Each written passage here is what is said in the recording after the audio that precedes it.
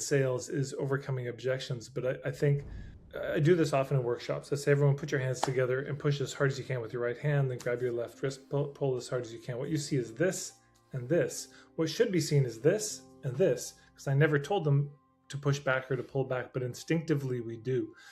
So that pushing back is the objection. Like, how would you say to someone who's maybe thinking, okay, well, maybe I've been doing this wrong, right? Like, how would you audit your marketing? We're in the new year. There's a lot of people who are maybe looking at what they're doing and what they did last year, or maybe saying, okay, well, this is what worked, but actually maybe this is what didn't work slightly, and maybe I want to adapt things. I mean, like, what do you look for when you work with your clients and yourself, of course, when it comes to like building a systemized marketing system that creates enough demand, so not only can we of course create the demand so we can survive, but also so that, you know, we can not have that pressure situation, so we're then less likely to need to, as you say, objection handle, etc. But I think where the pressure should be put is on our own processes, not on the person we're talking to. Yeah, it's good to apply pressure to your own process and to say, does this process work? To really be rigorous about it. Hello, my friends. Welcome back to a brand new episode of What's Missing in Marketing Today. Today I'm with Tad Hargrave from the opposite side of the world, which is wonderful. Tad and I have known each other for, I would say, probably about 3 or 4 years, and his approach when it comes to marketing is what I would call a breath of fresh air. So hopefully in this half an hour that we're going to be speaking today, I'll be able to share that with you and hopefully get his intakes on what marketing is going to look like in 2026. But Tad, before we start, what do you think is missing in marketing today? I think the biggest thing that's missing in marketing is the ethics piece. I think most people would attest to, give lip service to, a kind of shallow version of ethics. Most marketing copy I see says, well, you know, of teachers says, well, learn how to market without being pushy or sleazy. But I find their tactics still sometimes pushy and sleazy. And when I say ethics, I think the big thing that's missing is a real commitment to getting to the truth of if this is a fit, over the commitment to doing whatever it takes to get the sale. And I see in so much marketing, there's a lot of rationalization for the selfishness of, I'm going to just get the sale, rather than I'm going to see if we can get to the truth of if this is a fit or not. And if it's not a fit, you know, we bless and release. Do you think sometimes I guess what you're like, the level of pushing and a lot of your work you talk about, and building off what you were just discussing about ethics, do you think it comes from a level of scarcity? What if I need this person to say yes? I need, you know, whether it's a cash flow concern or whether it's just, you know, I need to validate my own opinion or view for this person to say yes. Do you think that's why people maybe sometimes come across in that way? It's a good question. You know, why do we push? Well, I mean, I think part of it is just, yeah, we're of course we want the sale. We want to make our business work. And I think we've just come to think that that's the best way to get the need met. Let's just say there's a financial need, and we think the best way to get my need met is to push or manipulate. So of course, this is broader than marketing. This happens in romantic relationships, happens in family and friendships, where we think, well, if I want to get my needs met, I can't ask the other person for consent. I'm just going to have to kind of I'm going to have to get what I want. I'm going to have to use some underhanded, shady tactic. But I actually don't think that's the best way, even selfishly, to get what we want. I think the best way to get what we want is to do the ethical approach. It's, yes, do we need sales? Of course we need sales, but it gets tricky when it's, I need not just I need people to buy, but I need this person to buy. As soon as it gets personal and located on this person, I think that is a kind of scarcity trap. We, you know, are under this spell of, if this person doesn't buy, it all falls apart. You know, if this person doesn't say yes to me romantically, then that's the end of everything. And that puts then a lot of pressure on that person, on that situation, on that sale, for them to say yes, rather than thinking, okay, I need people to buy. So how do I create a system? How do I create a structure that results in enough people buying? Rather than how do I come up with strategies and scripts and tactics that will get this specific person I'm talking to at any moment to buy. Do you think it's kind of, in some ways, I mean, like, the thing that jumps to mind to me is the term that would probably be described as objection handling, right? Like this constant pressure of someone's kind of saying no, or they're not ready, or they're not the right fit, or they're not the right fit on price, or whatever it may be, and we need to objection handle that, right? That's kind of, I guess, what's pushed into culture or pushed into sales, or there's a lot of content online talking about that. I mean, what would be your response? Would you say, yeah, that is something you can do, and if so, what maybe is that, or maybe shouldn't we do that, and is there another approach that maybe people are missing? Well, I mean, it's interesting. The whole handling objections, it's worth taking that into sex and dating and see how it lands and sounds, you know. Somebody wants to date you, you don't want to date them, and they start going into this intellectual assault on you of why you're wrong and it's really a good idea when you're just not feeling it at all. Um, yeah, so there can be too much pushiness, but this is the trouble. I think people obsess about, they think the real skill in sales is overcoming objections, but I think I do this often in workshops. I say, everyone put your hands together and push as hard as you can with your right hand, then grab your left wrist, pull as hard as you can. What you see is this and this. What should be seen is this and this, because I never told them to push back or to pull back, but instinctively we do. So that pushing back is the objection. Yeah. So we push them first. They push back with an objection to keep their autonomy. And then the overcoming the objections is then applying more sneakier sideways pressure to still push them. So it gets us locked in this game that nobody wins. Rather than going for overcoming objections, I would submit the best thing to do is to develop the skill and the capacity to identify and diffuse pressure when it comes up. So if you notice that somebody's feeling pressure, you say, hey, can we just time out? My intention here is to see if this is a fit. And if it's not, I might know somebody else who can be a better fit for you. But I just want to get to the truth of if there's a good match here. No pressure either way, no hard feelings if it doesn't work out. Yeah, we're trying to reduce the pressure so we can have a human conversation, not add pressure so we get caught in a pitch. Yeah, absolutely. And I think sometimes, especially maybe when it's the reason why I bring back to the cash flow concern is 'cause I think that's the commonality when it comes to when one would want to apply that pressure. But I guess you talk about systems a lot in your work. I mean, how would you potentially, obviously don't give everything away, but I'd be curious to hear, I mean, like, how would you say to someone who's maybe thinking, okay, well, maybe I've been doing this wrong, right? Like, how would you audit your marketing? We're in the new year, there's a lot of people who are maybe looking at what they're doing and what they did last year, or maybe saying, okay, well, this is what worked, but actually maybe this is what didn't work slightly, and maybe I want to adapt things. I mean, like, what do you look for when you work with your clients and yourself, of course, when it comes to like building a systemized marketing system that creates enough demand, so not only can we of course create the demand so we can survive, but also so that, you know, we can not have that pressure situation, so we're then less likely to need to, as you say, objection handle, etc. It's not that I don't think pressure belongs in marketing, but I think where the pressure should be put is on our own processes, not on the person we're talking to. Yeah.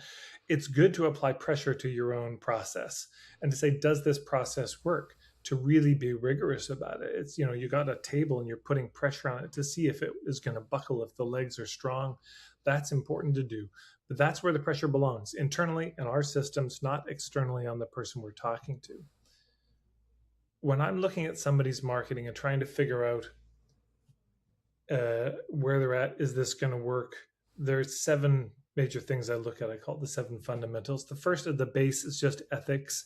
Are they going for the truth or are they going for the sale? Second, I look at space. Do they actually have enough room in their life? Is the business really a priority, or is it getting last priority? Are they overwhelmed with other things? Sometimes we're just too busy for our business, you know, sick parents, your kid's sick, or you're going through a real hard time. You may not actually have space for your business, and it's good to be honest about that. Third, do they have a clear niche? Fourth, do they have a compelling and clear point of view? Fifth, do they have a good business model and structure, including the internal administrative systems, the kind of inner systems, the inter systems of how do they stay in touch with their clients over time, and also the external systems, meaning the offers that they're going to be putting out. So is their business model solid? Do they have the hubs? Do they have relationships with the right people who can be introducing them to the right people? And then the last level of sharing of Have they identified a path, an approach, a tactic to marketing that they can actually do sustainably over time, that they're good at, that works for them? No, I completely agree. And I guess, I mean, my next question was going to be around like content creation and why maybe I know you're a massive advocate for signature workshops. And, you know, maybe we can touch on that as well, 'cause that's obviously how we first worked together and etc. But I think for me, I mean, like for those who are maybe listening who are on the fence about content right now, why does content add to a marketing system to create a level, I guess, of not necessarily urgency, but an additional level of trust? Because that's the main, in my view, that's the main reason why I think you should do content semi consistently, or as consistently as you can do. And then I guess the question that leads on after that is, how does that lead to potentially doing a signature workshop or an in-person event that really deepens that connection with your prospects or clients? I think one of the most important and under discussed principles in marketing is that of safety, making it safe for people to check us out from a distance to see if they want to approach or not, because we forget that they're in control of whether they're going to come to us or not. And I think so many sales are lost because you can't actually check the person out from a distance. I mean, I remember looking for a therapist. This is probably 10 years ago, easy. And I went to Psychology Today and I looked at the profiles. A lot of them didn't have websites, they didn't have photos. I mean, they had no niche and specialization. If I went to the website, there weren't any or many photos of them. There was no video. I couldn't get any sense of the vibe. I paid $180 for a session with a therapist. And within 3 seconds of being there, it's like, she's not the one. I could tell from her vibe. It just wasn't there. If I'd seen her in a video for 3 seconds, I would have known. So that's a drag, because she could have had somebody in that chair who would have been thrilled with her, who would have been a long term client. So she's paying the opportunity cost of not filtering me out. So, content to me is the long game. Content is a way that people can check you out from a distance. Like in my membership, I always ask people, how did you hear about me? How did you come here? And almost everybody says something like, well, I was following you online for years. So that's important to know. You'll have all these people silently following you, just waiting for the right opportunity, the right price, the right offer, the right moment. And if you weren't staying in touch with them in this way, then you weren't going to get the sale, because all that content builds trust. That's number one. But the second thing I'd say is I would really shift the perspective. I mean, I'm being a little pedantic on the linguistics here, but content versus context. That we can get lost in just, well, how do I put out more and more stuff? But it's good to remember, from their eyes, our clients don't actually want content from us. They don't just want more random stuff. Like, more is better in content. What they're desperate for is context as to, why am I struggling? Why am I having a hard time solving this problem? Why can't I get this result no matter what I try? That's what they want to know. They want context on their own trouble. So if your content gives context, that's great. The challenge can be that the short form content can only give a little bit of context. It's hard in 90 seconds to give the whole 30,000 foot view, which is where a signature workshop, a day long workshop, comes in. So whether it's an hour long online signature workshop, a 2-3 hour evening thing, day long something, it's helpful to give people a way to take another step closer and check you out. A little bit of risk. Maybe they give their email, they come to a live workshop to see the big picture of how it all fits together, which is, in my mind, that's the outcome. That's the intention of that. Not that I'm doing the signature workshop to get people to buy. I'm doing the signature workshop to give people enough of a taste so they can figure out on their end if I'm a fit for them or not. No, I agree. And I think so many people sometimes I guess it comes from the ability to not want to say, hey, actually, I don't think we're the right fit on a sales call. Or when that you're working with someone, maybe it's like, actually, hey, I don't think that either maybe we're too expensive for you, or I think we're maybe a bit too overkill for you, or etc. Or the other way around. You know, we might actually be hey, what you're expecting from us. I don't think we're the best supplier for you, and I think sometimes we don't have the confidence in ourselves, in our offer, in our ability to create demand, to be able to consistently talk about that and say, actually, no, it's okay if I don't win the sale. Or I guess maybe setting up a system so that we're actually fine longer term as well, cash flow wise as well, right? I mean, feel free to add in anything that you wish. But also, I mean, the next question I was going to ask you is: people keep posting, but they don't necessarily grow. Why do you think that is specifically? I mean, what's the cause behind that? Oh gosh. Okay, so there's a couple things there. Yeah. So one is, uh, yeah, of course, there's the pressure. We need a process that's going to generate clients. That's true. We've really got to think through the process, because if you don't have a process that you feel confident can ethically get you clients, you will have to resort to pressure. Yeah. If you haven't thought through those fundamentals, if you don't really have your ethics clear, you don't have enough space to think this through strategically, you don't have a clear niche, compelling point of view, good offers that you're reaching out through hubs, if you're not doing any of those things, it just doesn't work very well. So then you still need sales. So then synthetically, steroidally, you have to kind of inject an urgency and scarcity and all these tactics to get people to buy, which they will often resent. You'll get buyer's remorse, you'll get drama, they get disappointment, and it's a bad deal. In terms of this question of why do people post but they don't grow, I think part of it is there's an algorithm, and I don't consider myself any kind of expert on social media or what's useful today. Um, but I think part of it is the format that works is not the format we normally do. So I probably actually wouldn't look to my social media as a great example. The kind of format that I'm doing, just talking to the camera, it's okay. It's stable. Every once in a while, one hits big for some reason, but it's that's an okay way to generate content. But there really is a whole formula to generating the kind of content that goes viral that people have put a lot of thought into, around starting with a hook, ending with something satisfying, the use of visuals, editing, text, all that. There is an art form to it that takes a reel that might have gotten 1,000, 2,000 views to like a million or more. And so if your interest is that, there's that. The second thing is that the posting steadily like that is the long game, and I think it's probably changed. I mean, I know a woman who grew Instagram to 2 million just by writing. I don't know if that's on the table anymore. Maybe. But now there's more AI bots. There's so much AI content that people are fighting through, and that really is just content. That's no context for anybody. That's just sheer Mm. distraction, a lot of it. And I think a lot of people are just stepping back from social media in general. So if you want to grow your social media following, part of it is just putting out good content that really gives content that's useful. That's kind of the baseline. Second, I think, is you're formatting it and designing it well enough that it's the kind of format that would be shared. But third, I think a lot of the growth on social media doesn't come necessarily just from posting on social media. You're interviewed on a podcast, then you tell them about your link and people find you from that. You do a speaking event, people start following you from that. You email your list maybe once a year, say, hey, if you're not following me on social media, I'm there. Oh, and I didn't know he was there, and they go and follow you. It's going to come from other ways, and also ads. I mean, sometimes people just do the ads to grow their following. I recommend probably more so focus on growing your email list rather than your social media, because that's the point of the social media anyways, is to drive people to your email list. But I don't know, I'm not a total expert in that, but those are some thoughts.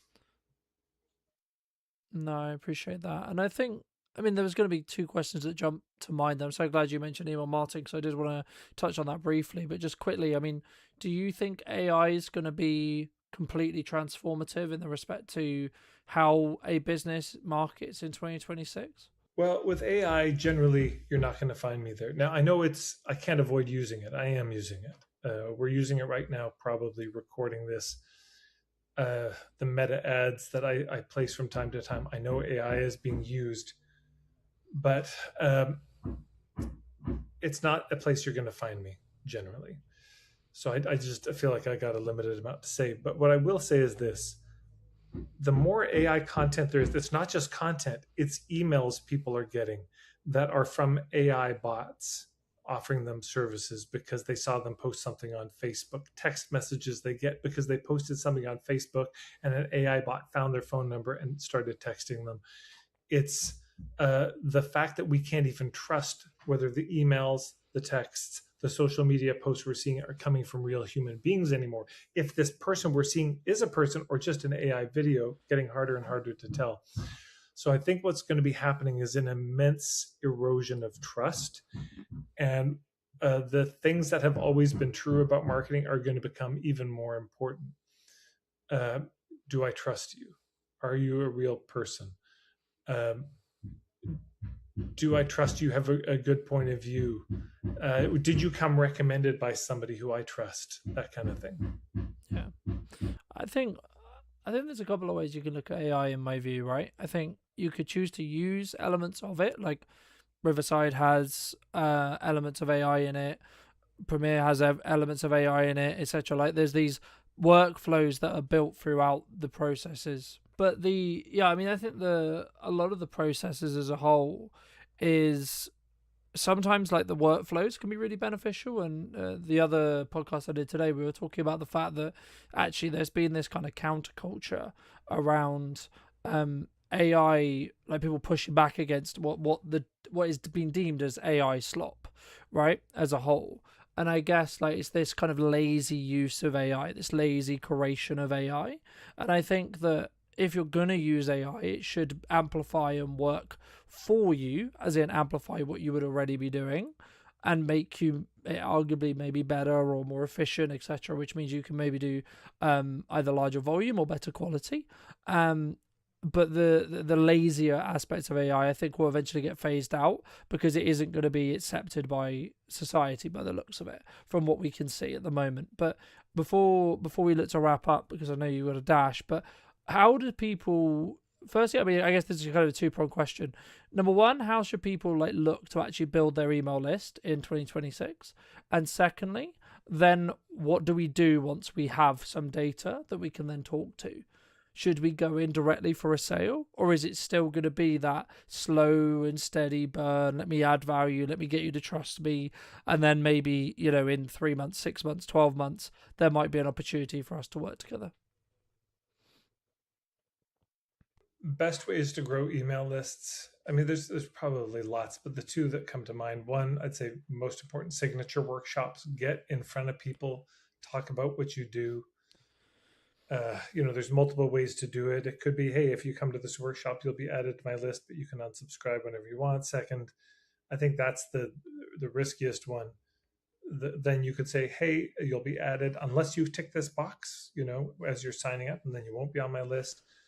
And I think the most solid in terms of getting the right people on your list is you say, hey, if you want to join my email list, here's my website, go and you can sign up. And then those people are for real. They really want to be on it. But getting in front of people, talking about what you do, sharing, giving them the chance to sign up for your email list. I think that's the main thing. Also having something that they might want, a kind of opt-in. Now, something they may want may be just a newsletter that's on such a niche topic full of such value, they want to be on that newsletter. That's the best. That's the most important. On top of that, then there could be uh, some sort of offer like a starter kit. Hey, here's something, just as the ethical bribe, as it were, join my email list and you'll get this thing. But of course, a lot of people will join for that and then bounce. But then the starter kit, that kind of context that you give them may bring people back over time. And then, of course, there's just ads, doing ads that drive people. Laura Eastburn is a colleague of mine who I recommend. She does incredible work helping people grow their email list with non-transactional offers. So just like, hey, get on my list because we're gonna talk about these things here. Yeah, so that's how I grow the email list, either ads or signature workshops generally, or podcast interviews. I just think those are more passive, and I don't think they work as well as getting in front of a live crowd. Once they're on your email list, I mean, I think a general thing is, so for me with this ethical marketing starter kit, when people sign up for that, there's immediately what we call the handshake offer, where it's like, hey, you're interested in this, so here's an offer. Normally you pay 140 bucks for this, but it's 50 bucks. So save $90 on this one-time offer. And it's, for me, I just picked the issue that I knew most of my clients had, which is how do I articulate what I do? So we give them an offer, and then the rest of people join the email list. There's a series of emails they get, which all have a connection to the membership that I have. And what I'll probably do is get even more sophisticated. And anyone who gets the how do I articulate what I do offer, who buys that, there may be some other follow up series of emails for them, helping them integrate that and use that with another offer, then to the membership, because those are probably hotter leads if they're willing to spend money. But yeah, I think the opt-in sequence that people get, the kind of email onboarding sequence of welcome to my email list, is important to really think through. I don't consider myself a particular expert on that, but I think it's good to consider how can we be building the credibility and trust during that time, give them some value. And then that email opt-in series should certainly be clear about what the next steps are, because people could otherwise be on your list for a while, not even realize you had a membership, not realize you had a mentorship program or a school you run or offers you do. And then occasionally you've got to send a solo email promoting something, not just burying it in newsletters. But the main thing is, how do I make this email list amazing? How do I make a great email newsletter that people actually want to read, that's useful for them? That's the most important thing. Fab. And for those who've enjoyed the time we've spent together, Tad, where's best for people to reach out? Where's people to check out what you're doing, maybe join your email list, etc.? Marketingforhippies.com is the best place. Yeah. Fabulous. And if you were going to talk to yourself maybe 10 years ago or 15 years ago specifically, what advice, if you were going to give advice to that person, would you give? Get marketing coaches, get some help with your business. Don't try to be a lone wolf about it and make all the mistakes yourself. Get some help, like find somebody who's where you want to be and learn from them so you don't make all the mistakes yourself. Fabulous. Thank you so much for coming back and joining me. Ladies and gents, if you did enjoy this episode and would like to see more like it, make sure to come back next week for a brand new episode of What's Missing in Marketing Today. YouTube believes you'll enjoy this episode and want to subscribe if you're new, and I'll see you very, very soon. What do you think is missing in marketing today, Connor? I think aggressive patience is missing from marketing today. A lot of people jump from trend to trend. A lot of people jump from thing to thing. You very rarely see people stick it out and target one format, one platform, one approach for 1 year. That is boring, but boring actions tend to produce sexy results. If video is genuinely failing you, I don't think it's necessarily the fault of the video. It might be the structure around it. So people might enjoy the video, they might land on your profile, might land on your services, ultimately decide possibly it's not for them. There might be a pricing structure, it might not be the correct time for them to invest. So there could be a multitude of reasons, but I would say consistency on camera, deliberately speaking to your ICP over and over and over again. If you're doing that, and you're not seeing sales, then I would say strongly the video is not the problem. That's fine, that's fair enough. So maybe you haven't been as aggressively patient as I mentioned. Are you combining the video with outreach? Are you just launching the video, sitting there waiting and twiddling your thumbs, waiting for it to come back to you? Because if you are, you're wasting your time. So what else are you doing alongside that? Hello, my friends. Welcome to a brand new episode of What's Missing in Marketing Today. Today I'm going to be talking to Connor all about video editing, marketing, and of course, video production as a whole, and why it's, I would argue actually at the moment, I'm sure you would agree, Connor, something that you can't not do right now in 2026 and as we move forward into the rest of 26, but of course into 27 as well. But before we get into that and we get into a bit more about your background, what do you think is missing in marketing today, Connor? I think aggressive patience is missing from marketing today. A lot of people jump from trend to trend. A lot of people jump from thing to thing. You very rarely see people stick it out and target one format, one platform, one approach for 1 year. That is boring, but boring actions tend to produce sexy results. That's my philosophy. And I don't see enough people doing that. I love that. And I think, I mean, just building off that quickly, I think, especially January, right? It's that, or it can be, I was going to say it is, but it doesn't always necessarily have to be. Is there a question mark? Is there I do the actions, I do the things, I do all the right stuff, I put the videos out, I invest in the editor, I keep things moving forward. But when's the till going to start ringing? When's this work? Is that likely in January? Is that a January thing in your experience, would you say? I think it's entirely dependent on the industry the person is in and their offer. So I think if video is generally failing you, I don't think it's necessarily the fault of the video. It might be the structure around it. So people might enjoy the video, they might land on your profile, might land on your services, ultimately decide possibly it's not for them. There might be a pricing structure. It might not be the correct time for them to invest. So there could be a multitude of reasons, but I would say consistency on camera, deliberately speaking to your ICP over and over and over again. If you're doing that, and you're not seeing sales, then I would say strongly the video is not the problem. So to answer your question, no, I don't think that's a problem, but I do think people are quick to jump on it saying, oh, I'm not getting engagement, I'm not getting leads, I'm not getting this, that, and the other. That's fine, that's fair enough. So maybe you haven't been as aggressively patient as I mentioned. Are you combining the video with outreach? Are you just launching a video, sitting there waiting and twiddling your thumbs, waiting for it to come back to you? Because if you are, you're wasting your time. So what else are you doing alongside that? So if you're not doing anything else alongside that, then your video definitely isn't to blame.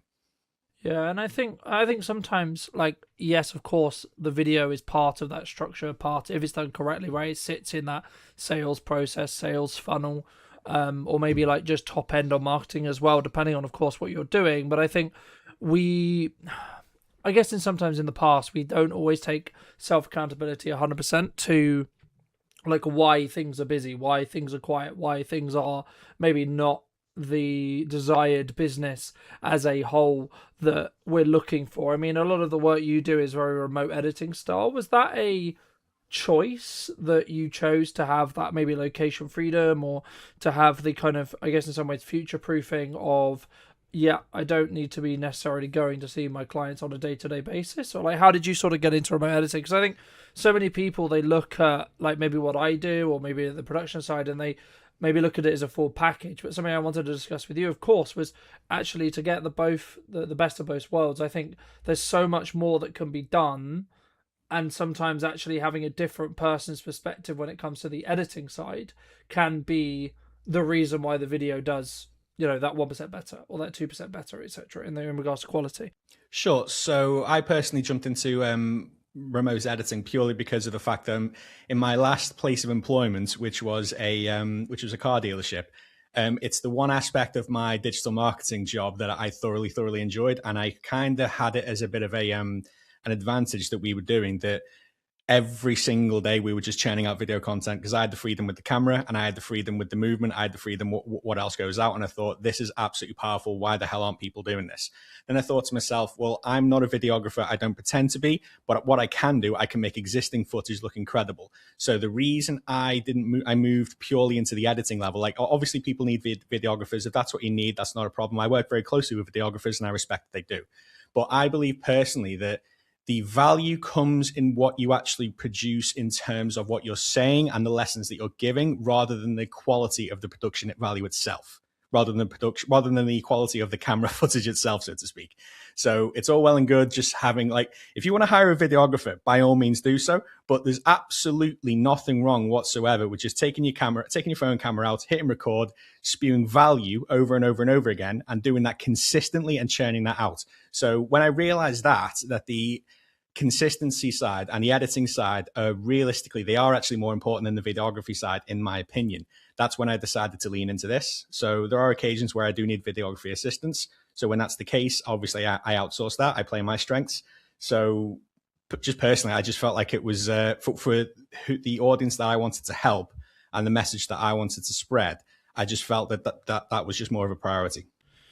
I think that's an interesting point, man. I think sometimes we look at maybe like what the Stephen Bartlett's of the world are doing, or the insert large name here are doing, and we maybe don't necessarily consider that. I kind of agree and I kind of don't agree with your point in regards to production, right? But the reason why I think it's different is because it is about the perception you want to give over every time, right? Because I agree.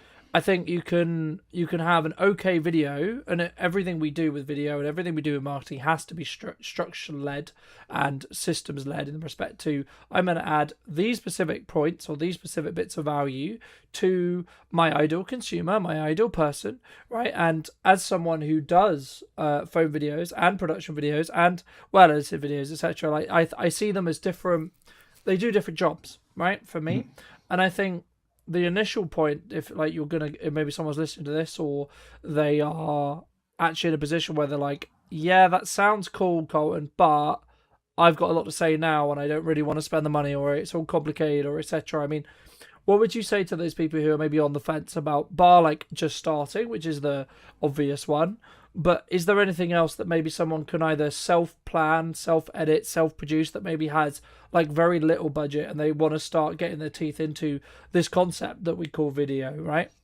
Yeah, so the advice I always give to people in terms of how to start things like that, I'm not going to say the typical advice, just get out your phone, just do it left, right, and center. Like, a lot of people just say that, but it's an interesting fact of like people can just easily just start, but it's a case of what do you actually say, essentially. So my favorite place to start, and what I recommend anyone do, is kind of design yourself a frequently asked questions section like you would do for your landing page. And rather than just writing them down and launching them and trying to direct people to them, say each one to camera.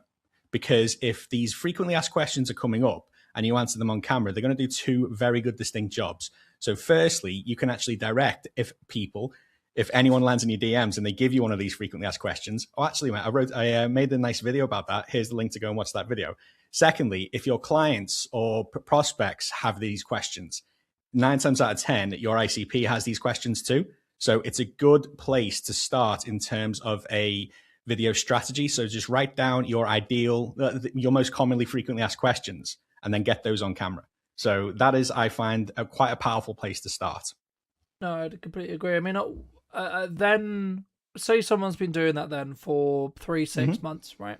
They've gained some traction, they're getting some confidence, they love what they're doing on their phone, or maybe they've like worked with someone like us, and maybe they've done a few videos, etc. I mean, at what point should someone really look to, I guess there's a two-part question here. A, bring in production, basically what I would call full-time or like consistently, to continue to up that quality, to give that perception of professionalism, to give that perception of, so they actually don't have to think about, is it in focus, is it well lit, does it sound good, etc. But then also, just to bridge onto what you do as well, like at what point do they then bridge onto having either a remote editor or doing something that some would describe as a bit more showy when it comes to their editing style?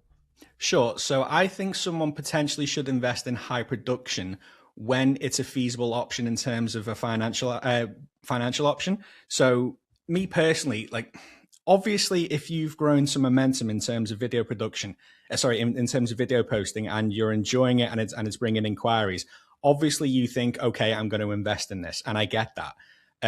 I personally don't see it as 100% necessary. My business would have to absolutely skyrocket overnight, like literally treble my yearly revenue for me to even consider that, because I'm a big believer of if it ain't broke, don't fix it.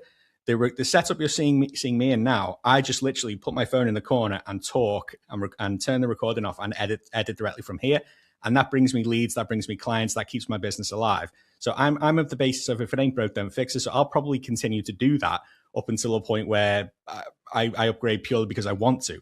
So to answer your question in terms of upgrading content quality, ask yourself these two questions. Firstly, is what you're doing working?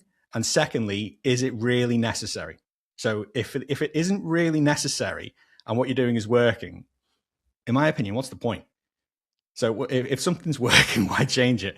And secondly, to answer your question about when someone should invest in an editor, I think personally is when the financial aspects come to light, but also to the point where if you've got your recording set up and your recording structure down and you're ready and you understand the value and you think, okay, my time is better spent handing this off to an editor, and then I can reinvest that time into actually generating more leads and more business, then is the right time, essentially. Because editing, if you're not a professional editor, well, even for me, I'm a professional editor and it takes up a lot of time.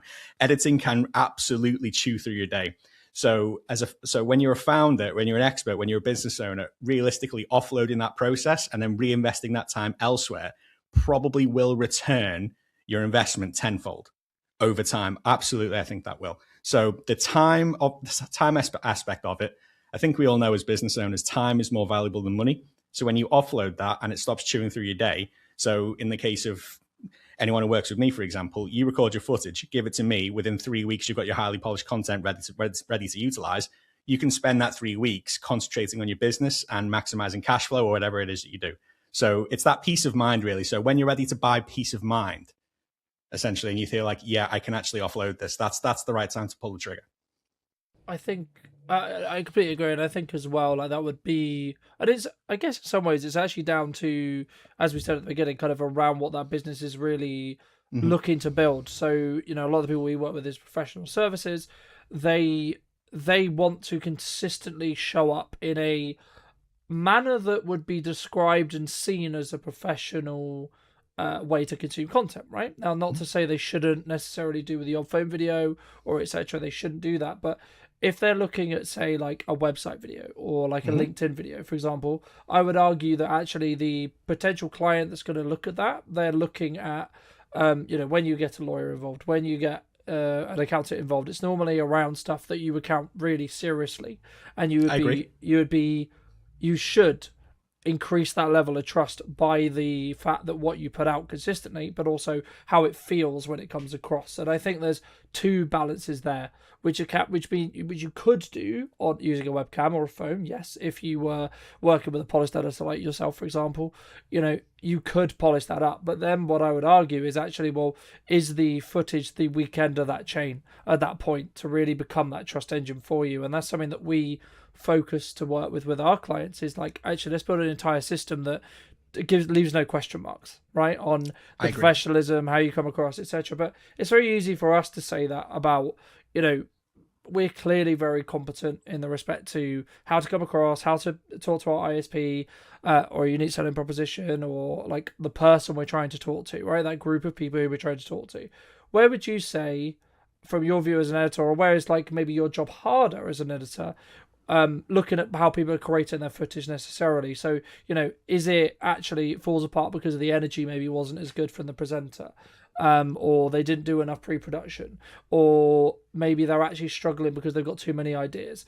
It's like, what, for those who are listening, I mean, what can they do, I guess, to make, I guess the golden question here is, what can they do to make when in the prep before a video is filmed, before they create that footage, to make your job easier as an editor, which in turn means, I would argue, you can then spend more time looking at how do you add that 1% on the video, rather than having to fix those mistakes as a whole. Sure, I completely get where you're coming from, and I do get asked this question a lot, especially by my prospects. So there's three areas I always say to people. Realistically, you can check this off in 2 minutes. It's not an issue, but it massively, massively makes my job as an editor much easier, and as a result, allows me to make your content just that little bit better.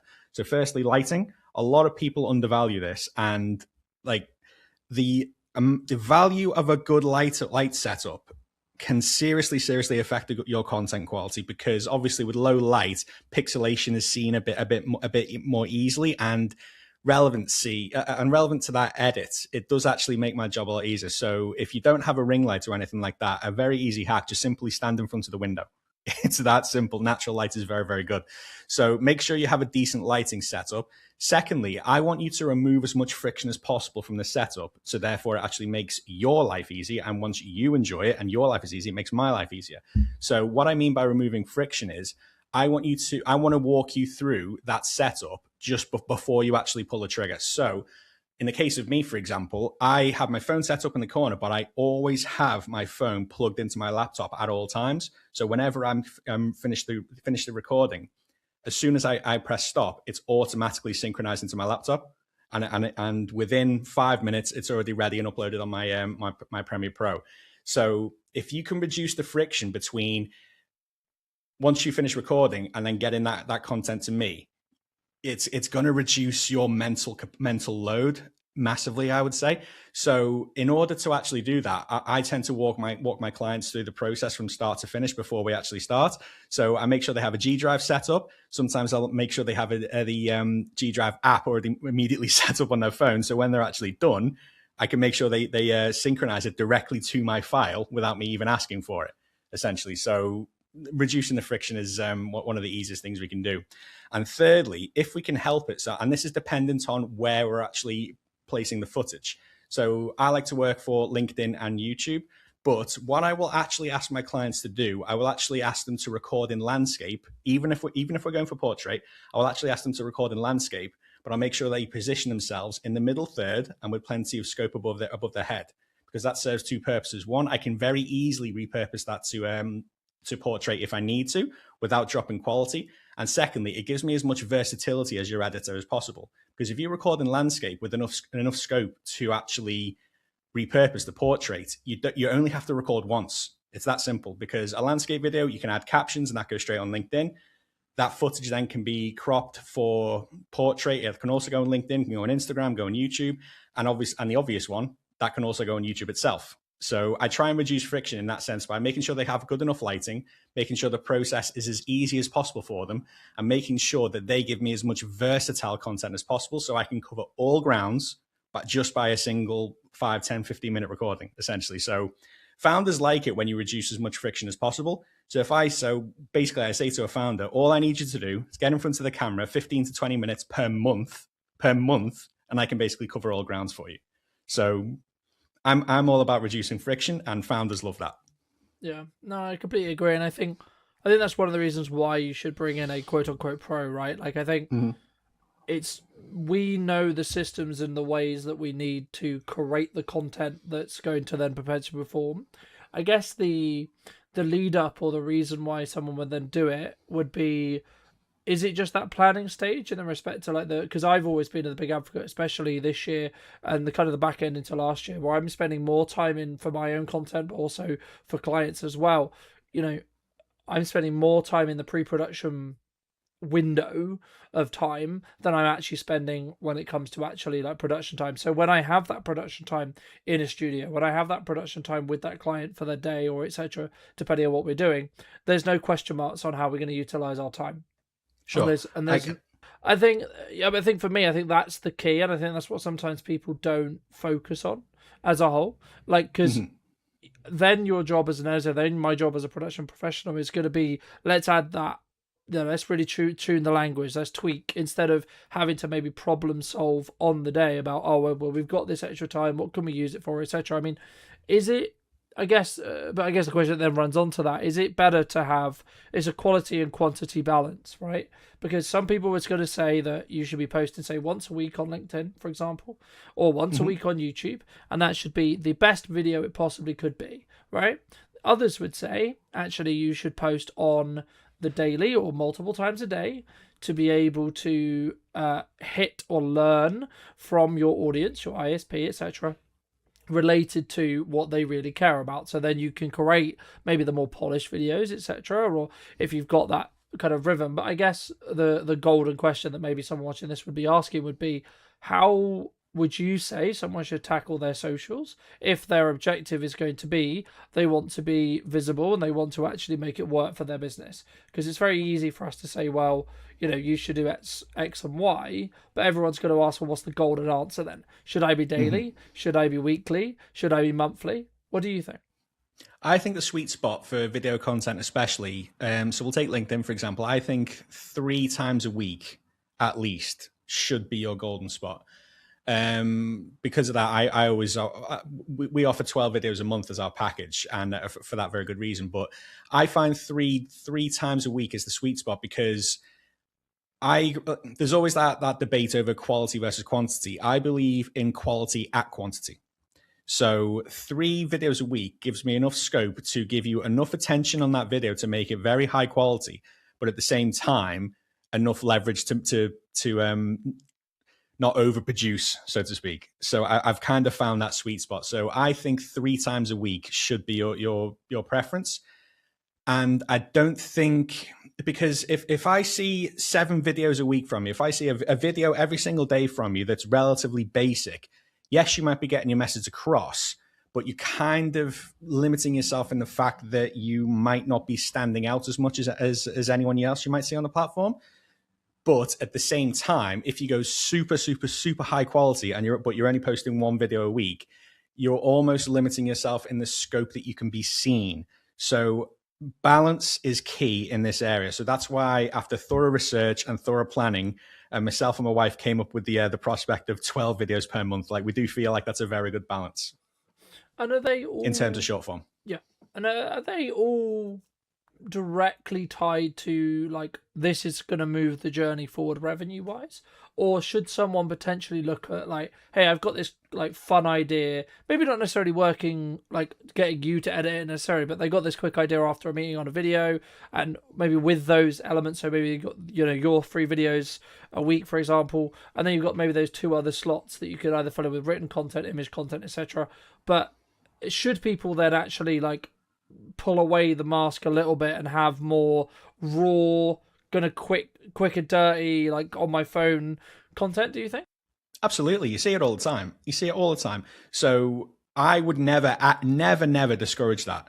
But I would always say if you're just doing that, then maybe obviously you might want to upgrade that a little bit. So again, one of the reasons why we offer 12 a month is because 2 reasons. One, so firstly, we kind of don't want to interfere with their current marketing platform. So if I was to go all out and offer people 28 videos a month for argument's sake, then in theory, yeah, they'd have a video going out a day, but that they could realistically post not much else. And I don't really want to interfere with what people are doing. But secondly, it kind of gives them the scope to experiment as well. So if a thought just immediately came to mind and you wanted to actually get that out in a very quick video, obviously you don't want to send that footage to me. You want to get it out immediately. So that would leave you enough scope to do that. So I would never discourage someone from doing that. So yeah, I would actively recommend that if that's what you wanted to do, but I wouldn't lean on that for the structure.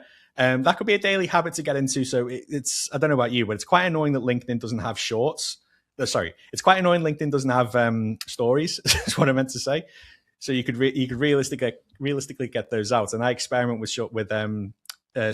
stories all the time on the likes of Instagram, and whatever response I get from that, potentially I could bring forward for a more high quality video. But yeah, to answer your question, I would never discourage anyone from doing that as long as that's not your base, so to speak. Yeah, no, I agree. I mean, I think for me, and something that I've been thinking about for probably like the last 6 months, I would say, but really executed on this month, is having like clear understandings of what each platform requires in regards to its content. And then, like, so for example, I'll use YouTube and LinkedIn, because you used it earlier, as the example. For me, that's where I put my top, I would say, 10% of my content. So in regards to, I know it's hitting the right like marks in regards to what the message is, how it comes across, how I come across, etc. But also like the best quality content I can produce. Like, I'm not looking for volume more this year on LinkedIn. I personally post once a day, but that's because I know how to post produce and use and extract as much as I can, along with them throwing in lives, etc., Love it. to be able to do that, because there is a barrier, but the barrier is more my time than necessarily a constant financial resource spend on it. Sure. Because I own all the kit, because I know what I'm doing. And also it then has a byproduct of clients constantly seeing me high production. So then it's a good idea and they feel like I'm the go-to person when it's right for them. But the crux of what I was going to say is, like, when it comes to like short form platforms like TikTok or Instagram, etc., that's when I'll be like really experimental and where I'll maybe be a bit more aggressive in regards to my posting output as a whole. And like also on YouTube Shorts as well. Like, I'm very particular on my long form stuff, and I want it to be very specific and very targeted and very well cut and very well edited and very polished. But also but then on the short form stuff, it's like, actually it's only going to have a shelf life of maybe 12 hours, and it's where I get to experiment with language. I get to experiment with, like, look for those outcropper videos. And even if I first film it on my phone, I'm testing language, I'm testing reaction, I'm testing how well did it do when I did it on my phone, because then when I come into a studio day, or I look for a performance video, or I look for like a podcast theme, I can then take those themes that I already know work with my audience and then go, okay, cool, we can now polish those up. So you're not necessarily going to invest time, energy, and resources and editing time and so on potentially dead topics. But it leads on to my next question, which was going to be around, like, you talk a lot about shipping content, right? What would you class posting, or someone who's just recording content, and then versus like shipping content? What's the difference between those two for those who maybe don't know? Okay, that's a very, very interesting question. So I would say that's a very good question, man. If I'm just shipping content, to me, that sounds like there's not too much intent behind it. I'm just showing up for the sake of showing up. Whereas if I'm posting intentionally, like, I don't make a video if it doesn't help my ICP in any way, shape, or form. I have deleted a YouTube channel with about 350 subscribers and about 75 videos on there purely because they don't speak to my ICP anymore. But if I was just shipping content, I would continue to feed that channel left, right, and center. But it doesn't serve me anymore. It's pointless. So I'm starting again completely from scratch with that. But to answer your question, shipping content to me, like it doesn't sound like it's part of a strategy. Whereas if you're posting intentionally, like every single video should realistically serve a purpose, and that purpose as a business owner should be to serve your ICP or to solve a problem for your ICP essentially. So that's what I think the difference is.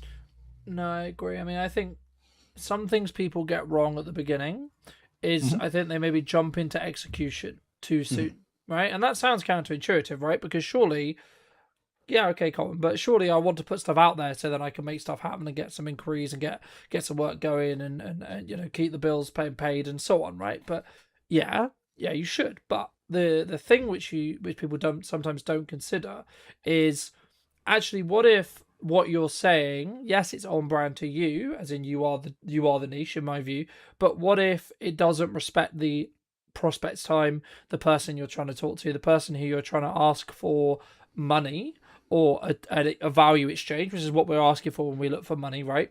We're looking for a value exchange. Is that potentially adding, inspiring, educating, or etc. when it comes to the content? But I guess the question that comes, and maybe this is about you and your other half's like positioning as a whole, but like when a business is looking at doing marketing as a whole, this is a more general marketing question, and you're looking at maybe positioning, right? Like when you were coming up with your remote offering and you were looking at it, did you do research? How did you go about your positioning? Because I think for me, the more I've been in business and the more I look at what we're doing, the more positioning has come to matter. And actually, that's why I've come to that bit that I talked about earlier with long form stuff, where that's the key, because it's on LinkedIn and because I know it's going to be consumed by a demographic in a certain mood. I need to make sure that content does a job in correspondence to when someone's scrolling at home on TikTok or scrolling on Shorts or scrolling on Instagram.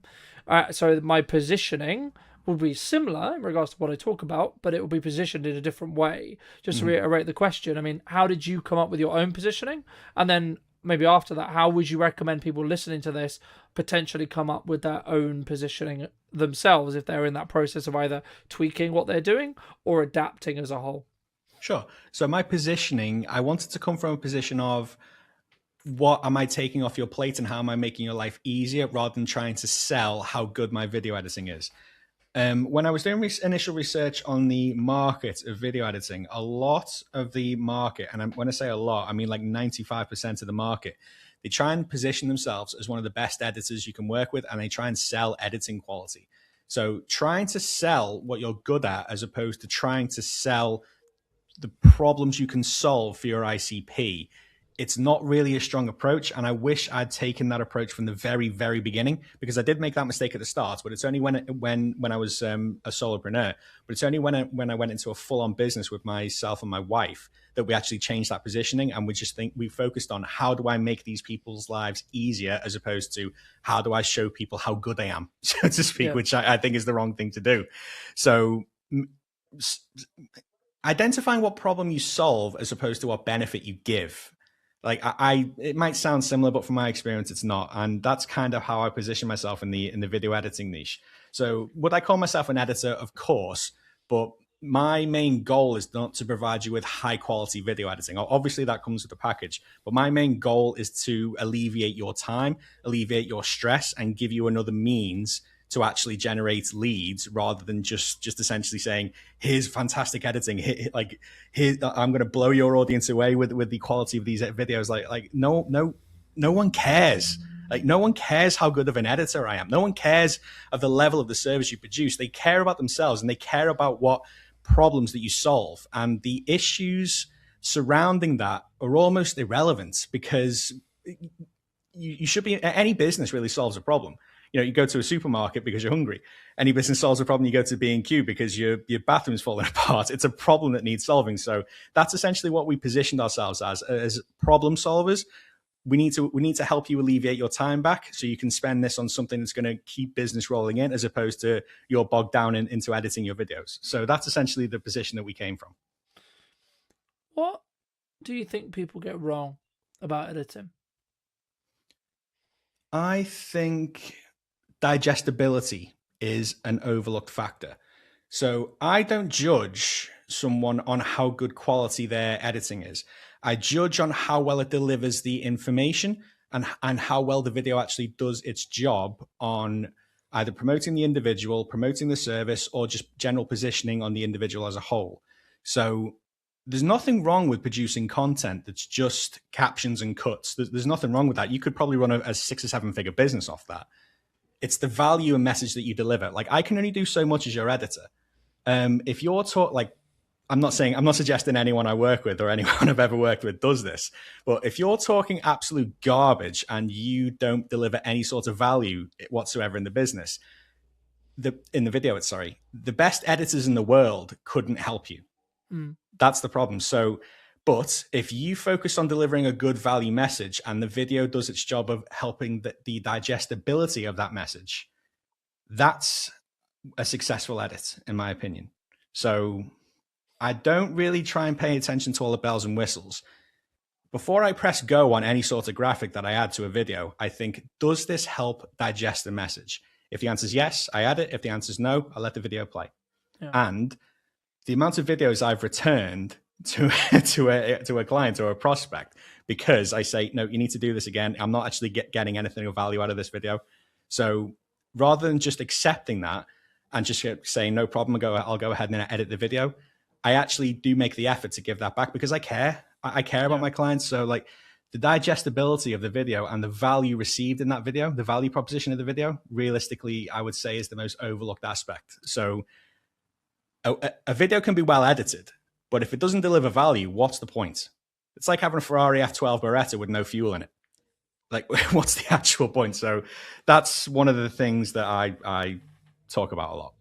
I think for me, there's and I guess the niche that we serve is people who could already go from concept to good in regards to video delivery, how they come across, how they plan it, and of course, like there's elements that we can help with, etc. Like would you package your hook? Like maybe have you thought about doing it this way, etc. Like and working on that structural stuff before you start. But I think for me, the key is like the reason why you bring in a production professional, an editor, or both would be to take it from good to great. Because I think the people who are going to be perceived as thought leaders, perceived as the people who are consistently listened to, they have, and actually I would say the ones who are going to consistently grow regardless of the doom and gloom on what the economy is going to do, arguably, it are the ones who A, show up with conviction, B, show up consistently, and then C, are hitting that great kind of line or that, and that is kind of subjective to an extent, but there is certain metrics which make it great, which I'm sure we'll get into in a second. But like for me, if you're not hitting great and you are hitting good, fantastic, but you should be then questioning, okay, how can you go to great? And if you are hitting great, how do you keep making your great become better and better and better on a 1% way? But for those who are listening, I mean, what structurally could someone look at from a basic level point of view, either that they're going to try and implement themselves or work with someone from a guidance point of view to say, okay, well, what could we look at that would really separate those two camps between someone who's good and someone who's great? So first and foremost, you need to get your messaging right and you need to get the structure of your content correct. So if anyone asks me, essentially, how do I structure my video? It's really not complicated. So here's what I advise. Identify a problem that's going to be relatable to your ICP. Resonate with the problem, i.e., you're not alone in feeling like this. Here's what I struggle with, or here's what people in your industry are struggling with. Identify how you actually solve that problem, i.e., provide value. So hypothetically, I could say, if you're struggling to generate leads on LinkedIn, you're not alone. Here's what I do to fix that. So I've clearly called out a problem that my ICP is having. I've resonated with that problem, and then I'm very clearly about to go into how I fix the problem. So I would say I do X, Y, Z in an ABC format. You can do this you can do this quite as easily too. And then essentially I would round it off by saying, remember to do XYZ as well. So kind of extra perceived value during the video. And then I always say, depending on the video itself, if it's short form, I don't tend to close with a call to action. I try and let the caption and the comments do that for me.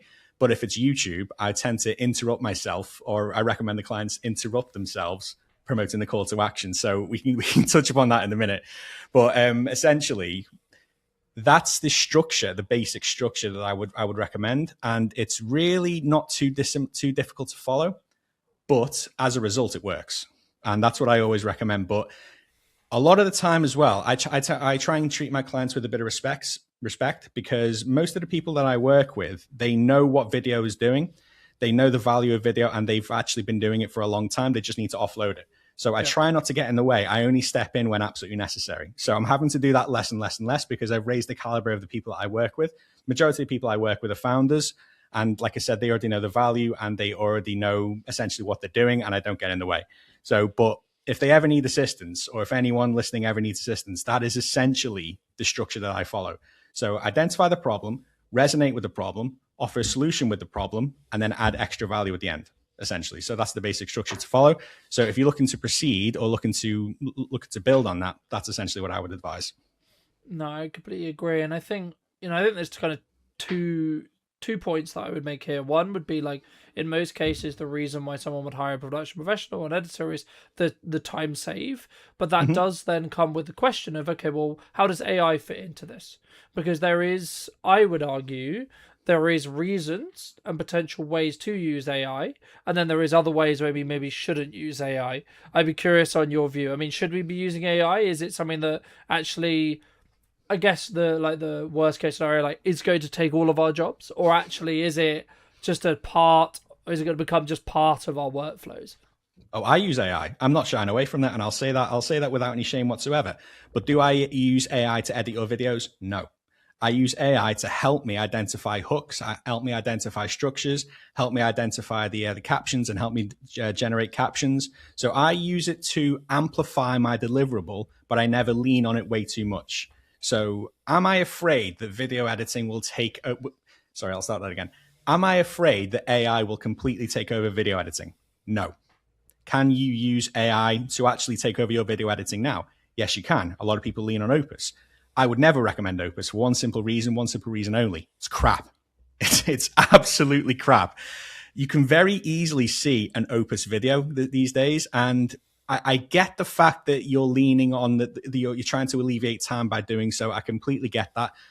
If you're going to use Opus, I would use it to identify parts of the video that would actually make a good clip, because it does rank them in terms of virality. So I would lean on AI to actually assist with what you're doing. Don't use AI to actually completely take over the deliverable. That's just wrong, because your client could literally do that themselves. They just yeah. So I use AI. Everyone uses AI, but I use it in a constructive manner. I use it one that's structurally coherent with what we actually do at Precision, and I never ever let AI take over the workflow. There is always a set of eyes on your work. AI just helps accelerate and fine tune the process. So am I afraid AI will take over my process? No, to answer the question. Do you think, I guess, I mean, you say we'll use ops, but there's other clippers, of course, that are available. I mean, when you say it's crap, like, what makes it crap, right? There's no variety. The cuts are a bit unreliable. There's no... All the subtitles and the caption formats, they all look the same. So yes, you can pump out videos on at mass, at scale, but one of the main reasons to get on video is to actually help people resonate with you and help people trust you and help show your levels of authority. And if you're just leaning on a format that loads of people do to actually do that, you're not showing any individuality whatsoever. That's just so uninspiring, in my opinion. To say it's crap is probably a little bit harsh, but I stand by it. It is. That's just my opinion of it, and I don't say that because I'm threatened by it. I see it as quite lazy. It's not too difficult to actually like it. I understand some people have budgetary restraints and they might not be able to hire an editor just yet, but it's not too difficult to actually self-teach yourself the basics and just get on CapCut or get on Premiere Pro and spend a bit of time and actually producing that until you're at the point where you can offload this. So yeah, that's essentially where I stand. I think for me, and as someone who uses clippers, who uses editors, I I personally have a slightly different view. I get where Sure. you come from with it, but like my view is you should be right. It should be and it's kind of what I sort of treat when it comes to the long form LinkedIn conversation I had earlier, which is like your premier, what I call your premier content, your really top of the line, very like the stuff you script, the stuff you put a lot of time and energy into, the stuff that the production is really sways, etc. That should go to an editor. That should have motion graphics on it. That should have really captivating subtitles, etc. But if you have a clip or a set of clips from a podcast that it's maybe something you're testing. Maybe it's maybe you want to find the best clip out of a podcast, or you want to get a starting point if you're doing it, or your editor wants to get a starting point, or both. I think that's where AI can serve. It's not to necessarily replace an editor. I think they do different jobs in the same way. You would use a screwdriver in some respects. You would also use a hammer in other respects, right? I think the premium brands, the ones that are going to, I would argue, attract the attention, which in turn is they attract the right clients for them, for their either unique selling proposition or their ISP, are going to be the ones who use both. Right, because I think if you, and maybe sometimes where the term comes from and where AI slop comes from, or like your very visceral reaction when I talked about clipping and using AI, I think comes from is because it can be leaned into and can be maybe over leveraged in respect to like, oh, I can just replace you with this thing, right? And I think with a mix, I think is the best maybe middle ground. And I think actually either A as a mix or B as a starting point is where the value potentially can be there. And I think you need to understand, like, in some ways you need to rank your content. You need to say, because if you're going to be daily on LinkedIn, in the nicest way possible, you probably haven't got the budget, but I personally don't have the budget at the moment, to be doing 7 weekly, like daily videos that are all A star, A star, sure. A star, A star. I would love to, but the reality is going to be like my constraint is time, the same with everyone, cost, the same with everyone to an extent. But for me, I look at it as a kind of the averages, right? So if I'm doing 7 videos, as long as 4 out of those 7 are A or A star, then actually the average can be, then they can be supported by something that's maybe ops clips, or maybe a live stream, or maybe a written post, etc. Right? And I think once you start looking at your content and your marketing in tiers, especially on socials, and then optimizing for what the platforms want you to do, then you have more of a larger ecosystem that then allows you to create the best of both worlds, right? And that's why I think it's not, and I'm always a bit hesitant when people say, oh, you should do AI or an editor or etc. I think it should be right, within reason. I think, because as I say, I think some things need that human nuance, need that human shape, and others are just like, it kind of goes into that camp of, I've got this idea, let me just, bang, here you go, right? Like when I have an idea for a new video concept, like something that's been working for me this year is doing phone videos to test the tonality, and then I'll potentially film that as a walk-in video on a mirrorless camera. Okay, cool. So I'm up in the production quality, but then I maybe want to add captions on it quickly so it can be consumed better on those platforms. But I'm still in that testing phase with that terminology. So maybe it would be slightly overkill for me to get an editor in to do a really polished version of it. So that's when like AI can play in, or like those other things. But just to move back, I guess, I think as a whole, if you're not doing something consistently, I don't believe you can gain competency in whatever that is. So if it's presenting, if it's coming across on video, which will be the common ones we're going to discuss today. But how do people actually get consistent? Because it's very easy for us to sit here and say, oh, well, be consistent, as we are consistent, right? But how would you say, for people who are listening to this, how can they actually become consistent? For me, I would advise you need to remove as much friction as possible. So I'll use myself as an example, and this is what I always advise my clients to do. Where I work is my recording studio, and my recording studio is where I work. So everything is in a permanent position. Light, phone, microphone, everything, it doesn't move. So there's roughly about 5 minutes difference between me turning on the camera and the footage actually being ready for me on my laptop. So if you've entered the habit where you think, oh God, I need to record today, I need to set up my camera, I need to set up everything, I need to clear the table, that makes it much, much less likely that you'll actually do it consistently. So by removing friction, you're able to make it a habit. And once you're able to make it a habit, it actually returns dividends much more easily. So it's very easy to develop that habit when you remove friction.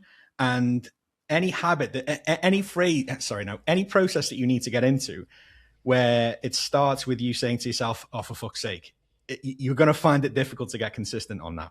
So remove as much friction as possible. That's always what I advise. I agree. And I think there's like little things like build a habit around creating a phone piece of content, and that's the yardstick you need to start doing. Build a habit of, I've got this idea, I'm going to write it down, I'm going to build this habit around, I'm going to film this idea as I have it, etc. Because I think sometimes we make excuses about why we're not doing the thing, right? Yep. So like, I think it's very common maybe in January, people are maybe concerned about what's going to happen, or like they're trying to create work and like deal with and talk to more prospects. But like for me, I did what I call a SWOT analysis, where I looked at, okay, well, what are my strengths from last year? What are my weaknesses from last year? What need gains or advances on? And then what are my like total pool of resources that I can then allocate to those things, right? That's the job of a SWOT analysis in my view. And for me, the weaknesses was actually, I'm good and I enjoy marketing, right? So that's quite easy for me to do. But the thing that I struggle with more or do less of, that I'm focusing more on this year, is actually that middle section between actually getting the calls in and getting people to maybe convert, or actually reminding people, hey, we can do this and this is how much that would cost. And I guess for me, like, is that partly why someone would maybe outsource to you? You talked about earlier about like saving that time. If they notice that actually they are, and I remember hearing Alex Camuzzi talk about this multiple times, and I'll just use a quick analogy. You know, he was talking about the fact that you're not disciplined if you enjoy it. So he was talking to a lot of personal trainers around like, oh, I wake up at 5, I do this work, I do this workout, Yeah, but he was like, you fucking enjoy it. Like, stop being a prick, you enjoy it, right? And the crux that what he was pointing out was discipline is showing up when you don't want to do it. But actually, if you're doing the thing that you enjoy, arguably you would have done it anyway. So the real quote unquote discipline, and the thing that I'm leaning into a little bit more now, is I don't really want to do this as this is uncomfortable, and I still need to do it consistently, right? Because that's where the results come from. That's where compounding happens. But just to reiterate the question, I guess, what would you say to people who are struggling with being disciplined with their videos? And is that actually why you would then recommend people then outsource something like you, so they have that time block allocation in regards to funds, so they can then refocus on the bit I mentioned here, which was those calls and that closing? Right. I think if someone is struggling to be disciplined with videos, I don't think they are the people I want to work with just yet. Okay. Because the people I want to work with are already disciplined with it. They know the value of it. They've just sinking way too much time into the editing, and it's becoming a bottleneck. But in order to get disciplined in order to stay disciplined in terms of the video content, I like to, what's the word I'm looking for? It's difficult for me because I bloody love it. But I understand a lot of people might not be in the same position. Because I think, especially, sorry to cut you off, but I think especially at the beginning, right, people hate it, right? And that's the thing I was going to say. Like, they hate how they sound, they hate how they look, they don't feel confident. Like, it's different when you've been doing it 10 years and it's just second nature to you.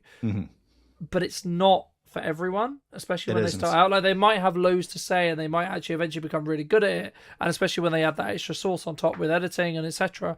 But like, that's why I mentioned, like, sometimes you have to show up and do the thing you don't want to do, because that's the thing that's going to move the needle for your business. Oh, 100%. Like I said earlier, the most boring actions repeated daily produce the sexiest results.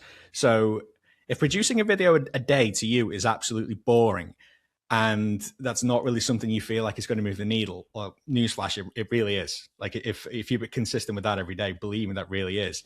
But put it into perspective, obviously we all know who Mr. Beast is. He posted 447 videos before he actually got any sort of traction whatsoever. Admittedly, he actually fell in love with the process, and that's why obviously he's at the insane level where he is today. But that's besides the point. But the daily actions, if video is one of them, and you get over that, just think to yourself, what else can you achieve? You know, if that's something you genuinely hate but know you need to do it, like, case in point, none of us like doing cold outreach. Like, none of us like doing it at all, but it's something we know we have to do, and I'm at peace with it. So I would advise, if you want to get consistent doing that, target the morning. Target before you actually get on with any sort of work. Because if you wait until the evening, trust me, you're burnt out. You're done with the day. You just think, oh, I can't be fucked. I'll do it tomorrow. But I developed that as a bit of a daily habit. So any recording sessions I do, I've made sure that the morning is targeted for that, because I feel like I'm most productive in the morning. And you could be a night owl for all I know. Like, obviously, if it works for you, it works for you. But if recording to you feels like part of the bottleneck work, and it starts to feel like, oh, I don't really want to do this. Have you ever heard the phrase, once you see results, it starts to become an addiction?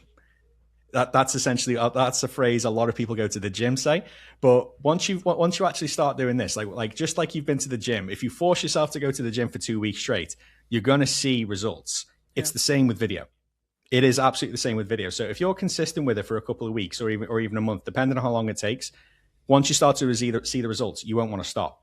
Just like when I started doing cold outreach and I forced myself to do it, and I actually started getting some results because I did it for so long and I was so disciplined with it, I thought, I'm not giving this up. You will get bitten by that bug when it comes to video. I guarantee it. So if you if you just grind it out and force yourself to do it, if you dislike it, but if you force yourself to do it, it will inevitably produce dividends, in my opinion. No, I agree. And it's interesting that you mentioned cold outreach, because I think so many people, like, I've toed and froed about cold and like outreach as a whole, but there's something that I've tried to do and focus on doing, like for me personally this year as the business, is like consistently fill in that gap that I talked about as well. Because like, I'm naturally good at marketing is never going to be the challenge for me, ever. Creating content isn't going to be the challenge for me. Writing emails isn't going to be the challenge for me. Except it's not going to be the problem that I run into. The thing that I have tried to do is backward shift my day in the same way to you. So everything that I'm going to find really grr and really horrible and really hard, I'll do first thing, right? Because I then don't have an excuse, because I don't get to do the stuff I enjoy, like this show, until I've done the follow-ups, until I've done the lead gen, until I've done the cold outreach. Because I don't get that, because I remember a long time ago, and I recommend if anyone hasn't, they look up the book called Mind Hacking. It's basically about creating systems in your head where you give yourself rewards, and you only do things, like you do a hard thing, and then you give yourself a reward, right? So let's say, for example, you really want to record a video, you want to script a video, you want to, jump on a live stream or whatever it is. If that's something that you count as a reward, or you see as a reward, okay, you only get to do that reward if you do something you absolutely detest. Absolutely don't like the idea of. That might be ringing 3 businesses you don't know. That might be reminding 4 ex-clients that you are still offering something, or you've got something to offer, and you send them some messages, and you call your leads or work your leads, or etc. And I think once you take the averages out of that, actually you're going to show up better in video, because you know all the hard work's done. So your cognitive load is going to be lower, because you've done the hard shit already today. So it's like, actually, well, this live stream's a piece of piss then already, isn't it? Or like when something else goes wrong, it's like, well, actually, that's I've done the thing that absolutely terrified me. And again, if that's for video for you, for those who are listening, then start with your videos, right? Like, it has to be the thing which you're going to find that requires you. Oh, I don't want to do this, And I think that's the reason why I would argue that anyone listening who does this will have a more successful year than they had previously. But I guess as a final thought, I mean, has your definition, and this could be quite wooey, but like, has your definition of success changed across the last couple of years? Absolutely. So when I started, obviously my passion for video was still as strong as it is today. I envisioned myself having thousands of subscribers, thousands of views, and thousands of comments, and just making thousands and thousands upon YouTube ad revenue. And I thought, and then when I come to this point, that is a thought that everyone has when they start, but it's also the most damaging thought. So if I completely and utterly directed all my attention to that from the start, yes, I might probably get that, but would I have a business? No. Would I have more of a purpose? No. I'm essentially just showing up on camera and not actually doing anything with it. So my definition of success now is the inversion of my video content, let's say. If that starts genuine conversations, that is success. I don't care how many views it gets. I don't care how many levels of likes or comments or shares it gets, as long as it produces something which then I can actually build on. So one thing I've noticed, and this is a huge advantage for starting video content. If anyone listens to this, please take this away. Your video content can become a self-replenishing content loop. So you post a video on XYZ topic, someone comments, you have a little bit of a back and forth in the comments. You take that comment section, that comment thread, that is the basis of your next video. You can even mention it by name. Me and Tony had a bit of a back and forth on this topic. Here's what was said. Here's the summary of it. Here's my opinion. What do you think? Tony himself is probably going to comment. So nice when I remember this, because how often do you get into a comment thread with someone and then they lift that comment thread and post it on a video and mention you and like, oh my God, I'm in their video. Like that's absolutely insane. And I've started doing that. And as a result, it just gets more and more engagement. It kind of compounds like that.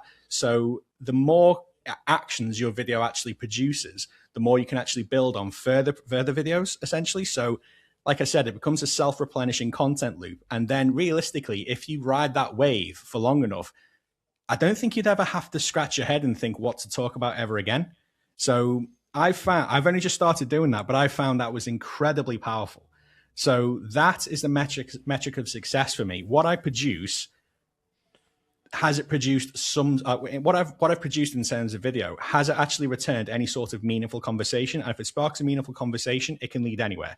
It can lead to more content. It can lead to a chat in the DMs. It could potentially lead to a sales call. So every video, I just want to reach out to essentially one person. That's all. I don't care how the other video does in terms of engagement. I don't care how it does in comments. And that's what I try and preach to people. So like, I have a lot of people on who I service in terms of YouTube content. And if you looked externally, you'd think I'm terrible at my job.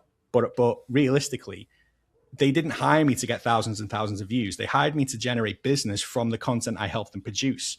So the more specific you are, anyone on YouTube, the only ones that end up losing are the ones that stop, pretty much. Like, everyone gathers an audience eventually. It is completely a war of attrition and how long you last. I mean, there's kind of a two-pronged question here, which is going to be like, content system, you got 30 days, brand new company, doesn't know what it's doing. What's your plan? Number one. Number two, at what point, in your view, should you bring in production? I'd say quality and polish has actually become more important. There are people creating incredible documentaries and full-length short films and all this kind of stuff because YouTube now owns the living room, essentially. It's now the dominant app. So quality has become more important. You really need to have a clear landing page, a very clear offer if you're going to do something like that. Otherwise, I would argue it should just be for awareness. We're a leading organic creative group. So we are specifically specialists in how many views, how many clicks, how many leads can we get you for free. What do you think is missing in marketing today? Long-term strategy and take a new platform seriously. These are my two. Okay. At the moment. Hello, my friends. I hope you're well. Hope you had a good day, evening, or night. Today we're back with James in his space, of course,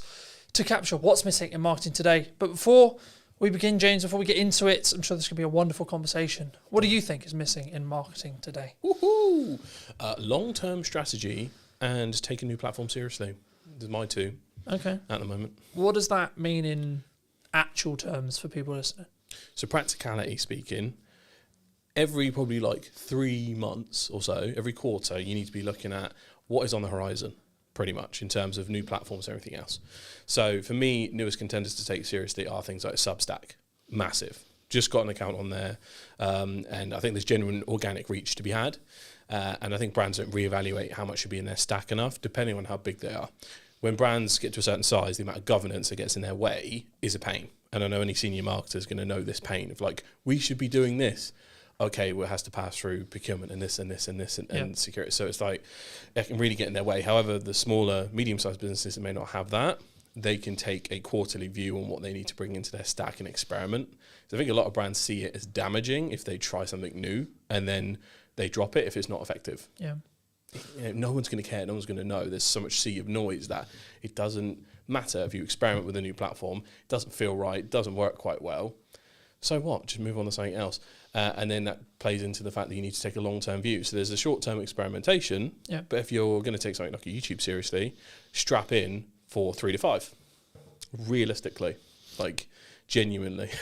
I think sometimes when we do marketing, like I've been thinking about this over the Christmas break, and it's like a lot of clients have said it to me in the past, it's like, what's the return on investment short term? And I'm like, in most cases, if we're having that conversation, you shouldn't be marketing in 95% of cases, right? And I think as we look to the new year, I think our people, I guess there's two camps, right? A, I know I need to create demand. I need to create demand for the future. Or B, I'm looking maybe to cut costs because things are getting quieter, etc. Like economic challenge, da da da da. What would you say when it comes to, like, say, something like Substack? Would you personally recommend people lean in? Yeah, it depends on the brand. So I've been looking, obviously, I'm from a B2B perspective, so just reintroduce myself to the crowd. I run a creative group called the Straw Hat Group that houses a podcast studio, a social media agency, and a marketing consultancy in one group, so you can get everything you need in one place. The whole purpose of that now is I need to take a long-term view of where something like me should be, because it's a bit of an oddball. So platforms like Instagram and Facebook are so heavily oversaturated at the moment, it's quite hard to get educational content to be seen unless you take a wacky approach to it or a very stylized approach to it. So this is why on Instagram, for instance, the cinematographers and the photographers are killing it right now if they can get the balance between video and photos right, because of how engaging their content can be.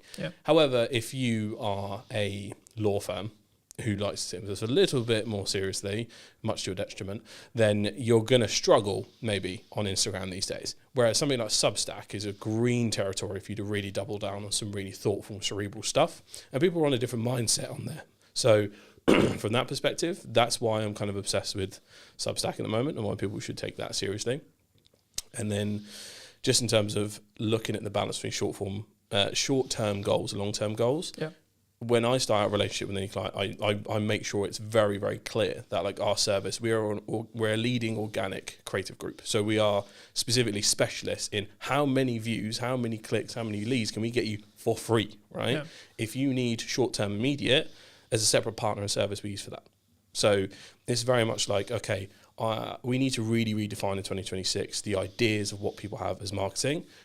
Digital sales, I think, needs to become a term we use more often. So whether it's Meta ads, Google ads, TikTok ads, whatever, that is digital sales to me. You know, if you're doing a specific ad campaign for a specific goal for leads for a particular service, that's digital sales, right? That's short-term digital sales over here.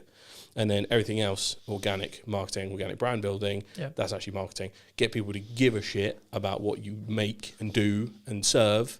And then over here is the outlet to buy it.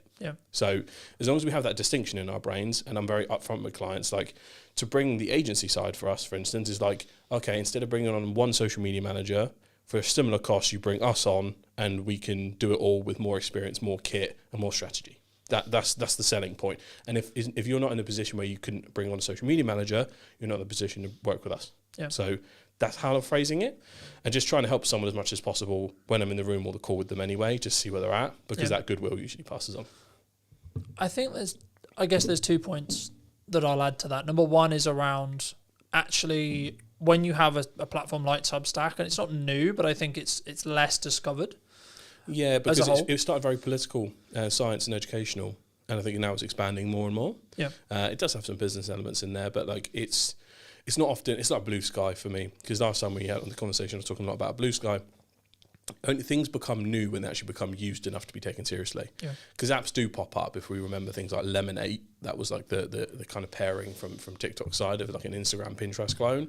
That popped up and then slowly died off. It didn't really make it to the UK market as well as it is. I think there's a balance, right? It's a seesaw, isn't it? Between you need to be, I guess, early enough on a platform to be able to have that, I guess, arbitrage in there's not enough content being created for X platform, and this could be in this case I think it's Substack. In other cases it's been Blue Sky, in other cases it's been TikTok early, etc.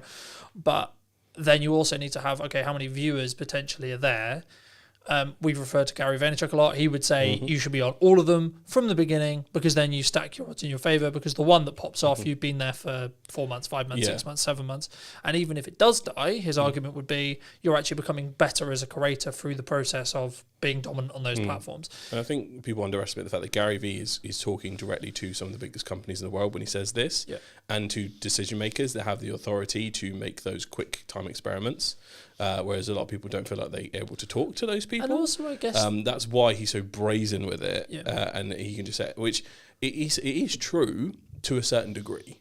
Because you also this founder or CEO that might get inspired by a message from Gary brings that down like a hammer on his marketing team, and his marketing team go, we barely got the resource to keep up with what we're doing, because organic social is, for lack of a better phrase, a bit of a bitch in terms of resource. Like that, from how much video has become more important to the level of graphic design you might need to be doing to be actually interesting, it's almost impossible for usually the underinvested social team to add new platforms on all the time, which is why people like us exist. So yes, I agree with him, but I like to just keep an eye on things until it's like, okay, I think that's viable, because the UK is an awfully skeptical market, I've noticed, especially with new platforms. I think that I guess the thing to be aware of when it comes with that, though, is like when you're looking at that size, arguably they have more resource to be able to funnel into the experiment regardless of what goes wrong, because their cash burn or their pot of cash is going to be larger. In turn, means they can do it for longer and they can sort of experiment. And even if it doesn't work, the world doesn't end. Yeah, you know what I mean? Experimental budget, like that's what it's for. And again, Gary has VaynerMedia. People, that is a direct sell for his service to go, here's all these great ideas. Oh, you don't have this. You don't have the resources to implement. Oh, that's convenient. Yeah. Who has two thumbs that can help you with that? This guy. So that's why he does it. But it's still 100% true. But that is why our job is to watch these platforms like a hawk until they're really viable and they're a right fit for a right client. But this can also happen within a certain platform. So for instance, we take YouTube right now. Obviously, YouTube was the same game for ages. Then Shorts arrived, changed the game. But now things like, I'm seeing more posts from the community tab than I've ever seen before. And I keep seeing image carousels via YouTube. Now, you don't unlock that feature until you've hit a certain milestone on YouTube. I can't remember what it is. But you have to put in the work to unlock that feature to then get those organic views. So actually, you need to look at the features within the platforms you already have. Are you over-indexing or under-indexing on certain things? And are you running a strategy from like 2020, which a lot of people, especially on Instagram, still are? I guess the question that some people would be asking, because a lot of people, as you may know, who listen to this are solo entrepreneurs, smaller teams. They don't have massive resource to chuck at Substack, to chuck at maybe Meta, etc. I mean, quickly on ads, like something that I find working really well right now is taking, we sort of touched on this already last episode, but I think to reiterate it, I think it's important to take the content that already works organically and then amplify it. 100. Rather than let's just create a piece of content and chuck it on an ad.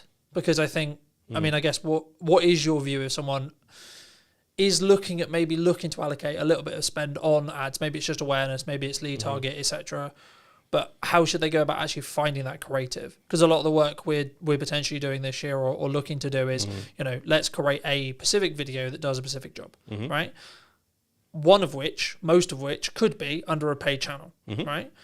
But how do we, as a generic, because you can't move anything unless you've got data. So what would you say when you were looking at a client or talking to a client or talking to the people listening? How would you say someone should tackle, let's get our teeth into maybe a little bit of paid or target a little bit of organic? Like what level of experimentation should be really following?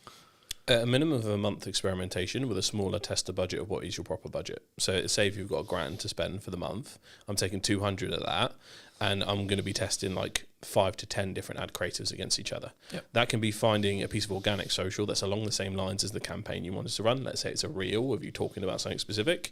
Okay, cool. I'm going to run that as my control group A. B, take that, tweak it, maybe with like visual CTAs on the actual video. B. C, add in a bunch of B-roll that's more familiar, more engaging. Right, now I have 3 variants of that one video that I know is performing fairly okay. Now can I take the transcript of that information I talked about and turn it into visual carousels? That is number 1. So we test the photos against each other. And then can you actually get maybe some kind of quote creative alongside photos? So like you've ever seen like a picture of someone with a quote underneath, swipe the different picture, swipe another quote, for instance. So you can try that against each other. Just with that, little brainstorm alone, there's 5 different ad creatives there to run against each other, see what works with that 2-week period minimum, see what works. They've just done a major algorithmic change to the Meta backend anyway, so it's a lot smarter than it used to be. You're not going to have to mess around with manual bidding or anything. It's just about selecting the right thing that you want, and then making sure that, because that test is obviously the creative is one thing, getting the clicks is one thing, but most of the time companies underestimate a converting page. Like the website part, if is the most important part really, because a lot of the time even shitty ads get clicks. Yep. Because sometimes it can be by accident. But oftentimes, if that website doesn't look good enough, if the social proof isn't there, if it doesn't feel trustworthy, if they're not slick enough, if it loads too slow, game enders. And you've got to find out, using that tester budget, one, which creatives work okay, and two, which of these actual things could it be on the website? And it's a process of elimination. So you have to go through and see what works. No, I think that's true. I mean, I guess the question would come, and what I do is personally, as you know, like as we were discussing while I was setting up, like I look at what has performed in the last 30 days, and then let's amplify that, right? Unless there's a strategic objective or there's something specifically there that I'm like, I want to amplify this because I know if someone sees it, they're more likely to buy from me in the next 3 months. Yeah.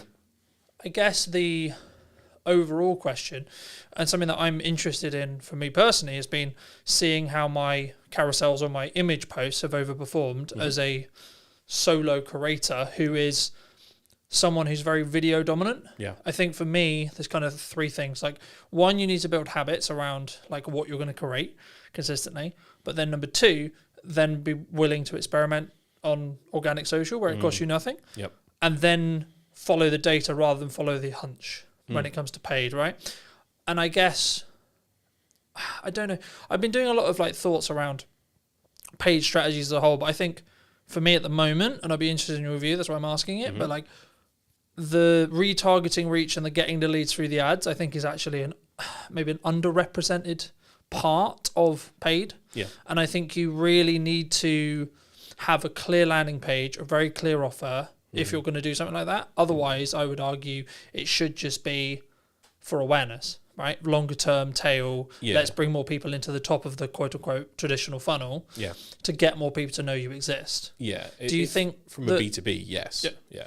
Do you think, because a lot of the audience, as you may know, is like B2B. So like from a B2B point of view, is that the arbitrage? Is that the thing we should potentially be spending ad money on when we can afford to do so?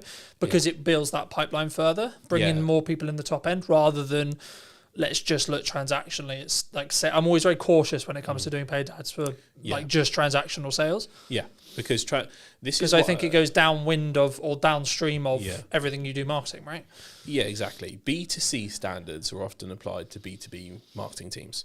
And I know they know this pain because the immediacy of what they are asked to get is always applied to what is usually a 6 to 12 month sales cycle for most B2B companies. And it is strange, but it's mostly an education thing. So if you brought in your senior leadership and your sales team and just did a quick 30-minute to an hour sesh on exactly what the marketing is set up to do is to generate demand for these guys to scoop up when it's ready, right? Because people do not buy, especially like things that could be a minimum year, 6-month contracts, right? Sometimes 2-year contracts. They don't buy that from an IG ad. They don't buy that from a LinkedIn ad straight away. There's going to be, the funnel exists for a reason. And I think we all need to recalculate how exactly we allocate value based on those leads. So that's step one, mindset shift. Step two is looking at how do you just take this content? How can I help people as much as possible with what I'm making here? Like from an organic perspective, and again, going back to what you should test in terms of format, that lineup I talked about earlier with the 5 different types of ad creative based on what's working, tweak what's working, go balls to wall, see what happens, an image version of that, right? That is all cold. That is all just like completely new people. They've never met you before. We're trying to get some awareness into the funnel. I think the data capture part should be really important. So B2B brands, most of them do have a newsletter. If they don't have one, they should. Even like I've been ignoring that. I'm going to be doing that this year, right? So in my head, an email captured and someone into your ecosystem is just as valuable as a direct call. Because client product fit might not be there for the person who's booked in for your call. We've had many a call with people that's like, actually you probably need this, you probably need that. So data capture and refocusing how we do things like lead magnets. Again, you might have seen a trend where people go, oh, here's 3-5 tips to do this, whatever. By the way, I have a whole guide to do this. Just comment guide down there and I'll send it to you, right? That should be the new meta for B2B advertising, both organic and paid, because you can just amplify that. So think about how you're creating lead magnets, think about how you're doing data capture, and for your senior leadership and sales teams, they need to re-educate themselves, or you need to educate them so they're not applying e-commerce standards to B2B paid, because that's what's really, that's why marketing and sales always bump heads. Sales think it's automatic because you can just spend $1 bajillion and then hear all the people. That's just not how it works, because trust is built over time. I was going to say, I mean, especially in an AI world, a lot of the conversations I'm having right now is like, the only reason why I'm having those conversations is because they trust me, and that wouldn't exist in a fully digitized, fully AI, like question mark. I guess, like, just picking your brain, because I know there's going to be some people who are asking about it, about lead gen. Yeah. What is it? Make a PDF, send it to people. Is it, here's a video? It's like, what? When we say formats may vary, you can do it in any way now. So you could make and host your own course, right? You could create a PDF downloadable. You can make an exclusive 4-hour, video tutorial on something that's kept behind an info wall. You can give away whatever the hell you want, but it's whether it's enticing enough or whether they trust you enough. So this is why the overall strategy of how organic and paid play together are almost just the same as how marketing and sales need to align with each other. So, the sales team are there to scoop up everything once they're ready, because no one buys stuff in B2B if they are not ready. You can't, this isn't like a used car salesman conning you into something, which I still think is a stereotype. It just doesn't happen. At least in the UK market. We're far more careful, we're far more skeptical. I don't think it happens at all. I think people, like, this is kind of why I push back on the whole objection handling thing, to an extent. Yes, there is value in doing it, sure. But actually, in a nutshell, if someone doesn't want to buy it, they don't want to buy it. Yeah, I've already bought before I've talked to the salesperson. Your only job for me, if I'm already in a sales call with you, is just don't piss me off. There you go. Just don't get it wrong. Because all the work is done for me beforehand. I'm that type of shopper. There might be someone that's coming into it completely cold. So this depends on if you're resource excess. So you've got a company that's got some money to spend, and they're willing to experiment, and they don't much care, and you've got a decision maker that first time. You can align those stars and get lucky. But that's going to be your 1 in 100. The other 99 are going to scout you out, check you out, see everything beforehand, and then engage when they're ready to actually have a conversation about what it looked like. Even if that conversation is cool, I like what this is happening, but it's going to happen in Q3 of this year. So you're going to be waiting that long. So this is the type of game we're in.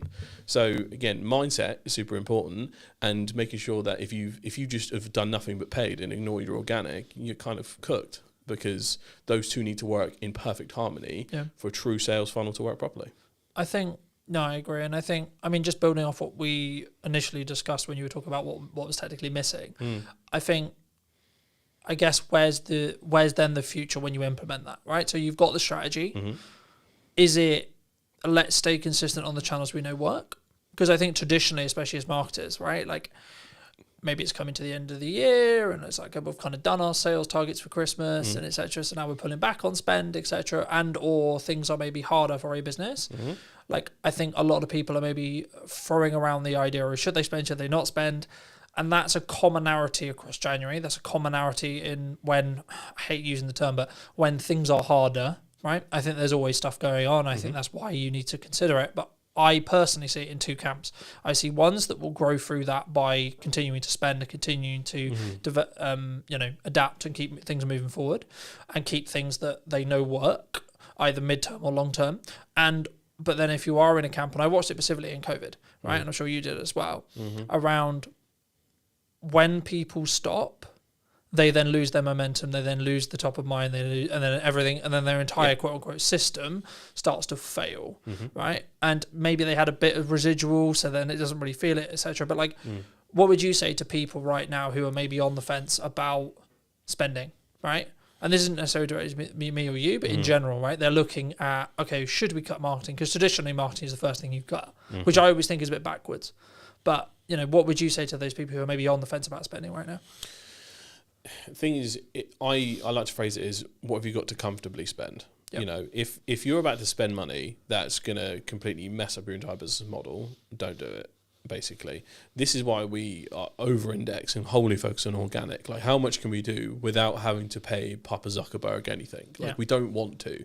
We don't want to have to pay the LinkedIn gods every time we need to make a sale. Because also, if you think about it, let's say if there's some massive AI bubble pop, right? Who knows after that massive calamity what companies are going to remain standing? Yeah. Like, Meta's dumped so much money in it that you might find if there is some kind of crazy disaster in AI, Meta may not exist in the way it usually does. Instagram and Facebook, in theory, could go bust one day. And if all your eggs are in that basket and your whole paid funnel relies solely on that, yikes, right? So it's not likely to happen. Like, whatever, usually these companies are too big to fail. They'll probably be bailed out like banks or something. But in general, if you've got all your eggs in one basket because you're clinging to whatever has previously worked, eventually that will also run out. Because if you're running an old strategy on the platform which is all yeller, then you're going to run into a wall. You have to constantly adapt. You're not supposed to shoot yourself in the foot and be like, okay, I'm going to immediately dump anything that's working and move on to something. But it's experimenting comfortably without doing yourself in. And there's so many different ways to do that, whether you work with an external force, whether you bring on an apprentice, whatever that happens to be. Sometimes you just need a fresh perspective. Go on a course or a webinar, right? And just see what works or where you can spend. Or just, don't pull back spend out of fear. Just experiment with strategy and intent. Yeah. I mean, sometimes it's just about mixing up the content. Right, like, and building habits around that content, right? Like, I was aware last year that I create content differently when I'm just talking to my phone than doing something like this, right? And it's not to say that this is better than that or etc. No, they're different and they act in different parts of the funnel. And I would argue that the person who's maybe going to sit here and listen to us for an hour is in a different buying state or a different educational state than someone who's just going to watch my reels, right? And I think I need, and I did a reel this morning talking about the fact that I'm actually allocating time to do solely short form in its own bucket and then long form still. Like, I still think you should be having a YouTube channel. I still think, etc. And it talks about it to an extent. It's about resource, right? Yeah, sure. But actually, in a pinch moment, which is what we're referring to here, I would say leaning into what works and like leaning into that goodwill, but being aware of what needs to happen, I think is the solution in 95% of cases. Because otherwise, you're only screwing yourself longer term. Like, you might save like X amount and you might be fine for maybe another month or two if sales are slower. But also then what happens in, Q2, Q3, Q4 in that respect? I mean, what 3 things have you seen change in the last year? It was about a year ago when we did the first episode. Yep. In that time, looking into 2026, what would you say has changed in regards to either the landscape of marketing or like social and organic creative as a whole? Quick fire. Rise of AI content and how it's been perceived, both negatively, it's pretty much negatively, to be honest. 2, a drop in organic reach, 100%. And 3, the arrival of new platforms. So, or at least platforms becoming mainstream enough to be part of someone's normal stack. So Blue Sky was not a kind of fun thing as an experiment. It stuck around. Substack has stuck around. And the strategies for most platforms have changed since the last time we talked. Yep. Not too drastically, but things like Instagram Reels or Facebook Reels just being a hack for instant growth, not a thing. They are now the same level of quality as you have to put the thought in terms of a really well-designed carousel to actually get any reach and hope to be on the explore page. You now have to treat your reels in the same way. So quality has definitely come into it as a factor as what you can actually put out there. I'd also see, if we go back to the rise of AI content, there's been this interesting counter movement to AI. So I think the last stat I saw was around 70% of images online are AI generated already, which is really crazy. And that could be just like random ads you see, or that can be like stupid things you make with your friends. So there's a massive movement that absolutely hates it. So AI slop has arisen as a term. Yeah. I despise it. I think lazy AI should be called out for anyone using it, as well as companies using it. I see a big difference between AI slop and AI assisted content. So if you're using actual tools to help your workflow, that is what it's for, right? But if you're just going around making stupid crap that is just mind melting the internet, stop, don't bother, get out of the way, and your customers will see it that way as well. But is that, just to jump in, I mean, is that brand damaging? Yes. Like now? Yeah. Like, so let's say, for example, someone's listening to this and they are maybe like, I'm going to turn myself into a superhero, or I'm going to do that, etc. Like, is that something that we could experiment with, or should we just be like, no, that's just not, we're not even going to touch that? Cringe. It's cringe. Because when we last spoke, there was a level, I guess, and we were still kind of early. We were impressed by the fact it could do it. AI generated vlogs. Like, I'll use the example we used then, which was like the Yeti vlog on TikTok. Right? Yeah, they were a novelty for 2 weeks. But I don't think it aged very well. No. Is my point. No. Right? Thing is, I have real beef with LinkedIn at the moment. LinkedIn is usually 5 years behind any modern culture, and it acts like 2015 Facebook. And the amount of pure cringe I see on LinkedIn does my head in. Sometimes I feel sick even being on the platform, because I'm just like, you have to adapt to how everyone operates on there. Yeah. And it's like a constant fake smile office. It's like, oh, well done, Janet. It was great. And then it's just like, oh, I made myself into a superhero because I'm really good at my service. It's like, it makes me sick, right? So there's just so much boomer activity going on LinkedIn. It makes me violently ill. So there is just it's just a cultural void compared to everything else. And like people, it will catch up. It's just always super late. Always super late. So it does my head in, that place. But yes, it's brand damaging to use AI for random slop. Don't do it. Because also environmental reasons. Yeah. Not to sound like a raging lefty, but the amount of water you use on just generating one image is dumb. Like, it's just not sustainable. So that there's that in it as well. But just use it for actual helpful stuff, because it doesn't move your brand forward at all. Let's flip it the other way then. What's a good use of AI right now? A good use of AI is when it is implemented as practical tools. So AI agents that can help you do stuff. There's so many marketing tools that use it. So Opus Clip, Riverside FM, so many good already existing software companies are using it and adapting it into workflows to make it super simple. So this whole thing can be taken and put into Riverside or Descript, whole transcript there. Now I can change this into a really good Substack article after we finish having our conversation with minimal work and a few tweaks here and there. Yeah. And especially if I've have a Claude account, I've worked on that quite a bit, I can now tweak that with Claude so it sounds a lot more like me. So that is one of the practical outputs of it. If you're just generating cringe images, get in the bin. That's my general take on it. But yeah, it's so many practical uses for it. I guess still. Does it go in the camp of, and I saw this a lot, and we're filming this early January, so I saw this a lot over the Christmas break, especially like yesterday at the time of filming, where it was like first day working back, and it was like everyone was like Happy New Year, and I'm just looking at that post going, you had nothing to post, did you? You had nothing to say that was actually valuable, right? Yeah. Because okay, I get it, sure, good idea, but if you had something valuable to say, surely wouldn't you swap that out and then add on the tag on the end, Happy New Year? Or if you wanted to do a Happy New Year, like, the kind of similar was like in some ways the Happy Christmas, or like those kind of. I mean, guess does it go in that camp when it comes to like, oh look at this cool thing? I remember there was I don't know whether it was a trend, I don't know whether you saw it a lot, but like there was this thing over Christmas which was like everyone was turning themselves into an elf. Yeah, right. Yeah, and I was just like, on the shelf, I was like, stuff, what, or the people that were doing those fake red carpet things where they walk around. Yeah. But it was just like what I always add and go whenever I think about creating a piece of content. Maybe it's just me and it's how I think. But what value am I adding, or what educational value or entertainment value or whatever am I adding to the person who's like potentially going to consume this? If there's nothing tangibly, like I can't think of something, it won't be a post. Yeah, the output is zero, so you might get a couple of likes from the people in the immediate circle, and that's kind of what it's for.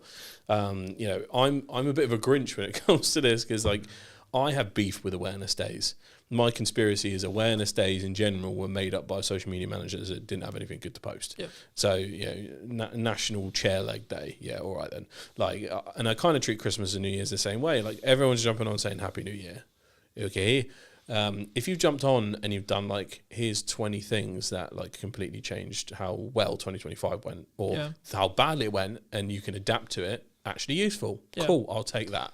But most of the time it's just like, wow, what a year. And it's just like everyone's just doing the same thing. But do people not put it through that filter, do you think? Is that the problem? No, a lot of people treat their LinkedIn like a personal Facebook, which goes back to the point of I find it a cringe culture 99% of the time. And if you compare it to something like it treats trends completely differently on LinkedIn and TikTok. So if we treat how TikTok will take something, because it's an audio-based culture, people take the audio of it and often have their own spin on how that trend will turn out. Yep. Whereas LinkedIn will just see a trend, elf on the shelf or something, and they all just do the same thing. Because it's the same as when you had the first time on Facebook where people had like flashing banners or they can make themselves look like a Teletubby, and then everyone was like posting that. Yeah. And it's just like, can you stop being a boomer, please? Like, I can't describe it any other way apart from the fact that essentially it's people coming late to the game, discovering tech, doing it when it's already about a bajillion months late. Yeah. And this could be really important people in companies. It's going to sound quite ageist, but like that.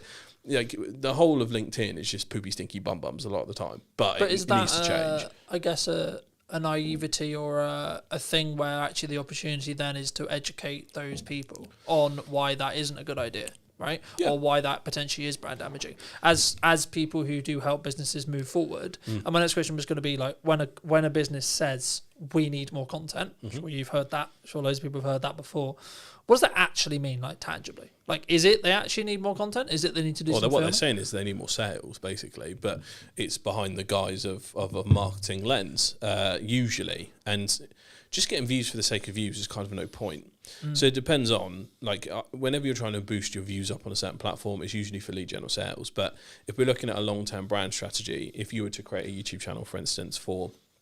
Go back to the example of a law firm, which there aren't very many good UK law channels that could be doing so much to prove their expertise, educate, entertain, inspire people. So, for instance, there is a guy I follow on Instagram. His name's something Jobber. He reviews traffic accidents people send to him on Dashcam, and he points out who is at fault. Right? Yep.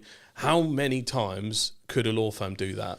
It could be a dispute in the hallway. They could be react to CCTV fights or whatever, and there's a civil dispute. Whatever you specialise in, you could be doing reaction videos. You could be doing education videos. You could react to popular culture. The Americans are all over this. Legal Eagle on YouTube is the best example. He does stuff all the time on whether things that the administration might be doing is illegal or whatever or not, right? So there's so much opportunity that lies in front of us, and we just choose not to do anything about it and stick to our ways. This is a very UK culture sometimes, because it's like, don't rock the boat. And those who do are always the one that win. So yes, we need to be helpful to people instead of just saying stop being cringe. Most of the time people aren't thinking about their personal brands the same way me and you do. Yeah. They'll think about their company brand in that way, and then their personal brand is theirs, and they just think of it like their Facebook or Instagram. So it depends on if they are actually a leader or a founder or a CEO, where it's actually important for them to project certain things via their brand. Because most people isn't, and they won't treat it in the same way. I guess for me, I've always been eternally grateful for anyone who's willing to give me any amount of time, right? So I take that as a responsibility whenever I do create a piece to say, I'm asking for 2 minutes, I'm asking for 10 minutes, I'm asking for 50, whatever it is. And this is what I expect, I want the change to be, the investment or the, whatever. I want someone who's going to invest that time to get something for that time, right? And I think that's one of the reasons arguably why, like, I guess you could say like why personal branding is the best thing, but it's become a buzzword in the same way like some people have said that podcasting is dead because you're not, Joe Rogan, for example, right? But just quickly on podcasting, as we sit here on a podcast in a podcast studio, is podcasting dead in 26? Should we not? Should we? No, it's not dead. It's just but we're not Joe Rogan. We're not Chris Williamson. We're not. So you want to know the difference between you and Joe Rogan? He had a decade ahead of you. That was it. Anyone on YouTube, the only ones that end up losing are the ones that stop. Pretty much, like everyone gathers an audience eventually. Yeah. It is completely a war of attrition and how long you last. How long you can put up with that valley of despair before one of your videos pops off. Yeah. Because this happens with YouTube, right? You'll be 100 videos in, and it'll be video 30 from 8 months ago, which is the one that performs, and hooray. And then that boosts up all your other videos. So it's very much a nothing. Holy crap! Like that is how YouTube ends up working. But it's hard to sell as a business case. If you're internal, for instance, like our brand would have a killer YouTube channel. We did this, and this, and like, okay, cool. How much do we have to invest, and how long is it going to take? Don't know. A lot and infinite time. Yeah, Cool. basically. So I need us to do a thing that could last years, and there's no guarantee And has you'll get infinite a money penny pit, from yeah. it. But this is like going back to the AI tools and how you need to look at marketing in general. We've talked about this before, but having some kind of content engine or mainstay series to power a lot of things is what helps make something like a podcast immediately ROI positive. Yep. So again, if we're looking at the split of things I call the waterfall method, you can have a podcast at the top. That's going to produce you short form clips, easy. Take the transcript of it. That's going to give us a nice couple of carousels, actually. Scroll through. If I pop them in the Canva, make some graphic designs. So that's number 3. Oh, cool. I can take the summary of some of the conversations I've had over the past month. That's my monthly newsletter. Packed to the brim because I've interviewed 5 people or 4 people during this month.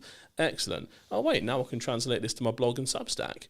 So one activity has gone all across this, plus the fact that if you work with your sales teams, you now take that lead magnets, subjects for webinars that you wouldn't actually have to deliver, because if you've got a sales team that has all of this information, that we used AI to go, hey, turn these 4 podcasts into a really informative webinar for our sales team to deliver. Yeah. You could potentially do that with a couple of tweaks here and there. So with the right system set up, with 0 subscribers and 0 views, you create an ROI positive system because you've created a content ecosystem from day one. That's what we implement for our clients, and that's why it's a multi-pronged approach, and I know you do the same for yours. So, yes, you just have to make the system work. And as soon as you explain that once, you're like, oh, I get it. So it's a reframing the conversation, make sure you put a practical business spin on it for those who aren't in the world of social. Because a lot of times people just aren't. And I literally put out a video on this yesterday about how people's preconceived notions of how they feel about certain platforms and social media in general impacts how they go about business all the time. Yeah. Like whether it's TikTok or whether it's just social media in general. Like I've talked to so many like senior leaders that are like, oh, these kids today and TikTok. Again, it's like they're dancing, James. Yeah, it's just I thought it was just for kids. It's like, okay, it's not. It's not. 55 plus is the fastest growing demographic. I talk about that stuff all the time. It's so incredibly important, and there's different pockets of it because of everything's algorithmic.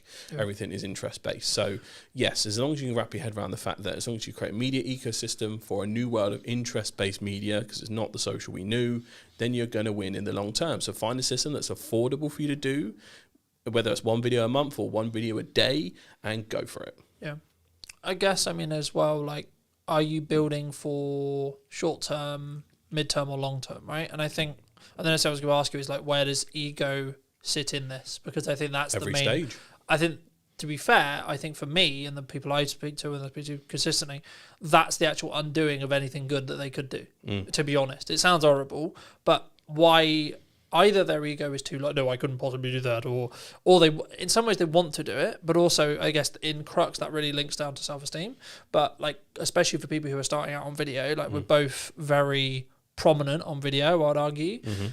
Why are we able to do that versus someone who's maybe got a lot of knowledge but is sat watching this going, A, that's really terrifying, or B, I don't know how to do it, I don't know what, because sometimes there's like a psychological barrier, sometimes a technical barrier, or both. To be honest, everyone's insecurities manifest differently. So my insecurities would manifest if I wasn't doing this, because I'd feel lesser than someone that is. And I've got to eat, right? So it's a case of, back when I first started my agency, I used to repeat this phrase to myself over and over again, is that I will do what others will not to succeed. Yep. And it's very hustle grind culture, and it very much was back then. Apologies past me, but like in general, like I was just like, I will get on video, because I was I cannot tell you how petrified I was back then. Because if we put ourselves in the perspective of someone creating a startup, if they've just been in a marketing agency, for instance, which was the case for me, I'd been in like 4 or 5 marketing jobs before that, been in marketing for around 5 years, and then I randomly go, okay, cool, time to start the business. I'd got on Fiverr, I'd gotten enough clients to get me started, wicked, I'm about to start. And I realised I have no method to make sales. I don't know how to get anyone that wasn't just coming to me on Fiverr. I was cooked, and I was like, okay, time to look into something like LinkedIn. And then I realised, oh my God, I'm only connected to all the professionals I've worked with who knew exactly what my skill sets were at that particular time, and your brain goes right back to when you were sat at that desk as a junior next to that person who knew more than you. Yeah. And that judgment, it feels like you're like doing a TikTok dance in front of them in the office How you used to work dare in. you possibly create a video, James? Yeah, and it's because in your brain you're like, I don't know as much as these guys I'm connected with. I know I don't, and they're not posting videos, so why should I? So it's that was I got that a lot, and that actually really hindered my consistency in the beginning. I feel like I'd be in a very different place content-wise if I actually stayed consistent from the moment I started to where I am now. I'd probably be making money from my YouTube channel as a separate income stream, but.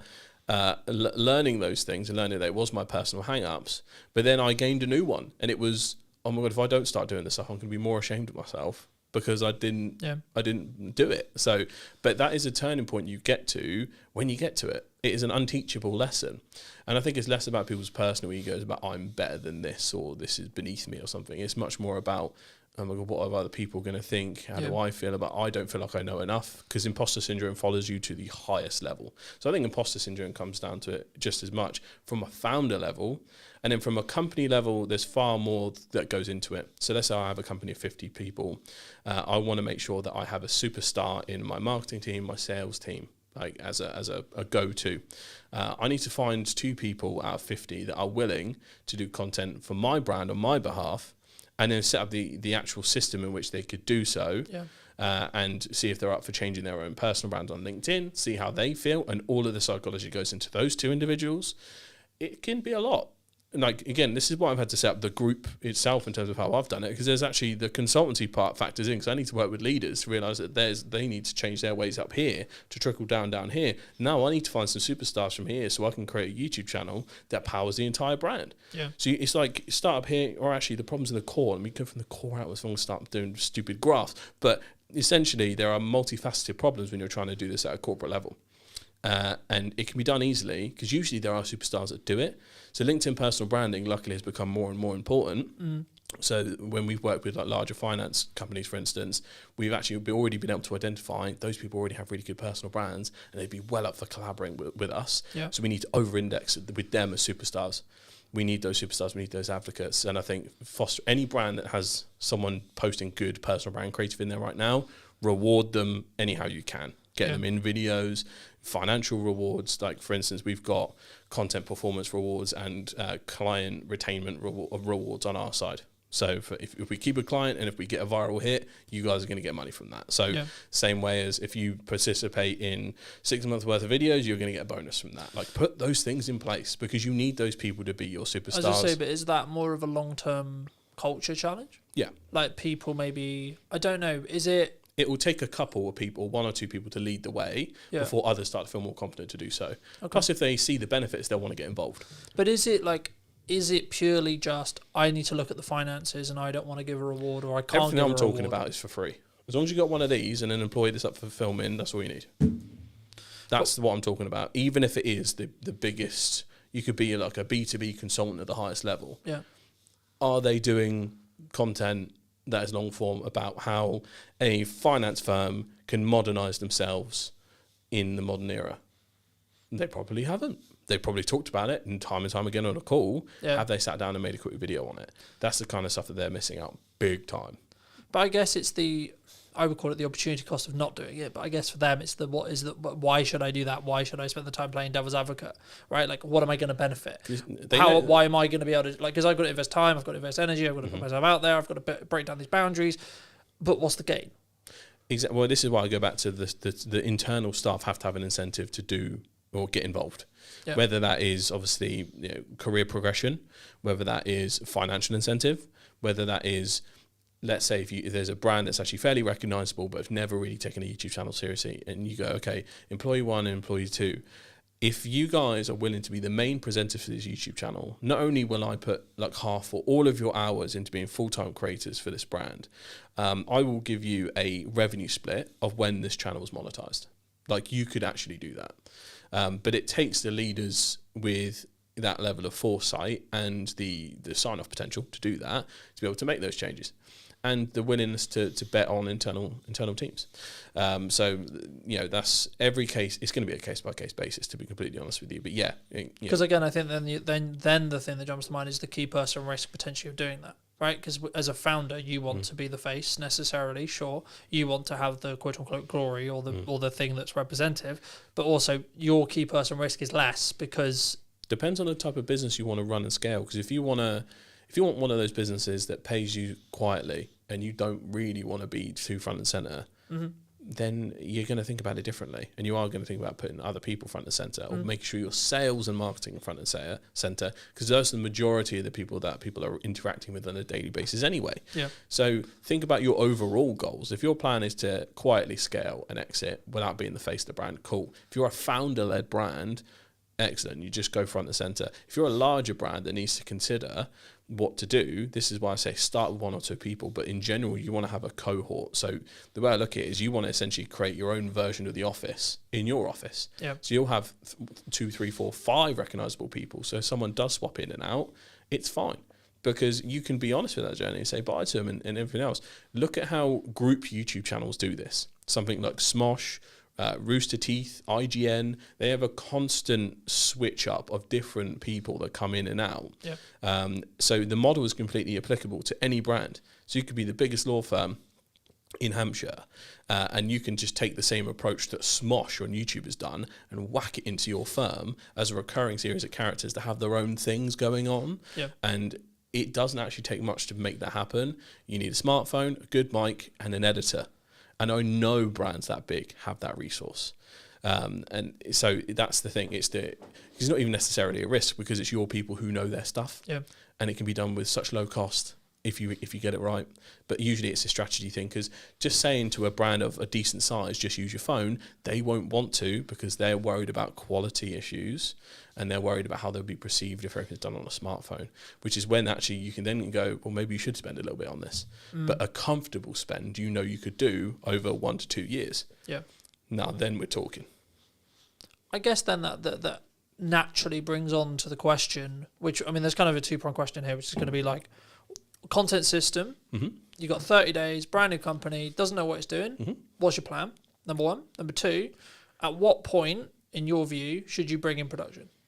So production cost, production quality, etc. Because we just talked a lot about you should use your phone. But when should you bring in someone like myself to help you up that quality? When should you come to a studio like this to up that quality, to do something that feels more polished, feels more premium? I'd say quality and polish has actually become more important. As we've seen the sea of content progress, more like smartphone heavy content is still really prevalent on platforms like TikTok, but I'm seeing other platforms like Facebook and Instagram and other things, and YouTube Shorts and things actually move to a higher quality standard, especially on the YouTube side. Yeah. YouTube you're going to see massive incremental gains in terms of the quality of creators on there. There are people creating incredible documentaries and full length short films and all this kind of stuff. That is because YouTube now owns the living room. Essentially, it's now the dominant app. So quality has become more important. Volume is still more important if you're starting out. So to either answer any of these questions, you'd need to know what industry that client's in. You'd need to know who their ideal target market is. And you need to know what the goals of the leaders or the founder is. Because ultimately, if it's like, I'm not really too fussed, I'm probably just we've got a good sales system going, I'm just going to sell and exit later on, cool, don't even worry about that, this isn't for you. Yeah. But if it's someone that I need to scale, I want to double the team in the next 2-3 years or something, like excellent, we need to make sure we get you a real good organic baseline right now that's going to feed and support all the paid activity and everything else. So that's when you build a content system for that person. So if we take the example of someone who's in B2B, it could be, if we go back to a law firm example, because it's constantly on my head these days, we know that their clients are really going to value trust. They're really going to value that the quality actually will play a factor into it, because are you going to trust a lawyer running around on a smartphone? Not 100% sure. It doesn't mean to say that they can't have any personality. So I think people get authenticity mixed up with shoddy, or just handheld quality. Yep. Like, you can be just as authentic with nice cameras like these as you can with your smartphone. So don't get it twisted. Let lawyers be themselves. Don't, as strange as it sounds, make sure they don't act as loyally as you think they need to. As you can tell by, if we take the example of politics, anytime any politician sounds like a politician, we all hate it. Yep. Anytime Keir Starmer sounds like a lawyer like he used to be, we all hate it. right? So it's like, oh my God, just act like you normally do. Please, we know this is an act. I think a lot of people do take that example. So professional services often suffer from the fact that they're too professional and actually like strangleholds themselves. Yeah. I see this with accountants as well. That's why the only accountant or lawyers I've ever gone for are the people that I can see act the way they usually would. Yeah. And not everyone's going to think like that, but it really does help just to add that just a little extra, just let them be. Don't over-engineer them. I think it allows you to be human, right? Like, because even if you are a boring industry, lawyers, accountants, etc., right? I would say that by you being more human, it then by proxy allows you to non-boringify, if that's a term, what you do. Because you can talk in real terms, right? You can, and especially in the finance space, right? Like there's been this rise, I think this last year especially, but I imagine it will continue this year around personal finance and there's been a big push towards investing. And I know that's kind of coming from the Treasury in the UK especially, but also like it was kind of there already. And they were just like, hey, that's a good idea.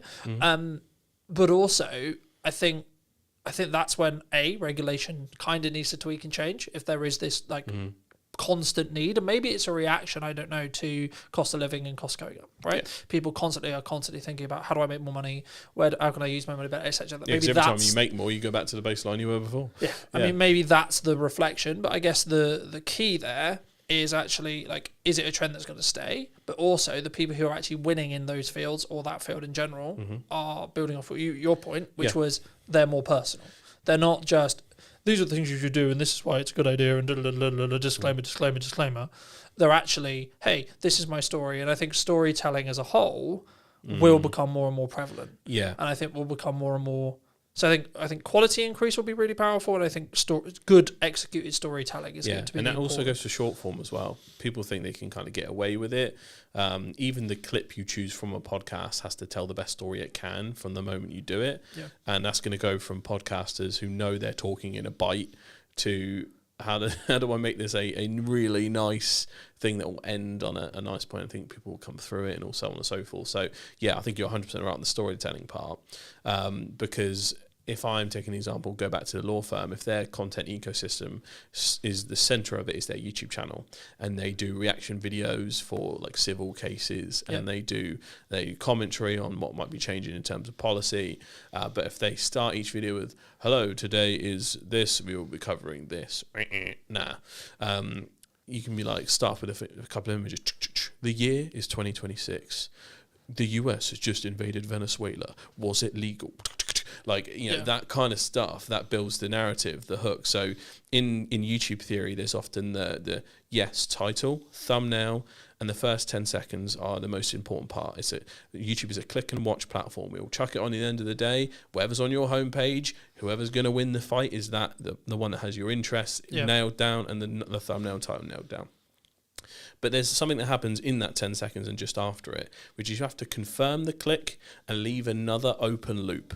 So that is, okay, we've got your attention, it's fairly good, and now there's you know what you're going to get out of this video. So that's what the first 10 seconds is for. Now we also open another open loop, which is, and also, does it impact this? Or how does it impact you? That's the open loop that you need to create for them to be intrigued on the rest of the video.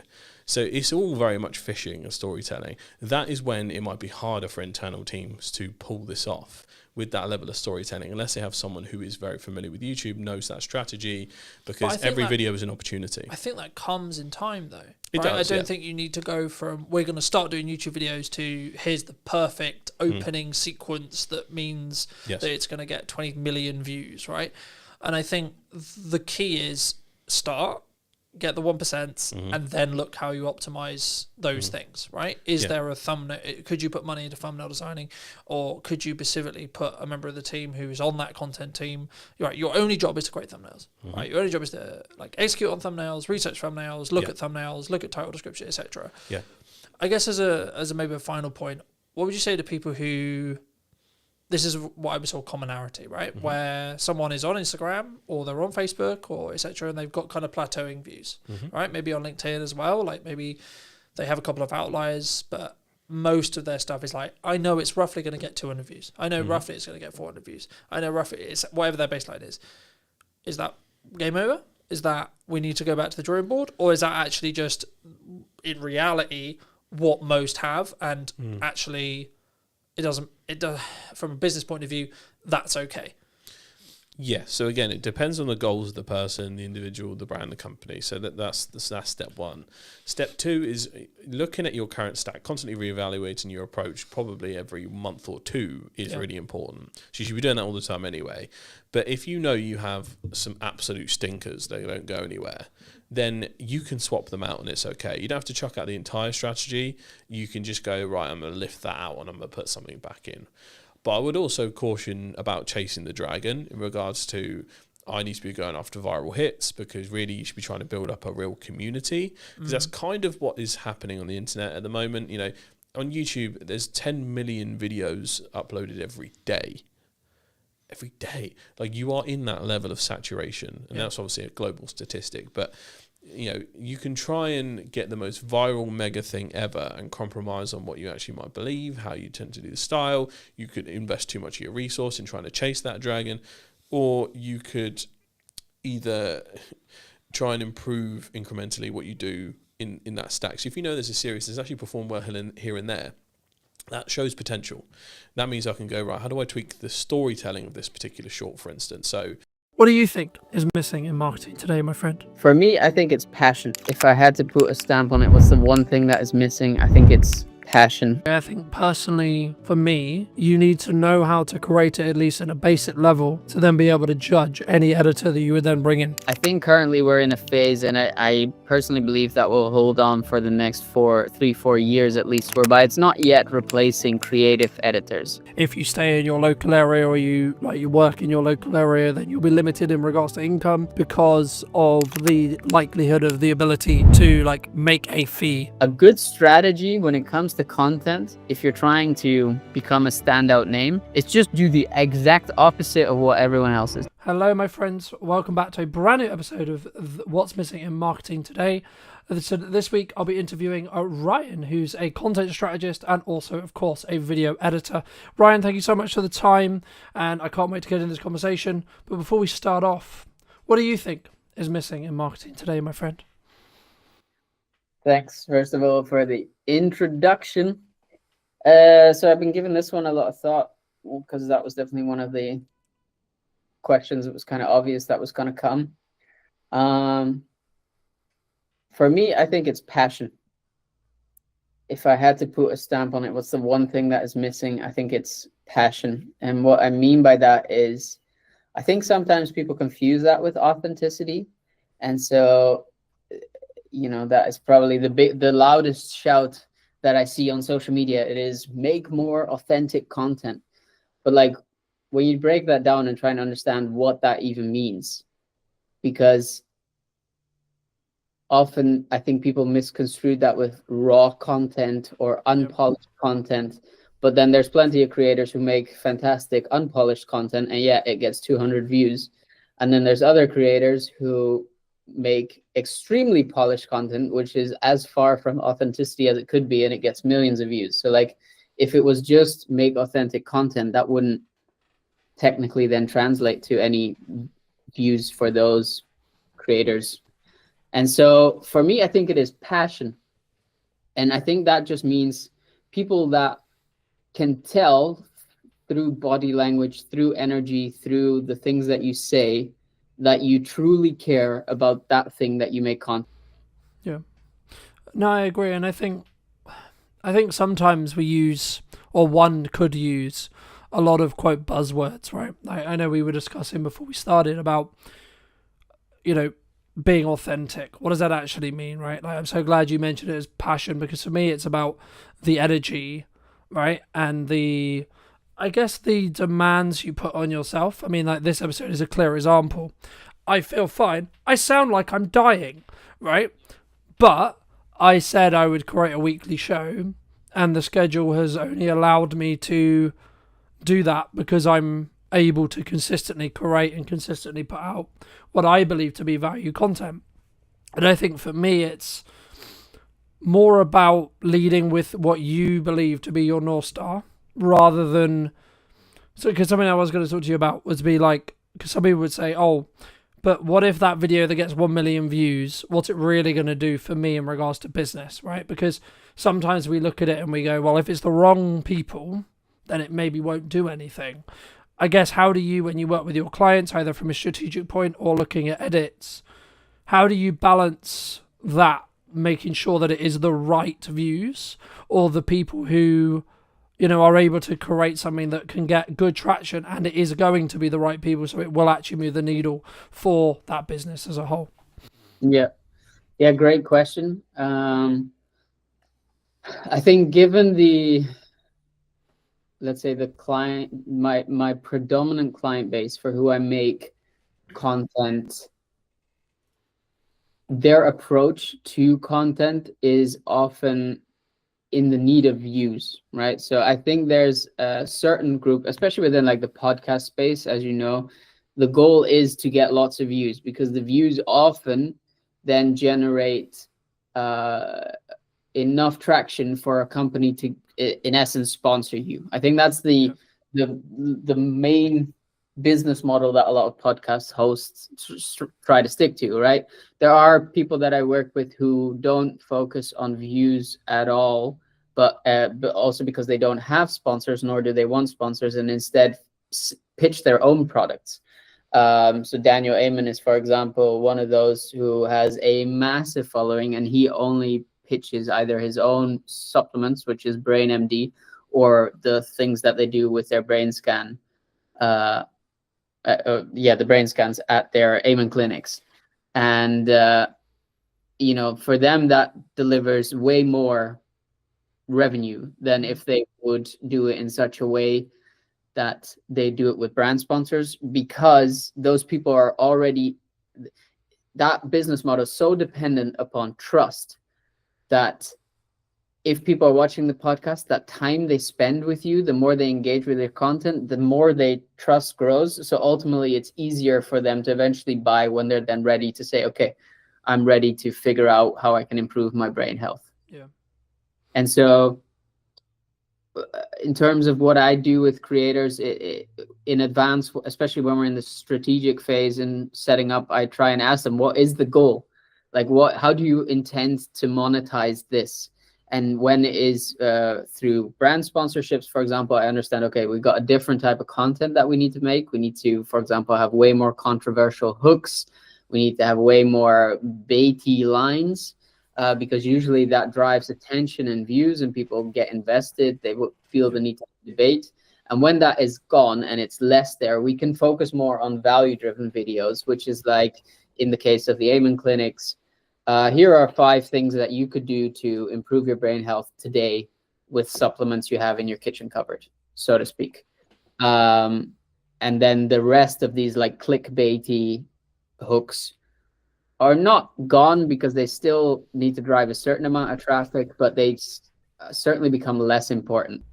Yeah, no, I completely agree. And I think sometimes the thing that people overlook is the objective, right? The thing that they're striving towards. Because if you're just looking for views, I would argue that's a business model that works for a percentage of people, sure.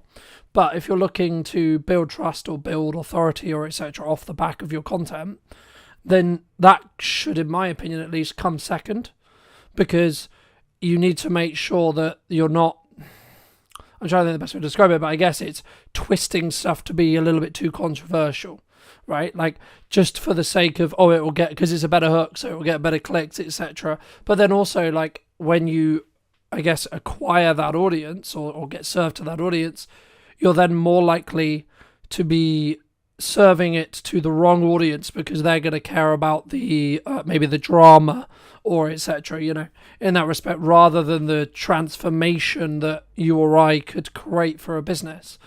I guess, I mean, you've had those who maybe know you through your content, etc. I mean, you've spoken quite openly on social about how good your year has been, and this is in a context for maybe longer term people who are listening, where there's a lot of people saying the creative industry is very hard right now. Being in video is very difficult, whether that's strategic, whether that's editing, whether that's production, whether that's a combination of the above. You know, how do you look at it from a perspective of maybe what should you do, and or what do you think has allowed you to stand apart when others are maybe struggling? Yeah, great question. I think first point that I'd want to say is I wouldn't be the I wouldn't be the type of person to tell you should do anything. That's first of all. I've just done a bunch of stuff based off of what I've seen other people do. I've taken advice where I felt it was necessary, and I think where I got good is getting advice early on in my career, especially when it comes to content creation, to double down on the things that are driving results. And so early on, at some point for me, it was, I need to make money now or else I'm going to be broke, and I have a kid on the way, and I need to do something. And that was either, and I filled out the form, and I've spoken about this before, like I had a job ready to go in a supermarket. I was 25 probably at the time, maybe 26, graduated with a master's, and here I was applying to a supermarket job to like fill the shelves. And luckily, literally the same week that I decided to do that, I ended up getting my first client, Joe Bidender, who invested, who basically took me on as a part-time editor. And because of his support and his demands, I realized I kind of found what some people refer to as their niche. And so I saw the opportunity in making more podcast trailers. I saw that podcasts were growing as a general form of media. I knew that with Diary of CEO being the leader, they will have set the standard for what you need in order to make your podcast successful. So I knew that would be more people looking for trailers. Hence, I just doubled down on that. And then kind of growing up in a hotel in Scotland, I saw in like a luxury 4-star hotel, I saw what it takes to make high quality stuff, the commitment and the dedication to it. And without tooting my own horn too much, because it's definitely what it sounds like at the moment, but like I understood that if I just cared so greatly about this, each video, and not focus too much on, is my personal brand growing, am I going on enough podcasts? Like the first 2-3 years, I posted, you can track record this, there was a period in which I was posting every day on my own channels, and then at some point I just stopped because I realized, okay, I need to make money. If I need to do that, I need to become one of the best podcast trailer editors that's out there. So in order to do that, I need to put in the reps. And I had Joe as a paying client, and next to that in the evening hours, I was just taking podcasts that were already existing, sometimes Diary of a CEO podcast. I downloaded it and just tried to replicate what they made as a trailer. And that kind of ultimately led to this point now whereby, yes, for me, it's been a tremendous year. But if you ask me, what's the hack? Just work 3 years at the thing that that people or the industry or feedback is telling you are great at, and then just produce that, and be willing that if it doesn't pay you out right away, to take that job, right? To take some side hustle, knowing that that is the kind of longer term vision to focus on. No, I completely agree. And I think, for me personally, again, I've had like another incredible year, and I guess the moment where it changed was middle of May, when I decided that my answer to marketing was yes and, right? So yes, you should have a podcast. Yes, you should have trailers. Yes, you should be doing ad value content. Yes, you should be doing live streaming, so on, so on, so on. And I guess the key there is, again, it comes back to that effort point we were touching on at the start, and that passion and the core. And I guess to an extent for me, it's always been, I'm going to try and lead with my brand and show you what's possible with your marketing using my brand as an example, right? Like, but also the byproduct of me doing that, of course, is I can prove to any client asking, yes, I know what I'm doing because I do this every day for me and number of clients. So I can speak in real terms rather than theoretical. And I think sometimes people, wrongly or rightly, or whatever they end up having, they speak in a really good theory especially in the space of like video production, where there's like this subculture around like, we're going to train you to be a really good video production professional and etc. And like, I'm not trying to smoke on those people, but like for me, it's like, if you're not in the trenches every day, what worked for you 10 years ago or what worked for you 5 years ago or however long ago it was may not necessarily work now. And I guess to phrase that into a question, is there, like, do you see the podcast trailering space, which I know is where you kind of niche into, is that something that's going to die, or do you think that's going to just be like maybe the fence or the line which a podcast, if it's taken seriously, has to have moving forward, would you say? Good question. Again, I don't think there are absolutes. I don't think every podcast needs to make a podcast trailer. I think there are certain ones, especially these ones which are like an hour and a half, 2 hours long, in which it makes sense to do that, right? Like the way I often pitch to clients is podcast.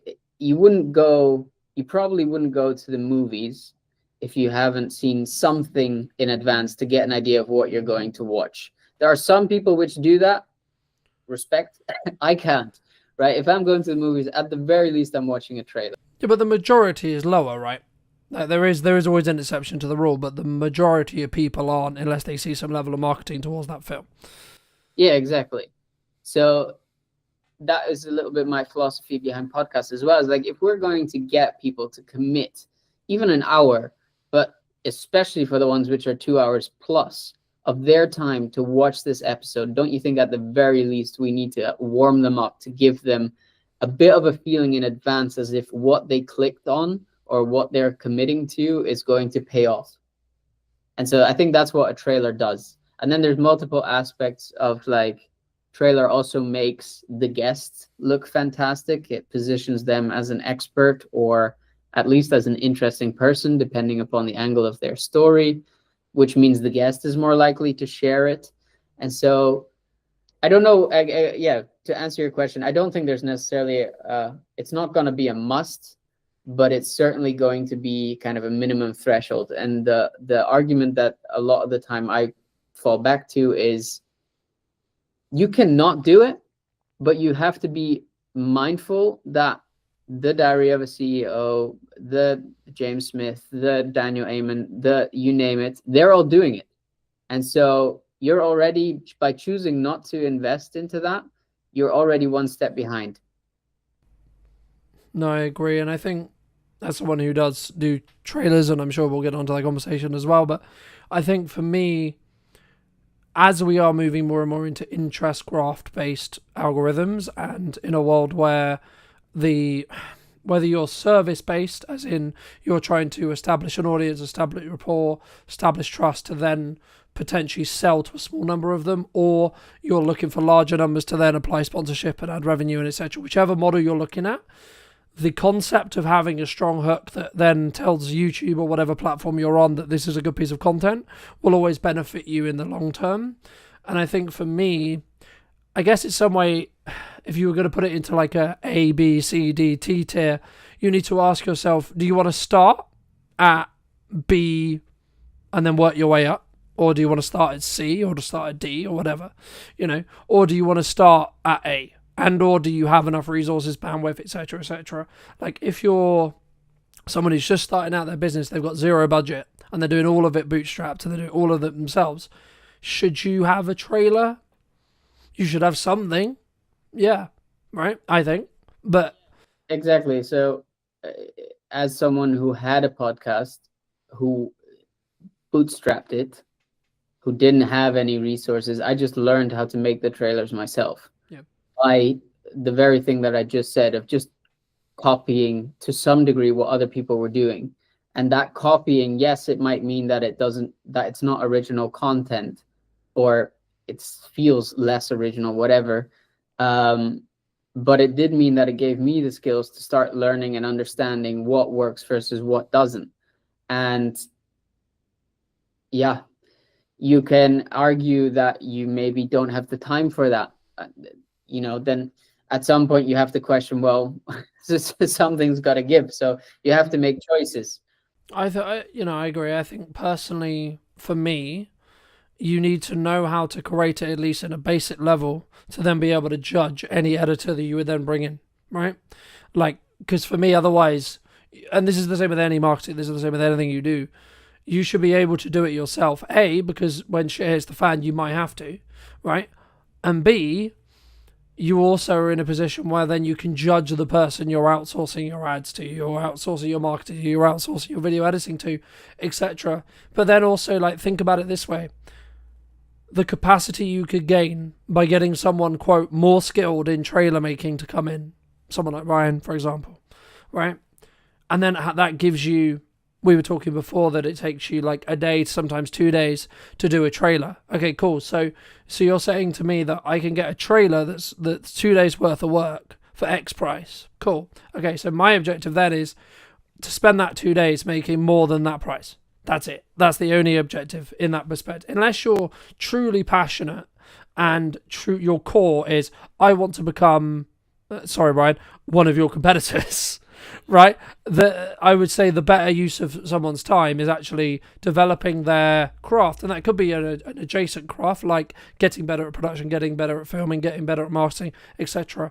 And then you can bring in someone like Ryan or a specialist to then do X, Y, Z. Right, but especially if you're trying to keep consistency, the reason why I live stream the show but then also then pre-produce it is so I can have the best of both worlds, and I can just simply have more volume, and I can squeeze each episode a lot more when it comes to the output. Now, it doesn't mean by any means that, you know, by me doing that, I'm necessarily going to have larger views.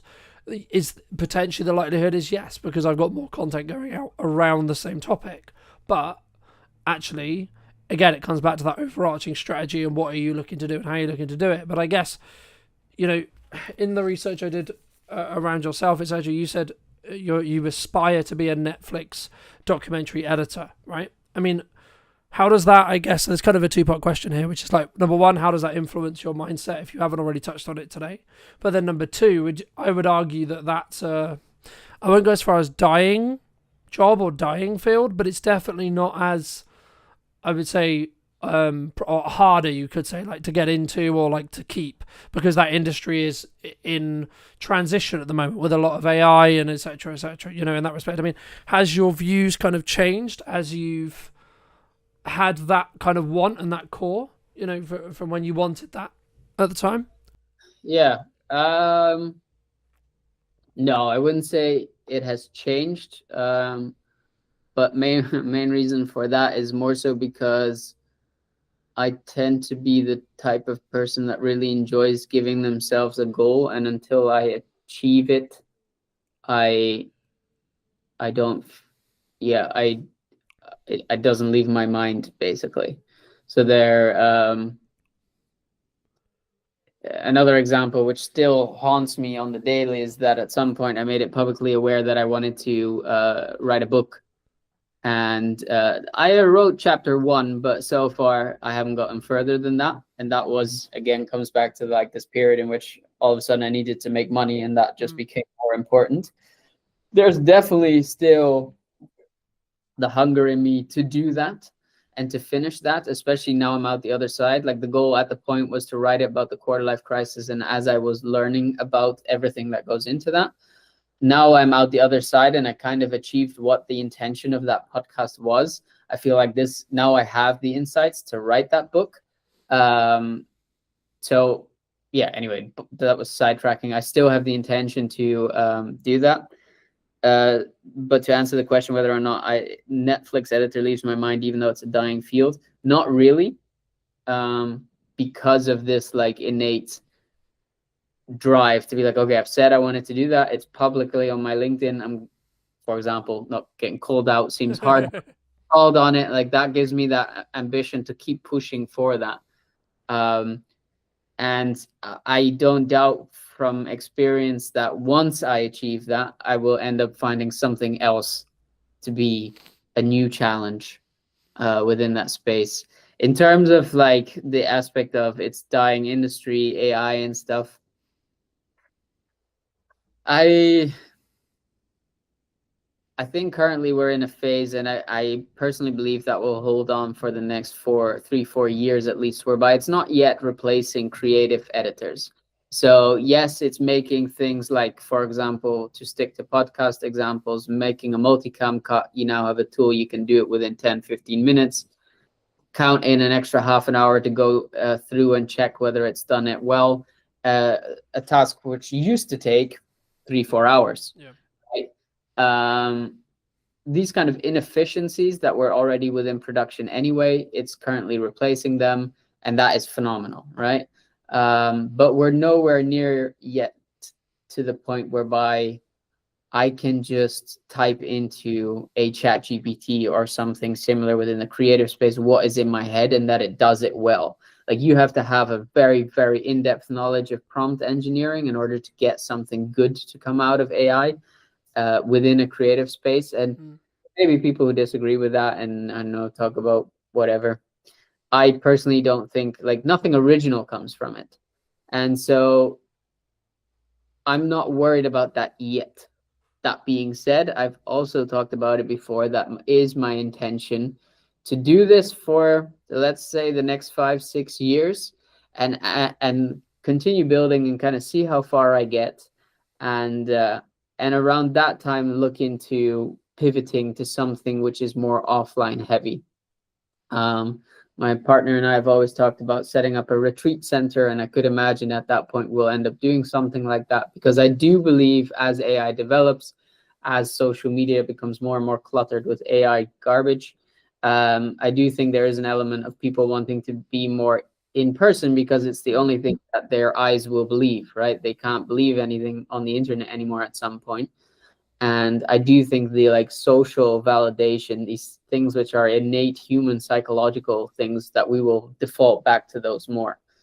And so rather get out while on top than kind of sit it out and then be at risk of staying at that point in a dying industry. Yeah, and I use the word, like, loosely when I say dying, right? Like, I think, like many industries, will pivot, will adapt, will change, and we'll see, because there's a lot of speculation around, like, is AI actually going to get to the point where it can replace you or I or etc., right? Maybe not, right? If you talk to the people who are, quote, making it, of course they're going to be like, yeah, of course they are, right? But in reality, are we going to get there? I don't know. But it kind of, to an extent, I guess it does lead on to my next question, which was going to be, you've been very fortunate to work with, I would argue, some high-performing clients, right, in regard to their clearly successful in the monetary definition of the term, but and or even like health and balance and freedom and etc., right? What would you say makes them either different, or even like maybe some other examples that you've studied yourself, like when it comes to either their work ethic, how they show up, what they do, that I guess has allowed them to rise above the, quote, average in that respect? Yeah, I think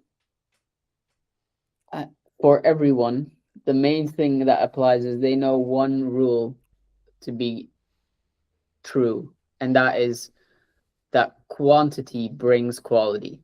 And so they are just unapologetic about posting insane, and it is truly insane, volumes of content, and often repeating content which is performed really well several times.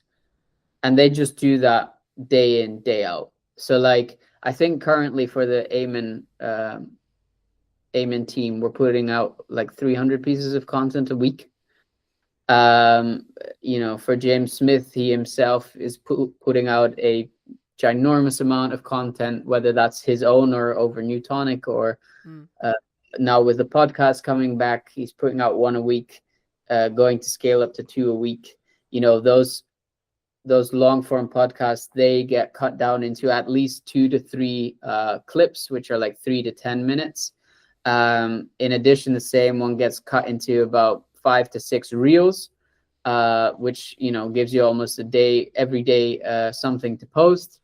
And yeah, think about if you then, that's currently with 1 episode. If you have 2 per week, you're doubling it. Obviously, the amount of content you have going out, like, And that's what you're competing against, right? That is what, and then people will get annoyed when they put out one post and it gets 3 likes and they're like, oh, let me quit because no one cares.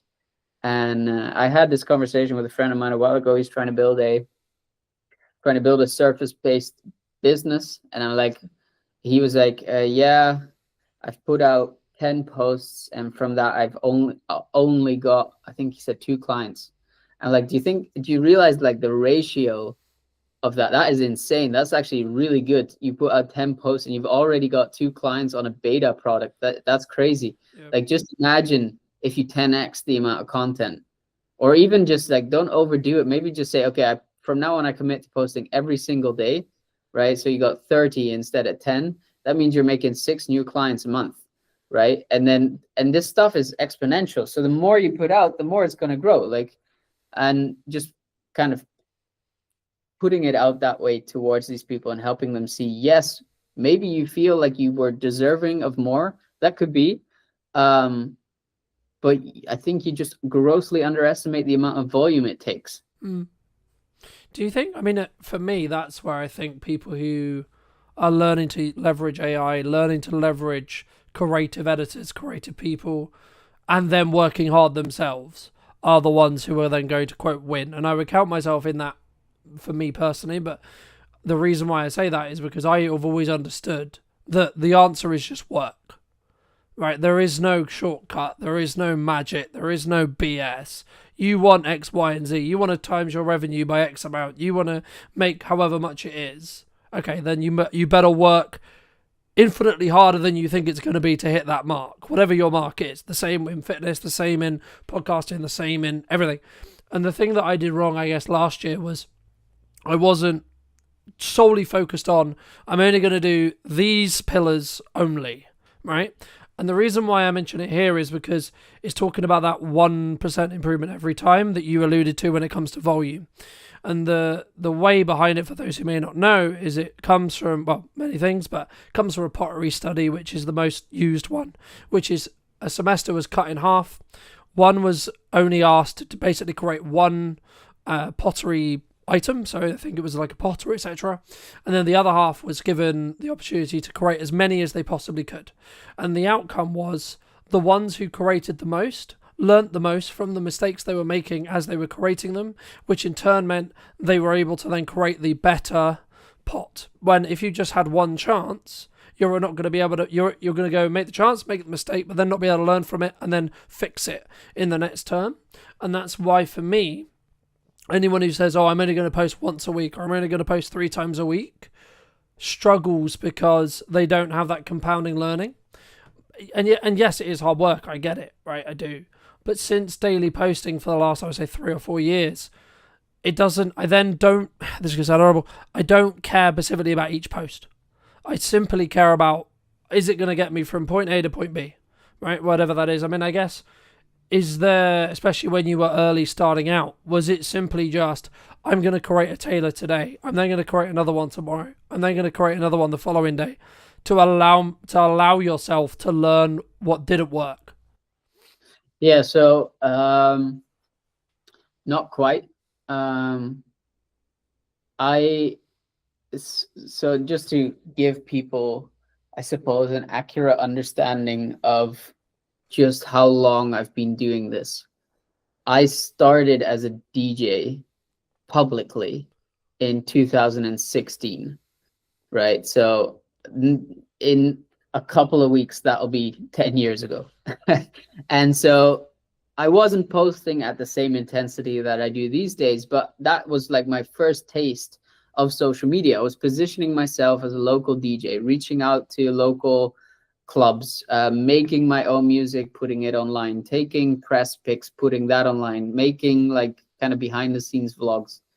So then I started the side project, which was a let's say a platform for DJs and producers to ultimately give them more exposure, especially for beginning producers.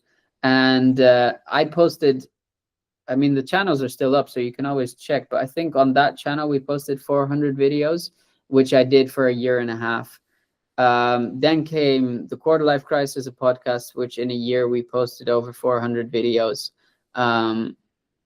right? And then that's not including, like, that's just on Instagram. If we include like YouTube and the clips and all that stuff. So like at this point, I've been in the business for 10 years. I've been doing this actively for like 4.5, and just put out so much volume, at least one post a day. And that was just for my own stuff. Let's like, in the past 2 years, if we include client work, we're talking like 2,000, 3,000 videos. You can't tell, like, you're coming around the corner making your 10 videos and you're like, oh, but I don't have the same results Ryan has. Yeah. What do you expect? Like, and so tell me, what was your question? I mean, it was more around, I guess, like, is there a struggle around people simply understanding that it's just going to take them time, right? Because like when I started, there is this culture, especially at the moment, which is like instant.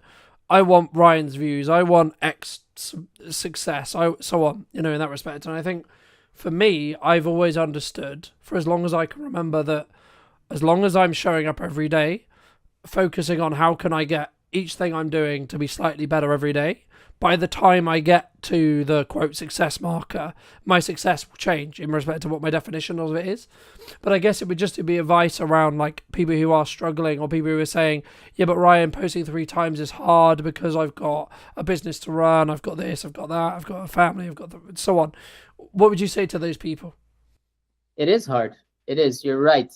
But if you want the upside of it, if you want the reward, you're needing to be willing to put in the work.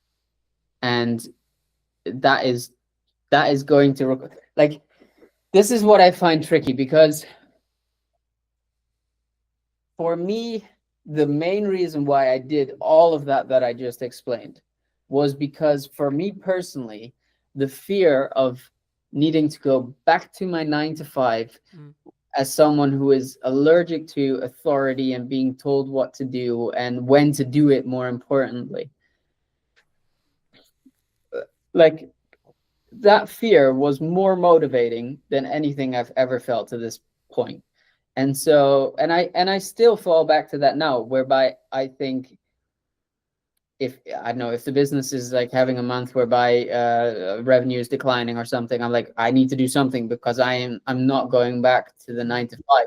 And I think there's a large group of people who want the upside but do not have anything driving them. They're waiting for that motivation. And sure, I could lie now and say like, oh, just put in the work and you'll eventually get the results and it'll be as motivating. But that motivating is gonna leave. Like, you have to have something that is driving you, something that you're scared of. For me, it was, and no disrespect to people who have 9 to 5s, but for me personally, that felt mediocre, and I felt like I could do better, and I didn't want to like be in that situation anymore. I was genuinely scared of it. Like, I was depressed, and so that has been the motivating factor for so long to ultimately go and put in the volume, because it wasn't more scary than that. Yeah. And so that made me come back time and time again to just put out another post. And, I get some very creative comments still from people who then hate in some way or whatever on the content that I produce or whatever. And I'm like, okay, but like, I could listen to you now, or to friends or family. Like, the family who was telling me, yeah, don't you think you need to get the normal job and stop messing around? Like, until this year, my grandma thought I was just, she doesn't understand what I do. She thought I was just messing around, and she was scared for me, which is meant very well, but, was not productive to what I was trying to achieve. And I saw other people do it, and I knew if they could, to some degree, I can. It doesn't have to be their level of success, but if they managed, I have to be able in some way to get a similar space of success. Like, I think we have a tendency to really downplay success. So, for example, whether marriages, this is a good example. People say this all the time. They'll say 50% of marriages end in divorce, right? And while that may be factually accurate, the flip side of that is 50% of marriages are successful. And so you could choose to put yourself in a space whereby, well, 50% of marriages end in divorce, and so mine's going to end in divorce. Or you can put yourself in the position where 50% of marriages are successful, and therefore I will be successful. Yep. Yeah, the risk of being some spiritual guru, I suppose, there is an element of this is mainly a mindset game. And I do know the moment I started working with a mindset coach, things also exponentially started increasing for me. So I think, well, I mean, I don't know the psychology off the top of my head, but it's somewhere along the lines of like, we will only be able to see what's possible or what's in our surrounding area, right? There's been loads of studies that show like if you stay in your local area or you work in your local area, then you'll be limited in regards to income because of the likelihood of the ability to like make a fee, right? Me to charge you something. When you look exponentially across the internet, the actual ceiling on what you can make is infinite, as long as you understand that you're adding value to a different market and then you can target that market, etc. But I guess the thing I also wanted to mention as well, I mean, I guess in some ways, some people say to me when their content isn't performing or maybe it's like plateauing or etc. I mean, like, are they, quote, shadow banned, or do they, because I've always been of the view that when that happens, you need to mix it up, you need to change things, because you're getting complacent with either the system which you've built to create content. Fair enough, great system, but the system is only as good as the results it creates. So if you're still making money, don't change the system, right? But if your objective, maybe if you're in the camp that we alluded to earlier, which is actually we need to make more views because the sponsors are maybe unhappy with how X episode performed, what would you recommend, or is it just simply their, quote, shadow banned? Oh, I rarely think shadow banned is a thing. Maybe if you like swear a lot or you break a lot of the community guidelines or you're pushing a lot of like, I don't know, controversial things which don't speak in favor of the social media algorithm, right? Then I could imagine you get shadow bans. But if you don't do that and you're just an, let's say, everyday creator, I think it is indeed. I mean, algorithms do change. We see it on LinkedIn currently. Video was a period whereby you could put any piece of garbage on LinkedIn and it would get insane numbers, and now it's barely doing anything. And so I do think that is in part to an algorithm change, but I wouldn't go as far as saying you're shadow banned. And if anything, if you are in your core a creator, that should be the challenge, right? That should be the challenge for you to say, okay, I got here at some point by trying a bunch of different stuff, right? At some point I found something which worked, and so I doubled down on that and decided to focus on just that and do nothing else anymore. And people like fatigue, people's attention fatigue, and if you're not bringing anything new anymore, at some point they've seen your stuff over and over again, and so it gets boring, right? And so they're looking for new stuff. And so if you are a creator in your core and you find yourself in the position you're talking about, I say a good ratio to stick to, especially in the beginning, is just 50% test content and 50% of what you think personally will most likely do well. And as you grow, you'll see certain videos do better than others, and the ratio kind of adjusts. And so you'll at some point be producing for 75% of the content that always consistently does well. But I still think you should have that 25% of content whereby you're just testing new ideas, new formats, new iterations of stuff. And sometimes it doesn't have to be extensive. Like I produce a weekly show in which I break down how edits are made, right? And so I've been doing this now again for about 2 months. And in the most recent episode that I recorded last week, I decided to add a segment in which I basically give strategic advice when it comes to content. It's like a 1-minute thing in which I basically give a strategic tip of the week. And so that show expands, right? It's gone from just me reviewing 3 videos to my strategic advice plus the 3 videos. And then the week after, I added in a color grade segment. So I take like a scene from Stranger Things and explain these are the color elements that go into creating a scene like Stranger Things. And so the show builds, and I've given myself here with 2 new segments that I can test and see how they do. So I'll put it out on socials as an individual clip. I'll also like ask in the episode what they think, which ultimately creates engagement, causes people to give feedback. And so there's this ratio that I stick to that works very well for me, at least, of continuously developing yourself and figuring out some way to stay fresh. Because otherwise, the alternative is you become boring, and in the end, that's only going to be a downhill spiral from there, right? Yeah, no, I agree, and I think there's kind of 2 points, I guess. A, the Alex Samodi side of it, which is like outlast everyone else who is quote unquote boring, right? So be the longest running podcast in your niche, just because you want to be the stubbornness person, right? There's that, or I would say actually probably it's more and then also adding those other elements in, like those elements you kindly shared about what can we do to make the show unique? What angle can we think about it? Or just think, actually, maybe I'm going to go after the guests who haven't been on shows before. Maybe I'm going to simply go after the people who are, tiny, right? So they would actually really appreciate being asked. And actually you can get more nuance, but maybe they're like seasoned professionals, right? So like they've been in the industry like 50 years, but they're so small in the respect to like they're not like a known marketer or a known name. So when you get an interview with them, it's like this completely brand new perspective.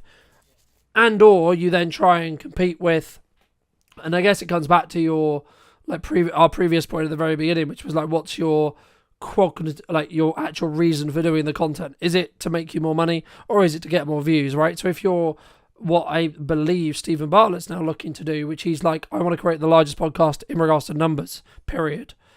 He's going to have a very different guest plan, guest structure, guest strategy than say someone like I or maybe you have or would have, because we're looking for strategic experts that will help us position us as experts in marketing, in video, in video content creation, etc., rather than him who is looking for how much mass, I would assume, I don't know, but my assumption would be how much mass appeal is this episode going to get because how well known is X name, and or how topical is the conversation which we're going to have, right? At the peak of AI, funny enough, he did a load of stuff about AI, Yeah. Now he's anti-AI, which is kind of funny.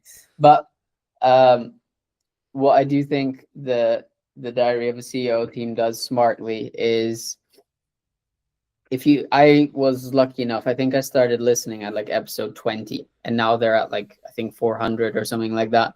So when I started listening, one of the main reasons I started listening was because it was about CEOs, right? And with time, as Stephen developed and got more interested into, because you can look back at the first, he was definitely not lean or muscular or like he was, it was most definitely not fat or anything, or it was just, normal dude. And over time, you can tell with the people he interviewed and the learnings he was taking from them, fitness and health and all of that started becoming way more of an interest to him. And so what he did as a result of that is started speaking to these people who were also interested in health and fitness, etc.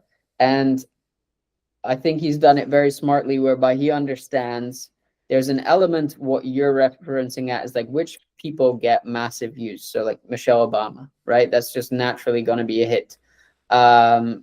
Recently Kevin Hart, that's naturally going to be a hit, right? And then there's the element of all of the like technical experts that he still interviews, which are more in relation to health and fitness. But then there was also someone, I honestly don't remember who, but there was someone more recently that he interviewed, which was relatively unknown. Like at the time, the first time he got Daniel Priestley on, at that point, I think he had like 30,000 followers, which sounds like a lot, but it's really not if you put it into context of the normal average guest of Stephen at that time. And so I think if anything, he holds exactly true for what I just said to the ratio of like testing, right? Continue that. Sure, focus on the views if that is the goal of the podcast. Keep that in mind. But like also feel free to like get the random guest on there. And that being said, the flip side of what you were already hinting at is a good strategy when it comes to content.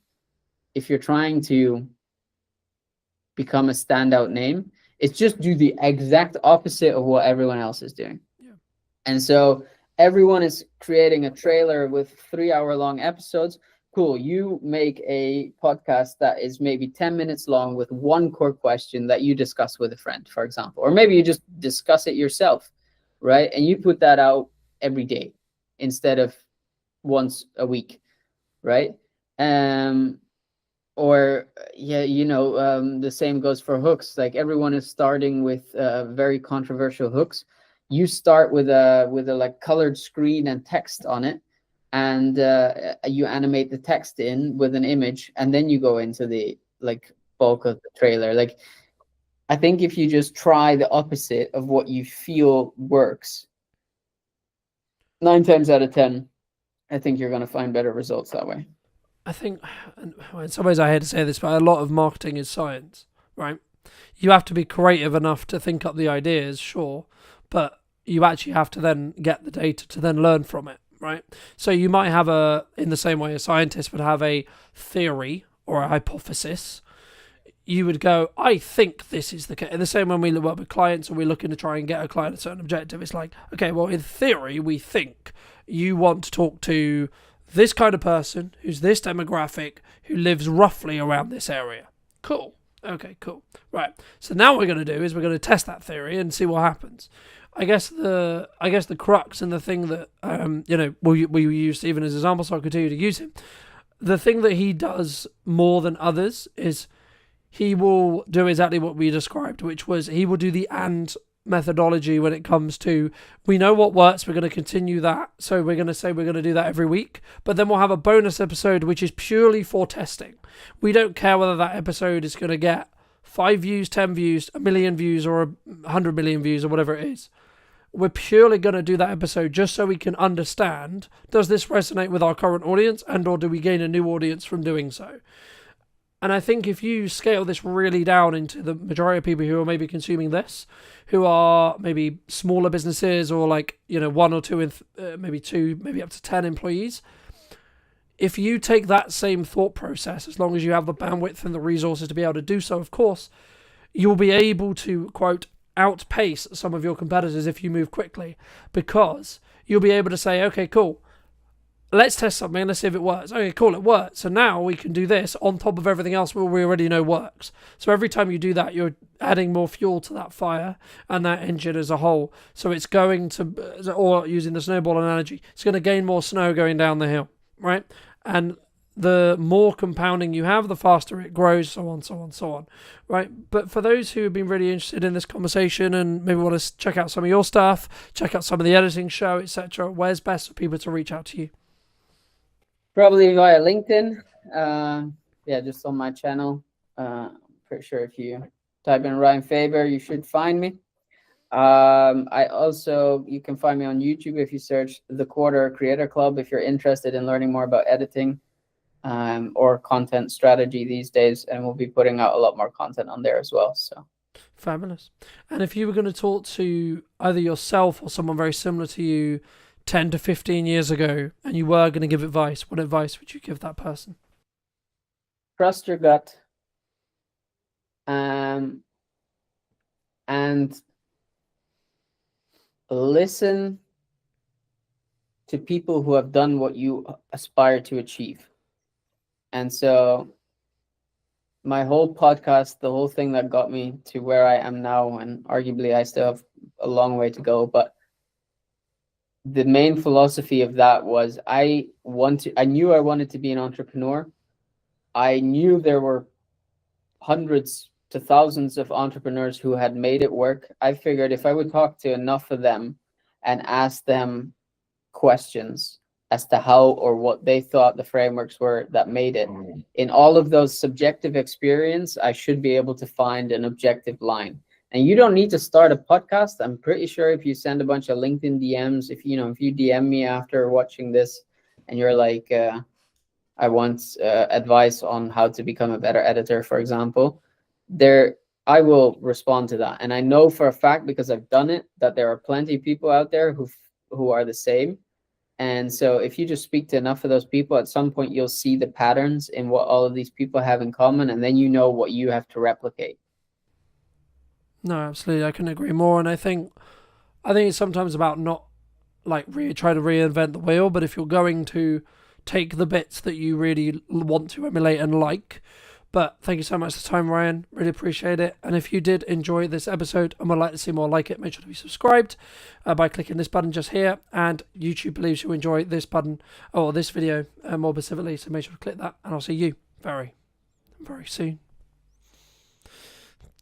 Are you looking to create a new channel? Because with a new channel becomes a fresh algorithm. Is that something that you're looking for? Stop waiting for the perfect moment, because the perfect moment doesn't come. Just before you press record to go live, I've got this thing on my screen saying your recording has stopped. I've checked on Facebook, it's still recording, but again, that would throw someone completely off. Why do people fail at being consistent, right? We talk about consistency all the time, but why is it so hard to maintain? Grab your camera. If you know what you want to say relates to somebody or connects with somebody, or you're giving some kind of advice that helps somebody, just grab your camera and do it. In your view, what do you think is missing in marketing today? The more you do, the better you get. If you're sitting in a room thinking, I'm going to do it this year, I'm going to do it this year, I'm going to get ready, you are always going to put it off. You are always going to have an excuse. You are always going to think, I'll just wait for this, I'll just wait for that. Oh, I'll save some money and I'll buy some equipment. Hello, my friends. I hope you're well. I hope you're having a good day, evening, or night, wherever you are. And yeah, today we're back for a brand new What's Missing in Marketing today. And overall, we're going to be talking to Michael all about why you should look at, specifically looking at video, maybe, and also what you need to do when it comes to actually getting confident on video content as a whole. So, Michael, thank you so much for the time. Thank you so much for coming on the show. Before we jump into it, in your view, what do you think is missing in marketing today? Heart. I think heart is missing. I think a lot of businesses fall down this hole of they see, so for example, a plumber or a gas fitter or a gas engineer or an accountant or a financial advisor. They tend to talk about how amazing they are, which is great. And I'm pretty sure most of them are amazing in what they do. But people don't care about that. People don't care how amazing somebody is. People don't care that I've been in business 13 years. When they hire me, they just want to go, right, if I pay you all this money, are you going to get me results? And that's all they care about. And so I think a lot of businesses actually focus on the wrong things. And a lot of businesses focus on all these niche little trending videos where we had last year and the year before, we had all these, those videos where it would be a viral video of someone falling off a bike and then they will roll into shot. All this stuff I am just so against. Yes, it works to some degree depending on what it is you're talking about. But I feel like a lot of clients who want videos think too much about how they're going to create video rather than thinking about what they're going to talk about. It seems that content seems to be the last thing on their mind. They don't think about what comes out their mouth. They only care about how they want it to look, how they want it to come across. They want fancy cameras, fancy lighting. Everyone wants that Netflix feel, which is great. But if the content is not there, you have nothing, and you spent a lot of money, wasted a lot of time for very poor results. Do you think I guess people run into this is a shiny new thing, we love it, we think it's a great idea, but they maybe don't sit down and do what could be described as pre-production or boring work, right? When it comes to, okay, we're going to do this video, we're going to do this set of videos, we're going to do this advertising campaign, whatever it may be, and what is it actually going to do to move the needle, right? I think for me, something that I'm focusing with my clients this year, but also focusing more on myself, is what specific impact can I make with the videos I make, right? Yes, we can make them look great, sound great, etc., and that you should do that, but it should not be an expense, in my view, to understanding why it's going to move the needle for you, right? And I guess, just to build off that, why do you think people rush into creating content? Like rush into maybe getting you, because I've seen it many times, unfortunately, where people, they see it as the new shiny thing. They're like, right, we've got to do it right now, right? Which in some ways would be counterintuitive, because surely us as video people, we want people to do that in the short term to make money, right? It's all or nothing, you know, and it seems to, I don't know if you feel this, but especially last year, it comes in waves. A lot of people panicked last year. A lot of people rushed to do things last year. And it seemed that the whole world did it at the same time. And then we went through periods of very little creativity. The problem with our industry, and I'm sure you will relate to this, is that whenever there is uncertainty, we are the first ones cut. Photographers, they're the first ones cut. Social media output is the first thing cut.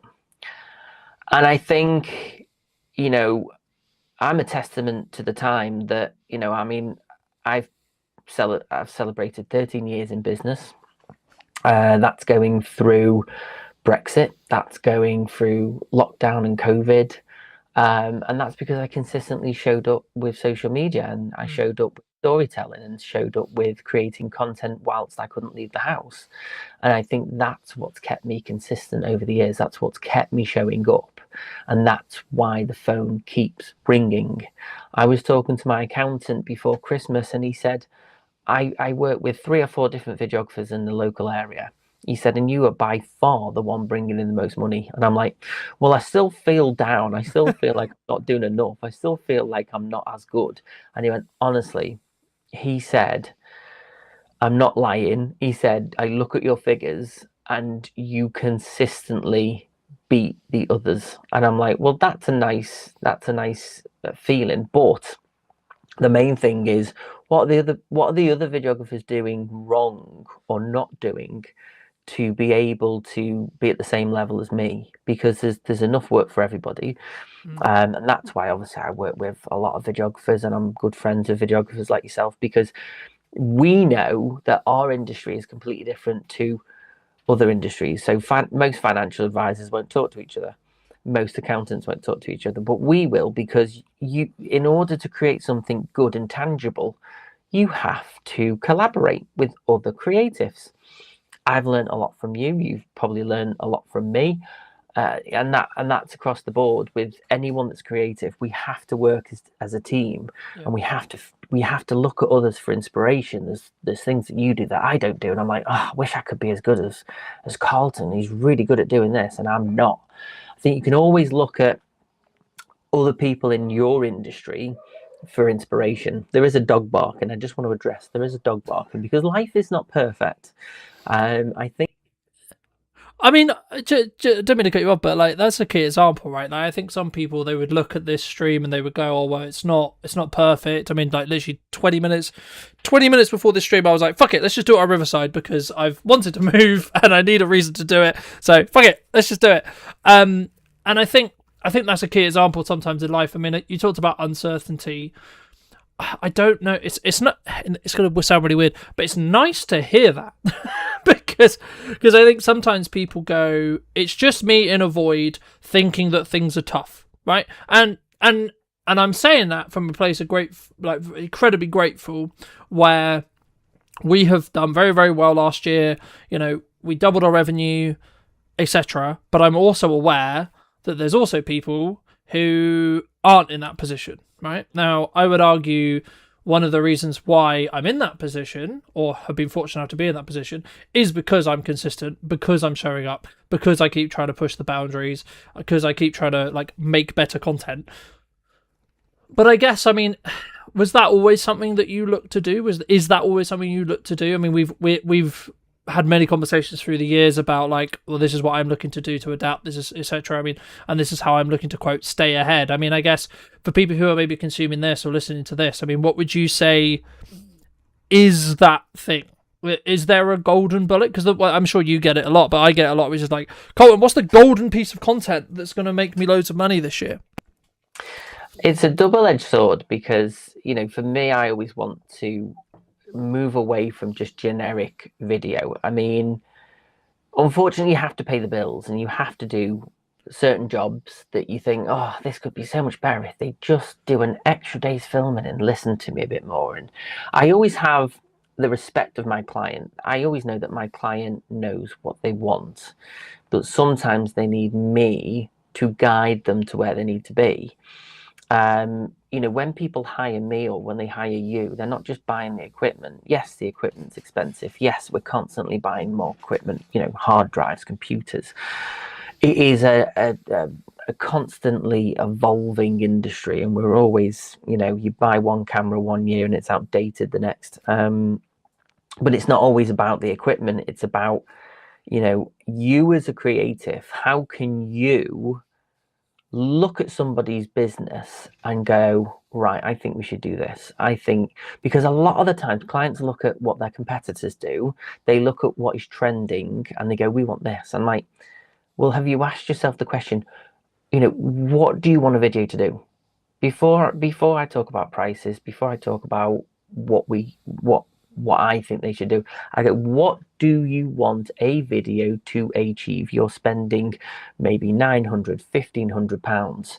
What is the outcome? What do you need it to do? And then you work around trying to get to that point where it's going to lead an audience to want to know more. I think a lot of clients, when I do my retainers, we do about 5 to 8 videos, and they're always pushing to do 9 or 10. And I'm like, quality over quantity, because if I do 10 videos, yes, we can achieve that in an hour and it's very intense, but I'd rather you have 2 really good videos than 10 half-hearted videos. And I think not a lot of people see the value in what we do. We constantly feel like we are explaining the value. Some people get it, some people don't. People want results. And I think people are scared of actually taking a chance with their wallet. I think, they're thinking, this has to make a return.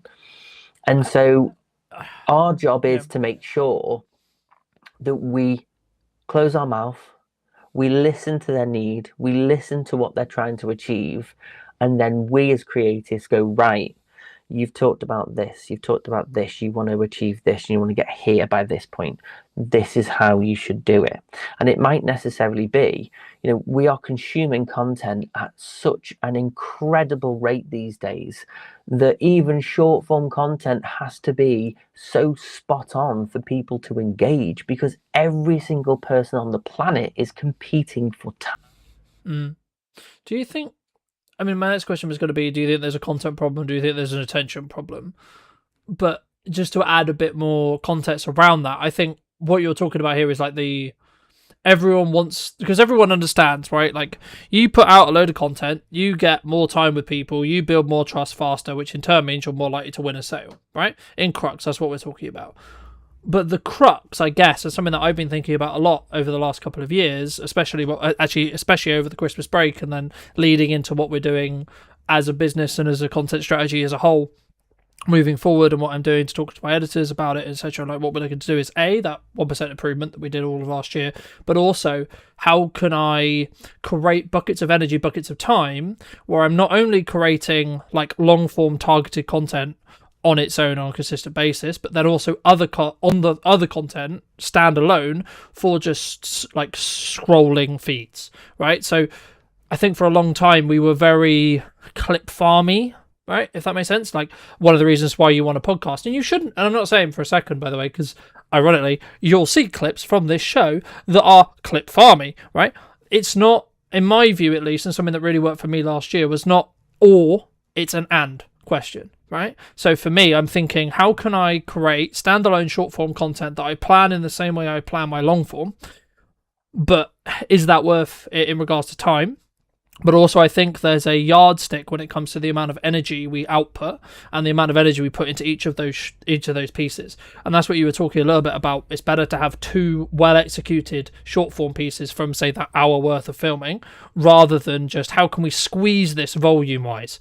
The only bit I would push back is if they're in a discovery phase and they don't know what they want or they don't know what works. But I guess, just to... I would love to hear what you think on that as well, but also, like, specifically just to reiterate the question I wanted to ask you, which is, do you think at the moment businesses have a content problem, e.g. they don't know what to create, or do we have an attention problem, e.g. our attention is being drifted away from actually creating, so we find ourselves scrolling TikTok, scrolling LinkedIn, consuming, and then by proxy saying, oh, I'm not doing what Mike's doing, I'm not doing what Colton's doing, etc. And that then maybe makes me feel shit.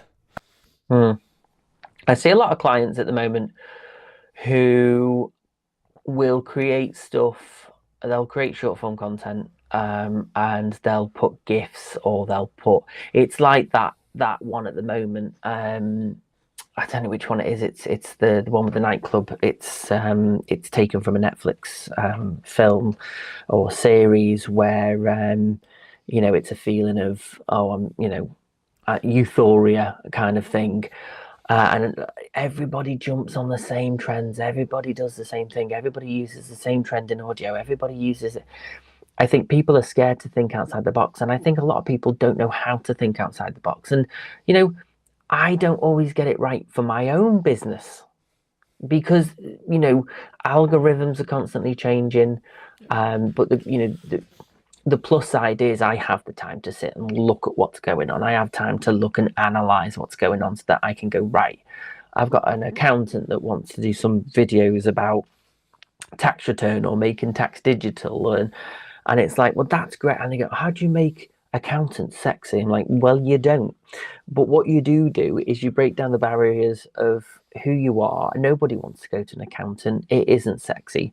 But if you can know, like, and trust, grow your awareness of, well, actually, we're very good at this. And if you've got a specific need, it's about breaking down what you do as a business and how you give people the answers that they are looking for. People will only part with their money if they know they're getting a return, and you can't always guarantee you'll get a return. So you need to be likable.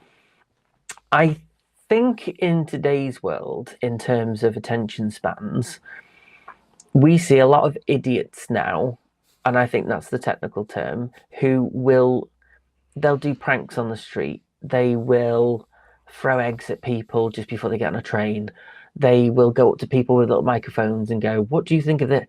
All that stuff I just cannot stand. I'm a writer. I write comedy and I produce things that take me a very long time to write. I put my heart and soul into things.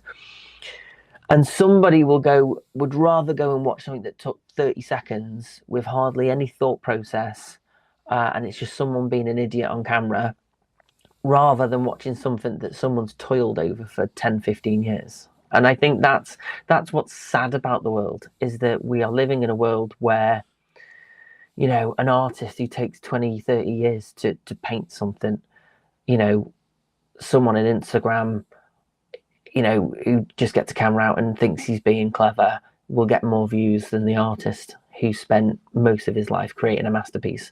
And I think that's the problem. People are too simple in what they consume now. And it's such a shame that where I stand is I want to make something emotionally tangible. I want to connect on an emotive level so that people go, wow, I really, really want to work with that guy. Yeah. Or girl, or and so it's trying to get people. And again, I think vulnerability, if you are vulnerable on camera, you will get more likes. So when I do outtakes, or when I post videos that I might be doing some of my short form videos in bulk and the dog's barking, I'll post a clip of the dog barking and me getting frustrated. That will get more views than the content I'm trying to create. Do you think that, I guess the thing I was going to ask you is this principle around, would you rather have a video get 1 million views but maybe didn't hit the right audience, e.g. didn't do a lot for your business, or would you rather have consistently, let's just call it 1,000 views for sake of conversation, and it was hitting those right 1,000 people, right? And I think, from my perspective, I was going to ask you, do you think it's a lost art when it comes to what you're talking about with like the emotional storytelling or emotional core, and or is this something which we can, I guess I wouldn't say use AI for, because I think it's counterintuitive, but is that one of the reasons why we're potentially losing, maybe if we are losing it as an art? Well, I think in a world of AI at the moment, the problem you have is nothing seems real. And to me and you, we have a trained eye. we can watch Lord of the Rings and appreciate the lighting and why that lighting is graded in a certain way for a certain feel, or the composition is composed for whatever reason, whether it's to make someone look proud, to make someone look small. We look at film in a completely different way to most people. So we have a trained eye. So we can, not all the time, but most of the time, we can tell when something is AI, when something's generated. I love AI. I think there is some amazing things we can do now, but I think the problem is it's not policed. And anybody can just create any rubbish. And the amount of, you sit on your phone, you scroll in the evening, you'll get one or two fantastic videos, but most of it is just, I feel sorry for all the servers and the cloud systems that literally just have so much rubbish uploaded to it on it. Every minute of the day, there's some video content being uploaded. And, it's, where's the quality control? But then obviously, AI is there for anyone to express how they feel and what they want to create. But I feel like when they start taking faces of actors and start manipulating things that didn't even happen and taking historical content and completely changing the narrative, I think we're in a very scary place where we can't trust what we see anymore. Do you think That's that makes trust more of a currency to care about then? Like, it was always a currency to care about, but what jumps to mind when you say that is actually by us creating evergreen content that is maybe accelerated through AI, right? Or utilized in a workflow that has AI built in, but the core is still a real person having a real conversation, for example, in this case, right?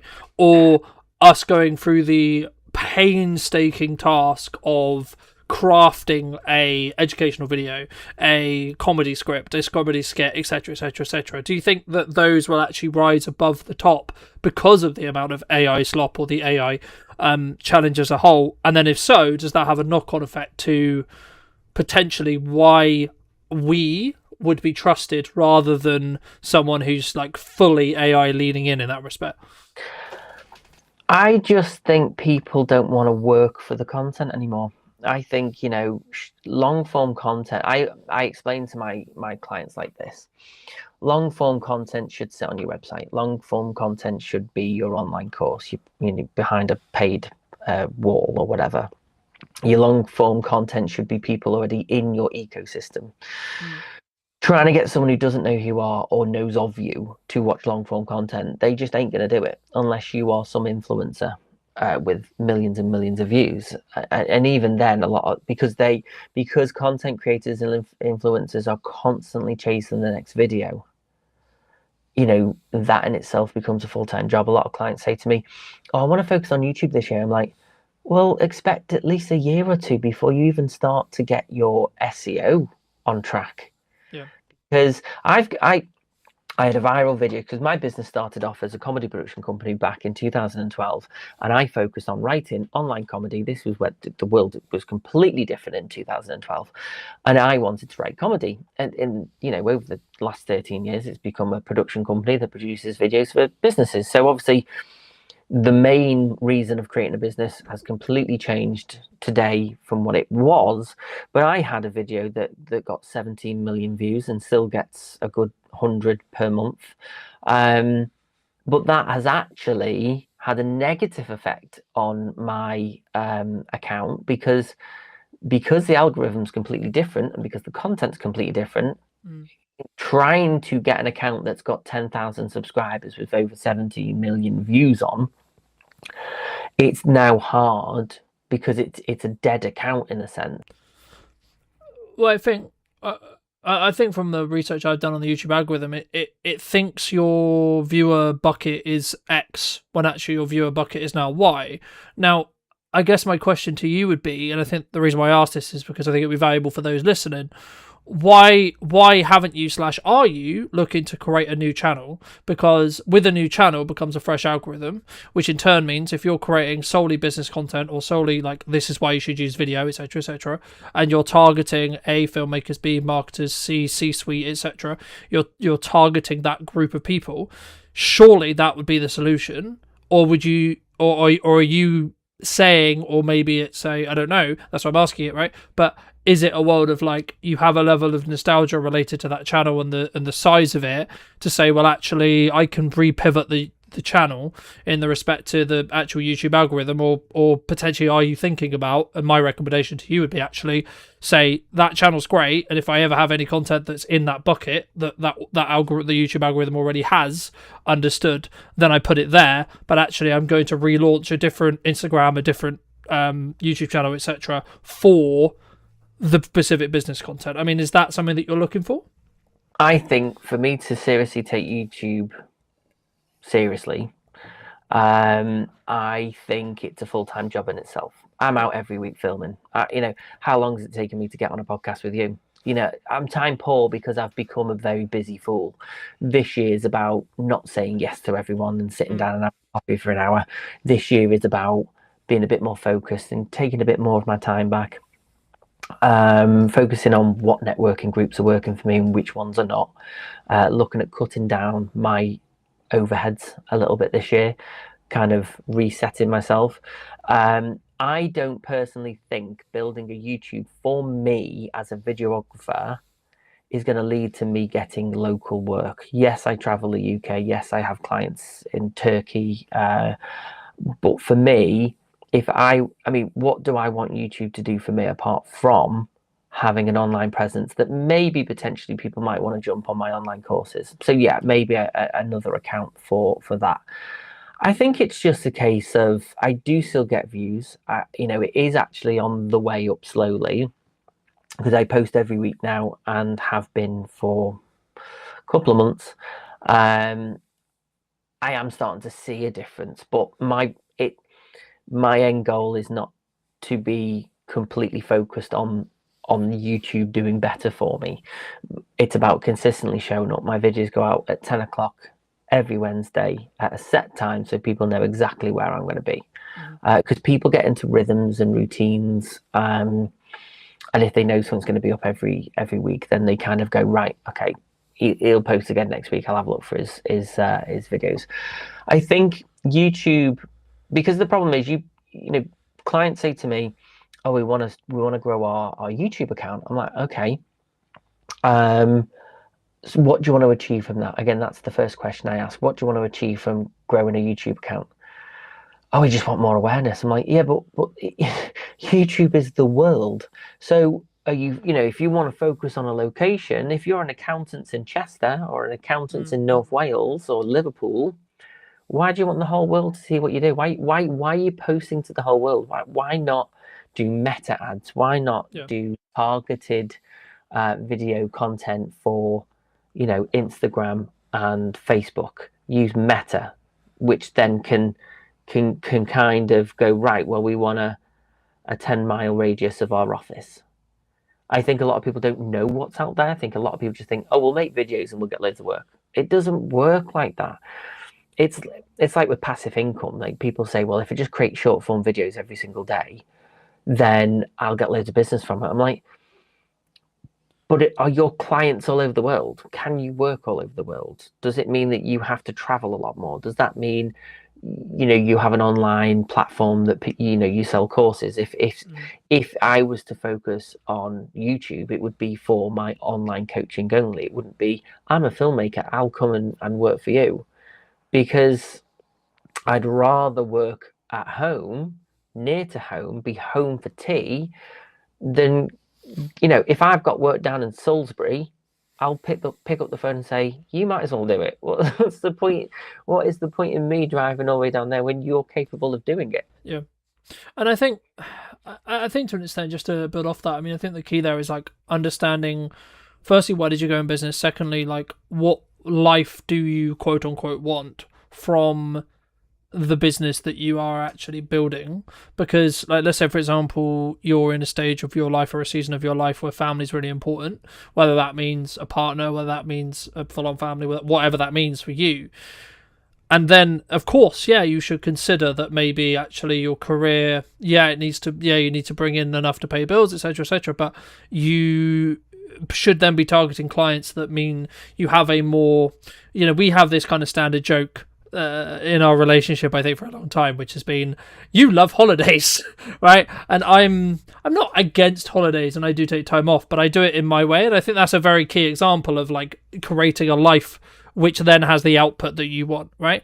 I, at the moment in this stage of my life, I can prioritize my career and I can continue to grow as a principal and I see it as an advantage to continue to market, to continue to develop, and continue to work on the business when others are maybe really investing in their family, right? And that's not a bad thing. It's about understanding that we are both different people and we're both obviously going to react differently or have a different focus. And it reminds me of a conversation I had I think it was around Boxing Day, there or thereabouts. Someone basically said something on the lines of, this is how you can work with me in 2026, and then was asking for feedback on what people thought about that 2-week window where people are like, should I market, should I not market, should I be taking time off, etc., socially, should I be reflecting, etc.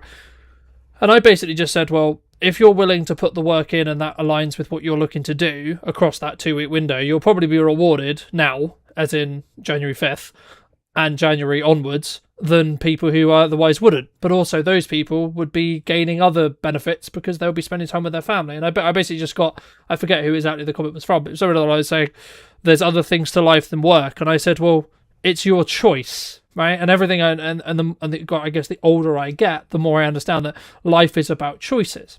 And this is the same when it comes to like, what businesses are you building and what areas of attention are you trying to focus on when it comes to building your business. And I would argue that's actually why you potentially should bring in a professional, whatever that means for you, professional marketer, professional video production company, professional advertising company, because if you are a person who values the time with family, yeah, you could get a camera, you could learn how to use it, you could learn how lighting works, you could learn how audio works, so on, to be able to produce your content. But I would actually argue, if you're not just picking up your phone and talking to it and you don't have that confidence yet, that's where you should start. You shouldn't necessarily bring this overwhelming conversation or this overwhelming like development when it comes to the fear around like talking to camera, looking into a teleprompter, having all these lights, having these microphones, having all this edit, etc. Because in the years of my own experience, creating my own content, but also working with clients, the energy level that you actually output, how you present, how you come across is going to be the deciding factor in the long term. To phrase it into a question though, how do you work with clients, or what would you say to someone maybe listening to this who's like, yeah, new me, new year, gonna do video, gonna absolutely kill it, it's gonna be incredible, but I'm terrified of looking at my phone? The key thing is this, so 2 types of people. There are people who want to create videos for the business and they want to save a bit of money. And that's great. And that's why I'm a video coach, because I thought, well, you know, if you don't want to hire me, I'll teach you and I'll give you pointers, and I've got online courses to help you, because a lot of people want to do it themselves. People, you know, but then I always say to people, so when someone comes and they say, I want some videos doing, but I don't know if I want to do them myself, I don't know if I want you to do it for me, I go, well, what is your job? And they say, for example, I'm a financial advisor. I'm like, right, so have you got time in your diary every week to sit down and record videos, edit them, post them and schedule them?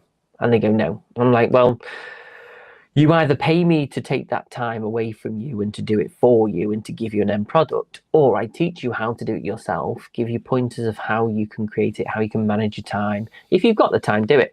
They get frustrated because they think it's easy. And to agree it's easy, if you know what you're doing, composition is important, lighting is important, sound is important. If you don't get those things right, and most of the time it's sound, if you've got bad sound, people won't watch it. And again, when people think, oh, I'll use ChatGPT, I'll write 10 video ideas for my business, they'll read it out without even knowing what that content means. So they're just wasting their own time. When you hire a videographer, filmmaker, you know, cinematographer, whatever, we don't just come with equipment, we come with an idea, we come with some kind of understanding of our industry for us to guide people in the way to get the results that they need. And that is what people pay us for. They don't pay us for the fancy equipment, although that's the bonus. They pay us for what we can look at their business and go, right, so you're an aesthetics company, you do skincare, you have clients that have problems with their skin, right? Let's have a look at what people are doing. 9 times out of 10 people are on TikTok, because it's a younger generation that has these aesthetic companies. I'm not saying everyone's young, but there are a younger generation that get into skin aesthetics, and they are a young, vibrant group of people who go straight to TikTok. Does anyone ever question the business and go, well, are your clients on TikTok?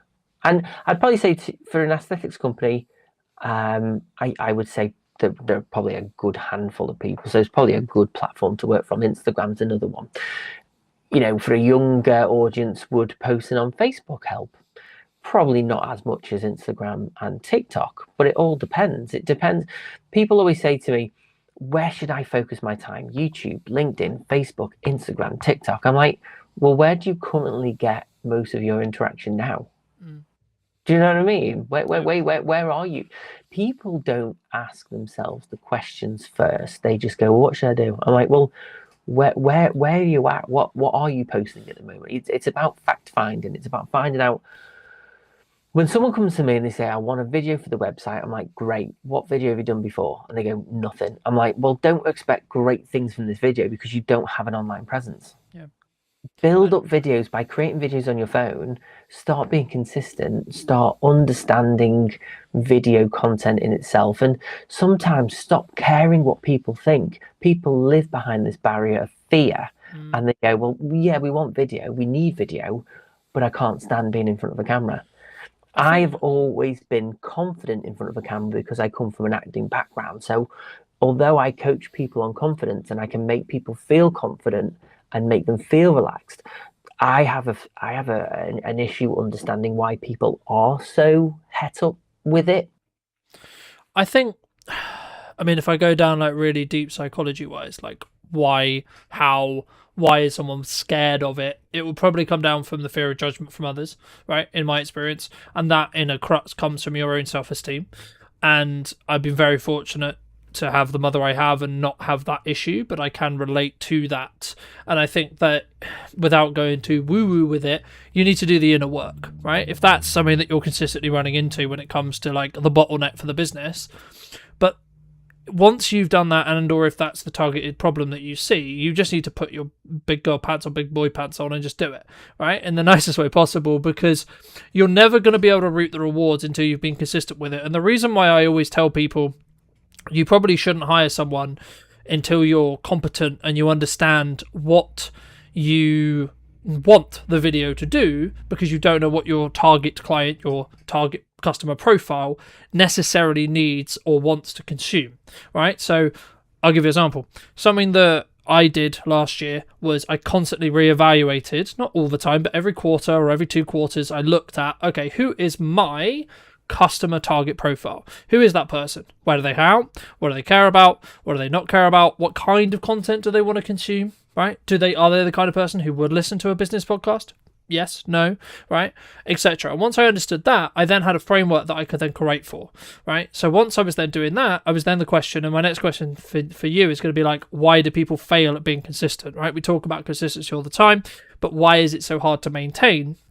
Well, just to finish my train of thought very quickly, I think for me, the reason why people fail is because they don't add a habit and they don't have that uncomfortability passively in their life, so that whenever they come to, I'm going to talk to an animate object, I'm going to talk on a show, I'm going to talk on a podcast, they don't have the passive social soft skills to be able to, I guess, energize or maybe, and I was thinking about this a lot very quickly. I mean, I think as well, it's about the preparation that you don't go into it, right? Because if we're skilled at what we do, so we can probably just show up and execute. The issue is if you're new, you can't. Yeah, I had 2 clients last year who said to me, and I know them through networking. I've known them a while. They are the types of people who wouldn't have had a videographer or a photographer at their wedding.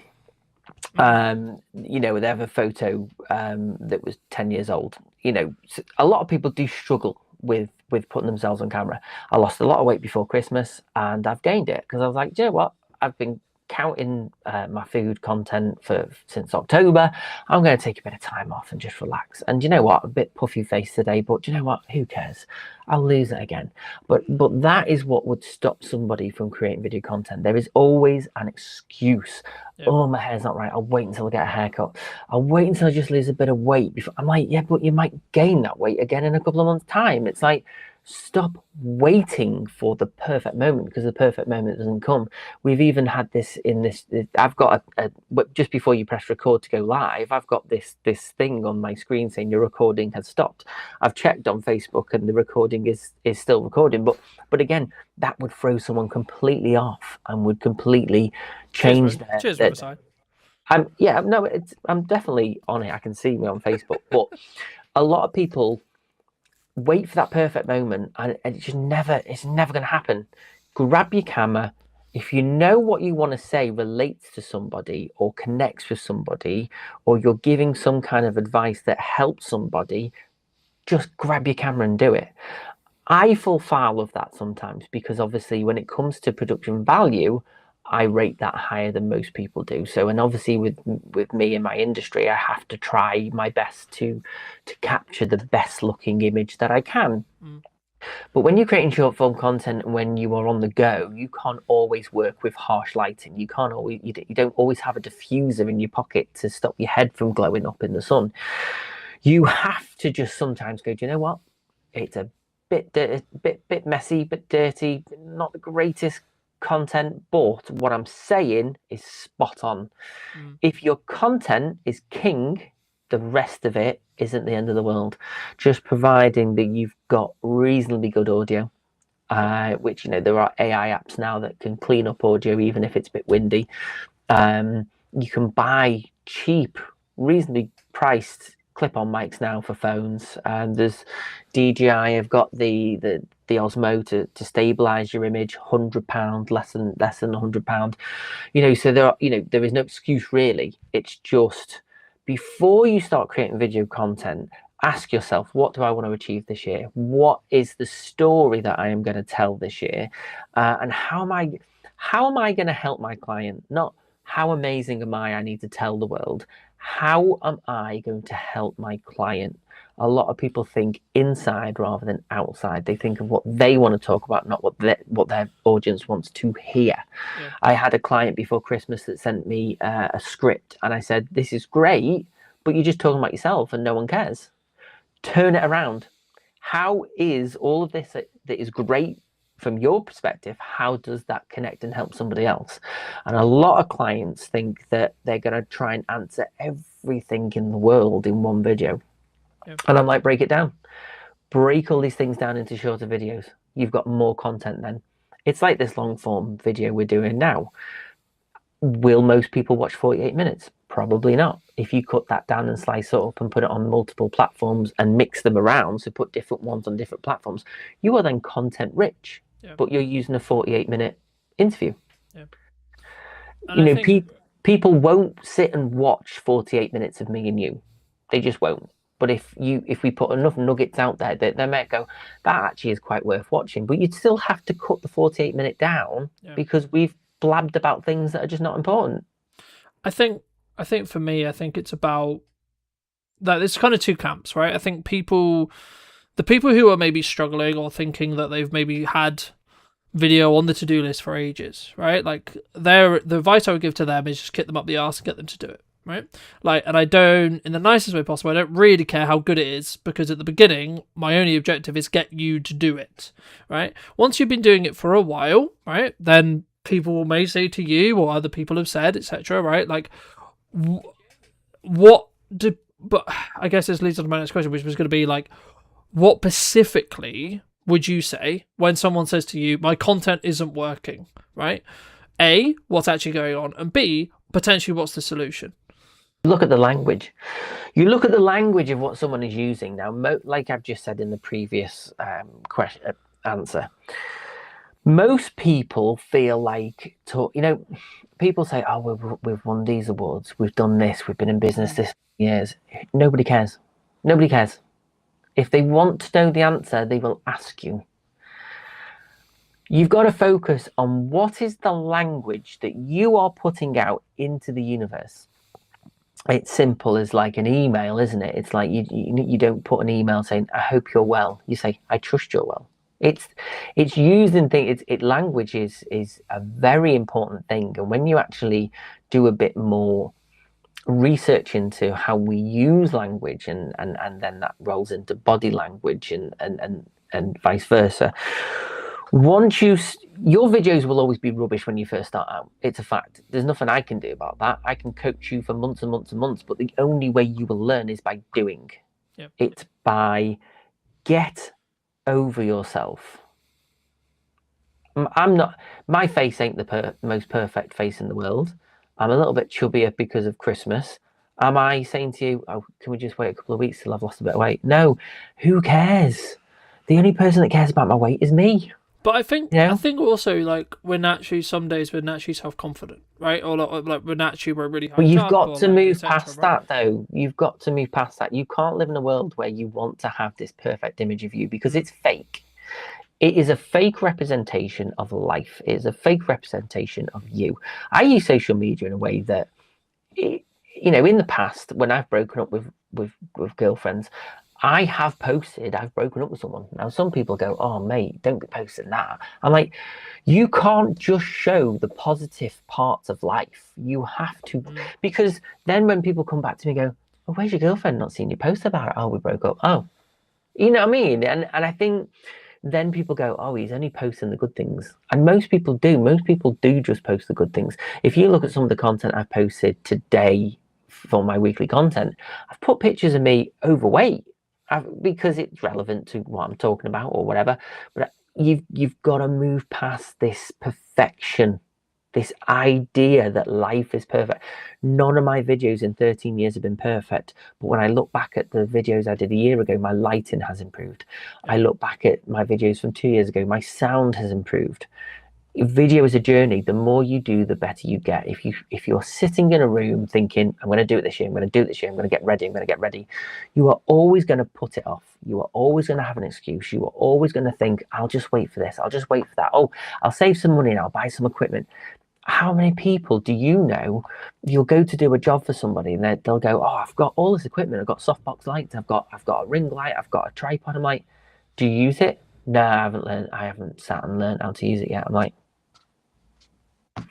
the amount of people that have equipment in their offices and they just don't use it. It's like, because they thought it was a good idea. They realized it's not just Mike or Carlton turn up to the office one day and press record on a camera and go home laughing to the bank because they've just charged someone 1,500 quid. They don't see the 7 o'clock start right through to 10 o'clock because you've peaked a bit of color and you're just trying to mask it, and you've got to also stop being a perfectionist as well, because I use AI to clean up my audio because that saves me 4 hours. But that 4 hours means I can research plugins, I can research how to get a better grade on something, I can research in that moment, right, audio's done, I'm going to spend an hour or two just tweaking this color a bit more because I've got my time back. I think people don't want to pay you to sit there for 4 hours cleaning audio. If you can use AI to get it cut down quicker, to get it back into the project, if you can quickly grade and make it look reasonably good, because our level of understanding of perfectionism is completely different. An example of non-perfection. There we go. I know, you just disappeared, and I thought I was going to disappear first. Am I back? I don't know. You're back. You were back. I think maybe your camera's burning, getting a bit hot, because mine does that after a while. But it's true, though. It's true. I think people live in this world. I'll just keep talking and filling while you're. I'll tell you what. Let me sort my camera out, and then here you go. It's Mike's show now. Top 5 tips that you can do while I fit this for everyone listening. Top 5 tips. So right, let's think off the top of my head. The first tip would be to stop caring what people think. You have to stop waiting for perfect to happen, because perfect is not going to happen. Number 2, you need to be consistent. If you are going to be creating videos for 2026, just be consistent. Think about what you're going to say before you go out and film it. Number 3, I think we're on. I would say look at your language. Think about the language that you are using. Think about how you are writing your content and how you are projecting that out, because there is a lot of value in using the right kind of terminology when creating content. So don't talk about yourself. Talk about how you help people, how what you do makes a difference in somebody's life, how, you know, somebody spending money with you in your business will lead to a result, because people don't care about how long you've been doing it. They don't care how good you are. They just want to know, will this person do this job, and will this person who I've paid get the results that I want? 4, be authentic. Just be your natural self. Stop trying to be somebody that you're not. Stop trying to be polished. We are living in a world of AI where everything is fake. Everything is not real. So to get that human connection, the ums, the ahs, the slight pauses, I leave some of them into my videos because that emotionally connects people to a human. Those little tiny those small imperfections that we have as humans is what AI probably can replicate to a degree, and probably will in the next 2-3 years. But we are constantly trying to strip away our humanity, our idiosyncrasies, if that's the word. I don't know. I think again, like, I had a 5th one, but I can't think of it. I'll come back to. Well, I'll add it onto the end of the AI one, because I think it's true, and I think that so many people, they look for, maybe we're looking at AI and we're looking at, okay, well, this can replace X time, right? But then we don't think about how we utilize the other time, right? So let's say, for example, I'm using Autopod to edit this podcast, and it means that I can save the 2 hours it would have probably taken me to manually cut it. Okay, cool. But the thing that some people think about is, how can I save the 2 hours? Instead of how can I still use the same amount of time in the podcast, but how can I add that extra time in, not on grunt work, so to speak, e.g. cutting backwards and forwards between myself and Michael, but how can I tweak the grade? How can I tweak the audio? How can I make it flow better? Do I rewatch it? Do I add maybe some motion graphics? Do I add maybe some B-roll, etc.? And I think for me, that's the 1% I was referring to a little bit earlier. And I think that once you understand that, then you can look to, because it's kind of counterintuitive, right? Because we want to keep making stuff better and better and better, yes, but not to get in our way, right? So I'd rather execute imperfect action than then getting to a position where, because then you can add value, right? Then you can move the needle, because then you know what that 1% is really going to matter and how it works, because then you're not worrying about the skill of presenting, the skill of how do we do a podcast, how do we come across, etc. But you mentioned trend jacking at the beginning, and I think I have kind of 2 opinions, which is like, if you have the bandwidth to do it, then yeah, potentially you could create a load of content, but it shouldn't ever replace your evergreen content. I guess for people who are maybe consuming this or thinking about this, about the dog, the postman's finally come, and the problem you have is it's the quality over quantity. Just because other people are doing things doesn't mean you should too. Yes, you might get loads of views, but does posting content of trending videos of people falling off bikes and then you sliding in as a presenter, does that actually mean, oh, he must be a great plumber, he must be an accountant, I want to hire him because his video was good? No, people forget about it. And that's the problem. People forget about it. They see it and go, oh, that was funny. They forget about it. They don't follow. They don't like. There's nothing tangible there. There's nothing real there.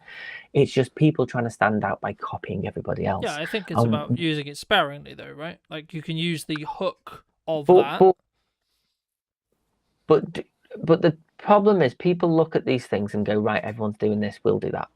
Do they actually think, well, what is our brand? What is our vision? What is it that what is our mission statement? I don't create. I could easily act like an idiot, get someone to follow me around town, and I could be a class clown, and I could get loads of views. Yep. Does it mean that people want to hire me as a videographer? No, because for me, I want people to trust me. I want people to go, that guy is going to do what he says he's going to do. Yep. So the last thing they need is some idiot who is ruining his brand and image by acting like an idiot just for likes. And this is where I really hate the world at the moment in terms of how we consume content, because people just think acting like an idiot's going to get you results, might get you views, but it's not about having thousands of views on a video, because it doesn't mean 1,000 people pick up the phone and go, hiya, I'd like to hire you. Yeah, no, I mean, I guess people think that the view count is the important thing, and it's not. It's really not. Well, it's about whether you're doing it in the entertainment bucket or whether you're doing it in the brand building bucket. And as long as and that's kind of where I'm in two minds when it comes to trend jacking, because I agree with you, right? Like, if it's going to be brand damaging, no, absolutely, you shouldn't do it, right? I would much rather have consistently 200 views, 300 views, 400 views, 5,000 views, whatever it is, whatever your standard line is.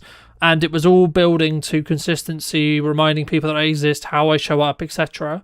Right? A. B. The thing to consider, though, is how can you potentially see something? And this is why I think every single person should have a level of, I'm going to curate, mostly you should be in the curate side of the content window, but potentially you should have a small window of time when it comes to, this is how we're going to look at what's happening online, right? Not to say that you should necessarily copy or use the inspiration every time. It's so that you have an awareness of what's going on. So once you have that awareness and you know, oh, there is a trend, okay, well, is that then on brand? And then could you leverage it to gain more attention? Potentially, okay. And or do you have the bandwidth, or could you actually spend that time potentially doing more evergreen content, like something like this? Or is that going to take your decision away or distract you, I guess, is the further question. But just while we wrap up and while we think about, leave people with some thoughts as they think, I mean, what would you say if someone is looking to maybe up their marketing this year, or they're maybe to get into video or etc.? What should they do? What should they tangibly do after watching this? How do they move forward? How do they move that next, take that first step, take that next step for them? They need to storytell. They need to be themselves. They need to stop caring who they want. They need to stop trying to be something they're not. I have clients who will go and get a makeup artist to come and do their makeup, and then we'll do the videos. They'll look fantastic, and then they'll watch the videos back and go, it just doesn't look like me. And I'm like, well, what do you think's different? They went, well, I don't normally wear that much makeup, but I was trying a bit too hard. I'm like, why are you trying too hard? Because now, if you want to create videos on your phone, you're gonna have to get a makeup artist. You've set the bar up here now. I think you've just got to be your natural self, and it's hard because people don't want to be vulnerable.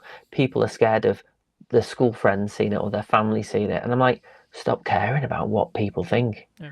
There are videos on social media that I've posted over the last 13 years, and some of them are so embarrassing. I wrote a song about being on the toilet once when I was 26 or 7, and it was funny. I had a selfie stick and I wrote a song while I was on the toilet. And you think of these things now and go, wow, I wouldn't do that now. But it's there, it's up there. And some of my friends in my camp van group, they seem to get it out when we're all drunk and go, oh, well, there's Michael acting like an idiot. I don't take myself too seriously. I am who I am. I'm there are flaws in my personality. I'm not just this happy, bubbly, fantastic, wonderful guy that I try to portray. I am a happy, nice, bubbly guy, and I will help people as much as I can. But I can still get grumpy. I can still have a go at someone for cutting me up on the motorway. I'm a human. I try to show the real me. And if I am angry, and I try to refrain from creating video content because I've got a business and a brand to protect. And if you were going to talk to yourself 10 years ago, what advice, if you were going to give advice, would you give that person? If I was going to say anything to myself 10 years ago, it would just be keep your eyes open and you'll get where you need to go. You need to be really good at marketing to be able to have the opportunity and the permission to be able to sell, is my view, in a nutshell. I think when we look at marketing and sales and output of content, the more you do it, the easier it gets, my opinion. What role do you feel trust plays either in business or in marketing specifically? Hello, my friends. Welcome to a brand new episode in What's Missing in Marketing Today. Today, we're going to be talking to Tom all about his opinions on marketing. And before we get into it, Tom, Could you give the audience a little bit of context on who you are, and of course answer our opening question? What do you feel is missing in marketing today? Absolutely. Thank you very much for having me on, Carlton. I really appreciate it. No, you're welcome. Who am I? I am Tom Jepson. I am a coach for self-employed people, mostly parents, mostly working parents, should I say.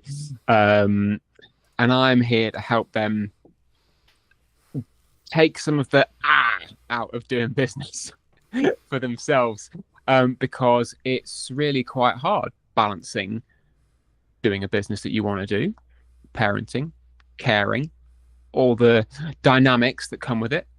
I am a full-time parent. Also, I'm a full-time carer as well. So I am living and breathing all the stuff that I do with my clients. To answer your question, what is missing in marketing today? I think selling is missing in marketing today, is what I think is missing. Okay. And I'm sure we can dive down into that hot topic momentarily. I mean, just to build off that, my personal view, I personally think they're separate, right? I think they are mutually exclusive. You can't have one without the other, right? But you need to be really good at marketing to be able to have the opportunity and the permission to be able to sell, is my view, right? In a nutshell. Why do you think then, let me build off the question, why do you think specifically then it is missing in marketing then? Like, what do you, like when you say that, is it not sales driven in respect to like sometimes we don't do call to actions or we don't have that quote ask, or is it, because I would argue you shouldn't be direct selling, or would you disagree? So this is a very big topic, and I know we could go for hours just on this one point. So to give some context, I have a daily newsletter. Daily, I send an email to a mailing list every damn day, and because I'm well versed at that, I am practiced in what I offer to people. There is a call to action which could be deemed as a sales pitch every day. Yeah. It's never like buy my stuff, because I'm not going to ram that down people's throat when actually what I want to do is give them something of value.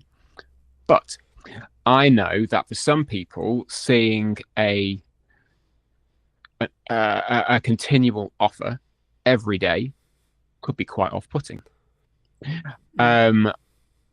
I can tell you exactly why I do it, because if I get new subscribers and I hit them on a day without an offer, they're never going to see it. Yeah. So contextually, I know it doesn't work for some people. When we take it out of the sphere of direct communication and put it into something like LinkedIn, I'll say that LinkedIn is the only social media platform I use. I do not have energy or the want to use any others. Maybe I'm wrong, maybe I'm not, I don't know, but I don't have the energy for it. In the context of LinkedIn, my filter bubble tells me that there's a lot of chat around personal brand and personal marketing and relationship building. Yep. And I get it. I'm here for it. I just want to talk to people. But when I want to say, hey, folks, here is a thing that I have built. Here is a service which I offer, and I want you to buy it. I don't, in this moment, I'm not making it so difficult for you to receive this that you have to get to know me for weeks and weeks before, so then you can benefit it. I'm offering you something now which you can buy with money so I can feed my children. When that sort of message comes out, it either disappears because the algorithm says, no, you mustn't sell to people. People just don't act on it because for whatever reason, they don't find it engaging content. Or any other reason that you could possibly want for that thing disappearing. But I think there's just this almost acceptance that it's not, I'm going to use the word acceptable. I know it's a big word to use. I'm going to say that it's accepted that it's not acceptable to sell in that way. And honestly, when you mix that into the marketing that we do with our content posts and our emails and our podcasts and all of that jazz, if we don't feel that we are able to do that one thing Mm. and have it be effective, how are we ever going to be able to run a business? I think, I mean, there's a lot I could pull out of there, but I think the unique perspective for me is there's a lot of conversation, especially at the moment, around people are concerned about the up and coming budget at the time of streaming, etc. Right? Like, people are concerned about like what's going to happen at Christmas and like where things are and etc. And I'm in a very fortunate position where like this month is manic, this month is crazy, but I'm still building the time to have this live stream, have this broadcast, have this conversation with you, because I think it's important to obviously add value and continue that process of constant development, constant growth, but also I'm always aware that I need to bank content whenever I can. And the key, I guess, to build off your previous point about sales is, I guess, to most people who may be listening to this, you need to ask yourself, from my view at least, where you are in business. And if you are in a position where you need to make money and you need to generate cash flow, then absolutely you should be pushing more sales. And there's nothing, I don't believe, wrong with that, because that might be the reason why you're in business next year, right? Now, in a world where you don't need that and you could be perceived, or one could perceive you as quote unquote being greedy just to make revenue for the sake of revenue, not implying that's what you're doing, but some could imply that, right? I think then you can look at it and go, okay, well, when do you want this quote cash out from what you're doing now, right? Is it in a week, a month, a year? Right? Because if it's towards the year mark, then I would argue that in our content, we should be trying to add value. Not saying you shouldn't have a call to action, because a call to action could actually be, hey, you really enjoying this? You'll probably enjoy the content I put on my YouTube channel or the newsletter I put out, etc. Right? So I think sometimes when we look at quote sales, we're sometimes looking very transactional. Right? We're looking at, I've got this power hour to sell, I've got this coaching thing to sell, I've got this course to sell, I've got this ticket thing to sell, whatever it is, and we just push to that instead of thinking, actually, because I would say you should have a call to action in every piece of content you do, but it should be in relevance and understanding with where the business is and what the business needs from you, and how much, I guess in some ways, how much good karma you have with your established audience, whether that's on socials, YouTube, email list, etc., depending on your method of articulation. How do you mix that when you do call to actions, building off your previous point? Is it hey, come and buy my thing always, or is it actually, hey, I've done this other thing? Like, let's, for example, you may say, hey, I just did this amazing conversation with Carlton, here's a link to it if you would find that interesting. That's an interesting question, and I do mix up the calls to action because I'm fully aware, I've been doing this business thing for a long time. I've been a freelancer for twice as long. I've been employed for twice as long as that, back in days of employment. I've been around the block. I know how this machine works. But to the same end, I don't have a damn clue how it works, because mixing up the calls to action, consistent blocks of, it's not like one day is, why am I coaching? The next day is, oh, look, there's a thing. It's going to be consistent blocks of action to take. So yeah, I do mix it up. But to the same degree, it always comes back to the same thing of, this is the core thing that I offer. This is how I want to engage with you and how I would like you to engage with me, regardless of whatever medium, method or action we get there. If I'm posting on LinkedIn, chances are the call to action will either be connect with me here or sign up to the newsletter. Mm-hmm. Those two, because I know that if I get somebody into the newsletter ecosystem, they have actively opted in, and I can then actively let them know who I am, what I'm for, and what I can offer them, and how it will help. Yeah, and I think, I guess, go on. I was just going to say, I mean, I think for me, it's about understanding when you're serving and understanding how to serve. The point is, I mean, not to cut you off, but I think there's a point at which we say, should we not always be serving? Like everything, every action, every piece of content, again, my 2 cents, big chefy pinch of salt, everything comes with value. Everything comes with a desire of, actually, if I was sat down with somebody in a coffee shop, what would I want to tell them, and how would I like them to benefit from this conversation? You know, it's not the generic, here's 10 lessons that I learned as an entrepreneur of 20 years old. You know, here's what I'm doing in Bali with my remote nomading, you know, and that's my high horse, which I'm sure we'll get onto later. But to like pull the thread of service, I believe that if you are in a business, if you are in business, there is always going to be an element of service to your customers, regardless of whether it's paid, whether it's free, whether it's interactional, whether it's transactional. You know, put something out there, because that then is the marketing, and then you can direct the sale. Yeah. You know, I'm not an expert in sales. People know this way better than I do. Because they make jobs out of it. I haven't. But I do believe that aspect is almost becoming culturally unacceptable, because people don't want to be sold to, and that's okay, but it doesn't mean we shouldn't do it. I think the reason why I paused was because I was just thinking, do people not want to get sold to, or do we need to position it in such a way where it doesn't feel like we're selling it to them, right? What I think you're referring to there is like, I don't want to be hard sold to, right? Yeah. Like, I don't know you, but you can buy my thing, thanks, right? For some, it works for some, and that's great. You know, I don't think it's ever going to work for me personally, so I probably would never do it.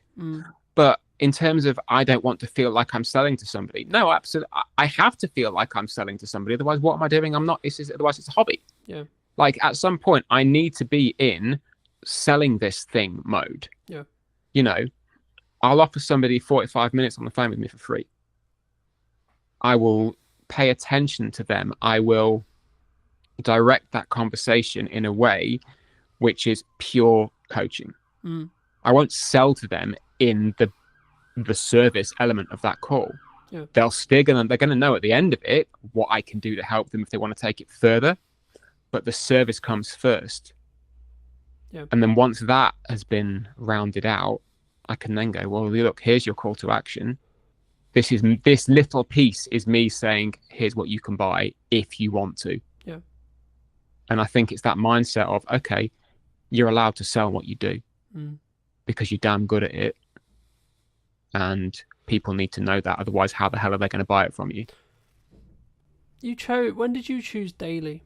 Because I think so many people, they struggle with, I'm going to spam people, right? Like, I post when I'm not in like crazy work mode with lots going on, etc. Like, I would post like 4 or 5 times a day, etc. across socials. Like, I'll be very visible, but I'm aware of how interest graph works rather than social graph. So I'm interested to see how kind of like you thought about daily like email marketing.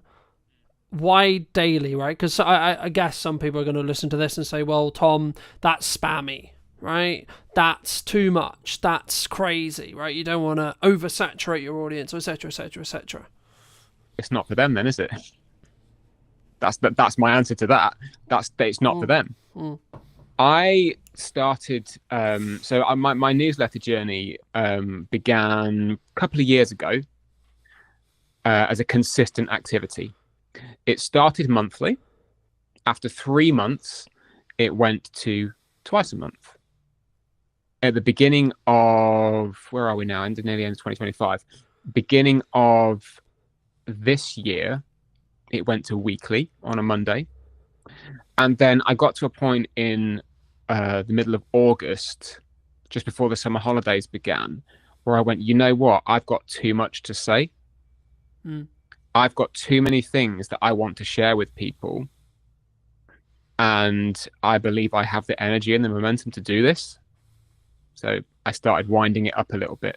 And as of the 1st of October, every day, it's 250 odd words of a story, something that's inspired me, something that I found funny or interesting, a life thing, You know, it might be a straight sales email. They can be peppered in. It's a business newsletter. Yeah. But from the beginning of October to today, when we're recording this, sorry for suddenly removing the evergreen content barrier, but we can say over the course of the last 5 weeks of doing this consistent daily activity, I have found that my writing has gotten better. Not to toot my own trumpet, but it was pretty good before. But being able to write and have a funnel and a channel for consistently telling a story, it's made me better, you know? And the performance has done what I thought it was going to do. I gained a handful of subscribers and I lost a handful of subscribers. About as many, it was about parity for the in and the out. And I knew that that was going to happen because I was sending people something daily. Yeah. I was putting an action in there daily. Yeah. So, like, having it in the last 5 weeks and actually going, you know what, this experiment's worth doing and this is worth following. Yeah. And I'm going to keep pressing on. From my view, speaking about like daily posting reels or daily posting on social across all platforms, blah blah blah blah. I think me it's very similar, right? Like I remember I did a workshop in September, and an old friend, but also someone whose wife followed me, said something on the lines of, "Fucking hell, Colton, you're everywhere," and she ended up tuning off and like unfollowing me, and I was like, "Okay, cool, but would she ever buy from me?" And the answer was no. I was like, "Okay, well then, in the nicest way possible, thank you so much for the time you spent with me, and thank you so much for the support you gave on the content, but you know, actually maybe you're not the right person."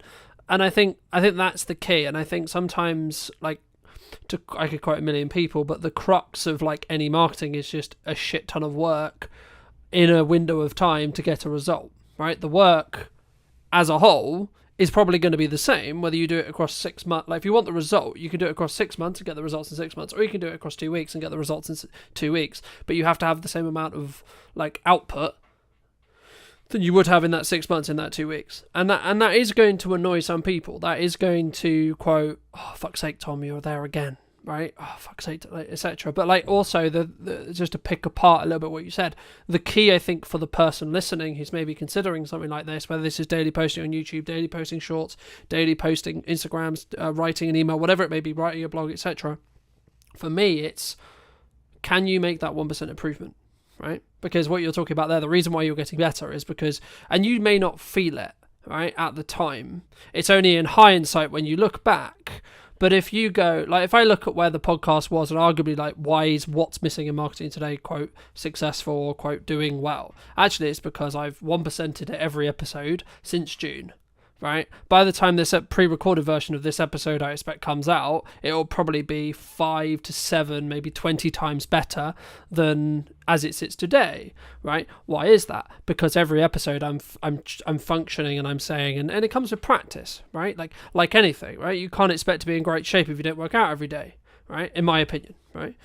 You can do 3 days a week if you want. That's up to you, right? In the same way, you can do 3 emails a month or 3 emails a week, etc. But it would be wrong of me not to ask you about like this huge volume, this huge value add, this huge amount of work, and not talk about, do you think the modern expectations of marketing can lead to, especially smaller entrepreneurial business owners, getting to burnout?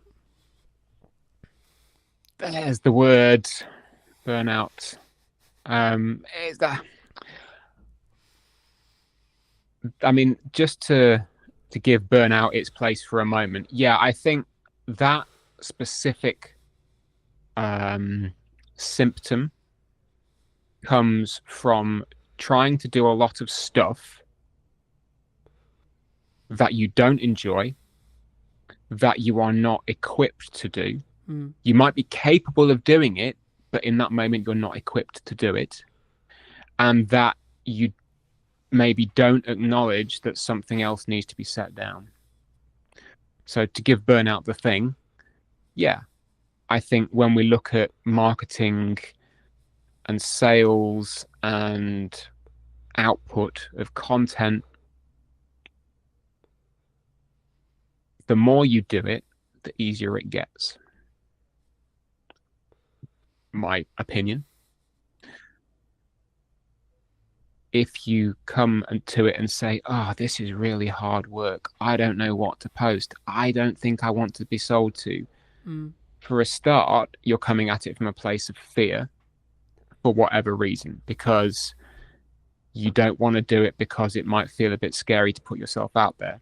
You don't want to do it because it might feel a bit scary about actually selling yourself. It might feel a bit scary to put your 2 cents on a live stream with somebody who you're really pleased to talk to. How dare you have an opinion, Tom? How fucking dare you have an opinion about something that might upset somebody? I specifically today, I had that conversation with someone on LinkedIn because they posted the very same thing. It's like, we just can't have a conversation anymore because you might offend someone. Like, it is up to us to communicate with our best intention. Whatever that best intention is, we've got to put it out there.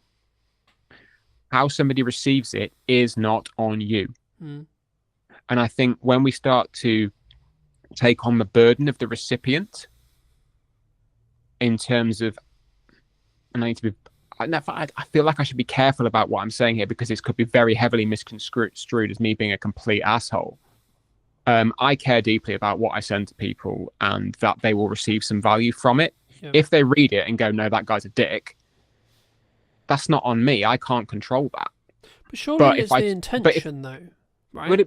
The intention that I want someone to read it and go, that guy's a dick. No. So like when you create content in the same way I create content, I always go from a perspective of an intention of, I'm going to add as much value to whoever is. 100%. I'm grateful enough to have the time of the time, right? That's it. But I think the point is, when it comes to the kind of the small business owner, the working parent, the full-time carer trying to run something that they need to run or want to run to maintain their own sense of self, when things like taking on the burden of somebody else's receipt of your content and worrying too much about how are they going to receive this, regardless of intent, at that point, you start to run out of energy because you then don't have the energy to give to the content, to the message, to the service, because you're spending it worrying how someone is going to receive it, and then you start to burn out. And then it just becomes cyclical, and then you don't want to do it, and then you don't do it, and then you beat yourself up because you're not doing it, and then you get all worried and sad that you're not doing it and that you should be doing more, you must be doing X, Y, and Z, and it just becomes this kind of self-fulfilling, it's cyclical, kicking your own ass,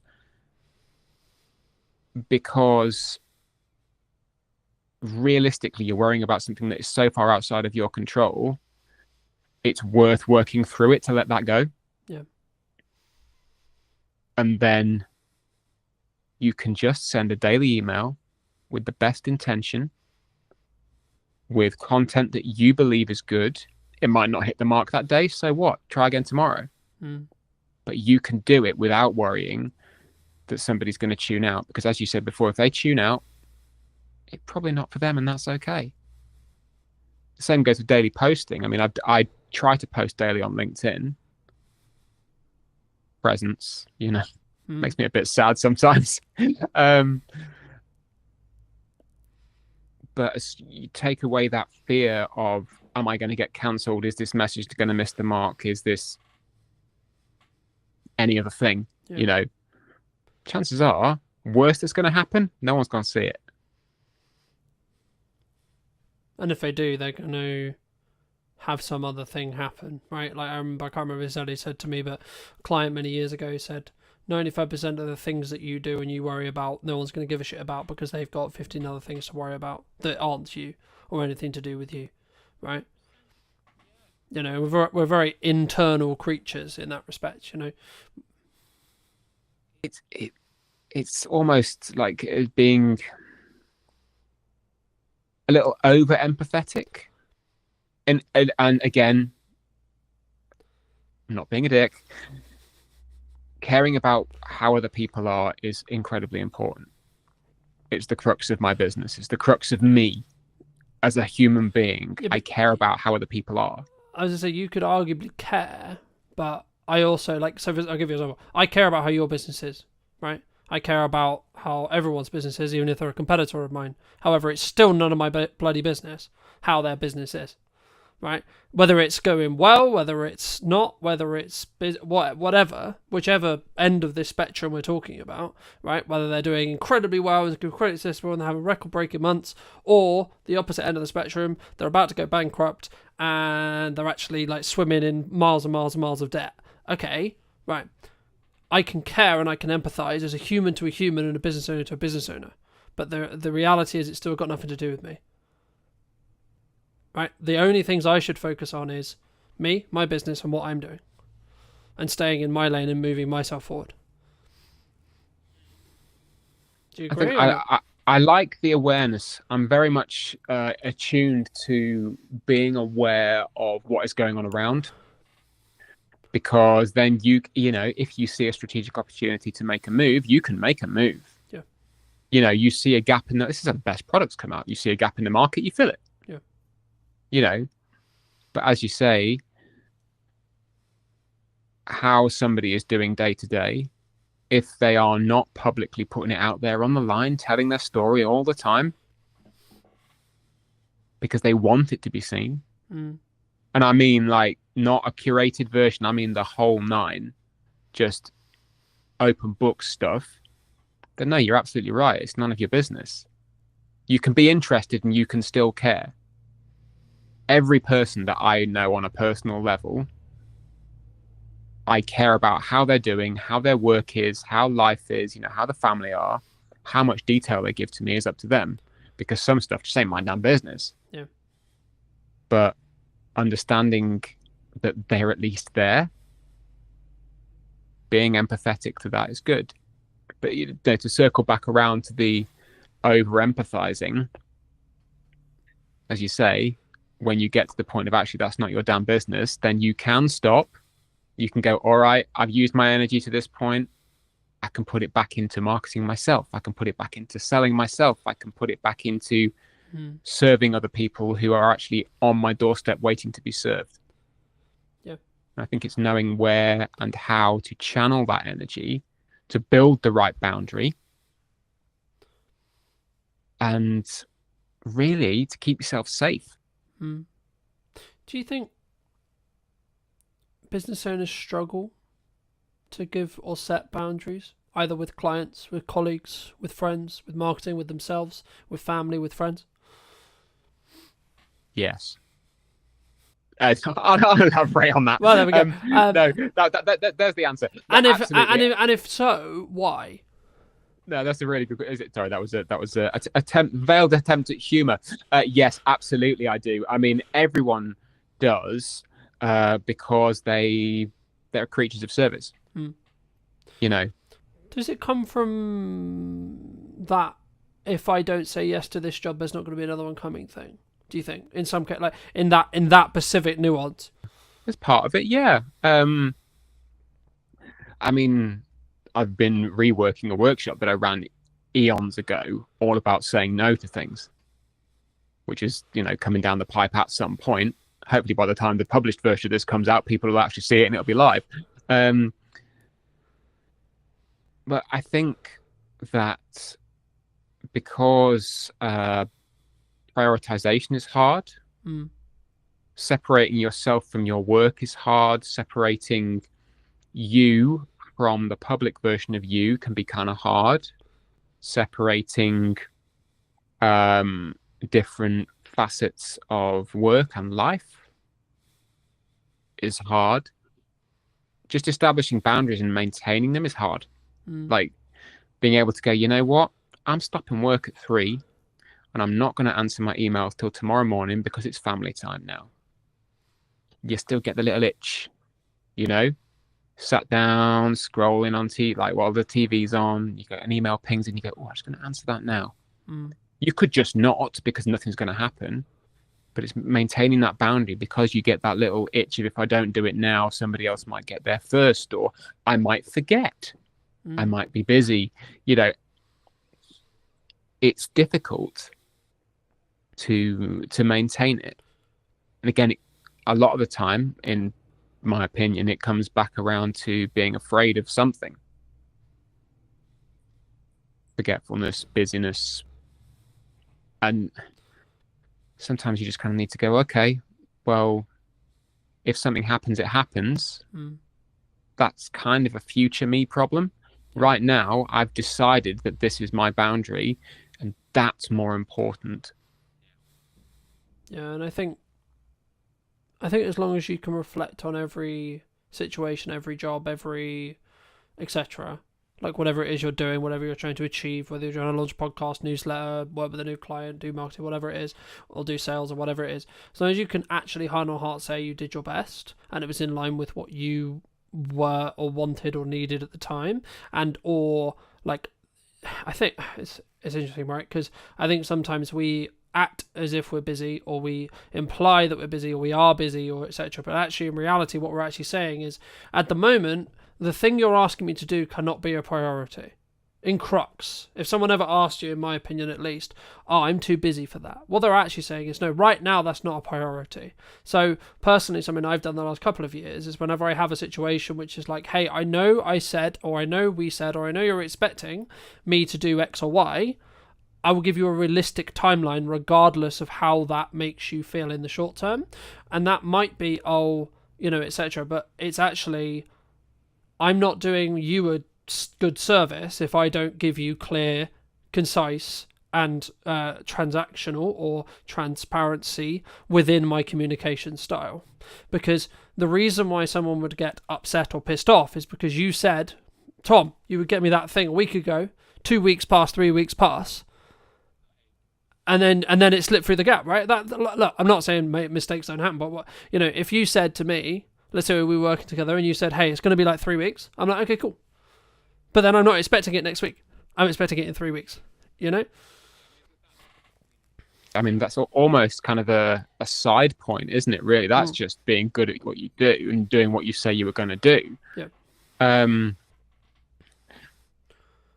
But do you think we struggle sometimes? Because, like, especially when we win, like, the client, right? The client of my dreams, or the project of my dreams, or the money of my dreams, or the project is amazing because it pays me X, or it's actually a great opportunity, etc. We have this, like, want to, I'll do it tomorrow. Oh, it's done tomorrow. I'm going to go out on a limb here, and I'm going to say that if a client, for example, would expect you to bend over backwards and not maintain your boundaries and your working practices as a self-employed business owner, they are not the client of your dreams. End of. Do you think that can change over time? I was just going to ask you. So, like, where we were, say, like, so for me personally, like, my target client, my target expectations, etc., 3 years ago were completely different to now. Yeah, for real, man. I mean, the dial shifts, and it shifts because you learn, not maybe because your clients learn. It could be because the clients learn, but it's more about what you, best in the world, it's about what you want. I would argue, though, that you get a reflection of what you, like, enforce in respect to boundary setting, right? Like, so, like, like, for me, like, you can set a boundary you like. The question is what happens when it gets tested. Well, that's exactly it. If you let's say use the example of it's 4 o'clock, you sat down with the kids, you're getting them in from school, getting snack time and everything, and a client's decided for whatever reason that that's the time they want to have a meeting. You can handle that in any number of ways. And again, we can tie this straight back to marketing. This whole point, we can tie this straight back because it is, you could just say no. You could go, no, I don't do that. That's crossing my line. You could say, okay, I might flex this once, but I'm going to reinforce it in a way which says it's not happening again. Or you could set it up from the outset by positioning yourself with your marketable material, with your boundaries, with the expectation setting from the off that says, actually, this is never going to happen because my priorities are this, this, and this. Serving you is within those priorities. But this is the line. And as I said before, if their client decides that that's not good enough, they're not your client. Well, yeah, and the nicest possible, they can go somewhere else, you know. They can go, somebody else will flex for them. Somebody else will flex. And I know that context is everything. Yes, there have been times when I have had to completely smash down my boundaries because the project scope of something has changed. Like, it's happened recently. It was very painful for me. Like, it wrote off days of time, weeks of time that I thought I was going to be able to spend with the family, but I had to do it. I had to because money would have been lost. And in today's economy, at some point, yes, you do need to go. I was going to say, does that come back to kind of what I opened with, which is like, you need to understand what the business is required for you? Like sometimes you need to eat the shit, so to speak. Sometimes, but at the best one in the world, I'm 42 years old. I've been doing this for eons. I ain't eating shit for anybody. I'm not doing it. Yeah. But in this occasion, I went, you know what? The scope of this has changed. You've acknowledged that it's changed and that the work you're asking me to do is borderline unreasonable. But I'm going to do it because A, I'm not a diva. I'm not going to throw my toys out the pram and say, oh, screw you guys. That's bad business. But the acknowledgement from everyone is that actually this is crossing a line. So yeah, context is everything, but being able to control that yourself is what is important in this. The client, because they know how I work and they know my boundaries, we've worked together for a long time, I marketed that to them from the beginning. Yep. I don't need to sell them on that. They already know. So having that within your control, I think, is also very important as to how you can put yourself out there and say, I'm the one who's saying when this line moves. Yeah. I mean, that kind of bridges onto my next question, which was going to be like, what role do you feel trust plays either in business or in marketing specifically? So if it's in a marketing context, it would be building trust with your ideal client, your ideal audience, etc. And if it is in a client context, it would be then how do you utilize and or keep that trust? Brilliant question. So I'll put my coaching hat on now. So for me as a coach, through my marketing, people need to know a small number of things. I mean, the first thing is obviously that I am a coach and that I am good at what I do. They need to know that from the off. Once they know that, we can kind of go, okay, that's the functional practical. We'll just cast that aside. I know this thing about him now. After that, it's then getting to know me. What do I bring to the table? Who am I? Who is this guy? And then through the stories, through the communication, the conversation, it builds this rapport. It builds the camaraderie. And eventually the camaraderie and the rapport turn into trust. Because that kind of communal safe space has been built through the messaging, through the back and forth on email, through the DMs, through the networking. And somebody knows they could rock up in a one-to-one with you and you'd have a great chat. Because at least the space you hold there together for that 30 minutes or whatever, you've established that and it's good. It does take time. You know, it's not just a case of me going out to people and saying, hey, I'm a coach. I'm really good at what I do. Look, I'm a nice guy. You're a neat guy. So it takes work. It takes a lot of trust in yourself as well to be able to go, you know what, this is what I stand for. This is who I am. And who I am is okay. I don't really need to flex or change or bend for anybody because this is who I am. How that is reflected into work once effectively you have somebody pass the post, so as we said before, that's just showing up and doing what you do to the best of your abilities. Yep. You know, I hold safe space for people. When we get into a coaching call, effectively this little oblong window, that is our safe space and our boundary. Nobody else is getting in there. Nobody else is hearing what's going on in that space. And I have to reinforce that explicitly. It's not a kind of an unknown, oh, is this safe space? Is this something that people are going to know? It's like, no, I will state it up top. This is what you can trust and expect from this interaction. And the kind of the same goes for the precursor with one-to-ones and emails and everything as well. This is a safe space. I'm not going to go and, publish the ins and outs of a social call I have with somebody on LinkedIn. It might inspire something. Yeah. But it's the trust is never broken in that way of like, I'm going to take exactly what you've said and name you.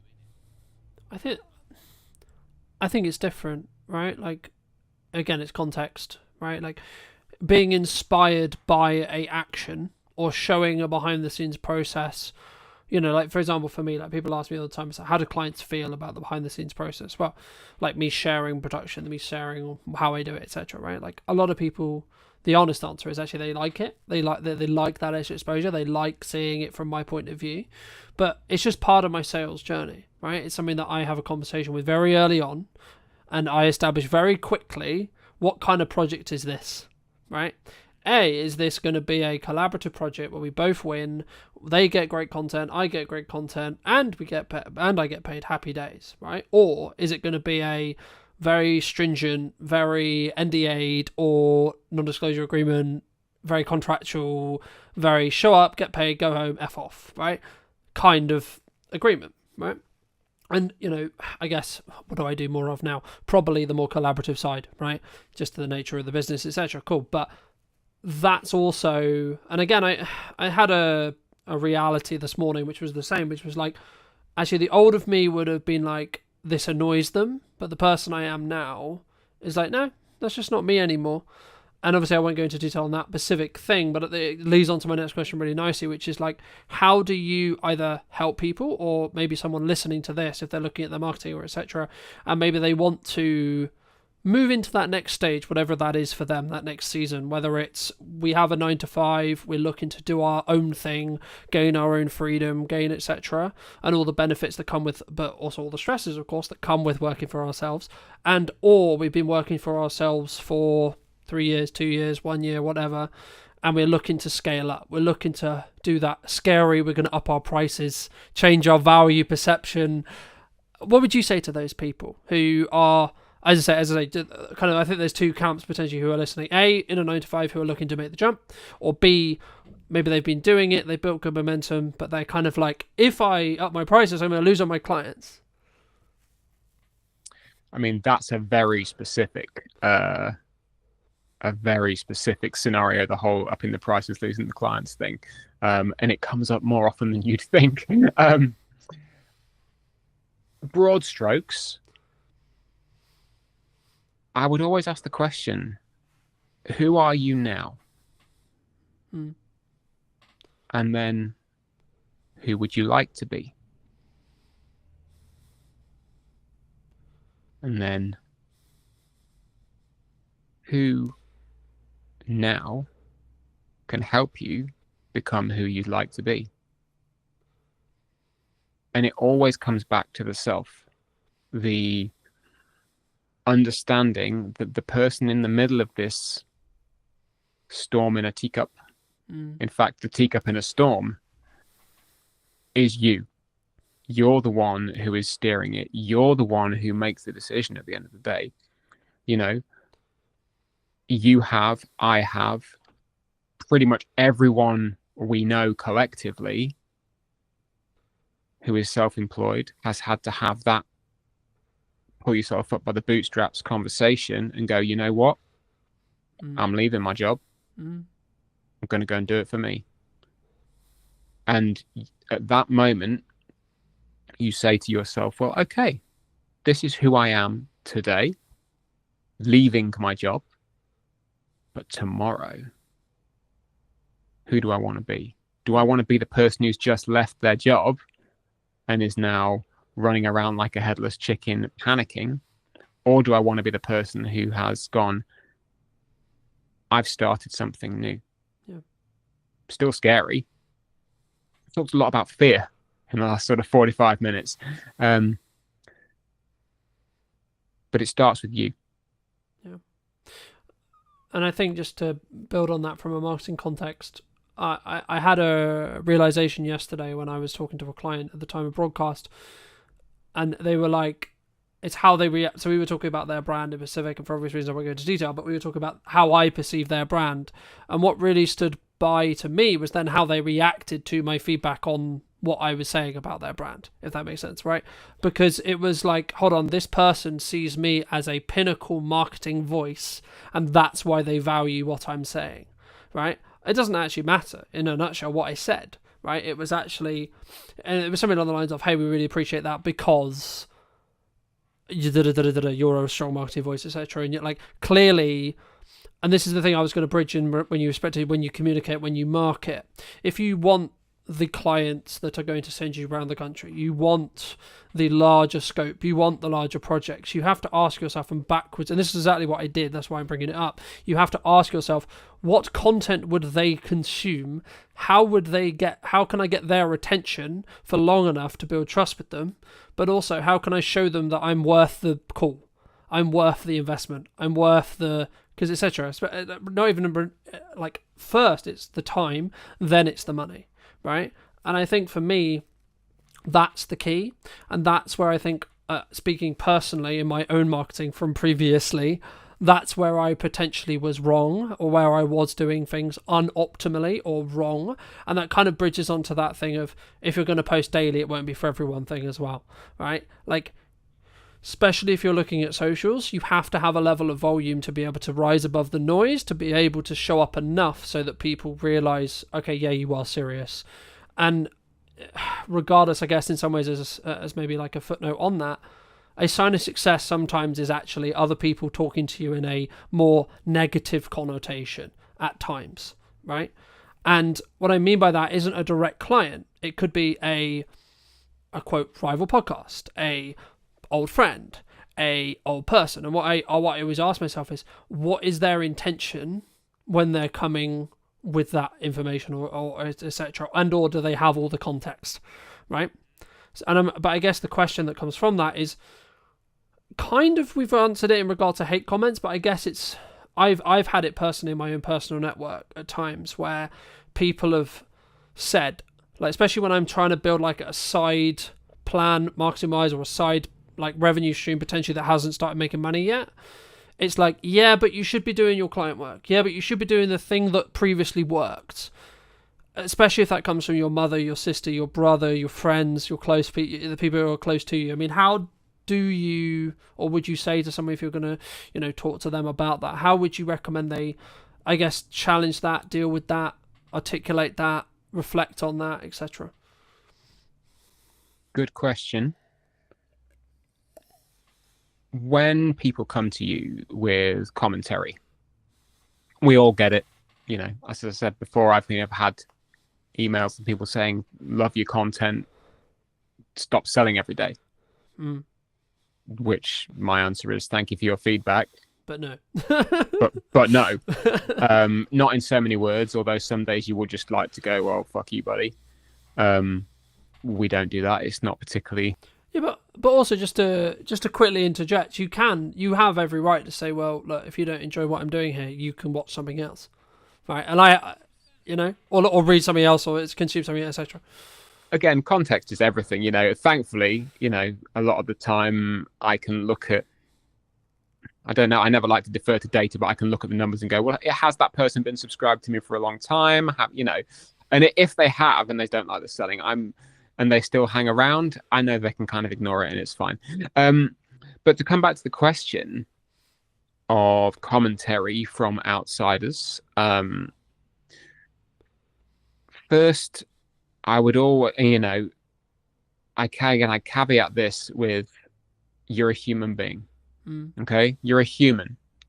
Humans react to things in very, very funny ways, whether or not you are a trained coach who knows how to be impartial, or you are a rocket scientist or an astronaut who is actually trained to be out in space when things are on fire. People react to things in very, very funny ways. So if somebody comes to you and says, "Oh, are you really enjoying what you do? Surely you'd just like to get a regular job." There might be no intention behind that whatsoever. It might be an innocent question. Or it could be them going, "Actually, I see that you've not made any money for 3 months and it looks like you're struggling a bit. Is there another option for you out there?" Or, just to quickly interject, or it might be, shit, you're doing better than I thought you were going to do. Please go and get a job because it makes me feel better about not pursuing something. I mean, personally, I've never experienced that. If it was ever to happen, brill, because obviously somebody is seeing a margin of success and they're then envious, what have you, But again, as we said before, how you receive what you're putting out into the world kind of ain't on you. Yeah. Or how someone else received it, should I say. But being able to open the conversation is important. Yeah. If the conversation is worth having, sometimes it's just not worth having. Someone coming to you and saying, looks like it's a bit of a difficult one, should you not have just stuck with X, Y, and Z? Or, depending on who they are, what they know of you, what they've learned through your conversations, communication, family member, client, ex-client, audience member, whatever. Yeah. Sometimes the conversation is not worth having because it just opens you up to expending your energy in a place where you're going to get no return. Sometimes it is worth having in that it's a learning opportunity for you, and that you can then potentially bring someone on side, or have them as a contrarian. Everyone loves a contrarian. But that, again, because they can teach you things. Yeah. And that then immediately weighs into, well, if somebody is being a contrarian and at some point they could potentially become a client, now I can learn something and I can then talk to them better. Yeah. And well, that's what I was going to add. I think it's really contextual, but like for me, if it was maybe someone you connected to personally, like family or someone really close to you, in the nicest way possible, you need to, like, I always strip that line personally, where I want to make sure they're heard, but also in the nicest way possible. Again, it goes back to that, it's not really your concern, right? Like, what I do with the business in the nicest way possible, unless they're like directly involved in it. But like, if it's just like my mother, or like, and this is not aiming at any of these people, like, but just examples, right? If it's my sister, or if it's my brother, or it's my mother, or girlfriend, etc., boyfriend, so on. Normally it comes from a place of care. Normally it comes from a place of, hey, shouldn't you be doing something that pays money, right? Or shouldn't it be like, in some ways they're saying, actually, hey, that thing you're currently doing, I don't personally believe it's going to do what you think, right? Because they look at the evidence, and it's ironic because at the start of a business, when I remember when I was having the idea of product media in my head, I was like, everyone was saying to me, "Oh no, go get a job. Oh, it's not going to work because you don't have the track record." But now I have the track record of making it work across the period of time I've made it work. I'm like, I just personally ask myself, is this going to move what I'm trying to do faster, forward, or is there a level of learning that can happen, or both, right? And when I ask myself, I mean, I'll give you an example. At the time of broadcast, it's incredibly busy with client work. There's lots going on, blah, blah, blah, blah. And I'm like, okay, nearly every single day is uncomfortable. This morning it would be like, actually, me doing this conversation with Tom, however valuable it may be, it's uncomfortable because I should be doing other things related to client work right now. However, in December, in January, when I'm going to look back and go, in November when you could have done that, when you could have weaved it in, and yes, it would have been uncomfortable, but you didn't. I can then not complain that things weren't busy if I don't keep things moving forward whilst simultaneously working everything else out. And I need to be okay with the fact that for me personally, I'm like, okay, cool, this is uncomfortable, but it's temporary, right? Me being uncomfortable right now is what is required of me from November. Okay, cool. So when we get to December, it will naturally become, because Christmas coming up, people spending time with, so on, right? I'll naturally have that release. So actually, me leaning into this uncomfortability is a learning opportunity. Yes, it's uncomfortable, but it will be a learning opportunity to go, okay, well, what is too much for me? Do you think people sometimes, I guess, stop before they hit that glass ceiling? Because I've always been of the view of you're maybe one email away when things are harder, especially looking at the current quote climate, right? Where people are like, oh, you're one email away, you're one post away from the opportunity that completely changes your business. Or your life in some ways as well. Oh, absolutely. You never know what's going to come around the corner. You never know. Because you are never around the corner till you are round the corner. I have hit the wall a number of times. Overloaded with work. Overloaded with life. Bogged down by terrible employment, whatever.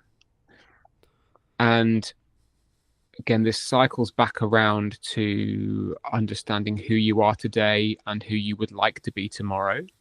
It comes around to a boundary. You could say, okay, well, heart of hearts, this is what I want, this is my boundary, and this is what I'm going to stick to, having not lived it. And that's okay. You'll never know if it is or not because you've not lived it. Again, context is everything. I can safely say that I never want to be without a pair of shoes and having to live outdoors. I've never done that, but I'm pretty sure I can say that I never want that to happen, Yeah.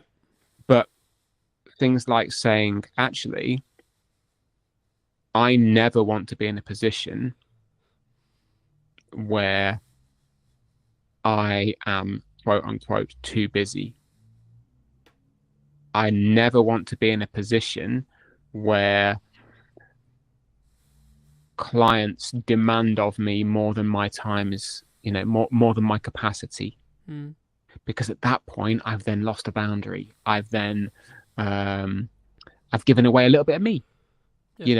I've devolved something or dissolved something which I've worked so hard to put together because I've lived it before and I know that I don't want to be in that place again. So it takes a lot of consideration to uphold those things, whether it's sending daily emails, whether it's posting daily on LinkedIn, however you do it and the message you put into that. It all comes from who am I today and who do I want to be tomorrow?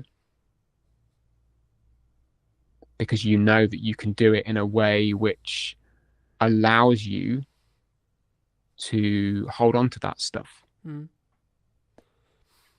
I think maybe if we start to take our eye off that a little bit, it happens with humans. I do it, now and again. I'm not perfect.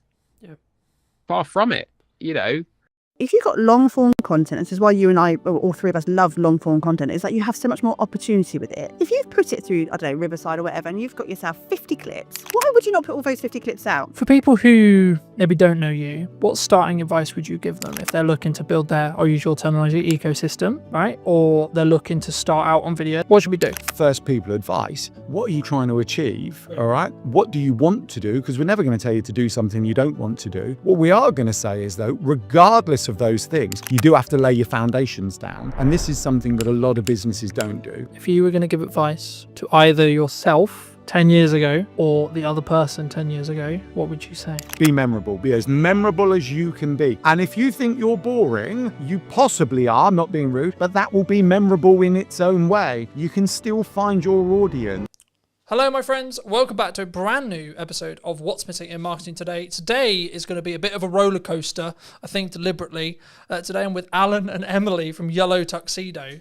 Welcome to the show, guys. How's it going? I just can't believe you've got us back for a podcast all these years later after knowing the first time.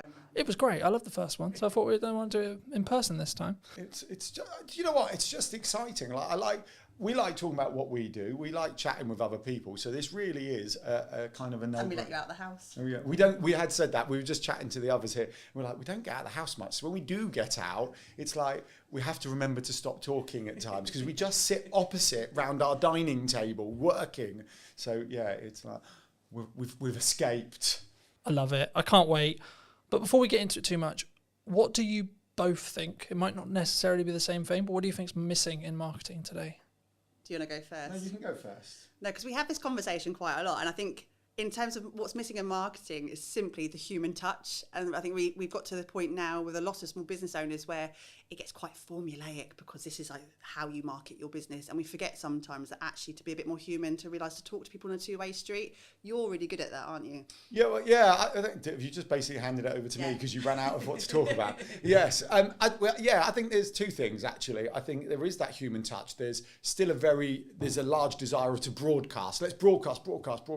When actually the conversation needs to happen. We still, audience growth is what we're talking about. And I think audience involves an interaction. I mean, this is all buzzwords, but the principles sound, right? So we want as businesses to grow an audience of people who want to follow us, fans of our brand and everything else. So human kind of touch is an important part of that. And you see that, I'm not going to diss any social media platforms, particularly LinkedIn, but LinkedIn's very broadcasty. I've done this. And you sometimes go through the comments and they might have 5 comments and they've replied to 1. And it's like, take the time to reply. We're all busy. Take the time to reply. The other thing I think's missing, and human connection is like the big thing, like this art, that's what we call it in Yellow Tuxedo. The other thing is what we call and. It sounds stupid. But I think so many people think they can do one thing. It's like, I'm just going to go networking. I'm just going to do LinkedIn. I'm just going to go on Instagram or TikTok.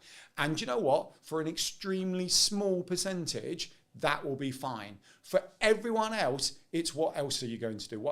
I'm doing this and I'm doing that.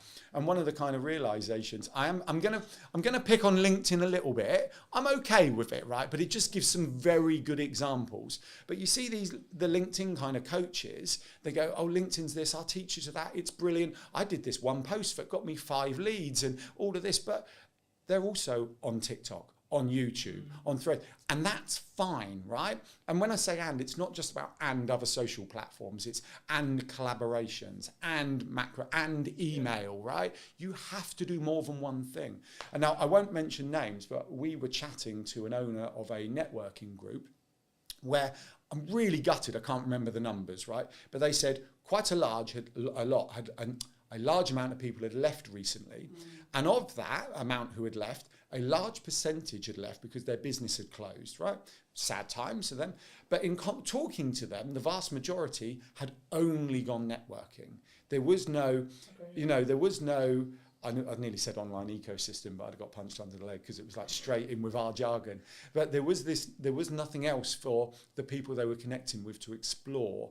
And in this very modern world where we jump from platform to platform, we consume email, even WhatsApp, right? We've got a WhatsApp group off of the Funpreneurs Big Day Out this year, in June, but people are still chatting from that day. And we all work in different ways. So we have to accept that people work in different ways. Yeah, I think that's really important because when I pivoted in May, as you may have seen the post, and I was doing certain things, like when we first met, really, really well. I was doing lots of things, but I was doing them really badly, right? And then through lots of things, I pulled back on loads of stuff.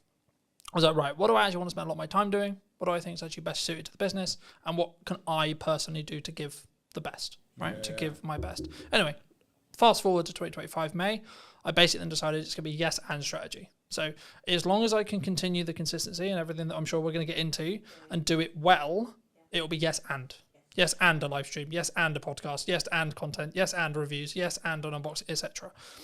And the key that I found was that's why I'm now successful. That's why I'm now busy, right? Yeah. It's not just a binary, oh, someone told me a networking meeting and that's why, right? I personally only do content now, but that's just because of just the nature of the business, time and leveraging. It's efficient for you. It's efficient. It's totally efficient. That's why I love the fact when you said we're going live in this one today. I mean, absolutely. Why would you not? And if you can get past the confidence of being live on camera, you do that when you're talking to your customers directly. You don't go, sorry, can we just record this and send you this to you? You know, you would have that conversation. You'd have that in a shop. You'd have that in an office. So doing it as a live stream is so efficient. You get people who are watching live now, hopefully, lots of you. Thank you. Mum. Hi, nice.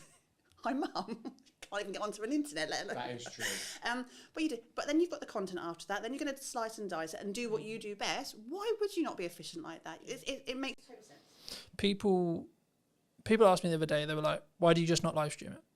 And I was like, well, I want my source. I want to add, I want to have the trailers on the front end. I want to be able to multi-cut it. I want to, etc. I want to be able to either utilize AI or do my own clips, etc. And I think you can, by building off our original point at the beginning, I think you can do all of it, right? When should someone not, though? Because we're talking as season pros, right? We're people who know we can do content quickly, right? We can distribute quickly. We can articulate quickly. We can articulate well. We know what we're doing. That isn't everyone.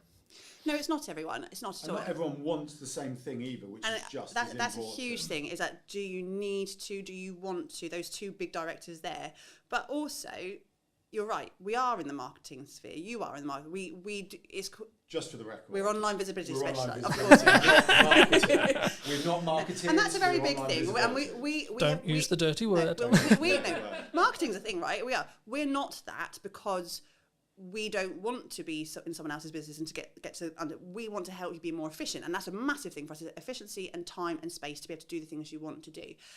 When it comes to a muggle, and that's a question you asked before, as a muggle, not everyone's got all of those skill sets. I completely understand that, but also what are you trying to achieve with it? Where are you trying to get to with it? We need to obviously show best practice of what you could do and how far you could stretch content, because obviously if we can do that, we can help teach that as well, and we can show like we are doing this and we've reaped all of these rewards from doing XYZ.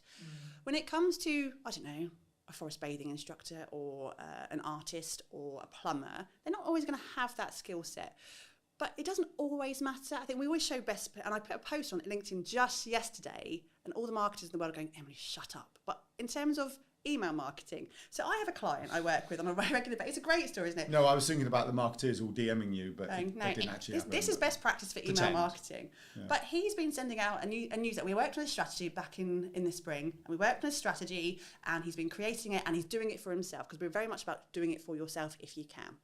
And then about a week ago, he realised that all of his subject lines for the last 6 months had main newsletter, and he hadn't changed. He didn't know how to change his subject line, and then he was beating himself up about the fact that I haven't thought about the strategy behind my subject lines, and I haven't thought about how to get them in the hook and what the hook should be and how long it should be and all the things that we kind of over process in our heads.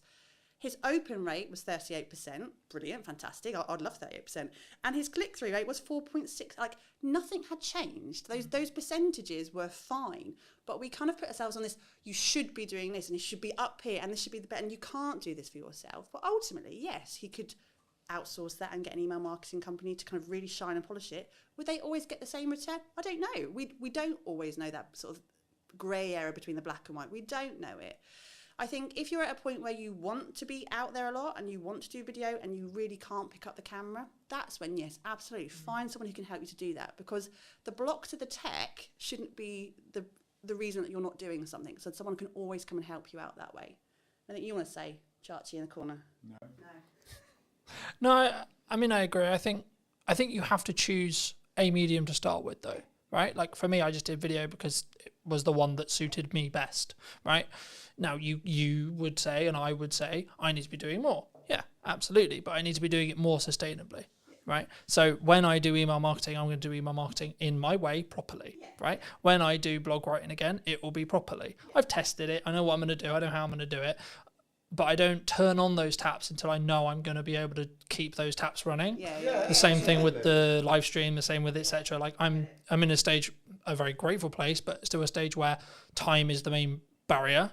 because I only have a certain amount of time. We're recording this like towards the middle of October. This won't be out until December, the pre-recorded version, and that's simply because the only way I can be consistent is by doing it. When I have a window of time to record some shows, I record some shows, and then I bank them and so on. For people who maybe don't know you, what starting advice would you give them if they're looking to build their, I'll use your terminology, ecosystem, right? Or they're looking to start out on video, they're looking to start out with blog writing, etc. How? What should we do? Well, right. So I think the answer to this is also a carry-on point from what you were just talking about. You'll turn on the taps when you're ready. And that's really important. So it has to, you have to start with what are you trying to achieve? Yeah, that's the first thing, right? What do you want to achieve? Because if you go, I want global domination, then you get a list like this, right? And if you go, I just want to, actually, we got someone we can talk about. So Callie, client of ours, member of the Digital Circus, the team community we founded. And I remember when we first started, she said something like this: I'm just trying to make enough money to take the family on holiday, right? So she joined the Digital Circus. We've been working with her. She comes to the group sessions. There's no one-on-one in it particularly, other than just answering the odd question. And recently she's got, it's all kind of kicked in and working. I'm getting so many inquiries organically now that she said, I don't need to post on social media. And we take that as a win, right? She takes it as a win because she's got, she can pick and choose what she does. And we're going, we don't see social media as a bad thing, but it can be a bad thing if you're feeling you have to do it to help you get to where you're going, right? Because then the mindset's different. But for her, she's like, well, I just do the odd posts for the people who are trying to validate me, but actually everything's coming in through the online ecosystem she's built.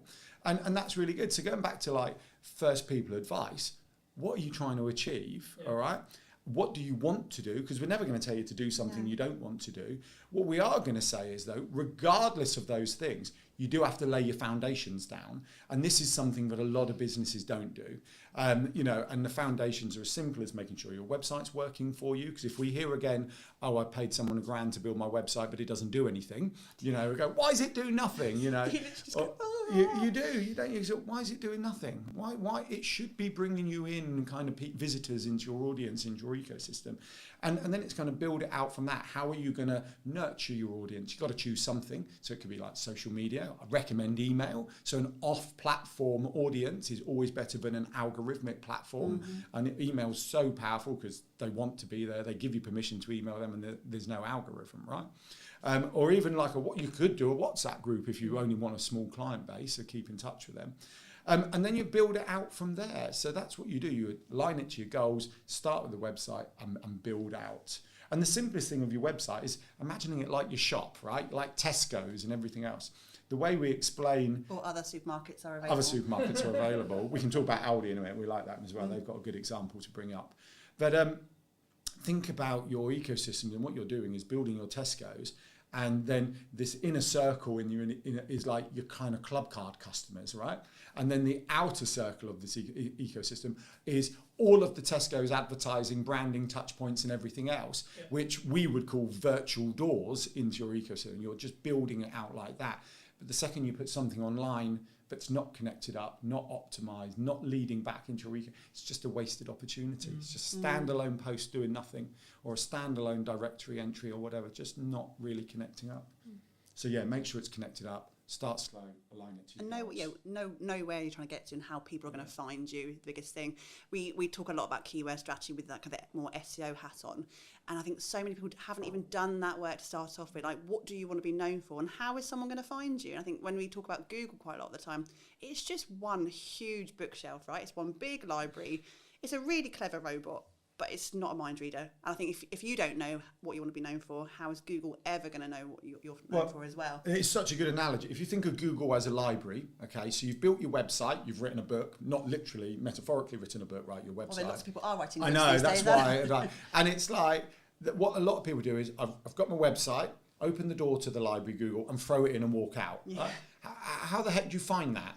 Whereas what you need to do is almost anchor it down within the library, tell Google what space it needs to go on, so then people can find it. And then what happens is this unbelievable thing, Google will show it to people who are looking for it. Wow, like that, it's like, it's there, it's all there. Is that all going to change though?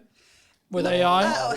We have this conversation a lot, and like AI is changing the world. We know it's changing the world, but at this point right now, it still has to be human led. There's an element of human led there, and to a point where AI completely takes over the world when the robots are, and we're going to be proper War of the Worlds, which could be tomorrow. You never know.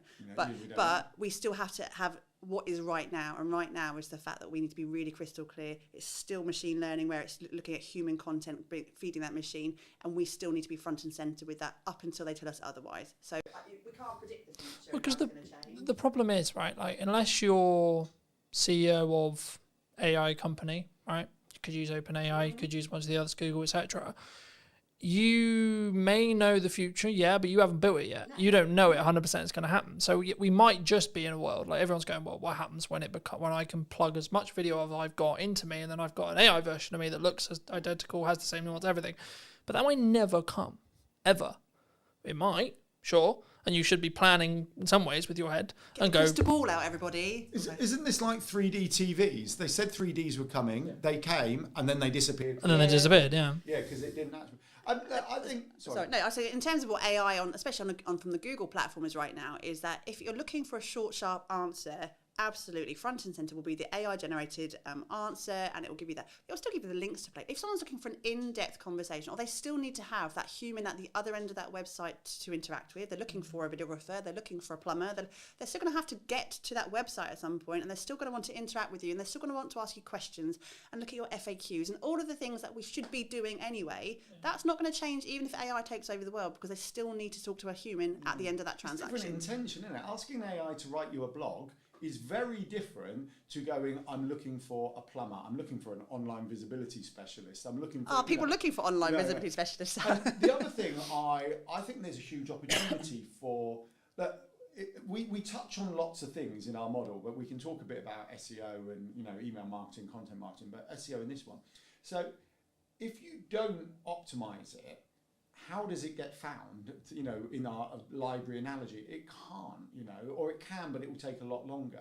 The other thing is, I saw a fascinating post about AI shopping, which, to be honest, I hadn't quite explored until I read this post, and it was like the opportunity for the small businesses from AI shopping, because the AI is using different search terms. So when you go local glasses to me or something like that, rather than it going glasses, it's going best glasses for 2025 in Hampshire and things like that. So it's using broader search terms, which is the world of the small business, because the big businesses own all the short tail keywords. Our small businesses, we want the long tail, because we get a narrower audience who will be more engaged because we're answering their search query. Whereas, supermarket, going back to supermarkets, will be owned by a supermarket, right? So a small supermarket won't own that, but a supermarket specialising in local produce in Hampshire, best in 2025, all of a sudden AI is liking that. So there's a huge opportunity by ensuring you're there for when AI is looking for these answers. Yeah, that AI shopping was new to me. I found it quite interesting. Do you think marketing's too complicated for solo people now? We make it complicated. I think business is complicated. Flipping It's so much bloody noise, isn't it? This is why we started our business, is the fact that it's a really noisy space. And my LinkedIn or Instagram or Facebook or TikTok now is filled to the brim of adverts for marketeers who are telling you what you should be doing, or buy this here. And I don't bloody well know. I don't know. It's too much. And if you are a muggle type person who's not really into marketing, it can feel really overwhelming. It can. I get overwhelmed, and I know what we should be doing. I feel it oppressive is what I've been saying. Yeah. It's like if you're a business owner, a small solopreneur, freelancery type business, I feel that the kind of narrative and noise is like an oppressive cloud of you should be doing this. Yeah. And you've got, people like, I'm trying to think of big business, Alex Hormozy, Gary Vee, the big influencers going, you need to do this. You've got coaches on LinkedIn going, you need to do this. You've got marketeers telling you to do this. Yep. We're telling you to do something. And it's like, which one do you listen to? Because some are similar, some are not. It's like, it is.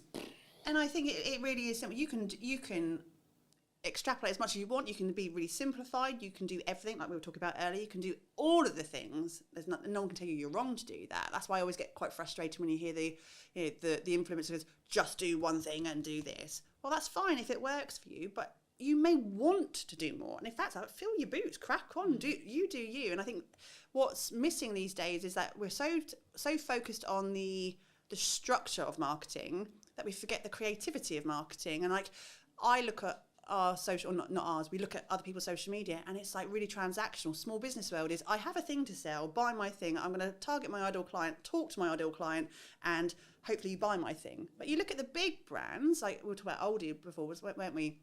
Or any other big, they're so creative and fun and not taking themselves seriously, or just connecting with you on that human level. They don't overthink the fact that they haven't done 5 LinkedIn posts this week and done this over there and sent that email. They don't do that. So we need to actually look at those bigger brands and go, how can we make our life simpler, show up the way we want to show up, and stop worrying about the fact that, TikTok's done this new algorithm change this week, and that's done over there, and that person's telling me to do this, and I should do this. Like, breathe. just breathe and do you. Done's better than perfect any day of the week. Well, that example of the email Exactly son, he got it out ultimately. The message in his email was brilliant. He still got people clicking through in that email. Yes, he could have been shiny with a really profound, opening statement. I got really excited on our email. So we send a weekly newsletter on a Thursday. It's a kind of, we share some thoughts on kind of the business world and what we do with some hints and tips and some other and community news and blah, blah, blah, it goes out. And I started adjusting the subject line, and I noticed the open rate went up by 10%. I'm like, Emily, I've worked out how to increase a 10% open rate. You hadn't. No, I hadn't. And so the next week I followed the same formula. 10% increase, next week 10%, week after 10%, and then week after, same thing, no, back down to normal. So I was like, well, hold on, what's going on here? Look, the 6 weeks that it had gone up with the 6 week summer holidays. So we'd increased the 10%, so the point is the subject line did nothing, but the summer holidays, people were sitting there reading our email who were usually rushing around. And it's like, that's fantastic. But there's me thinking I was really clever, securing the best kind of subject lines ever, taking ours up from about 38 to 48, when the reality was it was just the summer holidays, which is good. I think people, they don't, because sometimes people use it as an excuse, right? I'm slow because it's Christmas. I'm slow because it's the summer. I'm slow because da da da da da. But then I have a conversation with someone, and I'll just use MySpace as an example. So I have a conversation with a videographer. They'll be like, I haven't had any jobs in, things are really slow. Da da da. I was like, okay, but when did you last show your work? When did you last write a blog? When did you last make a YouTube video? When did you make a passion project? So on, so on, so on, so on. And I guess there's a level of a self-accountability that you need to have yourself. So like for me, regardless how busy I am, Brunton Media will be the top paying client in respect to my output, because I know, unfortunately, right or wrong, some clients will still work with me. Other clients will choose to go different ways, go different paths, whatever. So I need to make sure there's a bloodline constantly, refilling that pipeline. And even though now, as the time we record this, I'm basically not looking for any more work to a 25 at all. Not really at all. But grateful place to be. But I still should be having the marketing turned on so that when we hit 26, I'm busy still. Right? It's not going to be magic. It's not going to just appear. And I guess that leads into a question of like, is it just doing those things and building those reps that you like, I'm going to commit to doing video because I love video, I love etc. Or I'm just going to do email, etc. And do we sometimes get dragged away from shiny things? Like, oh, shorts are really strong right now and I need a podcast. And everyone's got a podcast. And then people are doing live streaming and da-da-da-da-da. And that's the conversation we have so often with our clients, especially clients within Digital Circus as well, is that there is no magic bullet, right? There is no, but what you do need to do. There isn't a magic bullet, realistic. I know we've said and we've said human connection. It's doing the bloody work. It's just working hard, right? And like you can we're all adults. Well, majority of us are adults. A lot of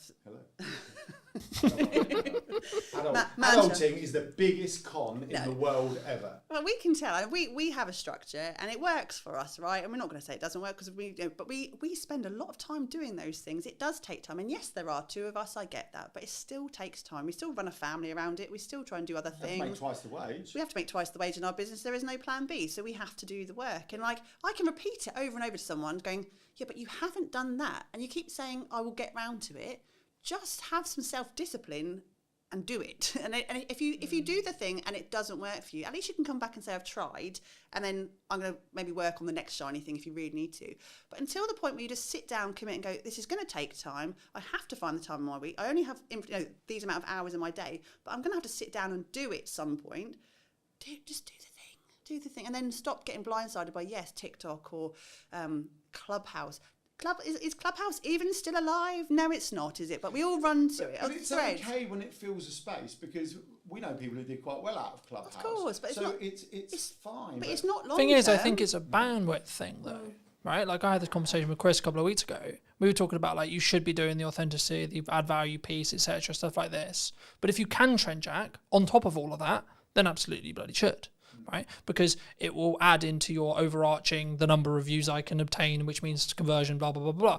But if it's to sacrifice the value add, just can it off, don't do it. Right? Is my view, and it's purely a bandwidth question, and that's why I think you've got to have some level of tough love either from someone else or yourself, which is I think what you were talking about like you've just got to get it done. Right? I don't think.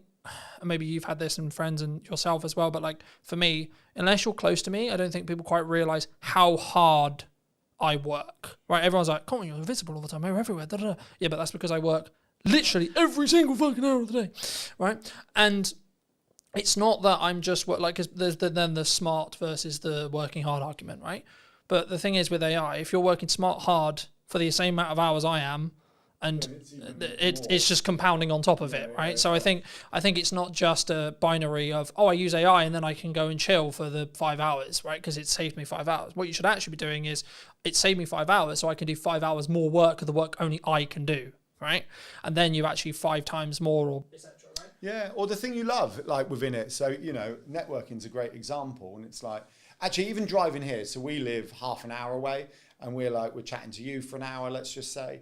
And so that's 2 hours, but that 2 hours doesn't factor in walking, parking, popping, so it's 2.5, it's possibly 3 hours. Yeah. It's actually, if I'm brutally honest, an inefficient use of our day, right? Yeah. Because we've squeezed everything in the school run, but actually we want to do it, we want to do this.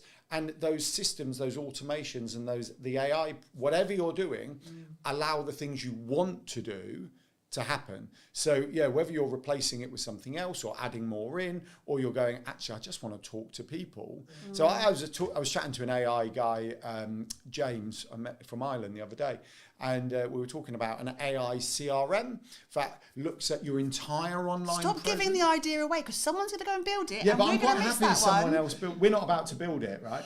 But it was kind of, I don't actually want this, because it does something I don't want. I'd rather do so. But to the extent where it looks at your entire online presence, so it will factor in likes on posts, comments, email open rates, previous stuff, bookings, DMs and everything. And if someone went past a trigger, using AI audio, it could send them a voice DM, because that's our thing, voice notes, and it go, hey there, it's Alan here, blah, blah, blah. Would you love a virtual cuppa? I haven't spoken to you in ages, or would love to get to know you. Here's a link. And as much as I would feel that's not quite cool, what that would actually allow me to do is just focus on the chatting to people rather than working out who to chat to. And I really like that idea. I don't know how happy I would be with it sending a voice AI note, but we've played with it. At least to trigger who you need to go and send a message to. Absolutely. So if someone wants to build that, just give us a shout when you've done it, because we've got other things to do, like go on adventures, take people to Palms Park for the day. We have to talk about some fun stuff at some point. Absolutely. I mean, just quickly on the voice cloning note, like that you can, like now, as of today. We use Riverside we've played with it. It's brilliant. Alan said to me, absolutely clone your voice, I could period. not tell the difference. He played something to me and he said, do I sound all right? Does my microphone sound a bit tinny? And I went, no, it sounds really good. He went, yeah, it's not me. I put a post out on LinkedIn with it. I put a post out. It was, so I got the audio, and then over the top of it, I did a video of me doing like a phone jacker voice going like this, and put it out, and people go, no, it sounds just like you. So I thought it did as well. Scary. So I think, moving back to what we started the conversation on, like we might get to there with video, right? We might, right? But the thing is, then I'll go back to my previous conversation about working smart. Okay, well then technically, if we've all got that ability, I could technically script this entire podcast if I wanted to, or get AI to, and then we could have a 45-minute podcast we weren't even there to do. Now, should we? that then becomes a question, right? Because is the energy going to be different? Yes, AI can mimic us, but the nuance, is it ever going to... we don't know, right? No, and also, in terms of your own sort of self... It exists. Come back to it. It exists. I watched a video this morning on it. But forgetting on the output, it's surely about your own sort of, I don't know, self-gratification of enjoying to do these. As I was going to say, but surely if you enjoy podcasting, you want to surely that's counterintuitive. You wouldn't AI it out if you enjoy doing it. No, but what we're saying is like we can get so far from it, but ultimately, what is the end of it? What's the ROI? You know, the ROI would be, yes, getting some efficient content created, but the ROI also has to be yourself. So businessy. I'm sorry. You said ROI and ideal client I wrote a blog today. that had ROI on it this week, and I kind of felt dirty. Honestly, who even are you? You've changed. It's like, it's what you're trying to get out of your business, and I think something Alan and I have been exploring recently in terms of time and space in your business and what your bigger picture is. Actually, we don't get into business to go, what else can I do to be really efficient today? Like you go unless your goal is, But also you choose your chosen field because of your love of the field, or the fact that you want to be outdoors more, or you want to chat to people, or you want to, whatever that is for you. I don't know what everyone else's sort of end goal is, but for me, I like humans. I really like humans. Well, some humans, not all humans, won't they? But I want to. No, we like chatting. I think in a world where I could not chat to another human being again, I'd be really, really flipping lonely, and I don't want that. So yeah, AI might be efficient, but I'm still going to want these kind of interactions. Yeah, but that's for me. That right? Hold on. AI video. So I watched a Casey Neistat on YouTube this morning. I think it only came out last night or this morning. And there's a new TikTok. I think it's called Saru or Sura or something like that, by OpenAI. When you start it up, you scan your face like this, and then you go video of me, 1930s James Bond style thing, and then you get an AI video of you. And he did a whole video of it, and he was talking about it's cool, but it's slop, and he explained why. And he said I'm not anti it actually, but so go and watch that. That's worthwhile. So it does exist. Whether it exists for 1 hour long form, I don't know, but that'd be interesting to see. It's how you take that and use it, isn't it? It's like if you're taking the piss out of yourself, absolutely. That's a great example of being able to use that kind of filterage type thing. We've had filters on your phones for bloody years. It's just not using that as gold for your business, and that's not expecting that's going to be the magic bullet. I think there was also, there's lots of trends that me and James talked about for ages. James Gale, whose space we're sat in, but like for me, we talk about like there's a monkey vlogging and like stupid shit like that. There's this is actually really creative, and this is actually part of the creativity process, right? Yeah. And that doesn't take away from like me AI and myself. And I think actually, are we ever going to get to a world where we're completely AI? Probably not. I don't think society will accept it, to be honest. Are we going to be? Will we have the tech to do it? Sure, probably, yeah. I just feel like we're going to be, you know that Disney film WALL-E, when actually they're in a spaceship, there's big fat blimps just going around because they haven't. That's how I feel. We're probably never going to get to, but maybe our kids can tell us. We won't know. What's the other thing I was going to say? You're not the interviewer, by the way. No, I know. It was just following on the points. But the AI thing, I think, is still, it's there for the things that aren't in your zone of genius or you don't want to do. And I think that's no different to outsourcing, right? Mm-hmm. People outsource their social media because they can't get their head around it, don't know what to do, don't know how to do it. Or just have no interest in doing it. Don't have any interest. But they understand they need it for the business, right? Yeah. They want the visibility. They understand that opportunities will come if they're on it. Yeah. But the idea of them doing it is like, no. Especially as, going back to, like, whatever your goal is probably the most important thing, with your why and everything else. And if you've got, Emily mentioned forest bathing, we've got a client who's a forest bathing instructor. She wants to go forest bathing, right? That's what she wants to do. She wants to take people forest bathing. Does she want to sit there doing short form, blog, SEO? Probably not. No. So why would you not utilise what is about to do it? Now, we always say to a certain extent you should still input, because actually if you truly outsource your social media, it's never going to be you. It's never going to be you, right? It's really difficult to get it right. And actually AI would probably be more you than outsourcing it to an individual, right? A human being, which is... Especially if you become skilled at training AI, right? Which is the important element, right? Yeah. A lot of commonalities is people open ChatGPT, Perplexity, Gemini, whatever you're using, and go, write me a social media post for X business, right? And then they're like, why does it sound robotic? Why does it sound weird? Because what they're not doing is saying, here's stuff I've written, here's what I've said, here's my terminology, here's the words I use, here's the word I don't use, etc. And then once you do that, it's like, well, it actually will be pretty close. And then you should tweak it, and you should read it, and you should adapt it, right? And you mentioned Gary Vee earlier. He still writes 95% of his posts, right? Now right? So yes, he's a big influencer, he has lots of team, but if he's capable of doing it, what's really your excuse for not doing it? Like, really? Yeah. And this is exactly it. He's like probably the most hard-working person on the planet. I don't think he ever sleeps, does he, at Gary Vee? He never does. Don't know. But it's like, do you live with him? No, I'm close to one. With the energy level, thank you very much. I don't even know what my point was. Oh no, it's like, yeah, there is no excuse. And if you want it bad enough, you bloody well just do it. Thing is, I think he does, because he talks about sleep all the time. He says, I get 8 hours, but that doesn't matter. The 16 hours I'm awake is what matters. That's what is mattering with it, right? exactly. His output within the 16 hours is so efficient and so well done that he can outperform. And he's also been doing it a billion years, right? There is that other point, right? If we're going to talk about social media for a second, and you know, okay, so I'm one of the believers that volume is key. Actually, I'm okay with vanity metrics. I think they're an indicator. So if you've got one like and you've got 1,000 likes, I think it's fair to say that there's a potential that your 1,000 like account may bring you in more kind of inquiries. Could, right? Probably could. Depends on how engaged that one person is. I know, because someone will prove me wrong. You are right. But if you were taking a broad generalization, you would say if I'm hitting 100k like I am right now, roughly every month, and someone's hitting 10k, I'm probably going to have more inquiries, probably going to have more people talking about my brand and my business and me than someone who's 20 or 30k. I think that's fair to say. What was my point? But I think one of the challenges, especially if we're going back to small business owners, solopreneurs, is the long post, right? A lot of posts are long, whereas going back to Gary Vee, lots of his are extremely short, and they're a repurposed piece of content. They're not fresh content. They're a video he did 5 years ago that, whether he's got AI editing it or he's got an editor editing it, he's bringing back out, he's repackaging and everything else. And we shared some online visibility Christmas tips in a newsletter, just to help people get their heads around it. And it sounds unbelievably crazy, but coming up with some optimized content, so content that will appear when people are looking for an answer, that could be around something Christmassy, will work for you on your socials, on your newsletter, and in the kind of search engine results every single year.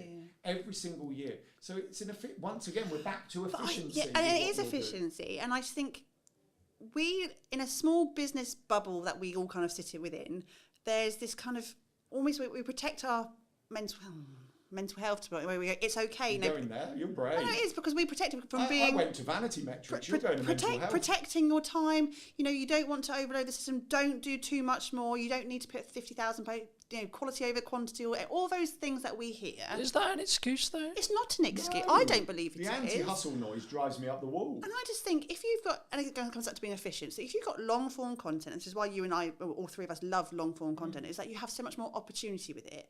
If you've put it through, I don't know, Riverside or whatever, and you've got yourself 50 clips, why would you not put all those 50 clips out? So hold on, let's break that down, right? You do one video, okay? So you film an hour-long conversation, you put it on YouTube, gets 10 views, okay? Fine.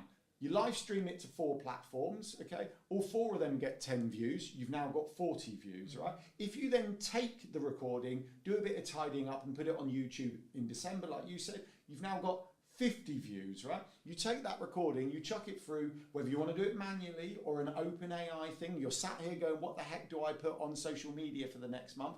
And let's say you come up with 10 shorts that all have 10 views again, and 10 views on each of the 3-4 platforms you repurpose it onto, which you can automate.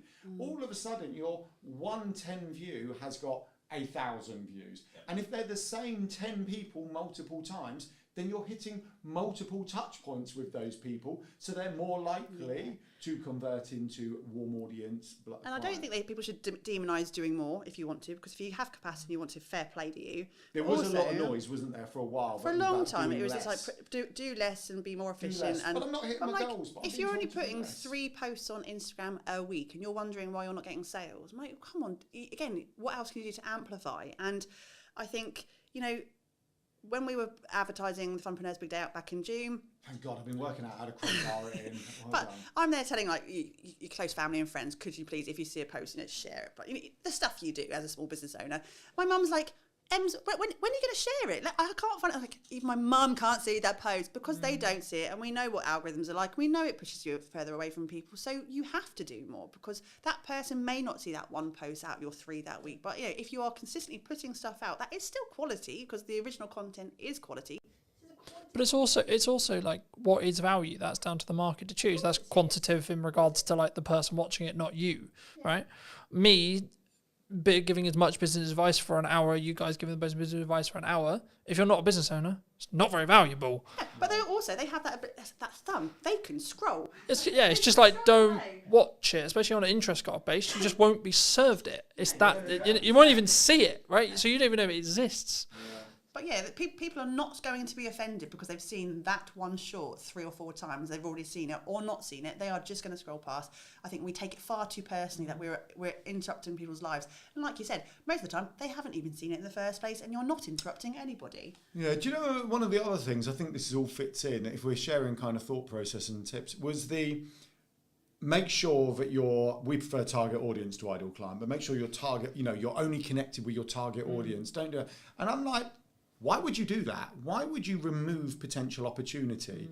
So we don't remove people who aren't in our target audience. We just allow it to build because we want fans of our brand. We want people to know the name Yellow Tuxedo. We want people to talk about it. But then what you get is opportunity. And you said this earlier about people who say, oh, there's no business in December.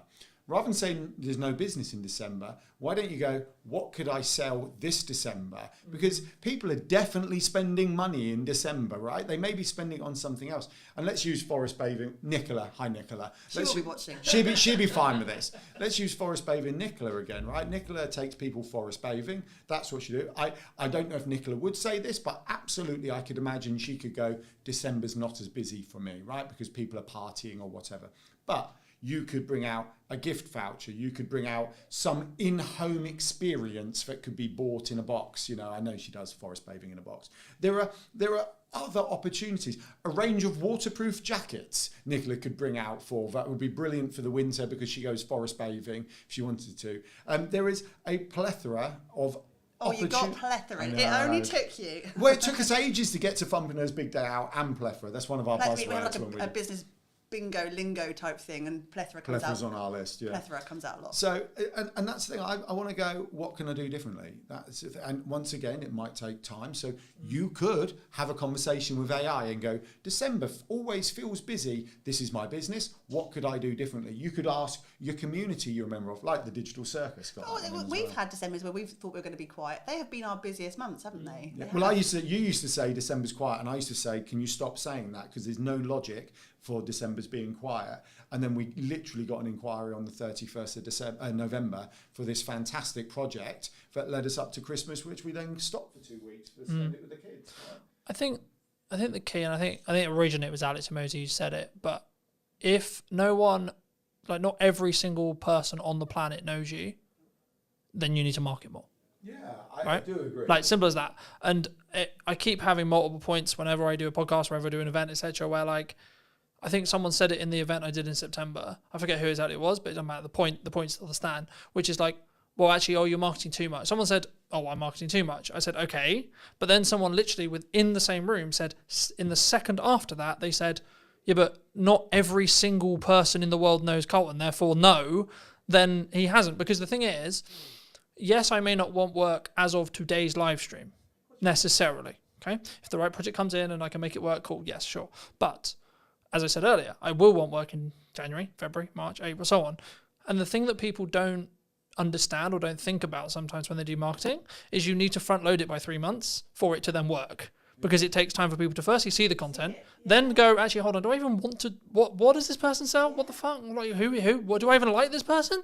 And then once they're there. It takes a long time to go from, It's also some people are, really slow burn. We had a speaking gig 2 years ago now, when we were in Bournemouth, a speaking gig 2 years ago from someone who she'd known us from our previous business, which was in the events industry. That was back in 2012. She'd been following us. She's one of those lurker type people who had never interacted with us, had never liked or commented but we weren't connected on any platforms. But she'd gone, I see everything you're doing. I really want you on my stage. Will you be there? And like, that was a 10-year burn, man. Like, it was a really long, but you can't, work out when those opportunities are going to be. But you could have stopped 2 years. You could have stopped 2 years ago, and it wouldn't have. You won't have, quote, hit the glass ceiling with it. Totally right. Going back to the Alex Hormozy talking about, does everyone in the world know? Look, we have to go, right? We are huge advocates on aligning it to your goal and business on your terms, right? So some people are not going to want everyone in the world to know who they are.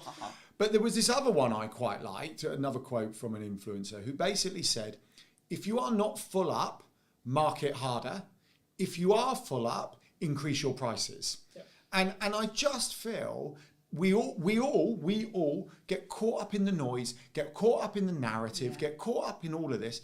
And I think there are some someone once asked us, we were talking about our online visibility model, and they went, how much time a week would you spend in this, doing this? And we went, as much spare time as we have, because that we are putting into our business. Because if we're not doing that, then we should only not be doing that because we're full up, or we're at the capacity we are choosing to be at. And when we're at the capacity we're choosing to be at, then we're going on holiday.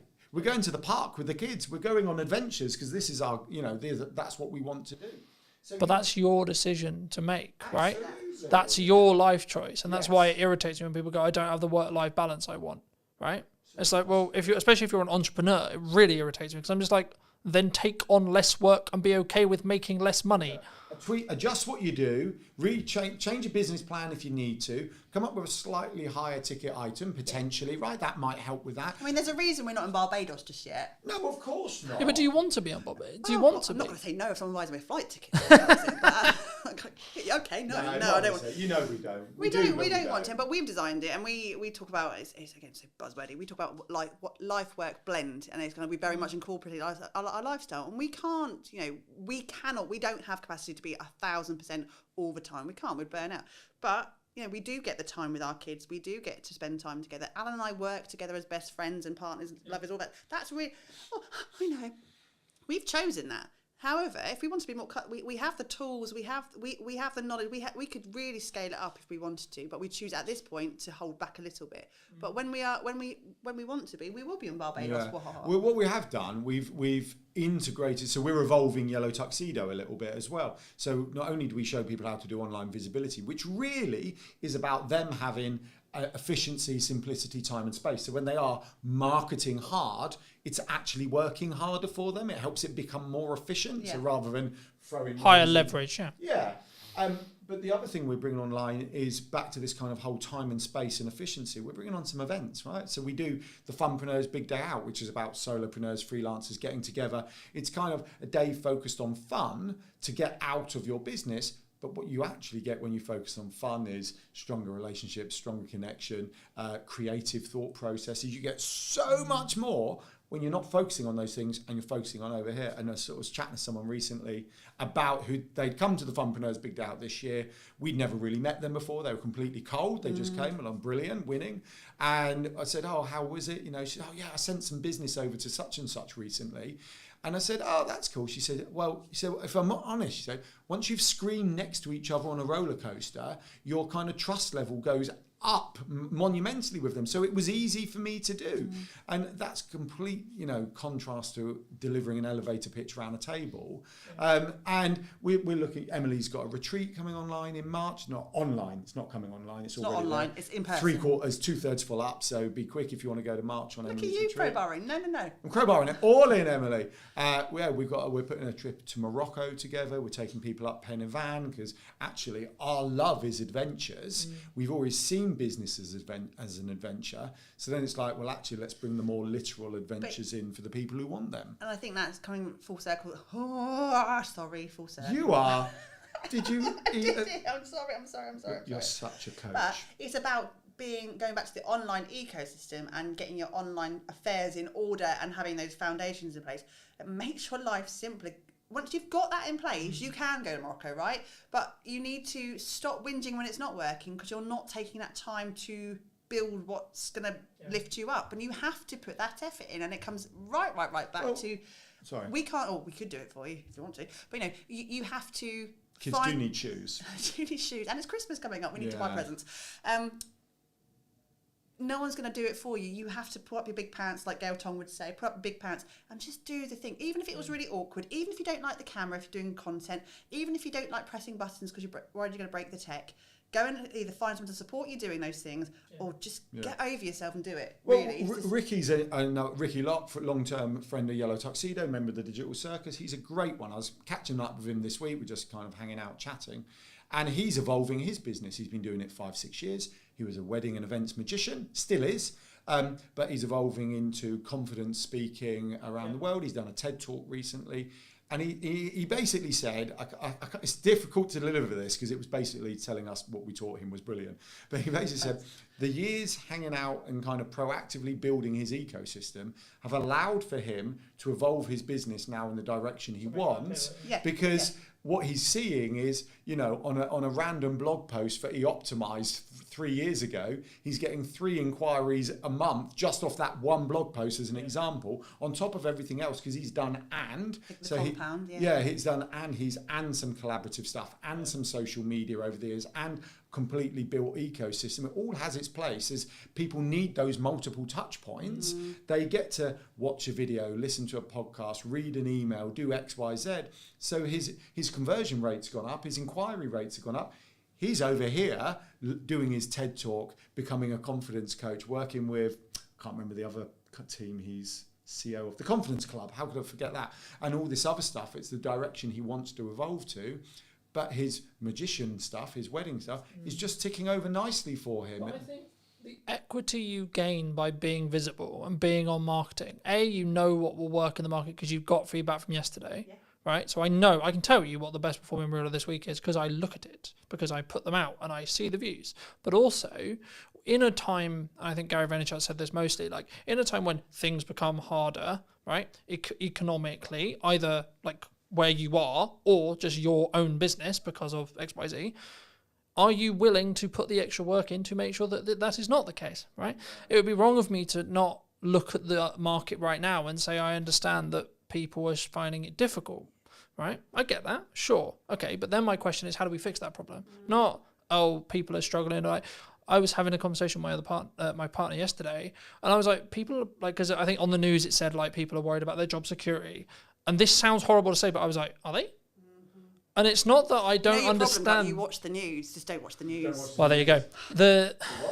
I guess the crux though is I was like, I'm so engrossed in my world and I'm so engrossed with, quote, how well I'm doing and what I've got going on that it kind of took me, I was like, shit, fuck, really? Because I was like, I like empathetically, I'm like, shit, that's really bad. And like, I wouldn't want anyone to feel that way. But like, for me, I'm that then also, if that is you in that position and you are listening to this and that is you in that position, what are you doing as a backup plan? Are you online? Etc. Like, don't talk about, like, if you're at a company and they've made very clear to you, don't talk about the company. Here's an idea, don't talk about the company. Might be a good idea. But you have a load of other stuff that you can talk about. And that was going to be my next question, which is like, how do we weave that line of talking about personal, talking about the person, right? Colton, Emily, Alan, etc. And then the business. Yeah. And it's still being, quote, authentic. Buzzword. Bleh. I don't like authentic. I don't, because I just kind of think if you're not being authentic, surely you are surely you're just being you, right? So if you're having to say that you're being authentic, you're not being authentic. I'm being my authentic self. Okay, right. So I'm going to be devil's advocate here. So let's be honest. Some people don't find everything simple and easy, right? Clearly, we are happy being ourselves, sitting around the table, chatting, right? Fine. Others may not find that. But what happens with all these things is, like the anti-hustle culture, like the be authentic thing, they all have their place for the right people. Yeah. But I was speaking to someone the other day, and she was like, what's she into? I've forgotten. She was really interesting, actually. So she's a nutritionist. No, Alan does more one-to-ones than I do. I know, I just love chatting. So she's a nutritionist, and she went, well, I was going to be like a perimenopausal, I can't remember whether she said coach, but for the sake of this, I'll just say coach, right? Help me with it. But she said there was so much noise about perimenopause at the time, but I've got to be very careful here, right? But she said, You're very brave mentioning that. No, I know, I'm so nervous. But she said, I didn't want to do it. And I find that in this world, that there's peaks and troughs of noise. And for the vast majority of us, the answer is, just crack on, be yourself, be a bit more efficient, make some more noise, right? Be a bit more visible. Well, lean in and then do it longer, I would say. If truly, like, so I want to talk about marketing, I want to talk about video, I want to talk about doing, okay, I'm doing it for 10 years. That's my sprint. My sprint is 10 years. Let's see if you can keep up, right? There's lots of other people who are doing it, sure. But have you been doing it as long as I have?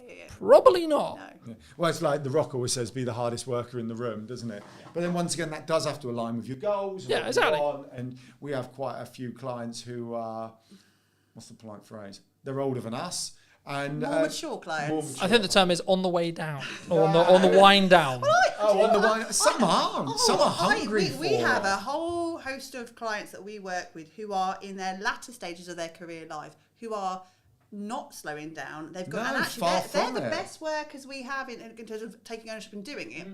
They've been through the career ladder. They've done things. They've maybe changed complete direction. They've maybe got to their They understand working hard. They understand well. work ethic. It's an amazing thing to have because they've done that their entire lives. And then it's not like that final sprint to retirement or not retirement, because loads of people don't even want to retire.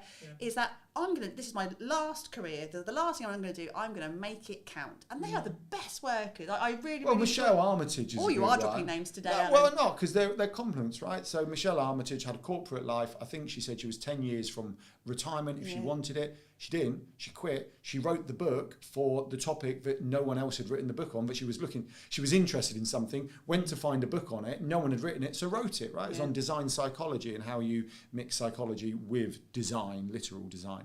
And so she wrote the book, and now she talks about that. She's bringing that into business. But I love that. She could have just done that last 10 years, but went, no, I want more out of my life than this. And I respect that. So. We going back to your question about sort of bringing that person into the business, I think a lot of us spend too much time comparing ourselves to what other people in our industries are doing and what we should be doing, and then that whole transactional thing comes back out to it. Like, I don't know if anyone's seen any of our social media reads, and if you're watching live, some of you who are watching us would probably know this. Hello? The conversation about the bears. The bears, right? And this is a great example. I don't know if, Carlton, you've seen our video on bears. I'll be honest, I haven't. Okay, so I'm now going to go and watch the conversation about bears. So we had one in the summer, one of those giant Costco teddy bears. You know, they're like the massive ones, bigger than Alan. And I was like, oh, crap. Thank you very much. Well, Joseph won one at a fair. Our youngest child won one at a fair. And then we went to another fair about a month ago, and our middle child was a bit upset, and he accidentally won. I think they felt sorry for him and gave him another giant bear. So we have two of these damn massive things, and we haven't got the biggest house. We're not in a mansion. We're not in Barbados yet. We've already said that. And then a couple of weeks ago, another giant bear anonymously arrived on our doorstep. Just someone brought, and we were like, what the fuck? What are we going to do with these massive things? And that became, again, it was a light-hearted bit of banter. It became a bit of content on there because it wasn't about online visibility. It wasn't about digital marketing or social media. We just put some posts out about the bear. And then what we couldn't have accounted for after that was the conversation from people outwardly who were watching our stuff, sending us bears in the post. We have had mini bears put, we've had Care Bears through the post, we've had people, and the conversation and content that came on, it's been hilarious. That's nothing to do with what we do, but they're getting to know us. They're looking at our tone and our fact that we don't take ourselves too seriously, and the fact that we are just human beings. And also, it was content gold. We did a reel in the end of us beating up the bears. Adam actually put his shoulder. I still have a bad shoulder. He's got a bad shoulder. He kind of threw it on the floor and kind of rammed it and hurt his shoulder. Approaching 50 and doing a big elbow on a cuddly bear on the floor is not a good idea. But we didn't go, do we have permission to do that kind of content? Does it fit with our content strategy? How are we going to tie it into some sort of really convoluted business message? I should have stood up and gone, join the digital circus. But I think... Because some business people would have said that. They would have seen that and they would have gone, what's the ROI on that? That's it. And that's what pisses me off. And for those who don't know, it's return on investment, right? But like... It really pisses me off when people do that, Every single post in their head, in that person's head. What's the business learning? What's the business ROI? What's the business ROI? And they'll put and I'll see a post that's different on LinkedIn, in particular with this, and I get really excited because I can start to see someone just being a little bit more confident to go, I'm just going to share this today, and then I read the entire post and go, oh, there it is. There it is at the bottom. I'm like, you didn't have to do that. Do you know the challenge is, we've always talked about this, the challenge with a black and white marketing strategy. And I understand, it's a bit like the law, right? When you're kind of doing, the law has to be black and white. But, it's that classic, but I was doing 34 in the 30, but you're doing 4 miles per hour over. Like, no, I know it was, but it was clear, it was open, surely, no, you're over, right? There has to be a line, right? And marketing is very much like that. There has to be a line. You have to look at the statistics. But sometimes what's ignored is we're all humans, right? When you're telling your story, it's not about you. If you are sharing something that you've been through or you're going through, it's self-indulgent unless you're doing it for the people you're speaking to. You work with, I would say, a lot of thought experts, a lot of people who have a story to tell. Why do you think so many people struggle to A, tell their story, or B, actually help that story connect to an audience? Because people don't value their own stories. The number of people that say to me, but I don't have a story, who'd be interested in my story? What do you think is specifically missing in marketing today? What's missing in marketing today? I don't know, I was thinking about this, and maybe there's an element of trust, I think. I think, of course, we don't know, AI changes every day, etc. But I think as it stands right now, the time of broadcast, the time of recording, I don't think it will ever replace a human in the concept of strategy, strategic thinking, etc. Hello, my friends. Welcome to a brand new episode of What is Missing in Marketing Today. Hope you're well. And today we're going to be talking to Jackie. And Jackie helps people with, I guess, is it more speaking confidence, and is it like actually understanding like how to get a story? Just to start there. Yeah, it's all about that. But before we get into, I mean, obviously speaking and I think content as well, I mean, what do you think is specifically missing in marketing today? Well, firstly, I have to say I'm not a marketing expert, but I help people apparently market themselves effectively with their voices.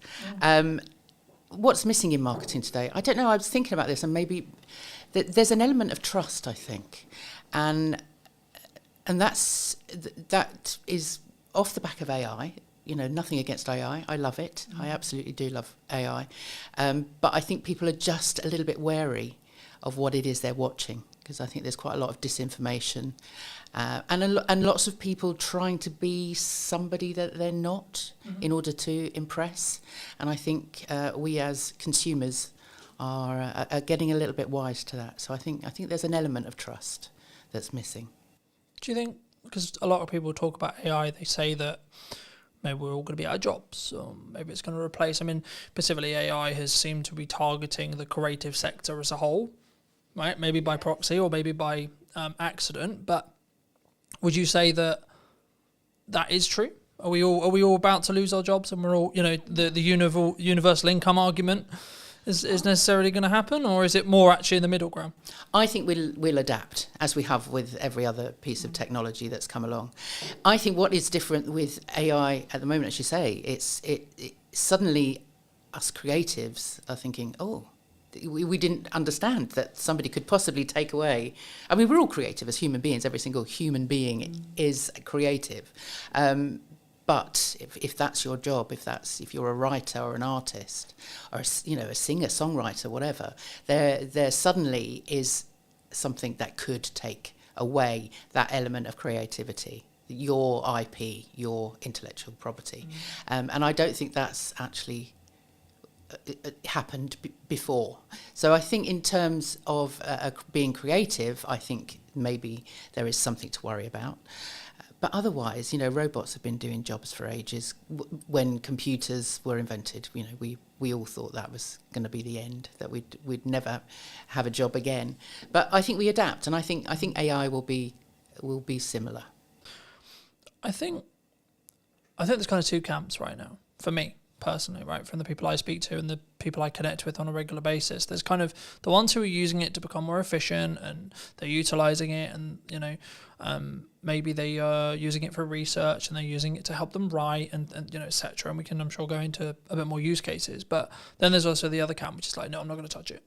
And my worry with those people is I have a feeling they might, because they're not in using it and they don't understand it, and they're not even at least playing with it, their concern, well, my concern for them would be they might get left behind, right? And they might be in a position where actually maybe they're missing opportunities because they could be more efficient with AI, but also actually their idea of what is a job, so their idea of a camera operator, their idea of an editor, etc., might cease to be as valuable to a client or a market, an end consumer, because they haven't understood that AI can actually replace certain elements of that.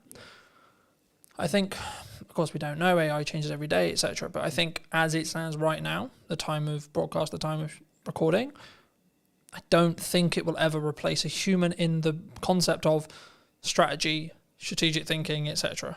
From what we've seen, right?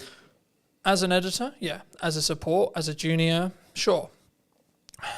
would it? I mean, there's a lot of conversation in the video space about, am I ever going to be able to put the hours of material I have of me talking on camera into an AI, and then it will be able to basically give me this infinite feed of me, then it will look and sound and have the same mannerisms and etc. And actually, should we have that?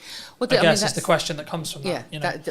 that is the point, isn't it? That there is that element of trust. Is what you're watching actually in real time? Is that actually the human being that's thinking on the spot in that moment? I mean, those are the things that we won't know as consumers. That then you kind of end up feeling duped somehow.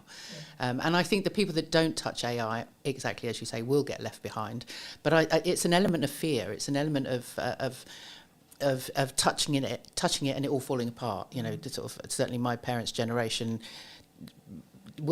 took ages to get into the computer world because they suddenly thought, well, if they press a button, they'll lose everything. And I think it's similar with AI, because people aren't going in and just experimenting and exploring and seeing what it can do, that actually they're frightened of breaking it, so they don't try. Do you think there's also kind of this is the way I've worked for years, this is the way I am, this is the way I've done it? You know, I've been hired as a camera op for years, I've been hired as an editor for years, so no, that couldn't, you know, I mean, is it a level of pride, I think, or level of like, oh no, this couldn't be replacing me, you know? Well, yeah, I'm sure there is a level of that as well, but I think it's people are frightened of change, you know, and especially if there are people out there that have been in the same, doing the same job day in, day out for years, and it's kept them safe and it's kept them in their comfort zone and, you know, family fed and all of that. If suddenly something is threatening that, then that's when people kind of, there's a fear around it, and then they would rather fight it than actually understand it. You work with, I would say, a lot of thought experts, a lot of people who have maybe experience or a story to tell, perhaps. I mean, why do you think so many people struggle to, A, tell their story, or B, actually help that story connect to an audience, would you say? Because people don't value their own stories. They don't. The number of people that say to me, "But I don't have a story. Who'd be interested in my story?" But the part of my job that I absolutely love is going, okay, well, let's see. Let's start unpicking what it is that makes you you. And once you start getting underneath what they think they should be, that you suddenly then find these amazing stories.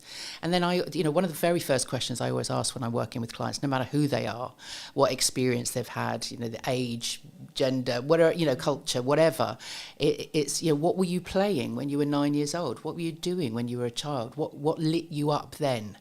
And usually I find that whatever that is that they were playing in the playground, you know, whatever they, you know, for me it was grabbing everybody, right, we're going to put on a play, let's, you know, and I'd write it and direct it and star in it, obviously. And then we'd play it, perform it to the class at the end of the week. So that was what I was doing, and that I can see that progression in me from that moment. And I think everybody has an element of that, no matter what they're doing, even if it is a sort of a day in, day out kind of job that they've done forever. There's a reason that they get up in the morning. And usually, especially with thought leaders, thought experts, subject experts, they are expert in that area because there's something in there that lights them up. There's something in there that they're passionate about. And you can follow that story. But they don't value it until they speak it out loud to someone like me, that I can then go, now that's interesting, and I can see that I can then join the dots, and you know and then I start drawing out the stories, and so then when they get in front of an audience and start sharing their story, they can relate it back directly to what it is that they're doing, and why it's important to the people that they're speaking to. Do you think? Because a lot of the conversation I have, especially with like accountants, lawyers, etc., right, quite dry businesses perhaps, they go, well, yeah, but my day-to-day and my story is really boring.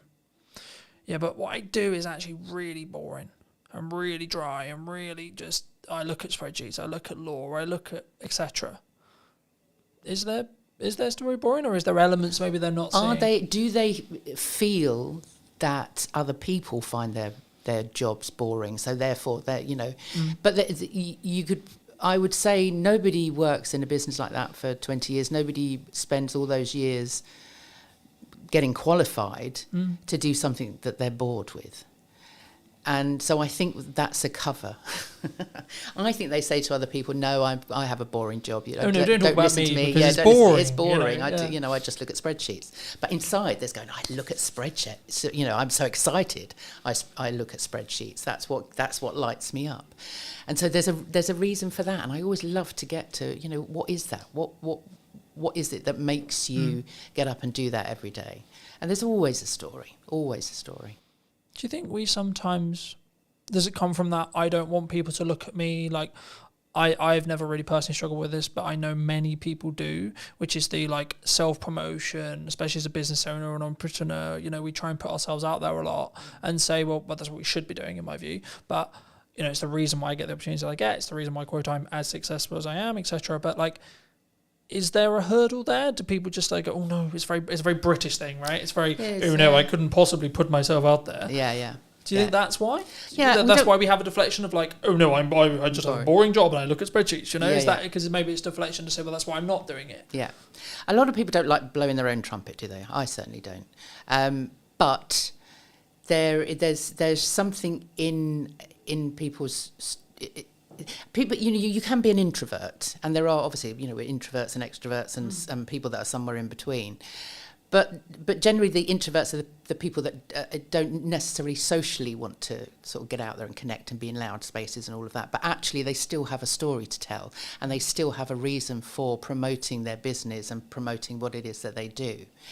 So I think it's not so much about them sort of getting out of their comfort zone, but just taking baby steps. What is it that they can do that will just take them a little bit further forward?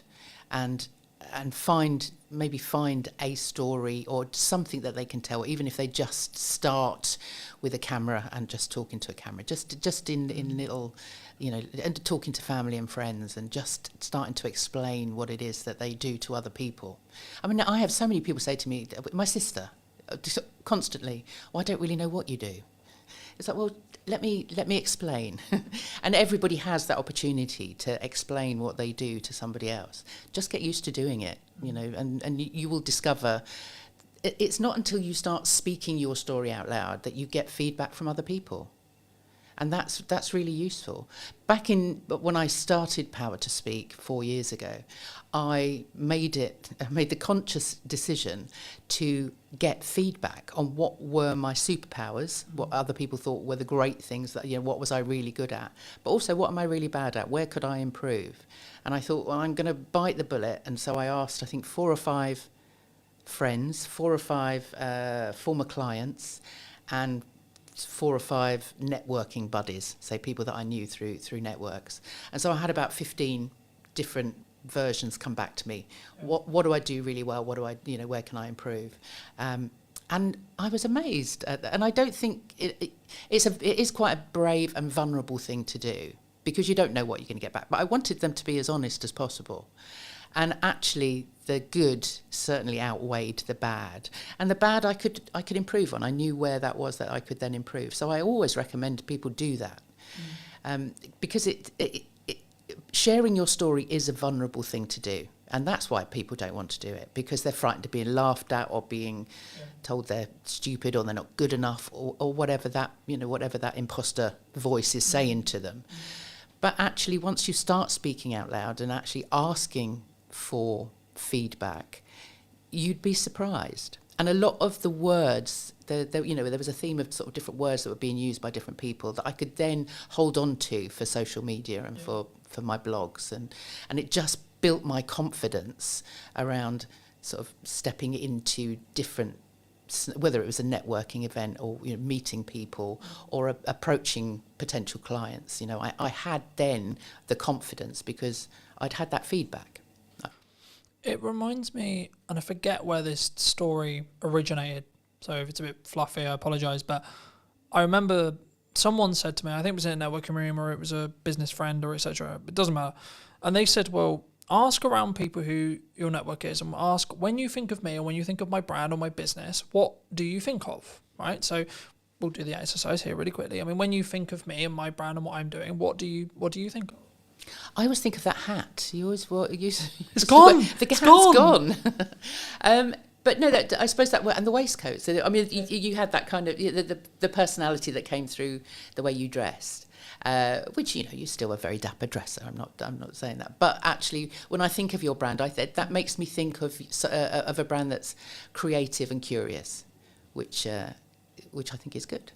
And I think the reason why I asked you is I didn't necessarily want to put words in your mouth, but I think that's a key example of like how I've positioned a lot of what I do and how I do it to imply what I am, right? And what I feel like, and hopefully it will then, if you did choose to work with us, you did choose to trust us to do some marketing or trust us to do some filmmaking or etc., then you would understand that it would be to a level, to a standard, etc. In the same way, if we flip the table, if I come to you, I'm going to think, okay, well, Jackie's going to go deeper into my story than maybe I would have done, because she isn't going to have the hookups that maybe someone would have, right? Speaking personally, or anyone listening, they might have, but I can't talk about that because maybe that's a bit too raw, or that's a bit too much, or maybe I'm oversharing.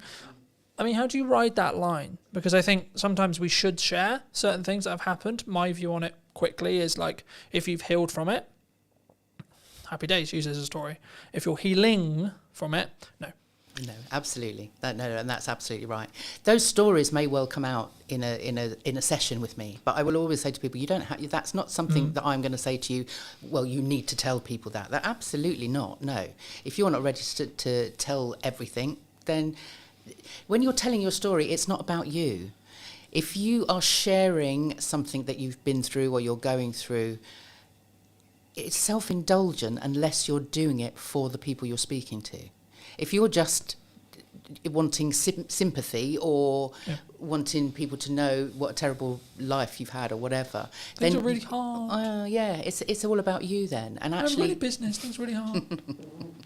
And but what you need to, that's fine and relevant if it's relevant to your audience, because if it's not relevant to your audience, they'll switch off. Well, you could tell the same story. So, this is how I overcame being, I've discussed it in podcasts before. I've discussed it saying, 24 was really challenging and really difficult. Okay, but here's actually what I was doing wrong with marketing. Here's actually what I was doing wrong with networking. Here's actually what I was doing wrong.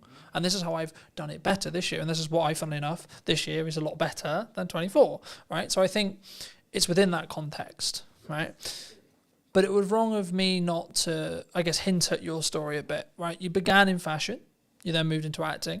And then you help people, shape their voice, understand their voice. Would that be fair to say? Yeah.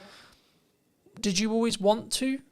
Have you, the question that comes from that is, in your current career path, is it where you expected it to be when you were maybe acting or in fashion specifically? Is that like, you go, okay, well, this is the path I'm going to go on and this is where I'm going to end up? And if so, how did you sort of get to where you are now? Yeah, does anybody actually end up where they think they're going to end up? When as I said, when I was 9 years old in the playground, I was writing, directing, acting, literally producing. I was doing all of that. And then when I got through my teenage years and went through grammar school and O-levels, as they were back then, and I went to my careers teacher and she said to me, what do you want to do? And I said, well, I want to be an actor. And she sort of head tilted to one side and went, I don't think so. She said, do you go to the theatre? And I was like, well, no, not very often. I lived in North London. I wasn't anywhere sort of near that sort of places, those sort of places. And I wasn't doing a lot of drama. I was doing sort of bits and pieces at school.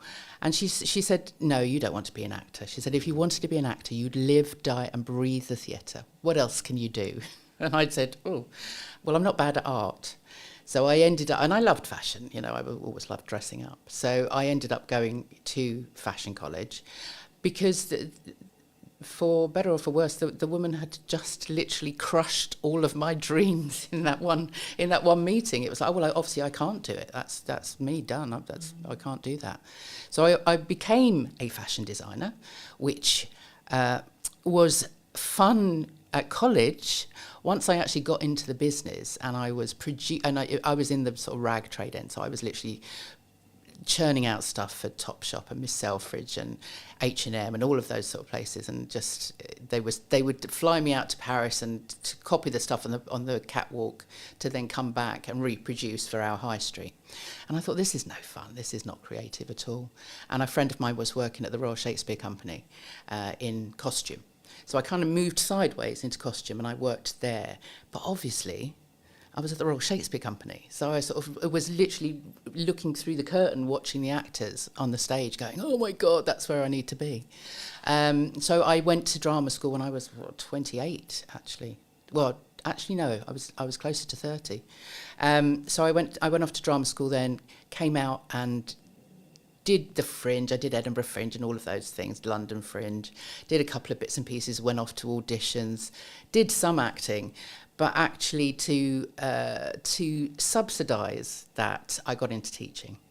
And so I was then teaching kids drama and doing Lambda exams and all of this stuff. So I never taught drama in a school, but I was acting coaching, basically. I was running little clubs and things like that.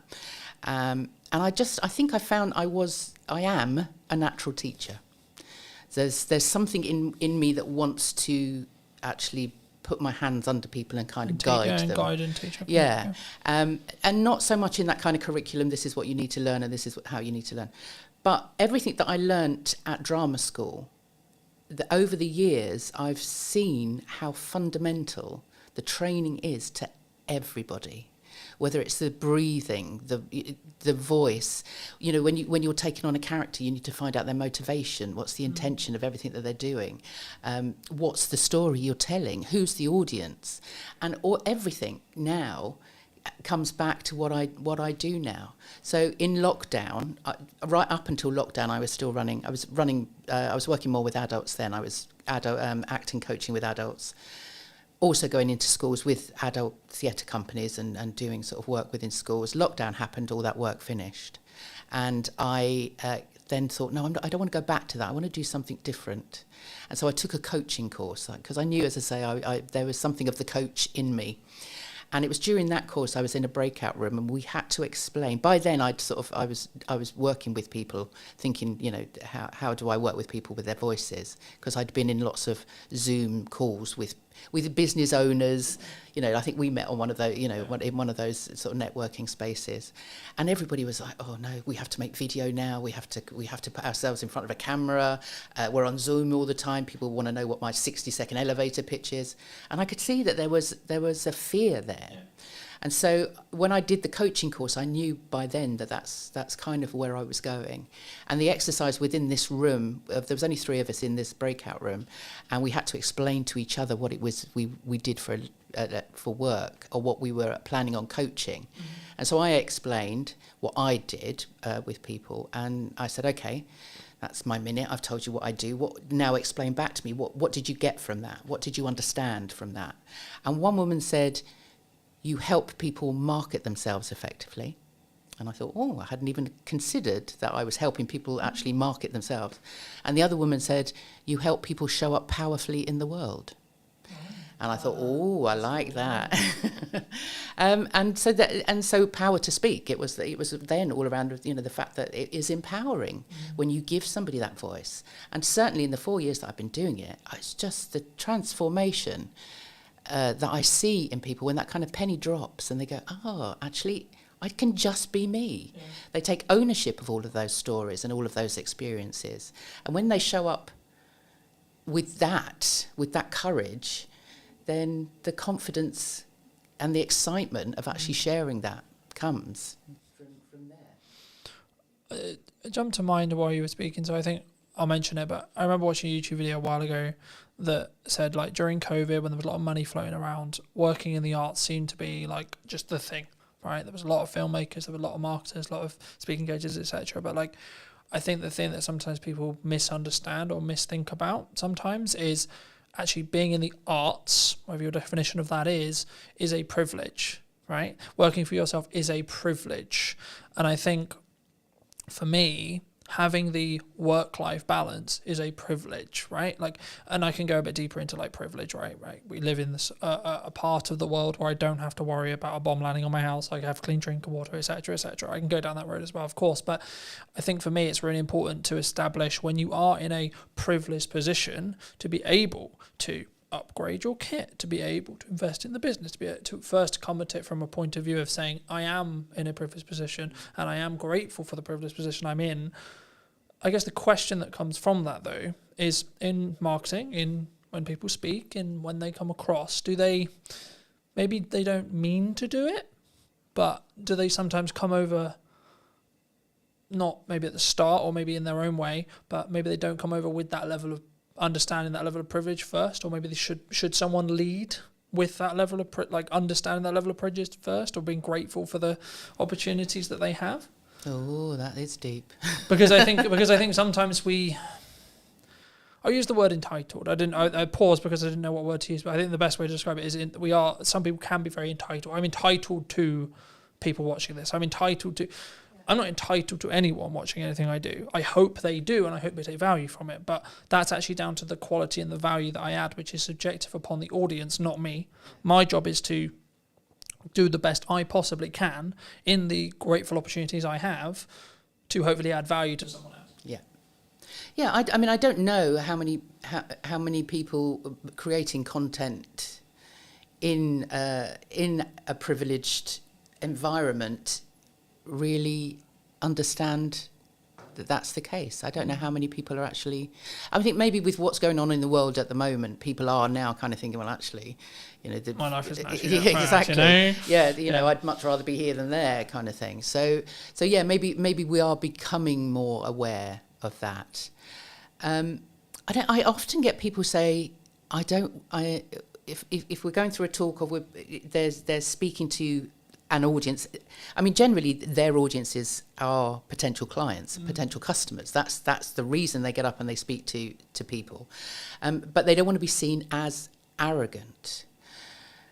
But what I say is, it's more as long as you're confident, you're doing it. What you're speaking about is, like you were saying earlier, people don't like to blow their own trumpets. They don't like to sort of say, look at this. But actually, in some cases, you need to have that. I don't want to say arrogance. Arrogance isn't the right word. I think it's belief. But it is a belief, yeah. But it's arrogance with humility. Has this kind of it's the confidence to know that what you're sharing is of benefit, is of value. To know that the experiences that you've had and the accolades, awards, whatever it is that you're sharing, it's not. You're not showing off. You're actually saying, look, this makes me credible. This means to get myself to the. I am running a 5-day. I have done for the last 2-3 years now a 5-day acting course for stunt performers. Okay. So stunt trainees, people that want to get onto the British Stunt Register, and actually. On day one, they come in and they're very, very nervous, as they would be, because they don't want to be actors. They want to throw themselves off buildings and get into fights with superheroes. That's kind of why they want to do it. But they have to act. They're on set. They have to be able to act. So on day one, on the Monday, they come in and they're very, very nervous. They're like, oh, but these guys are athletes. Guys and girls, they've been through the Olympics. They've done, these are like proper gold medalists. Some of them in all sorts, gymnastics, horse riding, all of that stuff. But ask them to speak and tell you what they've done, they don't want to do it. So on the Monday morning, it's like, it's like, hold on a minute. On Friday, I'm going to get in a stunt coordinator to talk to you on a Friday afternoon. By Friday, you need to have your 60-second elevator pitch. If you got in a lift with Steven Spielberg, what are you going to tell him that's going to make him want to work with you? So through the week, so by the Wednesday, they have to do it again. By the Wednesday, they're now speaking their stories out loud. So we're now finding out that they are, gold medal. One guy had been training with Tom Daley for the last 7 years. Got to the Olympics. Yeah, gold medal, parkour, European champions, all of this. And as soon as they speak that out loud, they get the reaction from the rest of the group going, wow, Oh my that's God, amazing. that's Didn't know amazing, that on yeah. Monday. Yeah. And so by Friday, they've now taken on all of this feedback, and they've seen people kind of go, oh, lean in and listen. They want, the people want to know more, and so it's not arrogance. We always say to them, name drop. Don't name. If you've just worked on Tom Cruise's film, don't go into a pub and start mouthing off about how great you are and you've worked with Tom Cruise. That's not the right place to do it. But if you're in a lift with Steven Spielberg and you've just worked with Tom Cruise, that's going to impress him. Not like, oh, aren't you great? But actually, I can trust you, because if you've worked I think they'll with that, see them as a colleague. Then it's that quick. yeah. Can I see you as a colleague, or are you just a person? Yes. Right. Yes. Yeah. But it also is that credibility. If you've worked on a certain amount of films, and it goes any business, if you can prove or if you can mention a name that somebody else knows, then they can ask that person how you are to work with. They know that you've turned up for that job on time, whatever, all of that reliability. So don't be frightened to blow your own trumpet, because it really does aid your credibility and your trust and all of those things that you need to build with your potential customers and clients. You obviously work with people, I guess, in a more public setting, right? When they tell their stories, they're more, I imagine, correct me if I'm wrong, but I imagine they're mostly in front of rooms. They're maybe having it filmed, or they're doing a virtual equivalent, right? So they're speaking to a group of people. Is there crossover between like speaking in front of a room and delivery and creating content? It's all content, isn't it? I mean, it whatever you write. I mean, this is the other thing with the process that I go through with my clients, is that it might be that they'll come to me because they've got a 15-minute talk that they're giving in a room somewhere, or on a conference stage or whatever, and it might be about personal branding. It might be about software design. Whatever it might be. But we'll still go through that process. I'll still ask them what they do when they were 9 years old, and every story that comes out is relevant. And even if it sort of gets thrown over the shoulder and like, we won't use that yet, they've owned it. Once it's they've said it out loud to me and I've written it down on a piece of paper. It's there in black and white. You've owned this story now. This is yours. And so by the end of the process, they might only have 15 minutes for that particular presentation, but they've done all of that work. That means that they can then create content from it. Yeah. So then they've got a blog, they've got a story to tell, they can get on video and make some videos, they can do a Zoom webinar or whatever. They now have all of that content. So there is a crossover. I think there's a way of using both.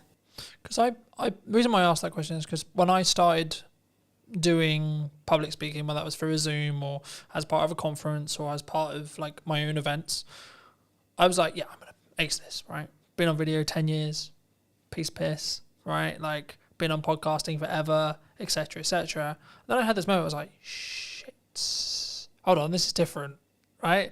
This is not the same. This is like real people, and they have real reactions, and they like, if a joke doesn't land, I will have the feedback instantly.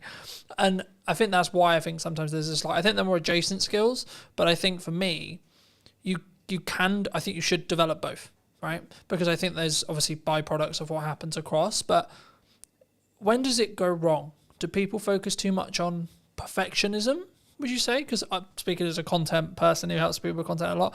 Everyone's like, I'm not going to do that. I'm only going to overthink it.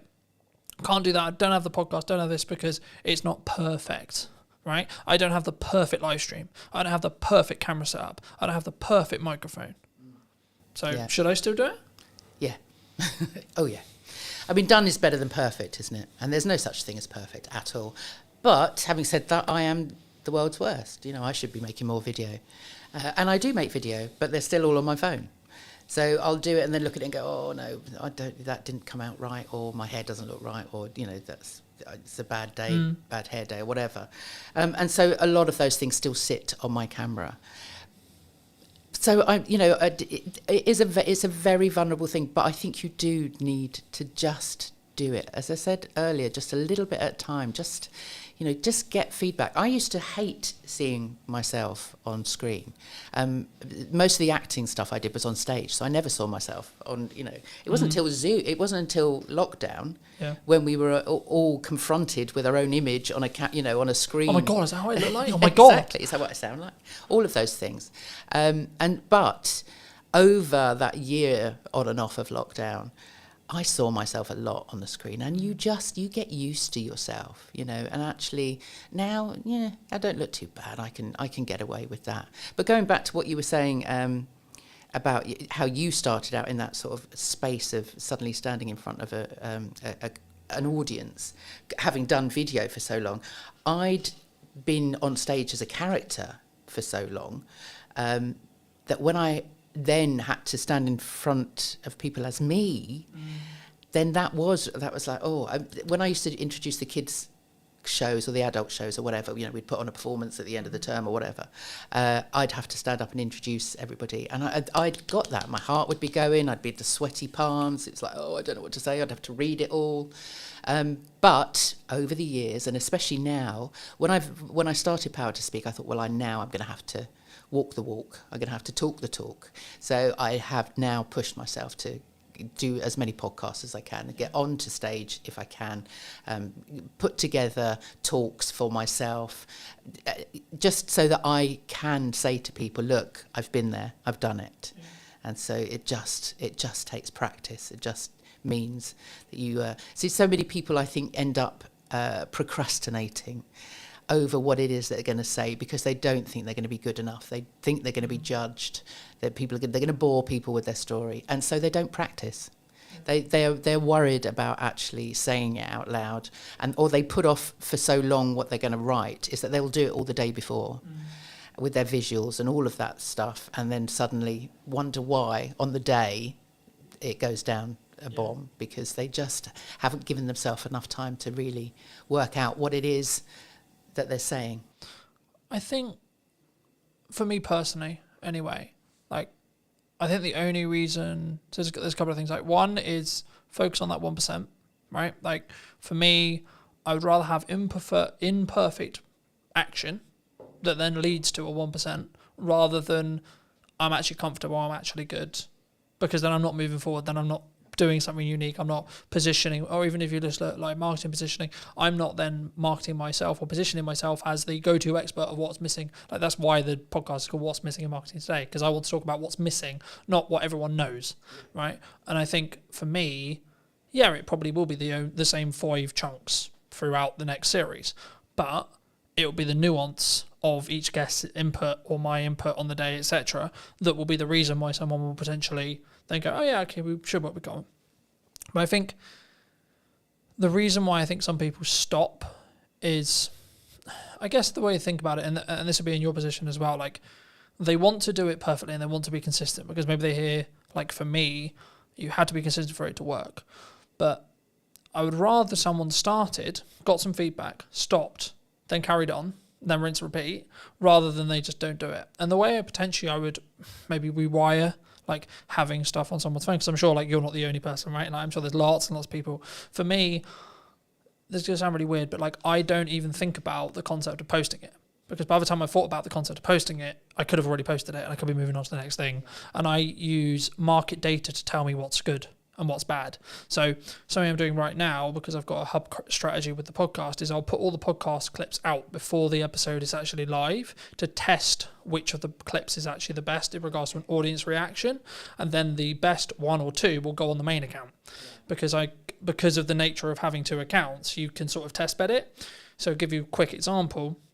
At the time of filming, Sarah's episode came out at the start of this week, and a couple of the clips did really well. So there was 2 outlier clips. When I put it on the main account, it got 4 times what it did on the other account. Now, the other account's new, and it's deliberately designed in such a way where it's just for podcast clips. It's also a test bed, etc. But the thing I found really interesting is when I did that, I think it was 500 on the test account, and then it got 2,000 on the main account, right? But it was because I didn't need to question whether the creative or the clip was any good, because I already knew, because I knew it had already overperformed. So it was like, okay, cool. So now I'm going to serve it to my audience as kind of a test bed already. But also I experiment a huge amount. So I think the reasons why I'm quite a good marketer is because I experiment. Because when I get something that works, I run with it, but then simultaneously I'll experiment with another 4 things. I guess the question in your space is, if someone's listening to this and maybe they have a talk coming out, and they have maybe an instinct during their talk performance. So they have their prep, because they have that preparation, they know that they should be preparing, but they have an idea, right? They have, maybe the audience, this would be really valuable, this idea would be really valuable, but I haven't prepped it. Should they use it? No. I'm thinking you've done that, haven't you? I have. and it so I'm partly asking selfishly, because I have done that. Yeah. And lots of people have. It really depends on your audience and what you need your outcome to be. Because what happens in that moment is that if, for example, you've been given 15 minutes and you're on a whole raft of other speakers, you've got 15 minutes, you've honed your talk, you've prepped it, you've practiced it, you're there, you're doing it, and then suddenly something pops into your head. You speak it out loud, and then you've got to find your way back to where you were to finish in that 15 minutes, because time is really important. Yeah. And people don't seem to understand that actually, either they'll think, right, I've got 15 minutes, I need to cram in as much as I possibly can in that 15. I need to tell everybody everything.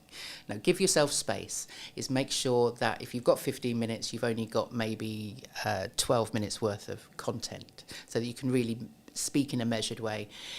If you then come out of that because something else has popped into your head, then you've kind of messed up all of the work that you've done, really. Because what it also does is it takes you out of the moment. And the whole point of putting together a talk that is structured is the whole thing is a story, from beginning to end. It's not necessarily a series of stories, but if you've prepped correctly, you should have the hook at the beginning. It's that whole journey that you take them on. If you suddenly come out of that, it would be it would be like if you were watching a film and then suddenly the lead actor stopped and turned to the camera and sort of said, actually, I was just thinking about this. Sorry, where were we? Let's go. But it kind of takes the audience out of that journey that you're taking them on. It can work, and if you are a seasoned professional, then maybe. But actually, if it's not something you're used to, then don't do it. Because what you want at the end of that 15 minutes is people asking you questions. You don't want to fit everything into that 15 minutes. You need to put in enough teasers, and you need to be interesting and entertaining enough that actually they want to come up to you afterwards and find out more. So you don't need to put everything in there anyway. I agree. I think it's the context, right? Like anything, it's context, right? I think for me, every time I've done it, it's been, okay, I had a plan to do, let's say, camera confidence, for example, right? And then I find that the audience I actually have in front of me isn't actually that fussed about camera confidence, or maybe they're already quite confident. Okay, cool. So let me go back into the stuff I already really know and go, right, okay, would they actually more care about the stuff that's now working on social media, right? So I think in my stage where I'm at, I can do that because I have a set of stuff that I know really, really well. And I don't really need to prep that much because I have it passively in my head. So I know what's going on with Instagram. I know what's going on LinkedIn. Algorithmically, I know what's going on. So if I'm ever asked a question randomly out of the blue, what's currently hot on social media right now? Okay, well, short form is normally the answer that most people would give. I would say actually live streaming is probably actually the thing that's hot right now. And the reason is it's counter AI, right? So bridging back to the start of our conversation about AI, it's actually anti-AI, because for AI to be live, it's nearly impossible as of today, right? I'm not saying it's not going to be, it might become da-da-da. But from my understanding of the technology, from what I've played with, it's nearly impossible for a live stream with people on it to be AI'd, from what I know. And that's one of the reasons why I think it's the unique thing to do, because also it takes a lot of confidence, it takes a lot of planning, it takes a lot of prep, but also it could be the reason why you're found, because it's a different algorithm than the video, than the shorts, than the reels, etc. But do people come to you confidently when they look to speak? Or if they don't, how would you recommend they become confident? Is it just simply that prep? You just do it over and over and over again? I mean, just coming back quickly onto your point about you in that space. Like me, if you are running a sort of an interactive workshop presentation type of thing, then read the room. Always read the room. The number of times I've been into a class with with everything, a workshop with everything noted out. This is like 5 minutes for this, 5 minutes for that. To throw it out the window every time, because you are interactive and you're feeding back. You're getting that feedback. So then and we have that knowledge. We can answer those questions. If you're in a Q&A, then obviously you're talking off the top of your head. You're improvising. Absolutely. And that's fine in those situations, absolutely. But if you have a structure, if you are a keynote or part of a speaking presentation, you've got a certain amount of minutes, you want to make an impression, stick to what you've planned. Is that style, though? Do you think people, because I really love improv. Improv is a big part. I personally prefer to do improv. If I ever can, I'll do improv. I will always say, memorize to improvise. Yeah. And improv is I'm an actor. It's one of it's one of my favorite things. And the number of business people that I get improving in one of my sessions, because I run a monthly speaker club, and it's a big part of that. And people are uncomfortable with it, and I understand that. But actually, it is a big part of just getting people to understand that it's not about reading a script. It's not about learning a script. It's about telling stories. It's about, if you've got data even to put in there, nobody's going to remember your data, but they will remember how you made them feel with that story. That Maya Angelou quote, which is fabulous. So improv is great, and if you have been doing speaking as long as you obviously have, then maybe yes, but that's because all of that is memorized. Yeah. It's second nature to you. And so people don't come to me confident. No, they don't ever come to me confident. That's the whole point. And I think even the most confident, outwardly confident people, when they get into a room and we start sort of digging down, it's like they everybody has those voices in their head that tell them they're not good enough, nobody's going to listen to them.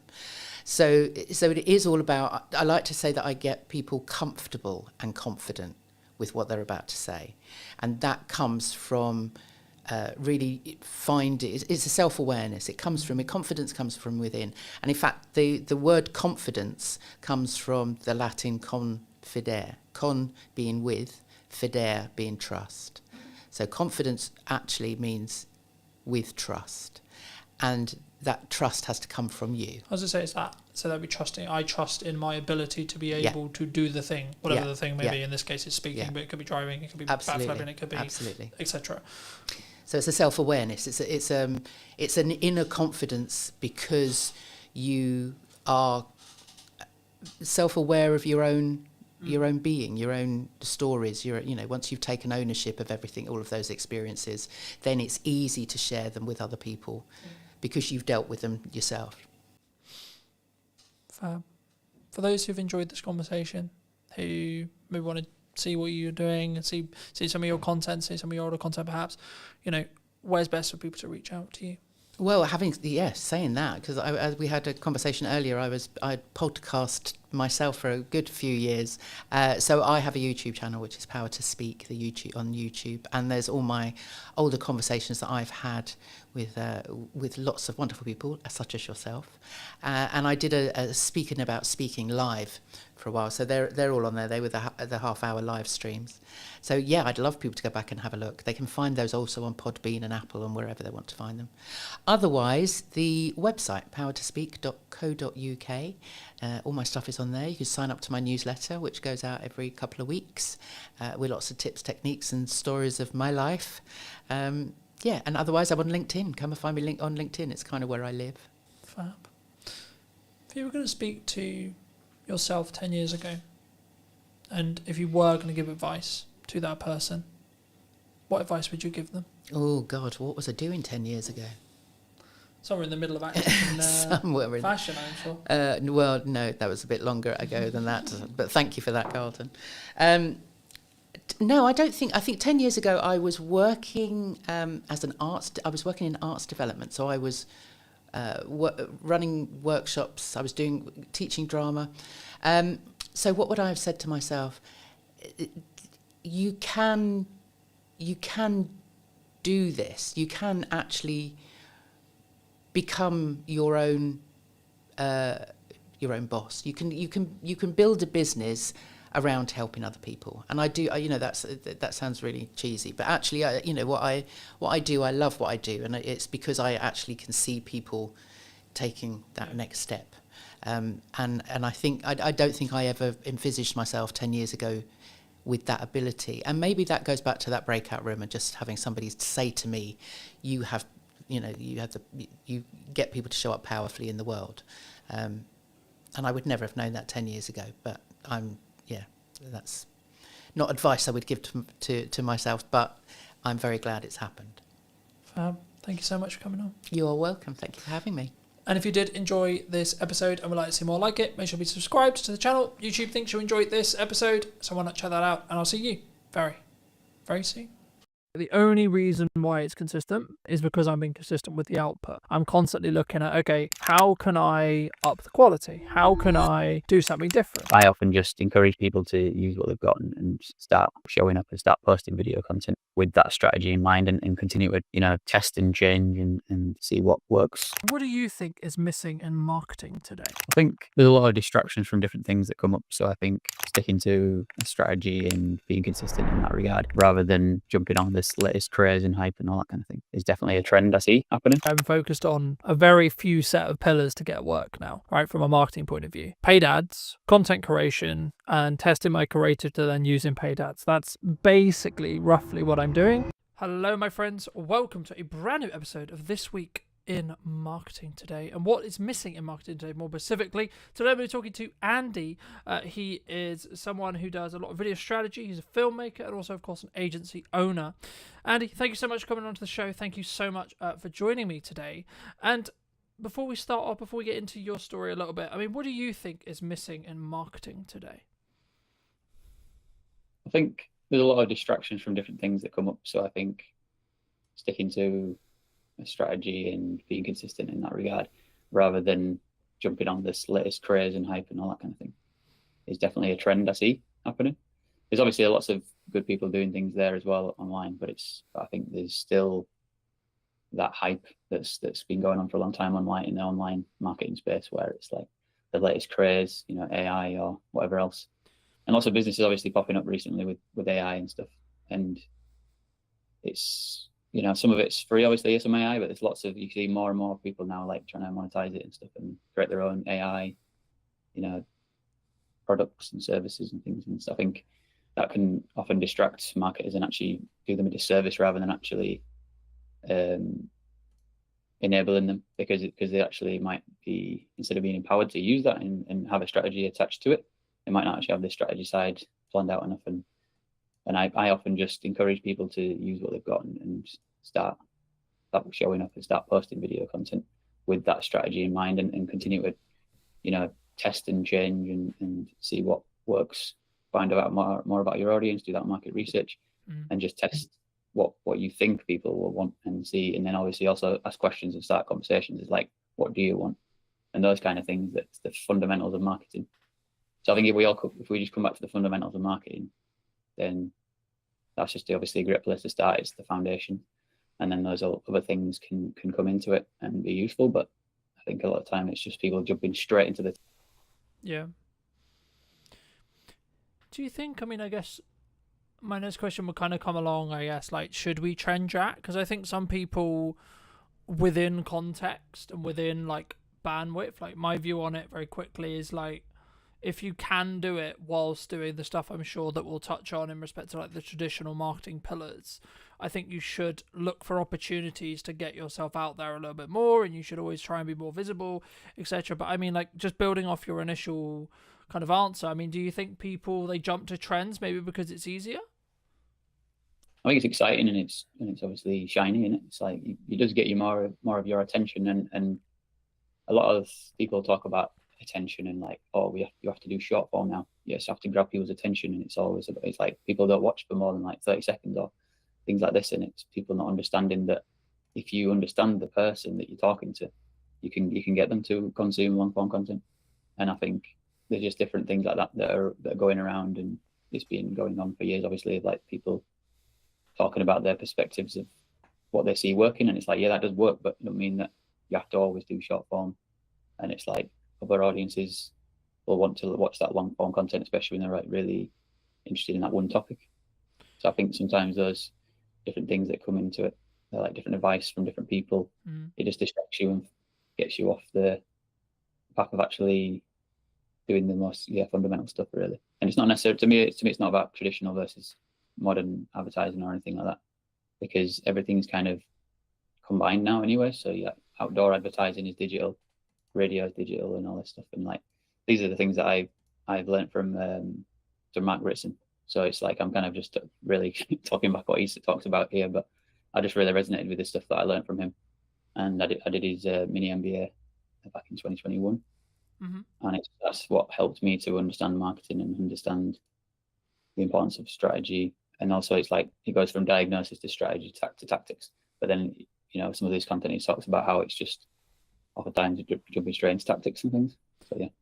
I think the tactics side, right, is like this new shiny. It's like that. Oh, we're gonna do video. We're gonna do live stream. We're gonna do etc. I'm sure, like, because we're both video creators and etc. I'm sure we'll get on to like the reasons behind why video, but and then maybe even why you should do live, etc. But like, I think for me, the reason why some people don't do like the strategic stuff is, I hate to say it, but it's like it's the boring stuff, right?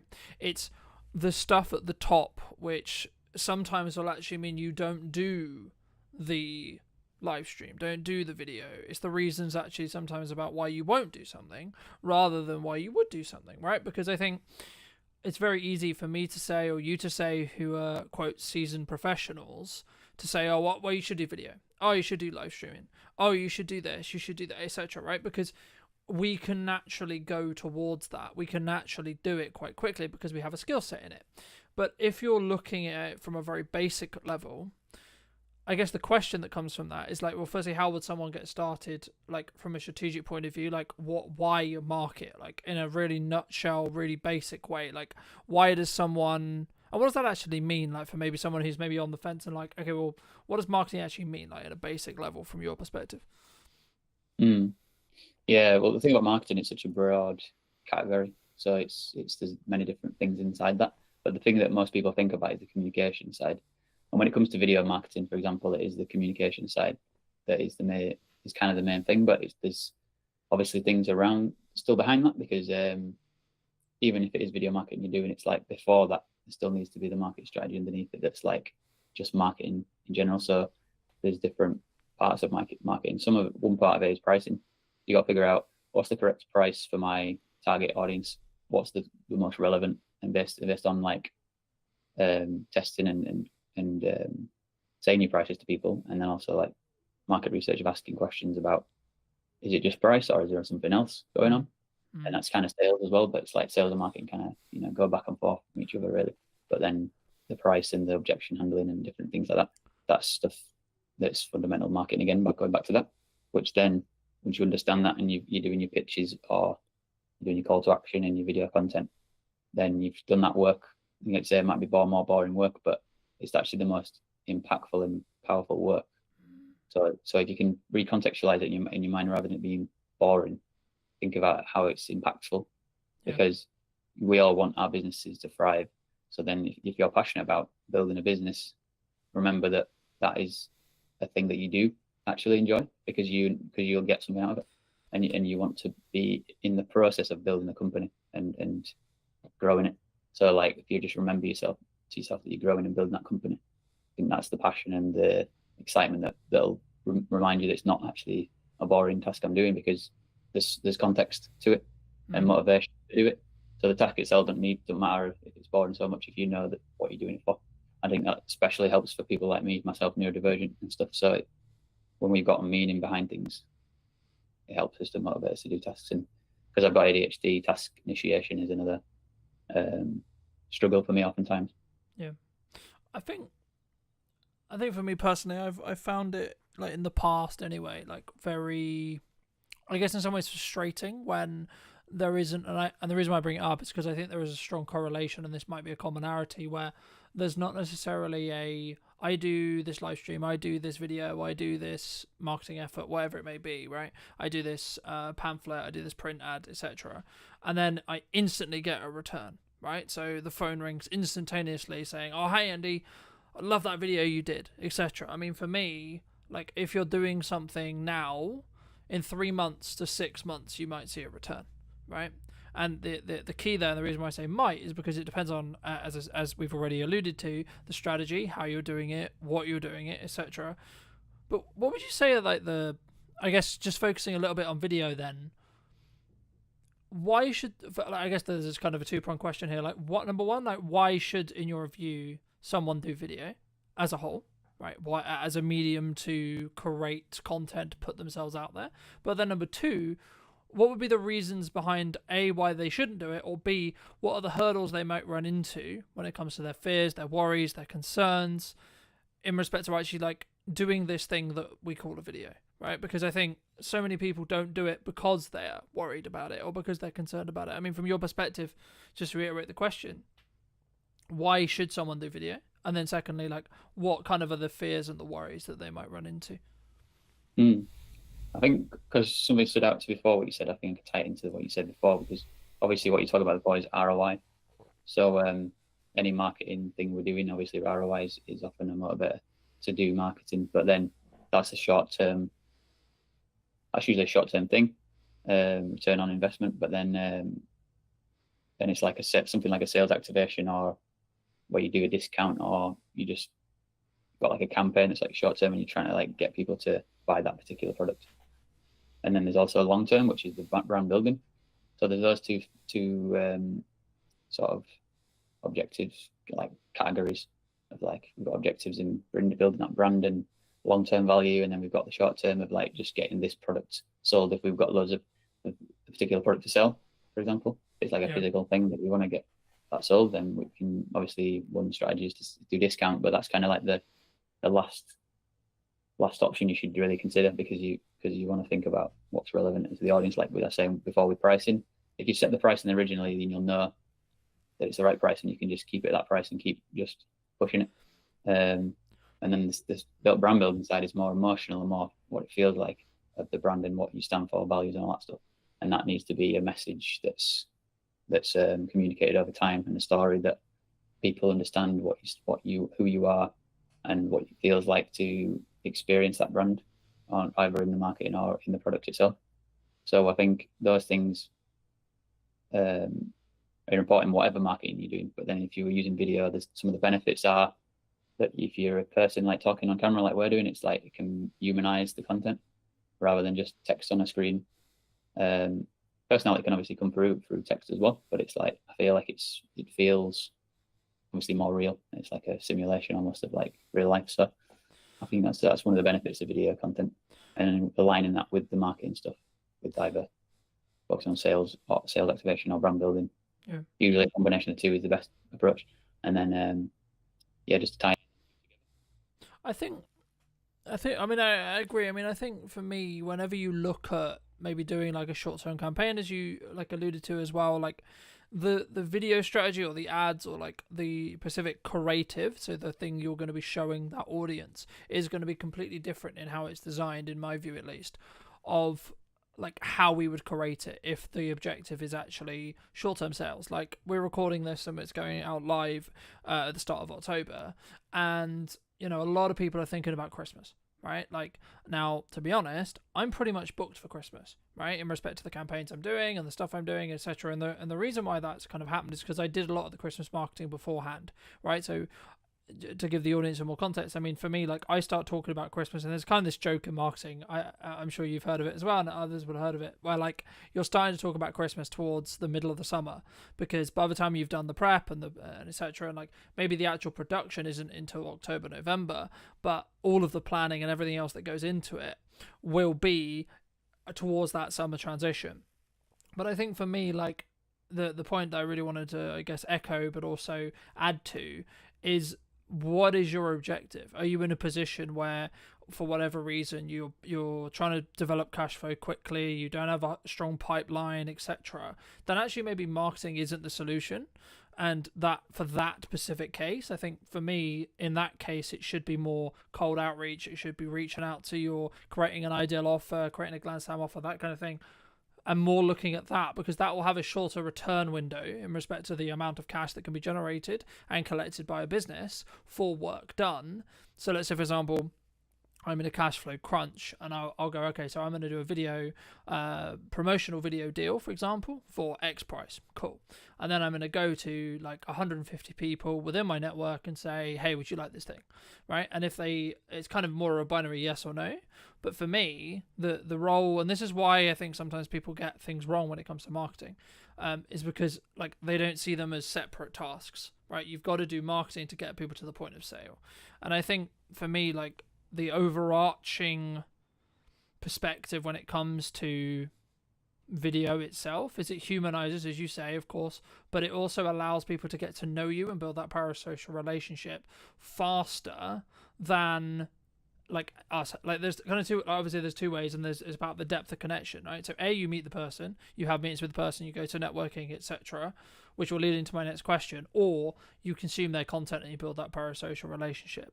But a way of building a parasocial relationship is by having one-to-many, e.g. a video, e.g. piece of marketing that can help nurture, can help build trust, know, like, and trust through your audience to allow you to then, so I'm going to spend time with you talking today, but actually this is going to sit online and it's going to potentially be a multiple set of touch points or multiple sets of clients. And then that's not even before you then start pulling out the, the smaller chunks, etc. But for people who are maybe listening to this who are like, okay, cool, I'm going to start doing video. How should we start? Should we just jump in? Should we just record a quick video on our phone and post it? Like, what do you think? It all starts with diagnosis, basically. So, like I mentioned before, so you can diagnose where you're at, where the business is at, like what are the challenges you're facing currently and all that kind of stuff, and like get a bit of a map. You can also then think about what you want to get to, and then map that out, and have use different tools. So like project management tools or things can be useful, like diagrams and different things like that. And once you've had that, then you can sort of think about like what could be the quickest thing we could do if we wanted to do that. Like if we wanted to, we want to get like good at creating videos, so maybe we could like do something really simple that moves in the right direction, but it's not so specific at the moment to actually get into that vision. But it's us practicing the skill of it. You could do something like that, for example, and you could just keep it really, really simple of like, let's just get on a video and just say, hey, we're thinking about doing more video content, and just like, we want to hear from you what your struggles are right now, like challenges and things, like let us know in the comments, or like give us your experiences of what it's like been like in the past with other content we've done, or other interactions we've had or whatever, and just see how people react. Because I know that sometimes some people actually get like a really good response from that, and other people don't get anything. So it's worth testing things like that and seeing where your strengths are and stuff. Because sometimes people have got a massive network and they've just never created content, or maybe a few written posts every now and again, but they're not really put video content out or content like that. And then just one thing like that can often get a lot of different people commenting things enough, so you can share it around and things. So that's one way of getting started. And then going back to your vision and your diagnosis of like, where are our challenges and where are our strengths, and like how do we go and lean into the strengths and sort of make up for the challenges that we're facing at the moment. Do you think, I mean, my next question was going to be around consistency, but like for me, when someone's looking at what they're doing, the key to whether someone's going to be successful for me is that element of consistency, right? Like, so I'll give you a very quick example. One of the reasons why I would argue that like the podcast, or like what I'm doing with the YouTube channel, what I'm doing with the business, etc., like the only reason why it's consistent Well, the only reason why it's consistently working is because I'm being consistent with the output. I'm constantly looking at, okay, how can I up the quality? How can I do something different? How can I, how do I attract someone in that first 4 seconds or 5 seconds or 10 seconds, depending on where you look at your hooks, etc., depending on what platform we're on, etc. But from your perspective, I mean, is it just about having those consistent reminders going out and having that consistent content to show up for your ideal audience? Or is there actually more to being consistent? And then if so, how would you recommend from your experience people actually are consistent when it comes to video or when it comes to marketing as a whole? One thing I was thinking about when you were talking about something else earlier was like about, you mentioned about like getting your personality across. And I think that's a big benefit of video. And if you've been to like a networking event, which I've been going to quite a lot recently, and like connecting with people, connect with somebody and then they see your content after they've met you in real life, I think it's a powerful combination. And it's and just having that going out there, even if it's nothing to do with your business, I think it's still a powerful tool to use so people that get used to you and feel comfortable with you. It's like building that trust back. It's I think, even though I've talked about strategy and things like that, I've also recently been thinking less about it as well. And I've actually been, and I think partly it might be to do with my being neurodivergent, because I always like seem to find it natural to break rules and to test new things that people don't expect.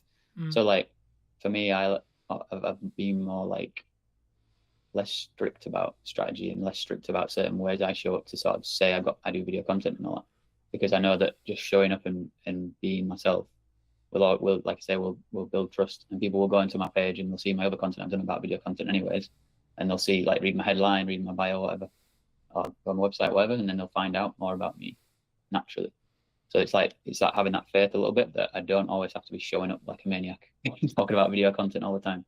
It's like I can just like be myself, and I can talk about the things I care about, which more of the stuff I'm planning on doing more content around is accessibility, inclusion, and leadership. So like these topics are the ones that I'm interested in and I'm passionate about. So then me talking about that is just an extension of my personality, and it all motivates me to create more content. And then there are going to be those moments when I go back to the expected thing that I talk about, which is about video again. But then because I always use a lot of video content anyways, and I'm filming myself, people will see the video content. So they'll see the quality of the content that I'm filming. And that's already showcasing my skills at the same time as me showing my personality. And I think for me as a video person, that's one thing I often remind myself about. So I don't need to stress myself out to think I need to be giving these video tips like everyone else does, or I need to do this, or like showing up in a certain way and like strategically positioning myself in a certain way. Like I'm still working on that, and that comes with time, I think, a little bit to refine things. But it's like I don't have to be too obsessed with that. And like I say, I like to break the rules and just test new things. I think, the things I just pull out of that I completely agree with. I think sometimes when we look to either do video, we look to do content, it has to be in this model of like loads of people online, Gary Vaynerchuk, etc., like people who I follow a lot, like they constantly talk about add value, right? But I get where they're coming from, and yes, you should, right? Is the answer, but the caveat is, actually, if you're looking for long-term sustainability and long-term growth, and it's kind of a cliche now, but people do buy from people, right? So when I'm looking for a supplier, when I'm looking for whatever it may be, I'm looking for a position where I can get to know the person behind the brand, right? Yes, I need to know that you're a good, in your case or my case, yes, I need to know you're a good videographer. Yes, I need to understand that you're good at X, Y, Z. Sure. So personally, yes, you should have some of that content out there. Yes, you should be sharing your knowledge. Yes, you should be sharing. But I think for me, it comes back to, and this is something I touched on last week with Chris, it's just about bandwidth, right? We discussed at the beginning a little bit about trend jacking, and this is where I think you can really have that kind of creative spark and kind of that creative element. But we did mention at the beginning about, like, everyone wants to talk about AI, everyone's looking to use AI.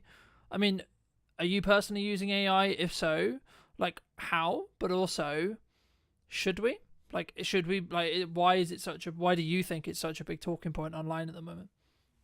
Yeah, like initially I was thinking to myself, I don't use it much, and now I'm thinking I do, because it's integrated now into a lot of things we use. So I think everyone uses it now to some extent, without realizing. Like AI is obviously built into search engines now. It's built into video editing software like DaVinci Resolve that I use. So it's like I do use it, but I don't really use it in a like in much of an intentional way of like using one specific tool and like in that kind of way. But yeah, it's become a part of my workflow. Like definitely some useful features in DaVinci Resolve, like move background removal of noise and things like that. Do you think it can go too far? Do you think people can use it too much? A tool that's used for this, for like I say, go back to the strategy and really, because I think you mentioned earlier, like sometimes it's about what you don't do in your strategy, and you just think of like, as long as I'm clear about what I'm not doing, it'll become clearer what I will do, because it's like I have less options and the choice overload is reduced, and you become more clear, you have more clarity, and you're like, I'm not going to do that or that or that or that.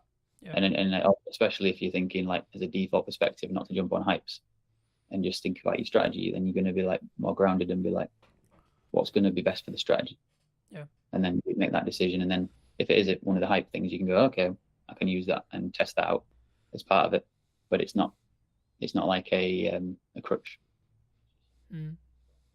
I think you have to experiment in marketing. Like that's the first thing I would say. And then the second thing though would be everything I put through that I'm thinking of doing, spending money on a trip, whatever it is, a piece of gear, so on, right? Or even nowadays, to be honest, looking at some client jobs and looking at some projects that I'm like maybe asked to consult on or asked to help with or asked to produce or whatever. And I think, is this going to make my boat go faster? Is this money worth the time, energy, resources? A. B. Is the client the right fit? Right? A, B, or C. Like, how is their attitude? Like, how do they work? What is the value exchange good in respect to either how much you're making or potentially the benefits that client could potentially work with you, etc. Like, but also, do you like them as people or person, depending on how you're working as well? Because I think sometimes something that I definitely struggled with in the early days was doing a load of things, like all the things that we say we should be doing as business owners, right? I need to be super, super visible. Okay, so that means I'm going to go to 100 networking meetings. I'm going to go and do 15 one-to-ones a week. I'm also going to do content. I'm also going to do this. I'm also going to, put some banner ads out. I'm also going to do paid ads. I'm also going to do this. I'm also going to like put letters through or leaflets through people's doors, etc. But the issue is, actually what ends up happening in my experience is you end up doing nearly all of those things badly. Instead, what you should do is you should say, okay, well, firstly, how do I want to spend my time? What's a good use of me as a founder, me as a leader, etc., spending my time? Okay, so for me personally, me being in content, I will never be able to outsource. Everything else about the content I can outsource. How it's edited, how it's SEO'd, when it's posted, all those things I can outsource.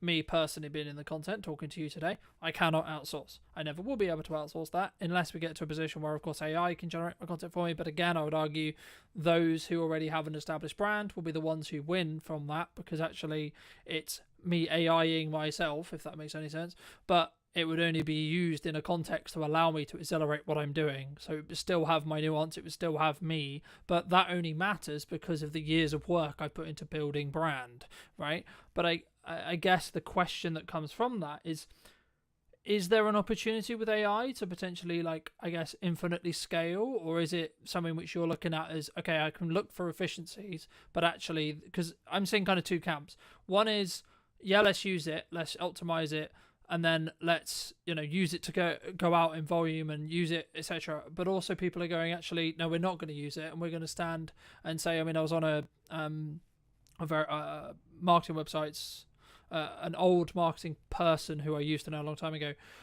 their website today, and they have an AI policy. I didn't go into it, but I assume what that says is either this is how we use AI or we don't use AI at all, right? I mean, looking forward into 26, 27, 28, do you think that more companies are going to do that? It's about adaptability, really. Like we're saying with marketing, you do have to see what's going on and adapt. And whenever something makes sense, like I say, if it fits with your strategy, you think that could work to help us. And that's a good thing, as long as you're not scrambling around and don't know what you're doing in the first place. Like with the overall strategy, you're all right to test and adapt. And I'm trying to think, what was the other topics that AI and It's specifically, I think, for me, like about, do you need to be doing everything, right? Like I gave that story of, I was doing loads and loads of things, and then I was doing them really badly. So for me, I'm focused on a very few set of pillars to get work now, right? From a marketing point of view, paid ads, content creation, and testing my creative to then use in paid ads. That's basically roughly what I'm doing. I'm dabbling in a bit of blog writing, etc., etc. Like that's one of my unique kind of like testing things, and then I'm building out the YouTube channel potentially as another revenue stream, but also as another marketing source. So that's personally what I'm doing. Do you see people going down that route and just doing a small set of things very, very well, or do we think does one think that we need to be a bit more diversified as a whole when it comes to our marketing? I think it's more the first version, but also thinking about with your company, Brunton Media, it's your name, but at the same time, I think your content could be still not featuring you because it's a business. And I think that's the way I look at my content is in the future, I want to get other people involved and it be a team effort. And I do enjoy doing it, but I don't feel like it has to be always me on camera. And as I go forward, I want to do more collaborations with different people. I'm going to be like putting more events together and things like that. That's definitely a part of my journey going forwards in the vision of what I've been putting together. And different communities I want to target and create those movements together in a way that gives back, and then also to where to get my name out there and promote myself. I think it's a good thing when you can find ways to do both those things together. You're having a positive impact and you feel satisfied by the interactions with people, networking and being creative together and things, collaborating. But then you're also obviously putting your name out in the brand building side of things. And that's what I'm thinking about is like things like podcast episodes, but also like creative sketches, like comedy sketches is something I want to do more of. And I'm going to be working more actors and things like that. And it kind of goes into the filmmaking path, which something I've always found tricky to actually execute on, because you kind of need like a bit of a team generally to make that work, especially obviously you're working with actors or whatever to really bring a story together. And it's something I want to experiment more with, and at the same time like be building my brand and stuff like that. So yeah, excited to do that. I think for me, this is something that I've heard a lot commonalities through episodes and etc. before, which is, I guess, the founder weakness, which is clients get to know, like, and trust you, right? So they get to know Colton rather than they get to know Brunton Media, right? Now, I was having a conversation with a client yesterday, and he was talking about the image perception of a Gmail account, right? Now, this is the first conversation I've ever had with a client where it's been actually like had a conversation or etc. with me about kind of, is there a level of perception? But for me, I can see it as when it's like Colton is the company, the Brunton Media, right? Like that's the main face. When you're starting out or when you're building it as a family business, then you should lean into your personal I guess nuances or who you are as a person, right? Because the likelihood is that when someone rings you, they're going to still ring you. When they connect with you on shoot, etc., or like when they hire you, they're going to work with you, right? The interesting step will be what potentially I do or you do or one does when they step beyond that, right? So first employee, second employee, third employee, etc., and getting to a position where, yes, Colton is the quote managing director or the person who is the top of the company, but actually it's how you, I guess, manage that risk from a, like, if they're speaking about on behalf of Brunton Media in videos, for example, like how would one, because I know there would be a side of my head from like a comms manager point of view, which would be like, can I trust this person to represent the company, right? And I guess, would it be as powerful as me saying it in a video, like just building off your point, or is there a risk for that? So I guess the question that kind of, is that something you're thinking about? Is that like a risk that you can see other companies potentially run into? And if so, how do we maybe eliminate that risk or maybe bring that risk lower? Would you say? So the risk, what's the risk again? The risk. So I guess the risk, I guess, like in crux is me as a founder. I have to be in the content. I have to be on the shoot. I have to be on the sales call, right? Which then can be, and also as a founder, I was just thinking when you're talking, as a founder, you create the kind of blueprint of the company and brand and everything because of your personality. So all your values become the company values, which then, and you're the leader. So then what you stand for and what you care about is how you create a culture. And then that's something that I've become more interested in, the idea of creating cultures, and become more passionate about. I wanted to step into that and be a leader and stuff. And like in my past, I never saw myself as a leader. And over time, I've seen like what leadership really is and understood it more. And now I see how I already am a leader, because we all are a leader in some way. In like a leader of yourself is one part of it. A leader in your family, because you influence everybody, whoever you interact with, friends and family. Like you are leading situations, or sometimes avoiding leadership decisions, and you know that you can look out for the opportunities and to step into that. So I think if you have that blueprint of your business and brand and stuff, and the values, it just ends up coming across in your content if you speak. But then if you clearly communicate with the people that you work with in the business, and they're already in the business and understand the culture and everything, then when you point a camera at them, hopefully it's going to come through. And if not, you can. I think it's a new skill set. That's something that I've found as I've got to work with new people, and whether it's freelancers or whether it's internal staff, etc. And this is also true when you work with clients as well, right? Like you'll become, to an extension, especially if you're handling their marketing, handling their socials, etc. You'll become an extension, and you need to at minimum understand their tone of voice, how they come across, what their maybe prestige is, what their understanding, like how they want to be perceived in the world or in the market. And I think, for me, that's maybe where that deep work, like building off what we discussed earlier, like that strategic side, where sometimes people get stuff wrong, right? We don't go into depth enough into understanding who's my ideal profile, who's my ideal customer, but also what market, quote, sectors are we looking to target, are we looking to talk to? But for maybe, those who may be watching this and listening and saying, well, okay, I'm a small business, right? And I don't have like 100K or £1,000 or £10,000 or whatever it may be, right? They don't have that nominal, what they would perceive as a large figure or a large budget to get ahead. I mean, how would you recommend they either start or, quote, get ahead without necessarily just throwing money at it? Yeah, there's always something you can do, like I mentioned before, with that idea of starting with, you've got a strategy and you've got a bit of a plan and a map and everything, but then you just find like a simple thing out of that and think, is there something in there that we could move towards the vision, or something that's, I don't know, just anything really that you think in a way we could just start, and it can just be simplified and not overthink it, just to be like, let's just make a video about, even just a video about making a video, because it's the actual process that matters, not the actual results so much, because that'll happen eventually over time.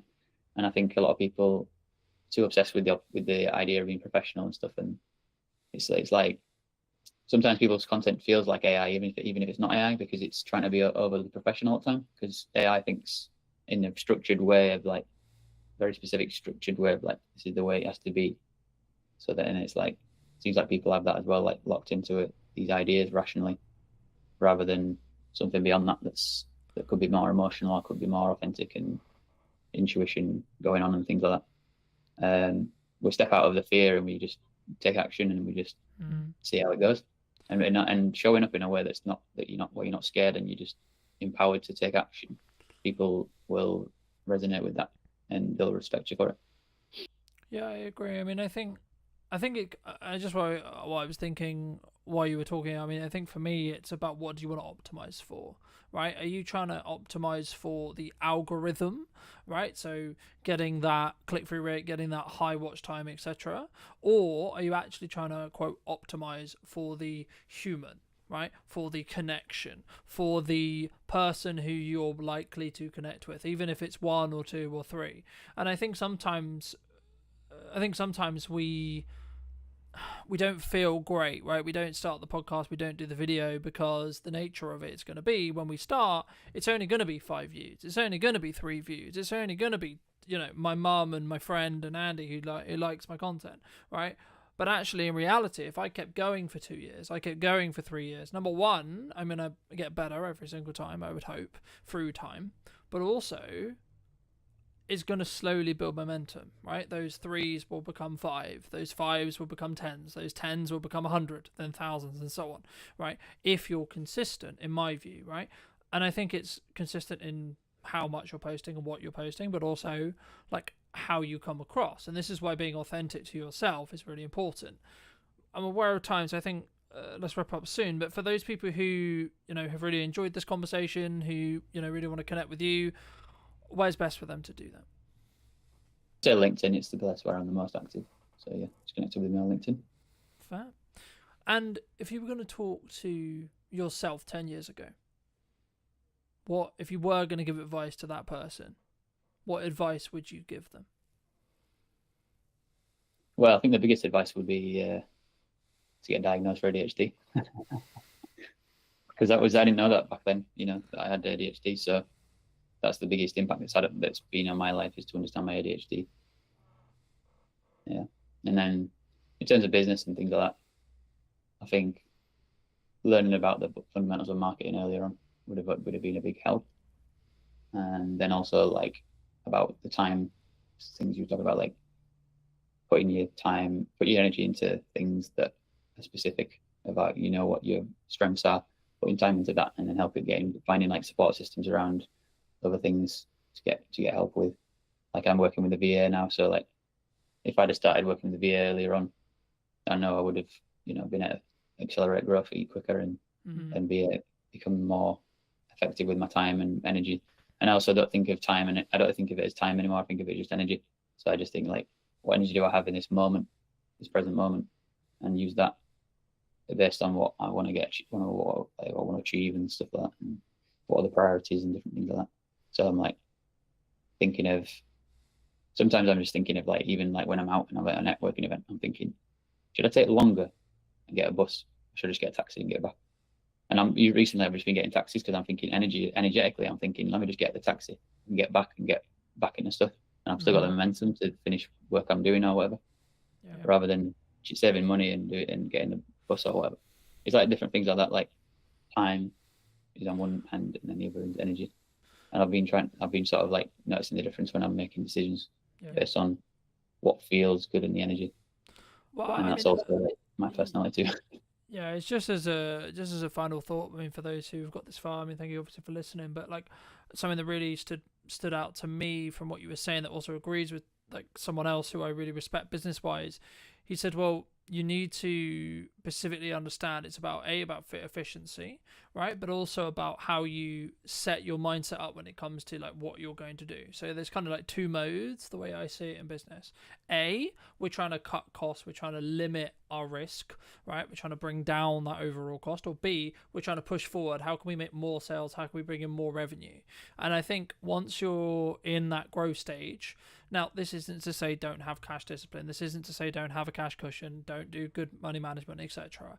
But I think it's a different shift in your mind, and that kind of builds off like what you were talking about, the bus versus taxi thing. For me, the taxi thing is obviously a more efficient thing when it comes to time, but also it's about flow state, right? If you've got, say, this really great networking meeting, or you come off this live and you're like, actually, hey, this was a really cool takeaway, etc.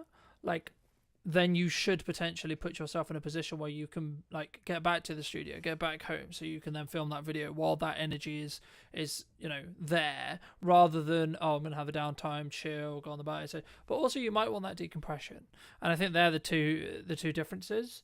But come and relax straight away, and it's relaxing to have a taxi. It's more convenient. I get in it, go straight there. It's less complications going on or risks of things going wrong or whatever. And then I can actually decide to rest or work when I get back. So I like having that because it's flexible, and it's like for me to figure out how to work flexibly. That's been a big part this year for me, knowing that I'm neurodivergent and realizing I need more time to process things and I need more space and flexibility and that kind of stuff. So that's like a massive learning this year, which I would have told myself 10 years ago. Definitely those kind of things. Fab. Anything else you want to mention before we part ways, Andy? I guess going back to just reiterating the part about energy versus time, and like thinking about what the energy and how it feels like, and following that can be a powerful place to sort of leap into, rather than us thinking about time all the time. Because sometimes I'll be pressuring myself through the day thinking like wanting to do things all the way through the day, like, because I'm thinking of it based on time, like I should be working from this time to that time and this time to that time, you know. And it's like, but then I don't need to think of it that way. That's just a structural way I think. I can actually change that and flip it on its head and be like, what energy do I have in this moment? And then flip into that. And then do I need to rest? Let me rest. And then when I come back into things, I've got more energy again now. So then each task I'm doing I can be more effective at doing it. And yeah, and then having other support systems around me, I can ask people to do things for me that I don't really want to spend my time doing, or I have resistance. Like some things that are like reading documents or things where I've got to think like that stuff, and it's very serious stuff. Whatever. Some people are a lot better than me at doing that, and for me, I'll just get overwhelmed and I'm like, I want to avoid it, and it's hard for me to actually face it. And they can do it really quickly, and it always surprises me because I'm used to doing it myself, and how much of a pain it is for me to do. When I see them doing it, I'm like, whoa. And they finished it and sent it back to me, and I'm like, that was crazy. So yeah. Magic. Well, thank you so much, ladies and gents. I hope you took value from this episode. If you did, well, be subscribed. YouTube thinks that you enjoy this video right here, so why not click on that, and I'll see you very, very soon. Take care. I've got my video goggles on as well, and I'm completely biased towards video because it is the most impactful content on social media. Full stop. End of. Key question for you. What do you think is missing in marketing today? What's missing in marketing today is emotion, authenticity, and consistency. If you were going to talk to Chris 10 years ago and you were going to give advice, what advice would you give him? The more that you are unashamedly you on social media, the more impact you will have in terms of reach, in terms of engagement, in terms of sales, everything. Hello, my friends. I hope you're well. I hope you had a good day, video night, wherever you are. Today, we're back with a brand new What's Missing in Marketing episode. Today, I'm going to be talking to Chris. I imagine all things about social media and all of those wonderful places to put our content. But first, Chris, welcome to the show. Thank you so much for the time, and thank you so much for coming on, of course. But key question for you: what do you think is missing in marketing today? Thanks for the invite. Really appreciate you hosting me today. What's missing in marketing today is emotion, particularly emotion, authenticity, oomph, and consistency. When you say oomph, what do you mean? Because I think sometimes some people will take that as energy, right? Some people will take that as how we show up. Other people will take that as, I guess, like the amount or volume or energy. Like, that's why, if you don't mind just unpacking that briefly, I think it'd be really helpful for the viewers. Yeah, absolutely. No problem at all, Carlton. I think by oomph, I do mean energy. I mean true commitment to the cause. I think for far too long on social, people have seen it as a tick box and not this kind of ongoing personal or business brand commitment. And if you are truly giving it your full oomph, your full energy, your full commitment, you will get so much more out of it. I'm so aware of the fact that might be perceived as fluffy, but I think, in fact, I don't think I know that people can see right through cold, corporate, boring, emotionless content. And so it's so important, and it's critical actually now that the content that you're sharing, you give it your all, you give it your full oomph. So that's what I mean. Magic. I mean, you're very seasoned. You know, you've been on social media for over a decade, starting out as a side hustle, creating your own agency. What was the turning point that you thought, actually, hold on, this could actually legitimately be the career of my dreams, so to speak? I became addicted. I became obsessed with the platforms, the algorithm, the opportunity, particularly because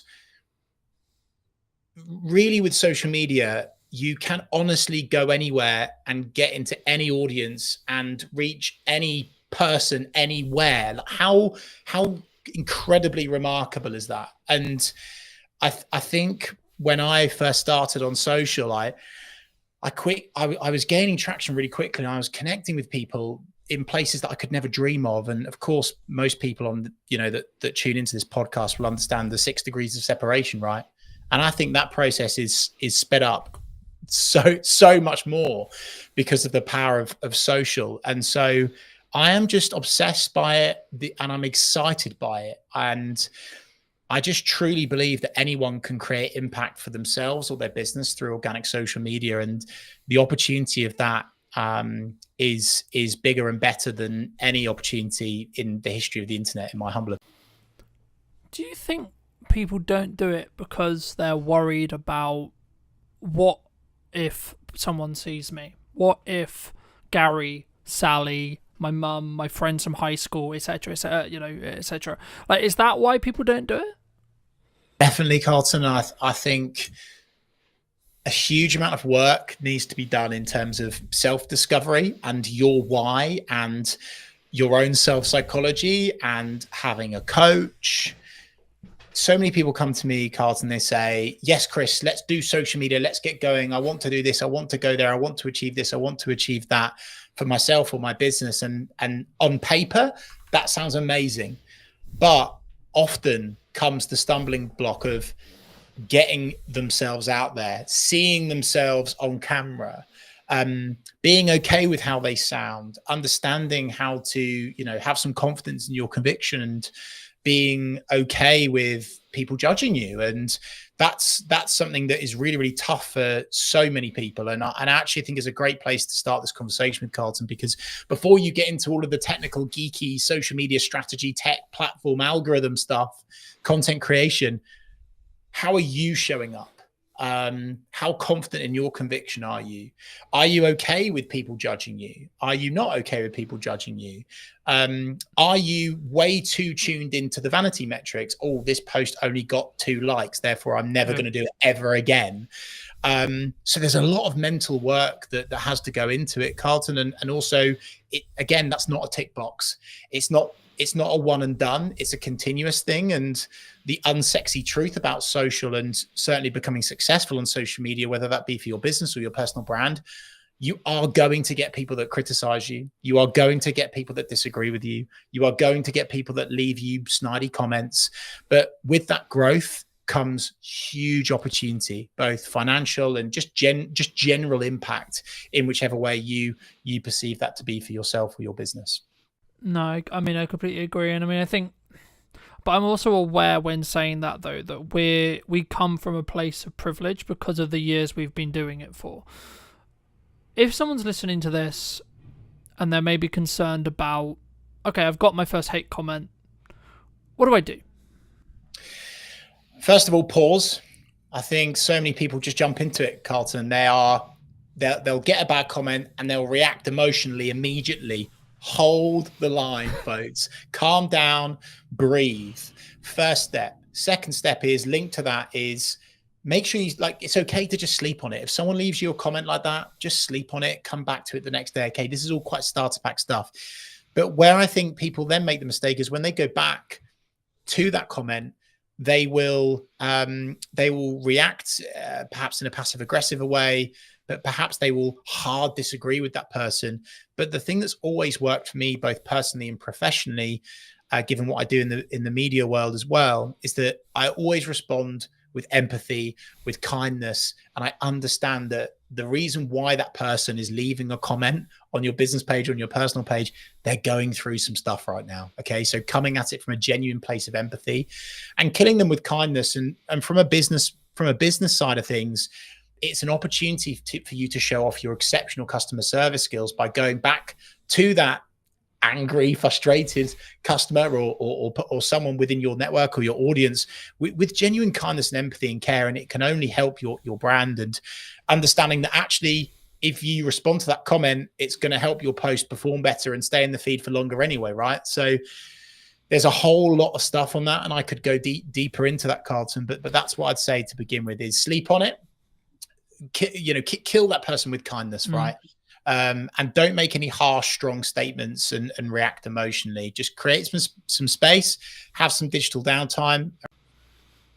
I also I completely agree, but just to add to that for those who are listening, I think for me it's about like whether you're willing to give that power back to them. I forget the initial quote, but it was something along the lines of, when someone drops a comment on your post, on your video, wherever it is, if you respond to them, you're giving that power back. So if you can see it as kind of a power exchange, when they comment, they're giving you that power to see how you react to it, etc.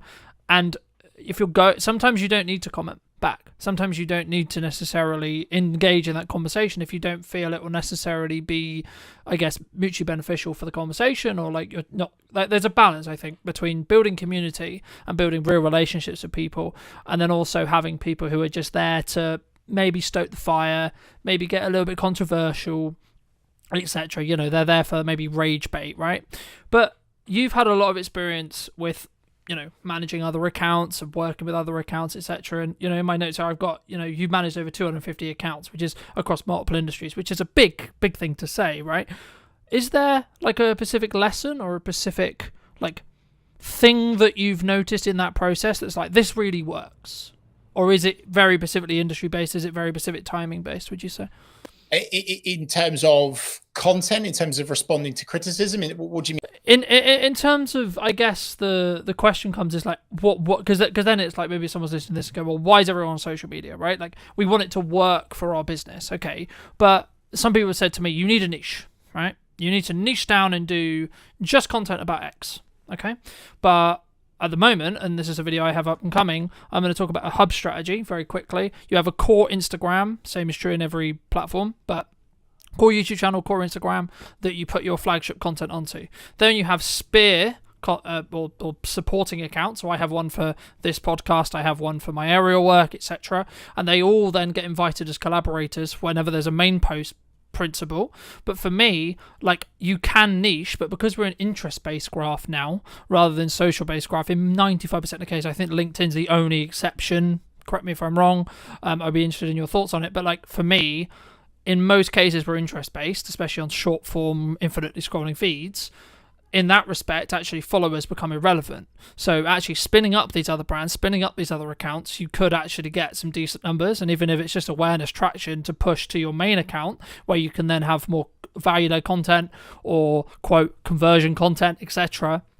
And that's quite techie. But I think for me, that's like the key, I think, to understanding what content, like what this piece of content, what a piece of content serves. So I guess to like reframe it into a question, in your experience across all of those accounts and across all of your industry, do you find there is commonalities when it comes to strategic content pillars? The unsexy answer and the truthful answer, and I would be waving a big red flag if someone said that there would be something that works for all 250 plus accounts, right? I think that's a little bit disingenuous. In fact, it's massively disingenuous.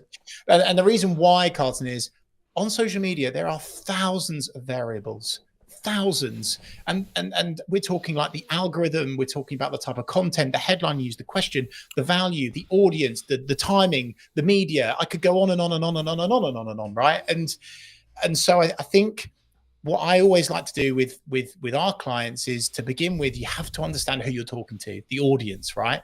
There's no point getting going and serving up content that's not going to convert because you don't understand who your audience are, right? So that's the first step. Who are your audience? Who are your people?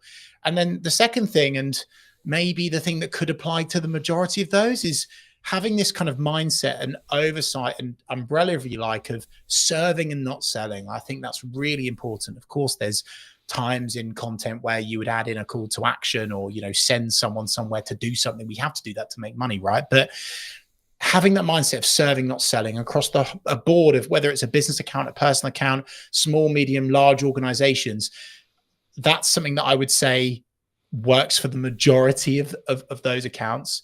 Of course, execution of perfection, consistently turning up, not getting bogged down in this kind of perfectionism mindset. I think people have this misconception with social, Carlton, that the perfect social media post exists. And I'm holding my head because it just it happens all the time.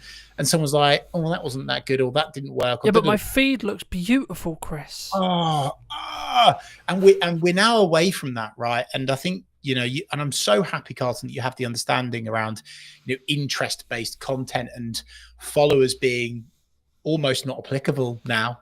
Like, they look good, they make you look more credible, but ultimately if you are leaving a consistent digital footprint, I'll call it, across a variety of platforms where your audience are hanging out, using keywords within your copy that people can hang on to and find you via, that is where the impact comes with social. I think across the board, some other things in terms of actual, you've mentioned, I think they're content pillars, Carlton. I always like to add in storytelling. Tell a story, because people can connect with that. Brands don't do that enough.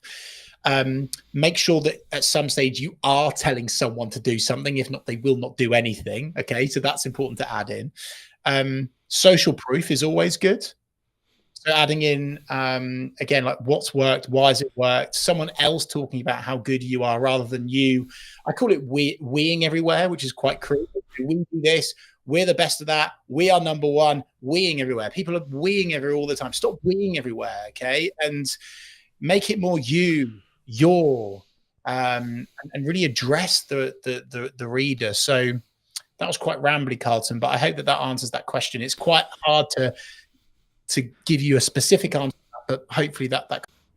No, absolutely, it definitely does. I mean, I'm going to be quite biased, right? Because I've done video for like coming on 15 years and commercially for like 8 and 9, but I have noticed a trend across like either people wanting to do it or the platforms wanting you to create video, right? And I think, is that just the natural, like, it's the closest thing we have to me meeting you, me watching a video with you, building that parasocial relationship? Or from your perspective, I mean, is there like other reasons or other things why someone should consider video as a format, and or why they maybe shouldn't? Yeah, I think, I've got my video goggles on as well, Carlton. I'm completely biased towards video because it is the most impactful content on social media. Full stop. End of. We could finish this podcast on that note, right? If there's one thing that people do today, film a video, even if it's a selfie shot, iPhone style, that's fine. Do that over a static. You'll see more engagement, reach more people, have more impact.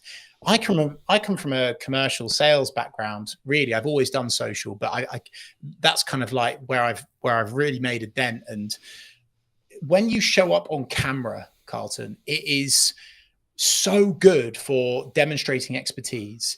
It accelerates relevancy, relatability, trust, because it feels real. And in this AI bot, cold corporate fake world that we seem to be drifting into, it is more important and more impactful than ever before to jump on video. So this isn't just me saying do video because it gets you more engagement, it helps you reach more people. It's, well, actually, even if you only had a LinkedIn network of 4 people and you showed up on video, it would definitely be more impactful than just normal static stuff, right? Because of a sales piece versus an algorithm piece, if you like. So for sure, I'm a huge advocate of video of all shapes and sizes. I think there's a place for long form, definitely. I certainly think there's a place for short form. I think overall, though, Carlton, people are hugely overthinking it. They're getting bogged down in the tech, and they're not working with someone like yourself in terms of the tech setup, so they can just get going and talk about the stuff that they're good at and that they know about. And I just want people to get into this mindset of execution over perfection and relatability, being real, even if you're walking down the street. And I know it's brave and it makes you look a bit silly, but even if you're walking down the street and you're just sharing a few words about your day with your camera and you're posting that as your content, that's a good enough start. It really. Yeah, no, I'd completely agree. And very quick story. I've been a professional videographer for, as I say, like nearly 10 years. I do a couple of phone videos every now and again, and I'm almost willing to bet, I haven't checked yesterday's one, but nearly every single phone video, I think, it's really bad for me to say, but I think it over-indexes in respect to views for, like, on Instagram especially, but even on LinkedIn and other places as well. Like, I've noticed there is a algorithmic boost for phone content if it's executed well, right? Granted, right? And in the one that I'm specifically thinking about, I did tell a very cohesive story. I did give a very specific setup and then a very good resolution.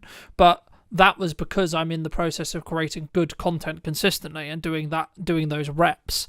So whether I'm filming it on a camera, and the reason why I mention it here is because I think some people, they look at like what I'm doing with like the trailers and it looks good and it sounds good and I've got professional mics all the time and then I'm flying a drone and they're doing all this stuff, but it's like I don't have that, so I can't do it, right? I don't have the microphone. But you do have a phone, right?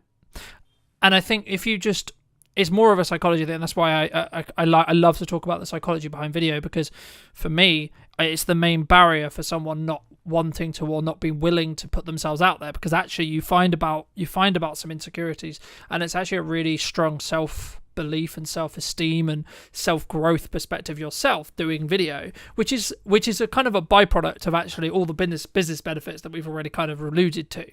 But I think for me, I mean, if you were going to, I don't know, when I come on your show, I went into depth on like the psychology, but from your perspective with your experience, I mean, what, outside of doing it, what would you say to someone who's like either maybe looking to start doing their first post, tipping their toe in, or they maybe want to start on video? Like, what would you say to those people? Talk about something that you're genuinely passionate about. Don't overscript. Don't write everything down. Be okay with buts, and maybes. You will stumble. You will stutter. You will. There will be a moment where you accidentally say something you shouldn't, and keep it in. Keep it in, because it's real and people want real. Again, back to my previous point, AI, robot, cold corporate world that we're drifting into.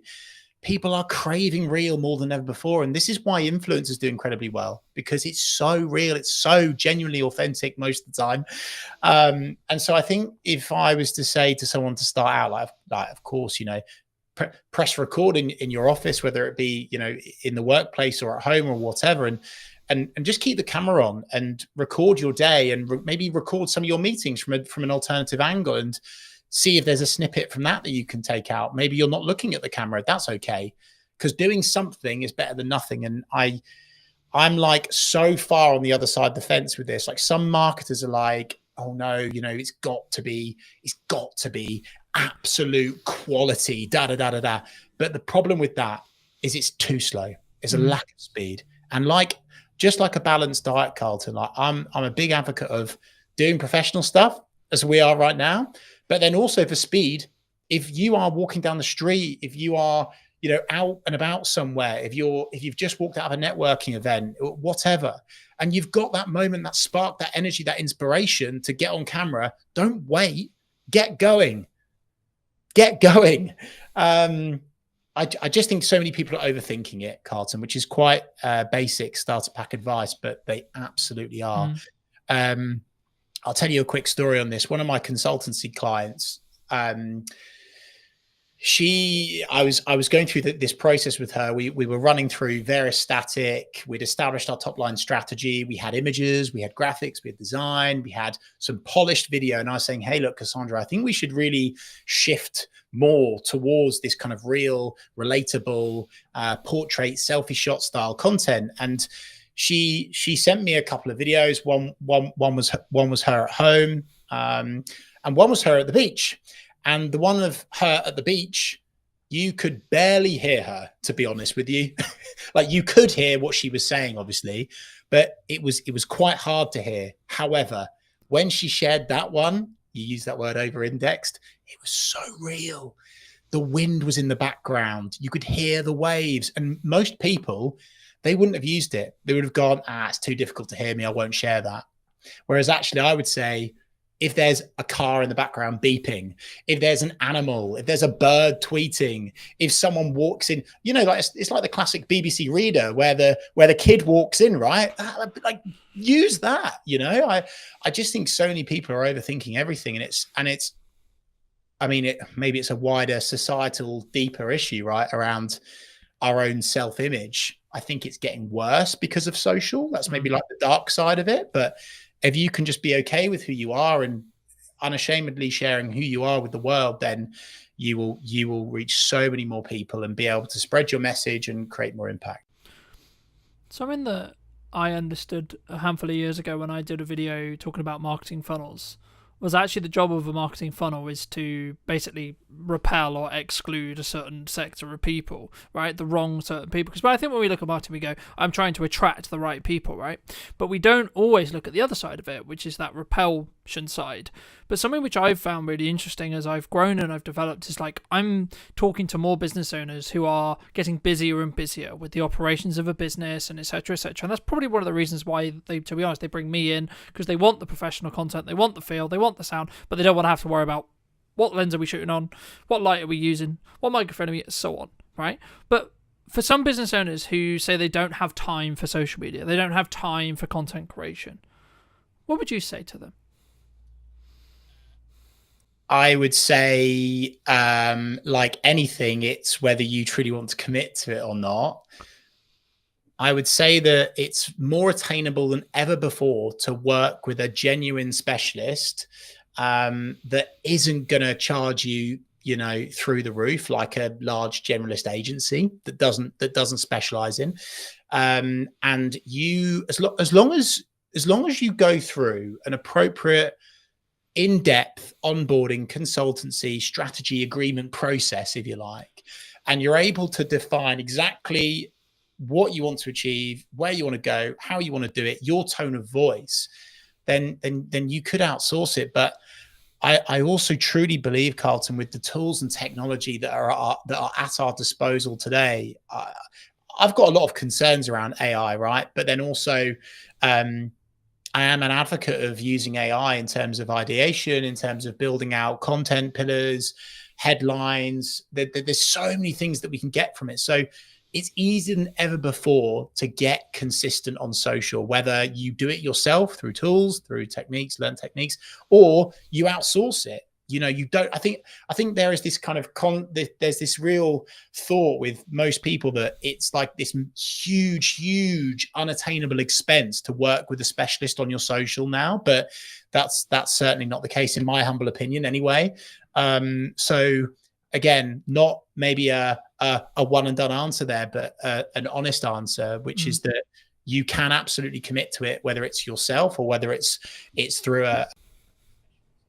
I think for me, my answer would be like leverage, right? Like it's what are you leveraging? How are you leveraging your time, assets, resources, etc.? Like you could, using like what I did for a long time, hire someone to follow you around with a video camera and document rather than create in a Gary Vaynerchuk style, and or actually, like as you've already mentioned to it earlier, record what you're saying in a meeting. And this does one of two things. A, it gives you infinite content opportunities, especially if you're going to use things like ops clips to do the editing for you, because you're only doing it for short form. But also, it actually means you're going to show up better for that person in the meeting, because you're not going to spend time talking about how's the weather, how is the dog, etc. You're going to go, okay, how tangibly can I add value to you, right? How can I tangibly add value in that hour? Because A, you're creating content from it, so you want to add kind of generalized information, you want to create the most valuable content you can, but also I've found personally people take more value from the meeting because you are kind of in that performance mode, I guess you could say, right? But this does kind of link in, I guess, and it'd be wrong of me not to ask you around, you know, you've been very fortunate to speak on stages, you've been fortunate to, I believe, correct me if I'm wrong, but like run your own radio show on the BBC and co-host it and etc. I mean, like, for people who are maybe listening to this and that's maybe like an avenue of their business, so maybe they have a speaking opportunity or they have been invited on the radio, but they're not sure, well, like, what's it going to do for my business? And like, why should I? And like, do you see that as important for you personally? Brought that up, Carlton, because it links with your response to my last answer, right? Which is that if you're going to do public speaking, or you have a media appearance, or you're guest writing, or you're doing something like what we're doing now, okay, the reason why I'm committing to this is, of course, not just to share my expertise and my experience and help serve, not sell, really just help people reach new audiences. It's getting content as well. And you've mentioned Gary Vaynerchuk, huge advocate, very grateful to have met him a couple of times now, a really real massive inspiration for me. And one of the things that he talks about is content pyramids. And many people just, and it again links back to your having the time bit, Carlton, they don't realize that us doing this, what is it now, half an hour, 45 minutes, we'll do maybe an hour today together. This will give me content for weeks. I could pull out of it a long form video. I could pull out of it multiple blogs.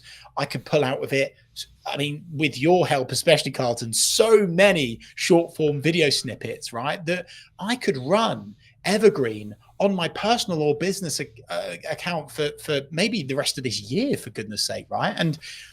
And it's a massive frustration of mine, actually, Carlton, as well, because when people get these opportunities, public speaking, media, podcast, etc., they don't maximize the opportunity and they don't use it to their advantage. So they do it, they reshare it, and that's it. And it just kind of dies or fizzles out. And they don't realize that actually, by doing this today, I'm getting loads of content that I can use over and over and over again. And that is an incredibly useful trick that so many business people are well, not just business people, all people are missing out on the opportunity from. And of course, by me doing this appearance with you, it's going to highlight me as the expert, the person of expertise.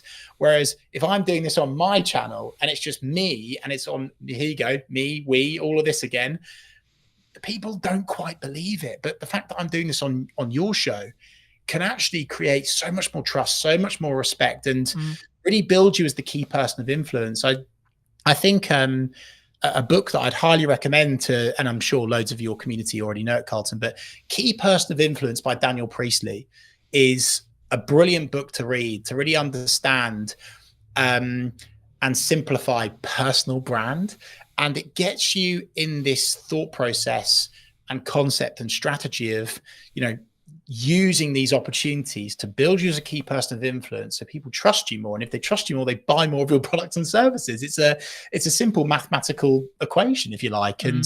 And so again, that's why I would hugely recommend that when you do these appearances, you really, really milk them for as much as you possibly can. And also, I think, you know, I think sometimes people see like filming a talk at the front of a room or filming a podcast as like just a cost.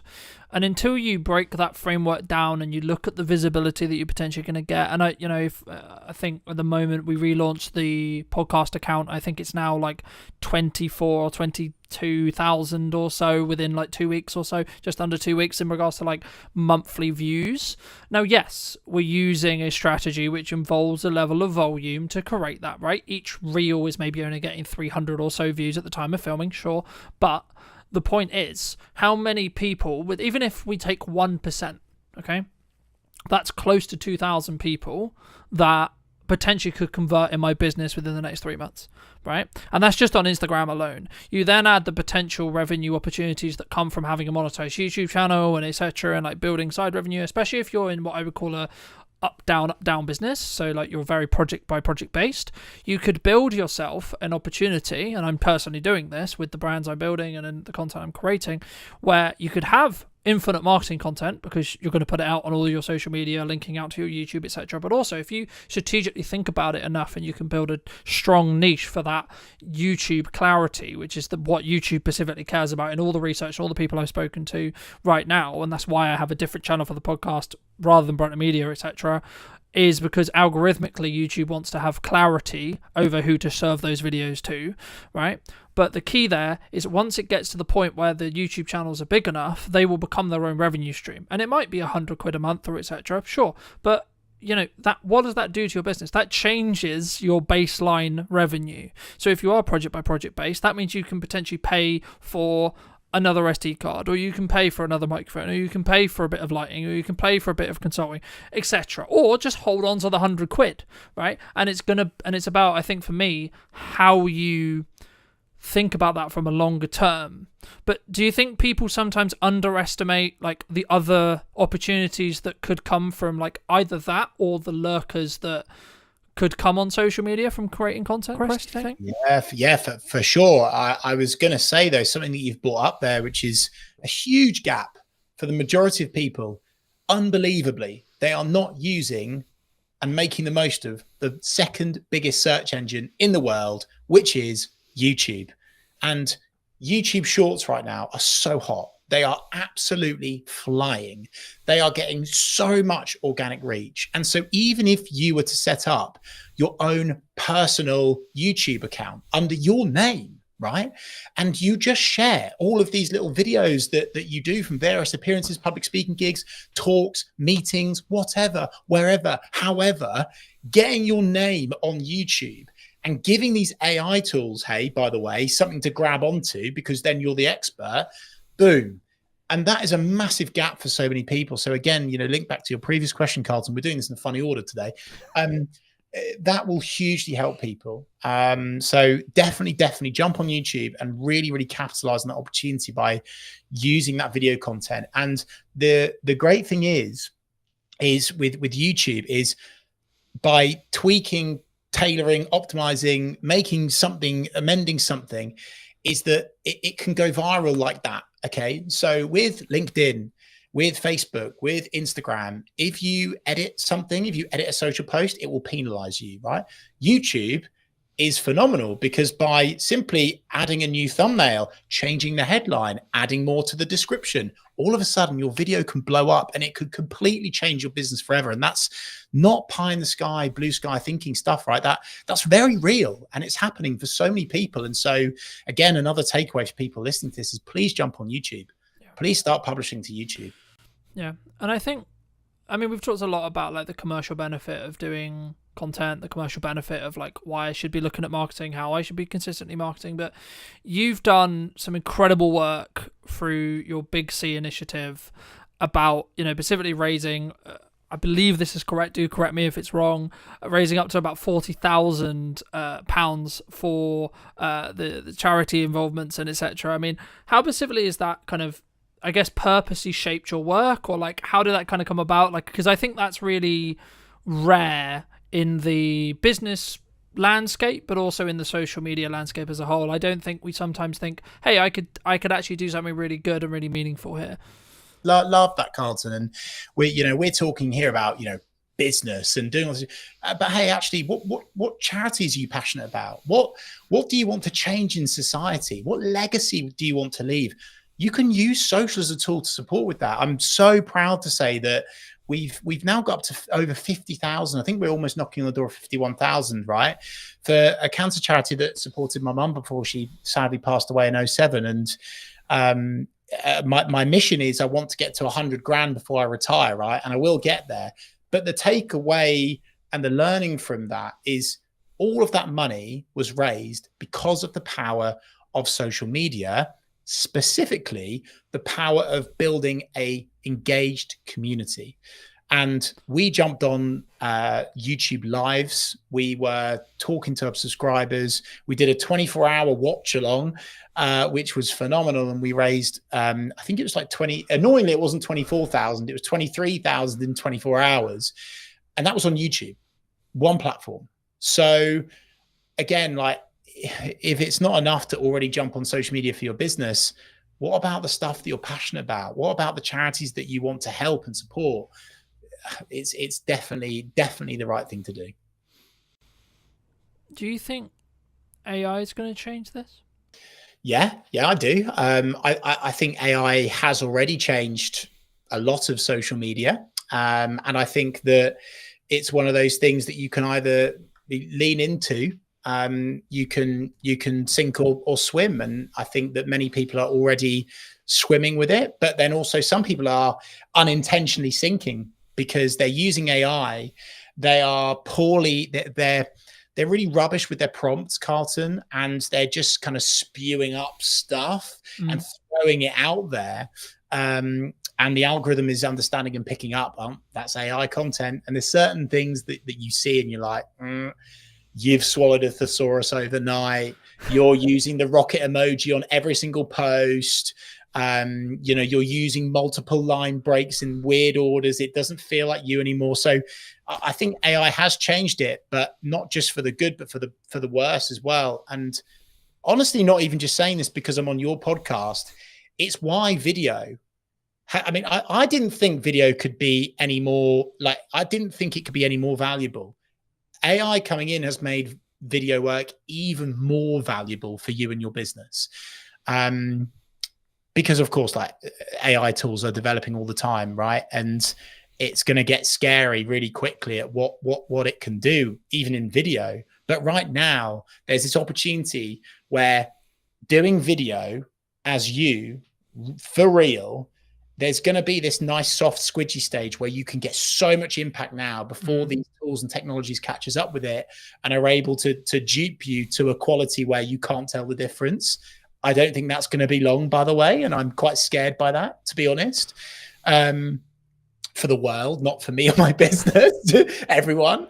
But you know, for the next year and a half, 2 years, I think there's a real moment where you can jump on video, make loads of money, create loads of impact, help support causes that you care about. So yeah, I think AI has made things really good in terms of getting people going, ideation. But I actually also think it's really showing people up, and it's making jumping on video even better for showing off your expertise, your knowledge, your wisdom, your skills, because that's something that AI can't do. Yeah. How shouldn't we be using AI? How shouldn't we be using it? Putting a I'm not going to try not to swear just in case you're monetizing this, by putting a rubbish prompt into ChatGPT, copying and pasting any old nonsense, right? If you put rubbish in to ChatGPT, you will get rubbish out of it. And people aren't even proofing, Carlton. It's so scary how lazy humans are. It's like so scary. They're literally putting a rubbish prompt in, getting a rubbish answer response out of it, copying it, whacking it in LinkedIn and sending it. Yeah, that'll do. Fact checking it. And some of the stuff I've seen, it's like the worst thing to do for your personal brand. It can literally destroy your personal brand in an instant because the facts are wrong. The stats are wrong. They're not right. And it's because partly of the prompt, but also what AI is currently still latching onto. So as I say, I'm not an AI denier by any stretch of the imagination, but I think that's where people are getting it massively wrong. They are not understanding how it works, and they are shortcutting it. They're thinking it's accurate, and it's not. It's actually, you know, you spoke earlier, Carlton, about, you know, a video / social attracting or detracting for your personal or business brand. And my goodness gracious me, is it detracting from some people's businesses right now? Algorithms change constantly, right? There's constantly a new thing, there's a new trend, there's a new, like, Reels have just launched, Stories have just launched, Snap Spotlight has just launched, etc., right? Like, it's a full-time job on its own, right, that I'm sure we both spend quite a lot of our time because of the nature of our business. But to the person who's maybe not in the space every day, what advice could you give them as we go into 2026 and say, okay, well, this format, this trend, this idea, this concept, this thing is underrepresented and is the quote opportunity right now on social? Well, I think what's always going to be safe, you know, is educational content, serving, not selling, especially when the content that you're creating is non-time sensitive. That consistency is going to be more impactful and work over and above trends. I'm really cautious with trends. Trends are fantastic at creating virality and going big, getting loads of vanity metrics. I'm not sure jumping on trends is something that a business should be leaning into too much, because actually I think it detracts away almost from your commercial objectives. Heck, I saw a competitor the other day post something on their social, which was so detracting away from what good customer service, client service looks like. And I was like, oh dear. And it's because they jumped on a trend that like other people are doing, but you don't have to jump on every trend. So I think video works. I think doing lives works and will work very, very well. If someone is able to do content where they are getting connected, exposed, and accelerated into another network of people that they want to reach, is also good. So Instagram collaborations, live broadcasts like this, very, very good thing to do. But Carlton, I do fear that question will almost strike fear into people, and they will go, oh no, I'm overthinking it again. I can't do the right thing. So again, I just want to go back to basics: execution of perfection, give value, I'm creating now as we speak 52 videos, and I'm going to do one per week for the rest of next year. Like, I'm practicing what I preach on that. And I'm not worried about the trend at the time, because I want to leave a digital footprint. I want to leave little magnets, branches for my audience to hang on to with keywords of service areas that I want to sell more of. That's what I'm all about, right? Leaving this footprint that people can grab onto. So trends are great. You don't have to jump on all trends. And in terms of like what's safe for 2026 and what is going to work still in 2026 is short form video content. Make it real, make it authentic, whether you do it professionally with someone as good as yourself, Carlton, or whether you selfie shoot it. But again, balanced diet point. Do both. Why not do both? Yeah. Work with you, Carlton, or another video provider. Won't be as good, obviously, to batch create loads of video content, evergreen, non-time sensitive. So you're talking at least once per week, and build it and build it and build it. And that's how you can grow your account. No, I completely agree. And I want to build off just before we wrap up the trend thing, because I agree, but I also kind of disagree. And it's kind of a bandwidth question, right? So I'm going to caveat my answer with, if you have the bandwidth to do this and you have the systems in process to be creating all the polished stuff, all the value add, everything that me and Chris have been discussing for the last hour or so, then yes, do that first. That's always going to serve you. That's always going to be a good idea. However, if you want explosive growth from an awareness point of view, and you have the bandwidth to jump on a trend fast before it becomes saturated, then you can commoditize a load of attention that will then lead into your value-led content. And that's where it really comes down to, in my opinion, a yes and thing rather than a yes or thing, right? We've alluded to Gary a lot, and I will link some resources down below for those who are interested, but this is one of the things that Gary talks about a lot. It's yes and you should talk about your hobbies. Yes, and you should talk about, I think he had a video that got silly views, millions and millions, and it was him talking about a fruit, right? What ROI is that? Well, actually, probably quite high, because what happens is people, if you look at everything you do as a part of a marketing funnel, you need to ask what piece of your content is going to do. You can trend jack and get a strong piece of awareness content. No, it won't convert. No, it's not going to miraculously mean you get hundreds of millions of pounds in your bank because you've converted it. But what it will do is it could give you a boost in followers and or a boosted initial interaction. And if you have your leading to a book that's actually on Chris's bookcase behind him, where Gary talks about your profile hygiene, right? If you have your website, you have your email, you have your phone number easy accessible on those profiles, when you get something that gets 1 million, when you get something that gets 100K, there's going to be a percentage. Again, if you take 1%, you're going to be in a position where you're going to get some more work. You're going to get even 1 or 2 more people who potentially will become clients. So that's kind of my, counter argument to trend jack, and that's why I caveat it with the bandwidth thing. But Chris, for those people who, because I'm aware you've got to go very shortly, but for those people who want to connect with you, who want to see more content, who want to see some of this video you've already alluded to, where's best for people to reach out to you? And do you agree with what, that strategy as a whole? Well, I was going to say, I just looked at the time and I went, oh, that's a shame, because I've got so much more to give. And for people that have kind of liked the cut of my jib today, I'm serving up a ton of value over on my Reeve REEVE social media YouTube channel. I'm doing live broadcasts, one of which is with this guy. Incredible value in terms of video psychology, which is the most important thing before you get going. We'll leave that alone for now.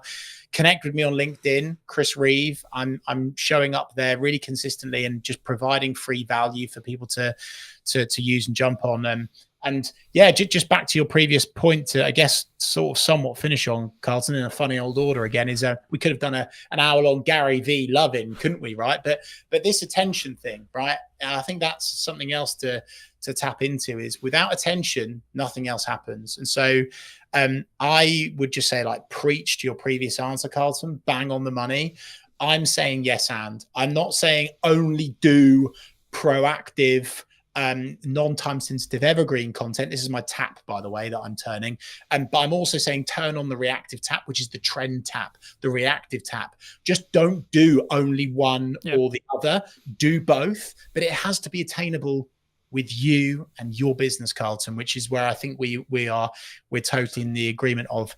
I'm just so fearful that some trends that people are jumping on detract and they turn off your ideal customer profile rather than turn on. But I'm in total agreement with you. Do proactive, non-time-sensitive, evergreen video content. Do trend content as well. And hey, in that book, Attention by Gary Vee, his latest one, it's full of geeky social video, psychology of social content that can work incredibly well for you and your business. Carlton, I just want to say thanks for your time today, but also I want to take the time to say on behalf of your network and the audience and the community that you're building on your podcast, thank you, because this is really rare that someone is taking the time out of their day to genuinely share so much just purely because they're passionate and that they want to help. And I really wish that there were more experts in their field that committed the amount of time that you do to actually just helping people. So thank you, sir. No, that's so kind of you. And thank you so much for the time. If you were going to talk to Chris 10 years ago, right, and you were going to give advice, what advice would you give him? Be more you. You cannot be anyone else. Stop trying to be someone else online. Stop copying your competitors. Stop just doing what the other people in the industry are doing. Because actually, if they go yin and you go yang, if they go black and you go white, that is really, really impactful. And the more that you are unashamedly you on social media, the more impact you will have in terms of reach, in terms of engagement, in terms of sales, everything. It all comes back to the more you that you are, the more impact you will have on social media. Thank you so much for the time, Chris. And if you did enjoy this episode of What's Missing in Marketing Today, make sure to be subscribed and all that lovely YouTube stuff and etc. as well. But thank you so much for coming back and joining me. I'll see you very, very soon.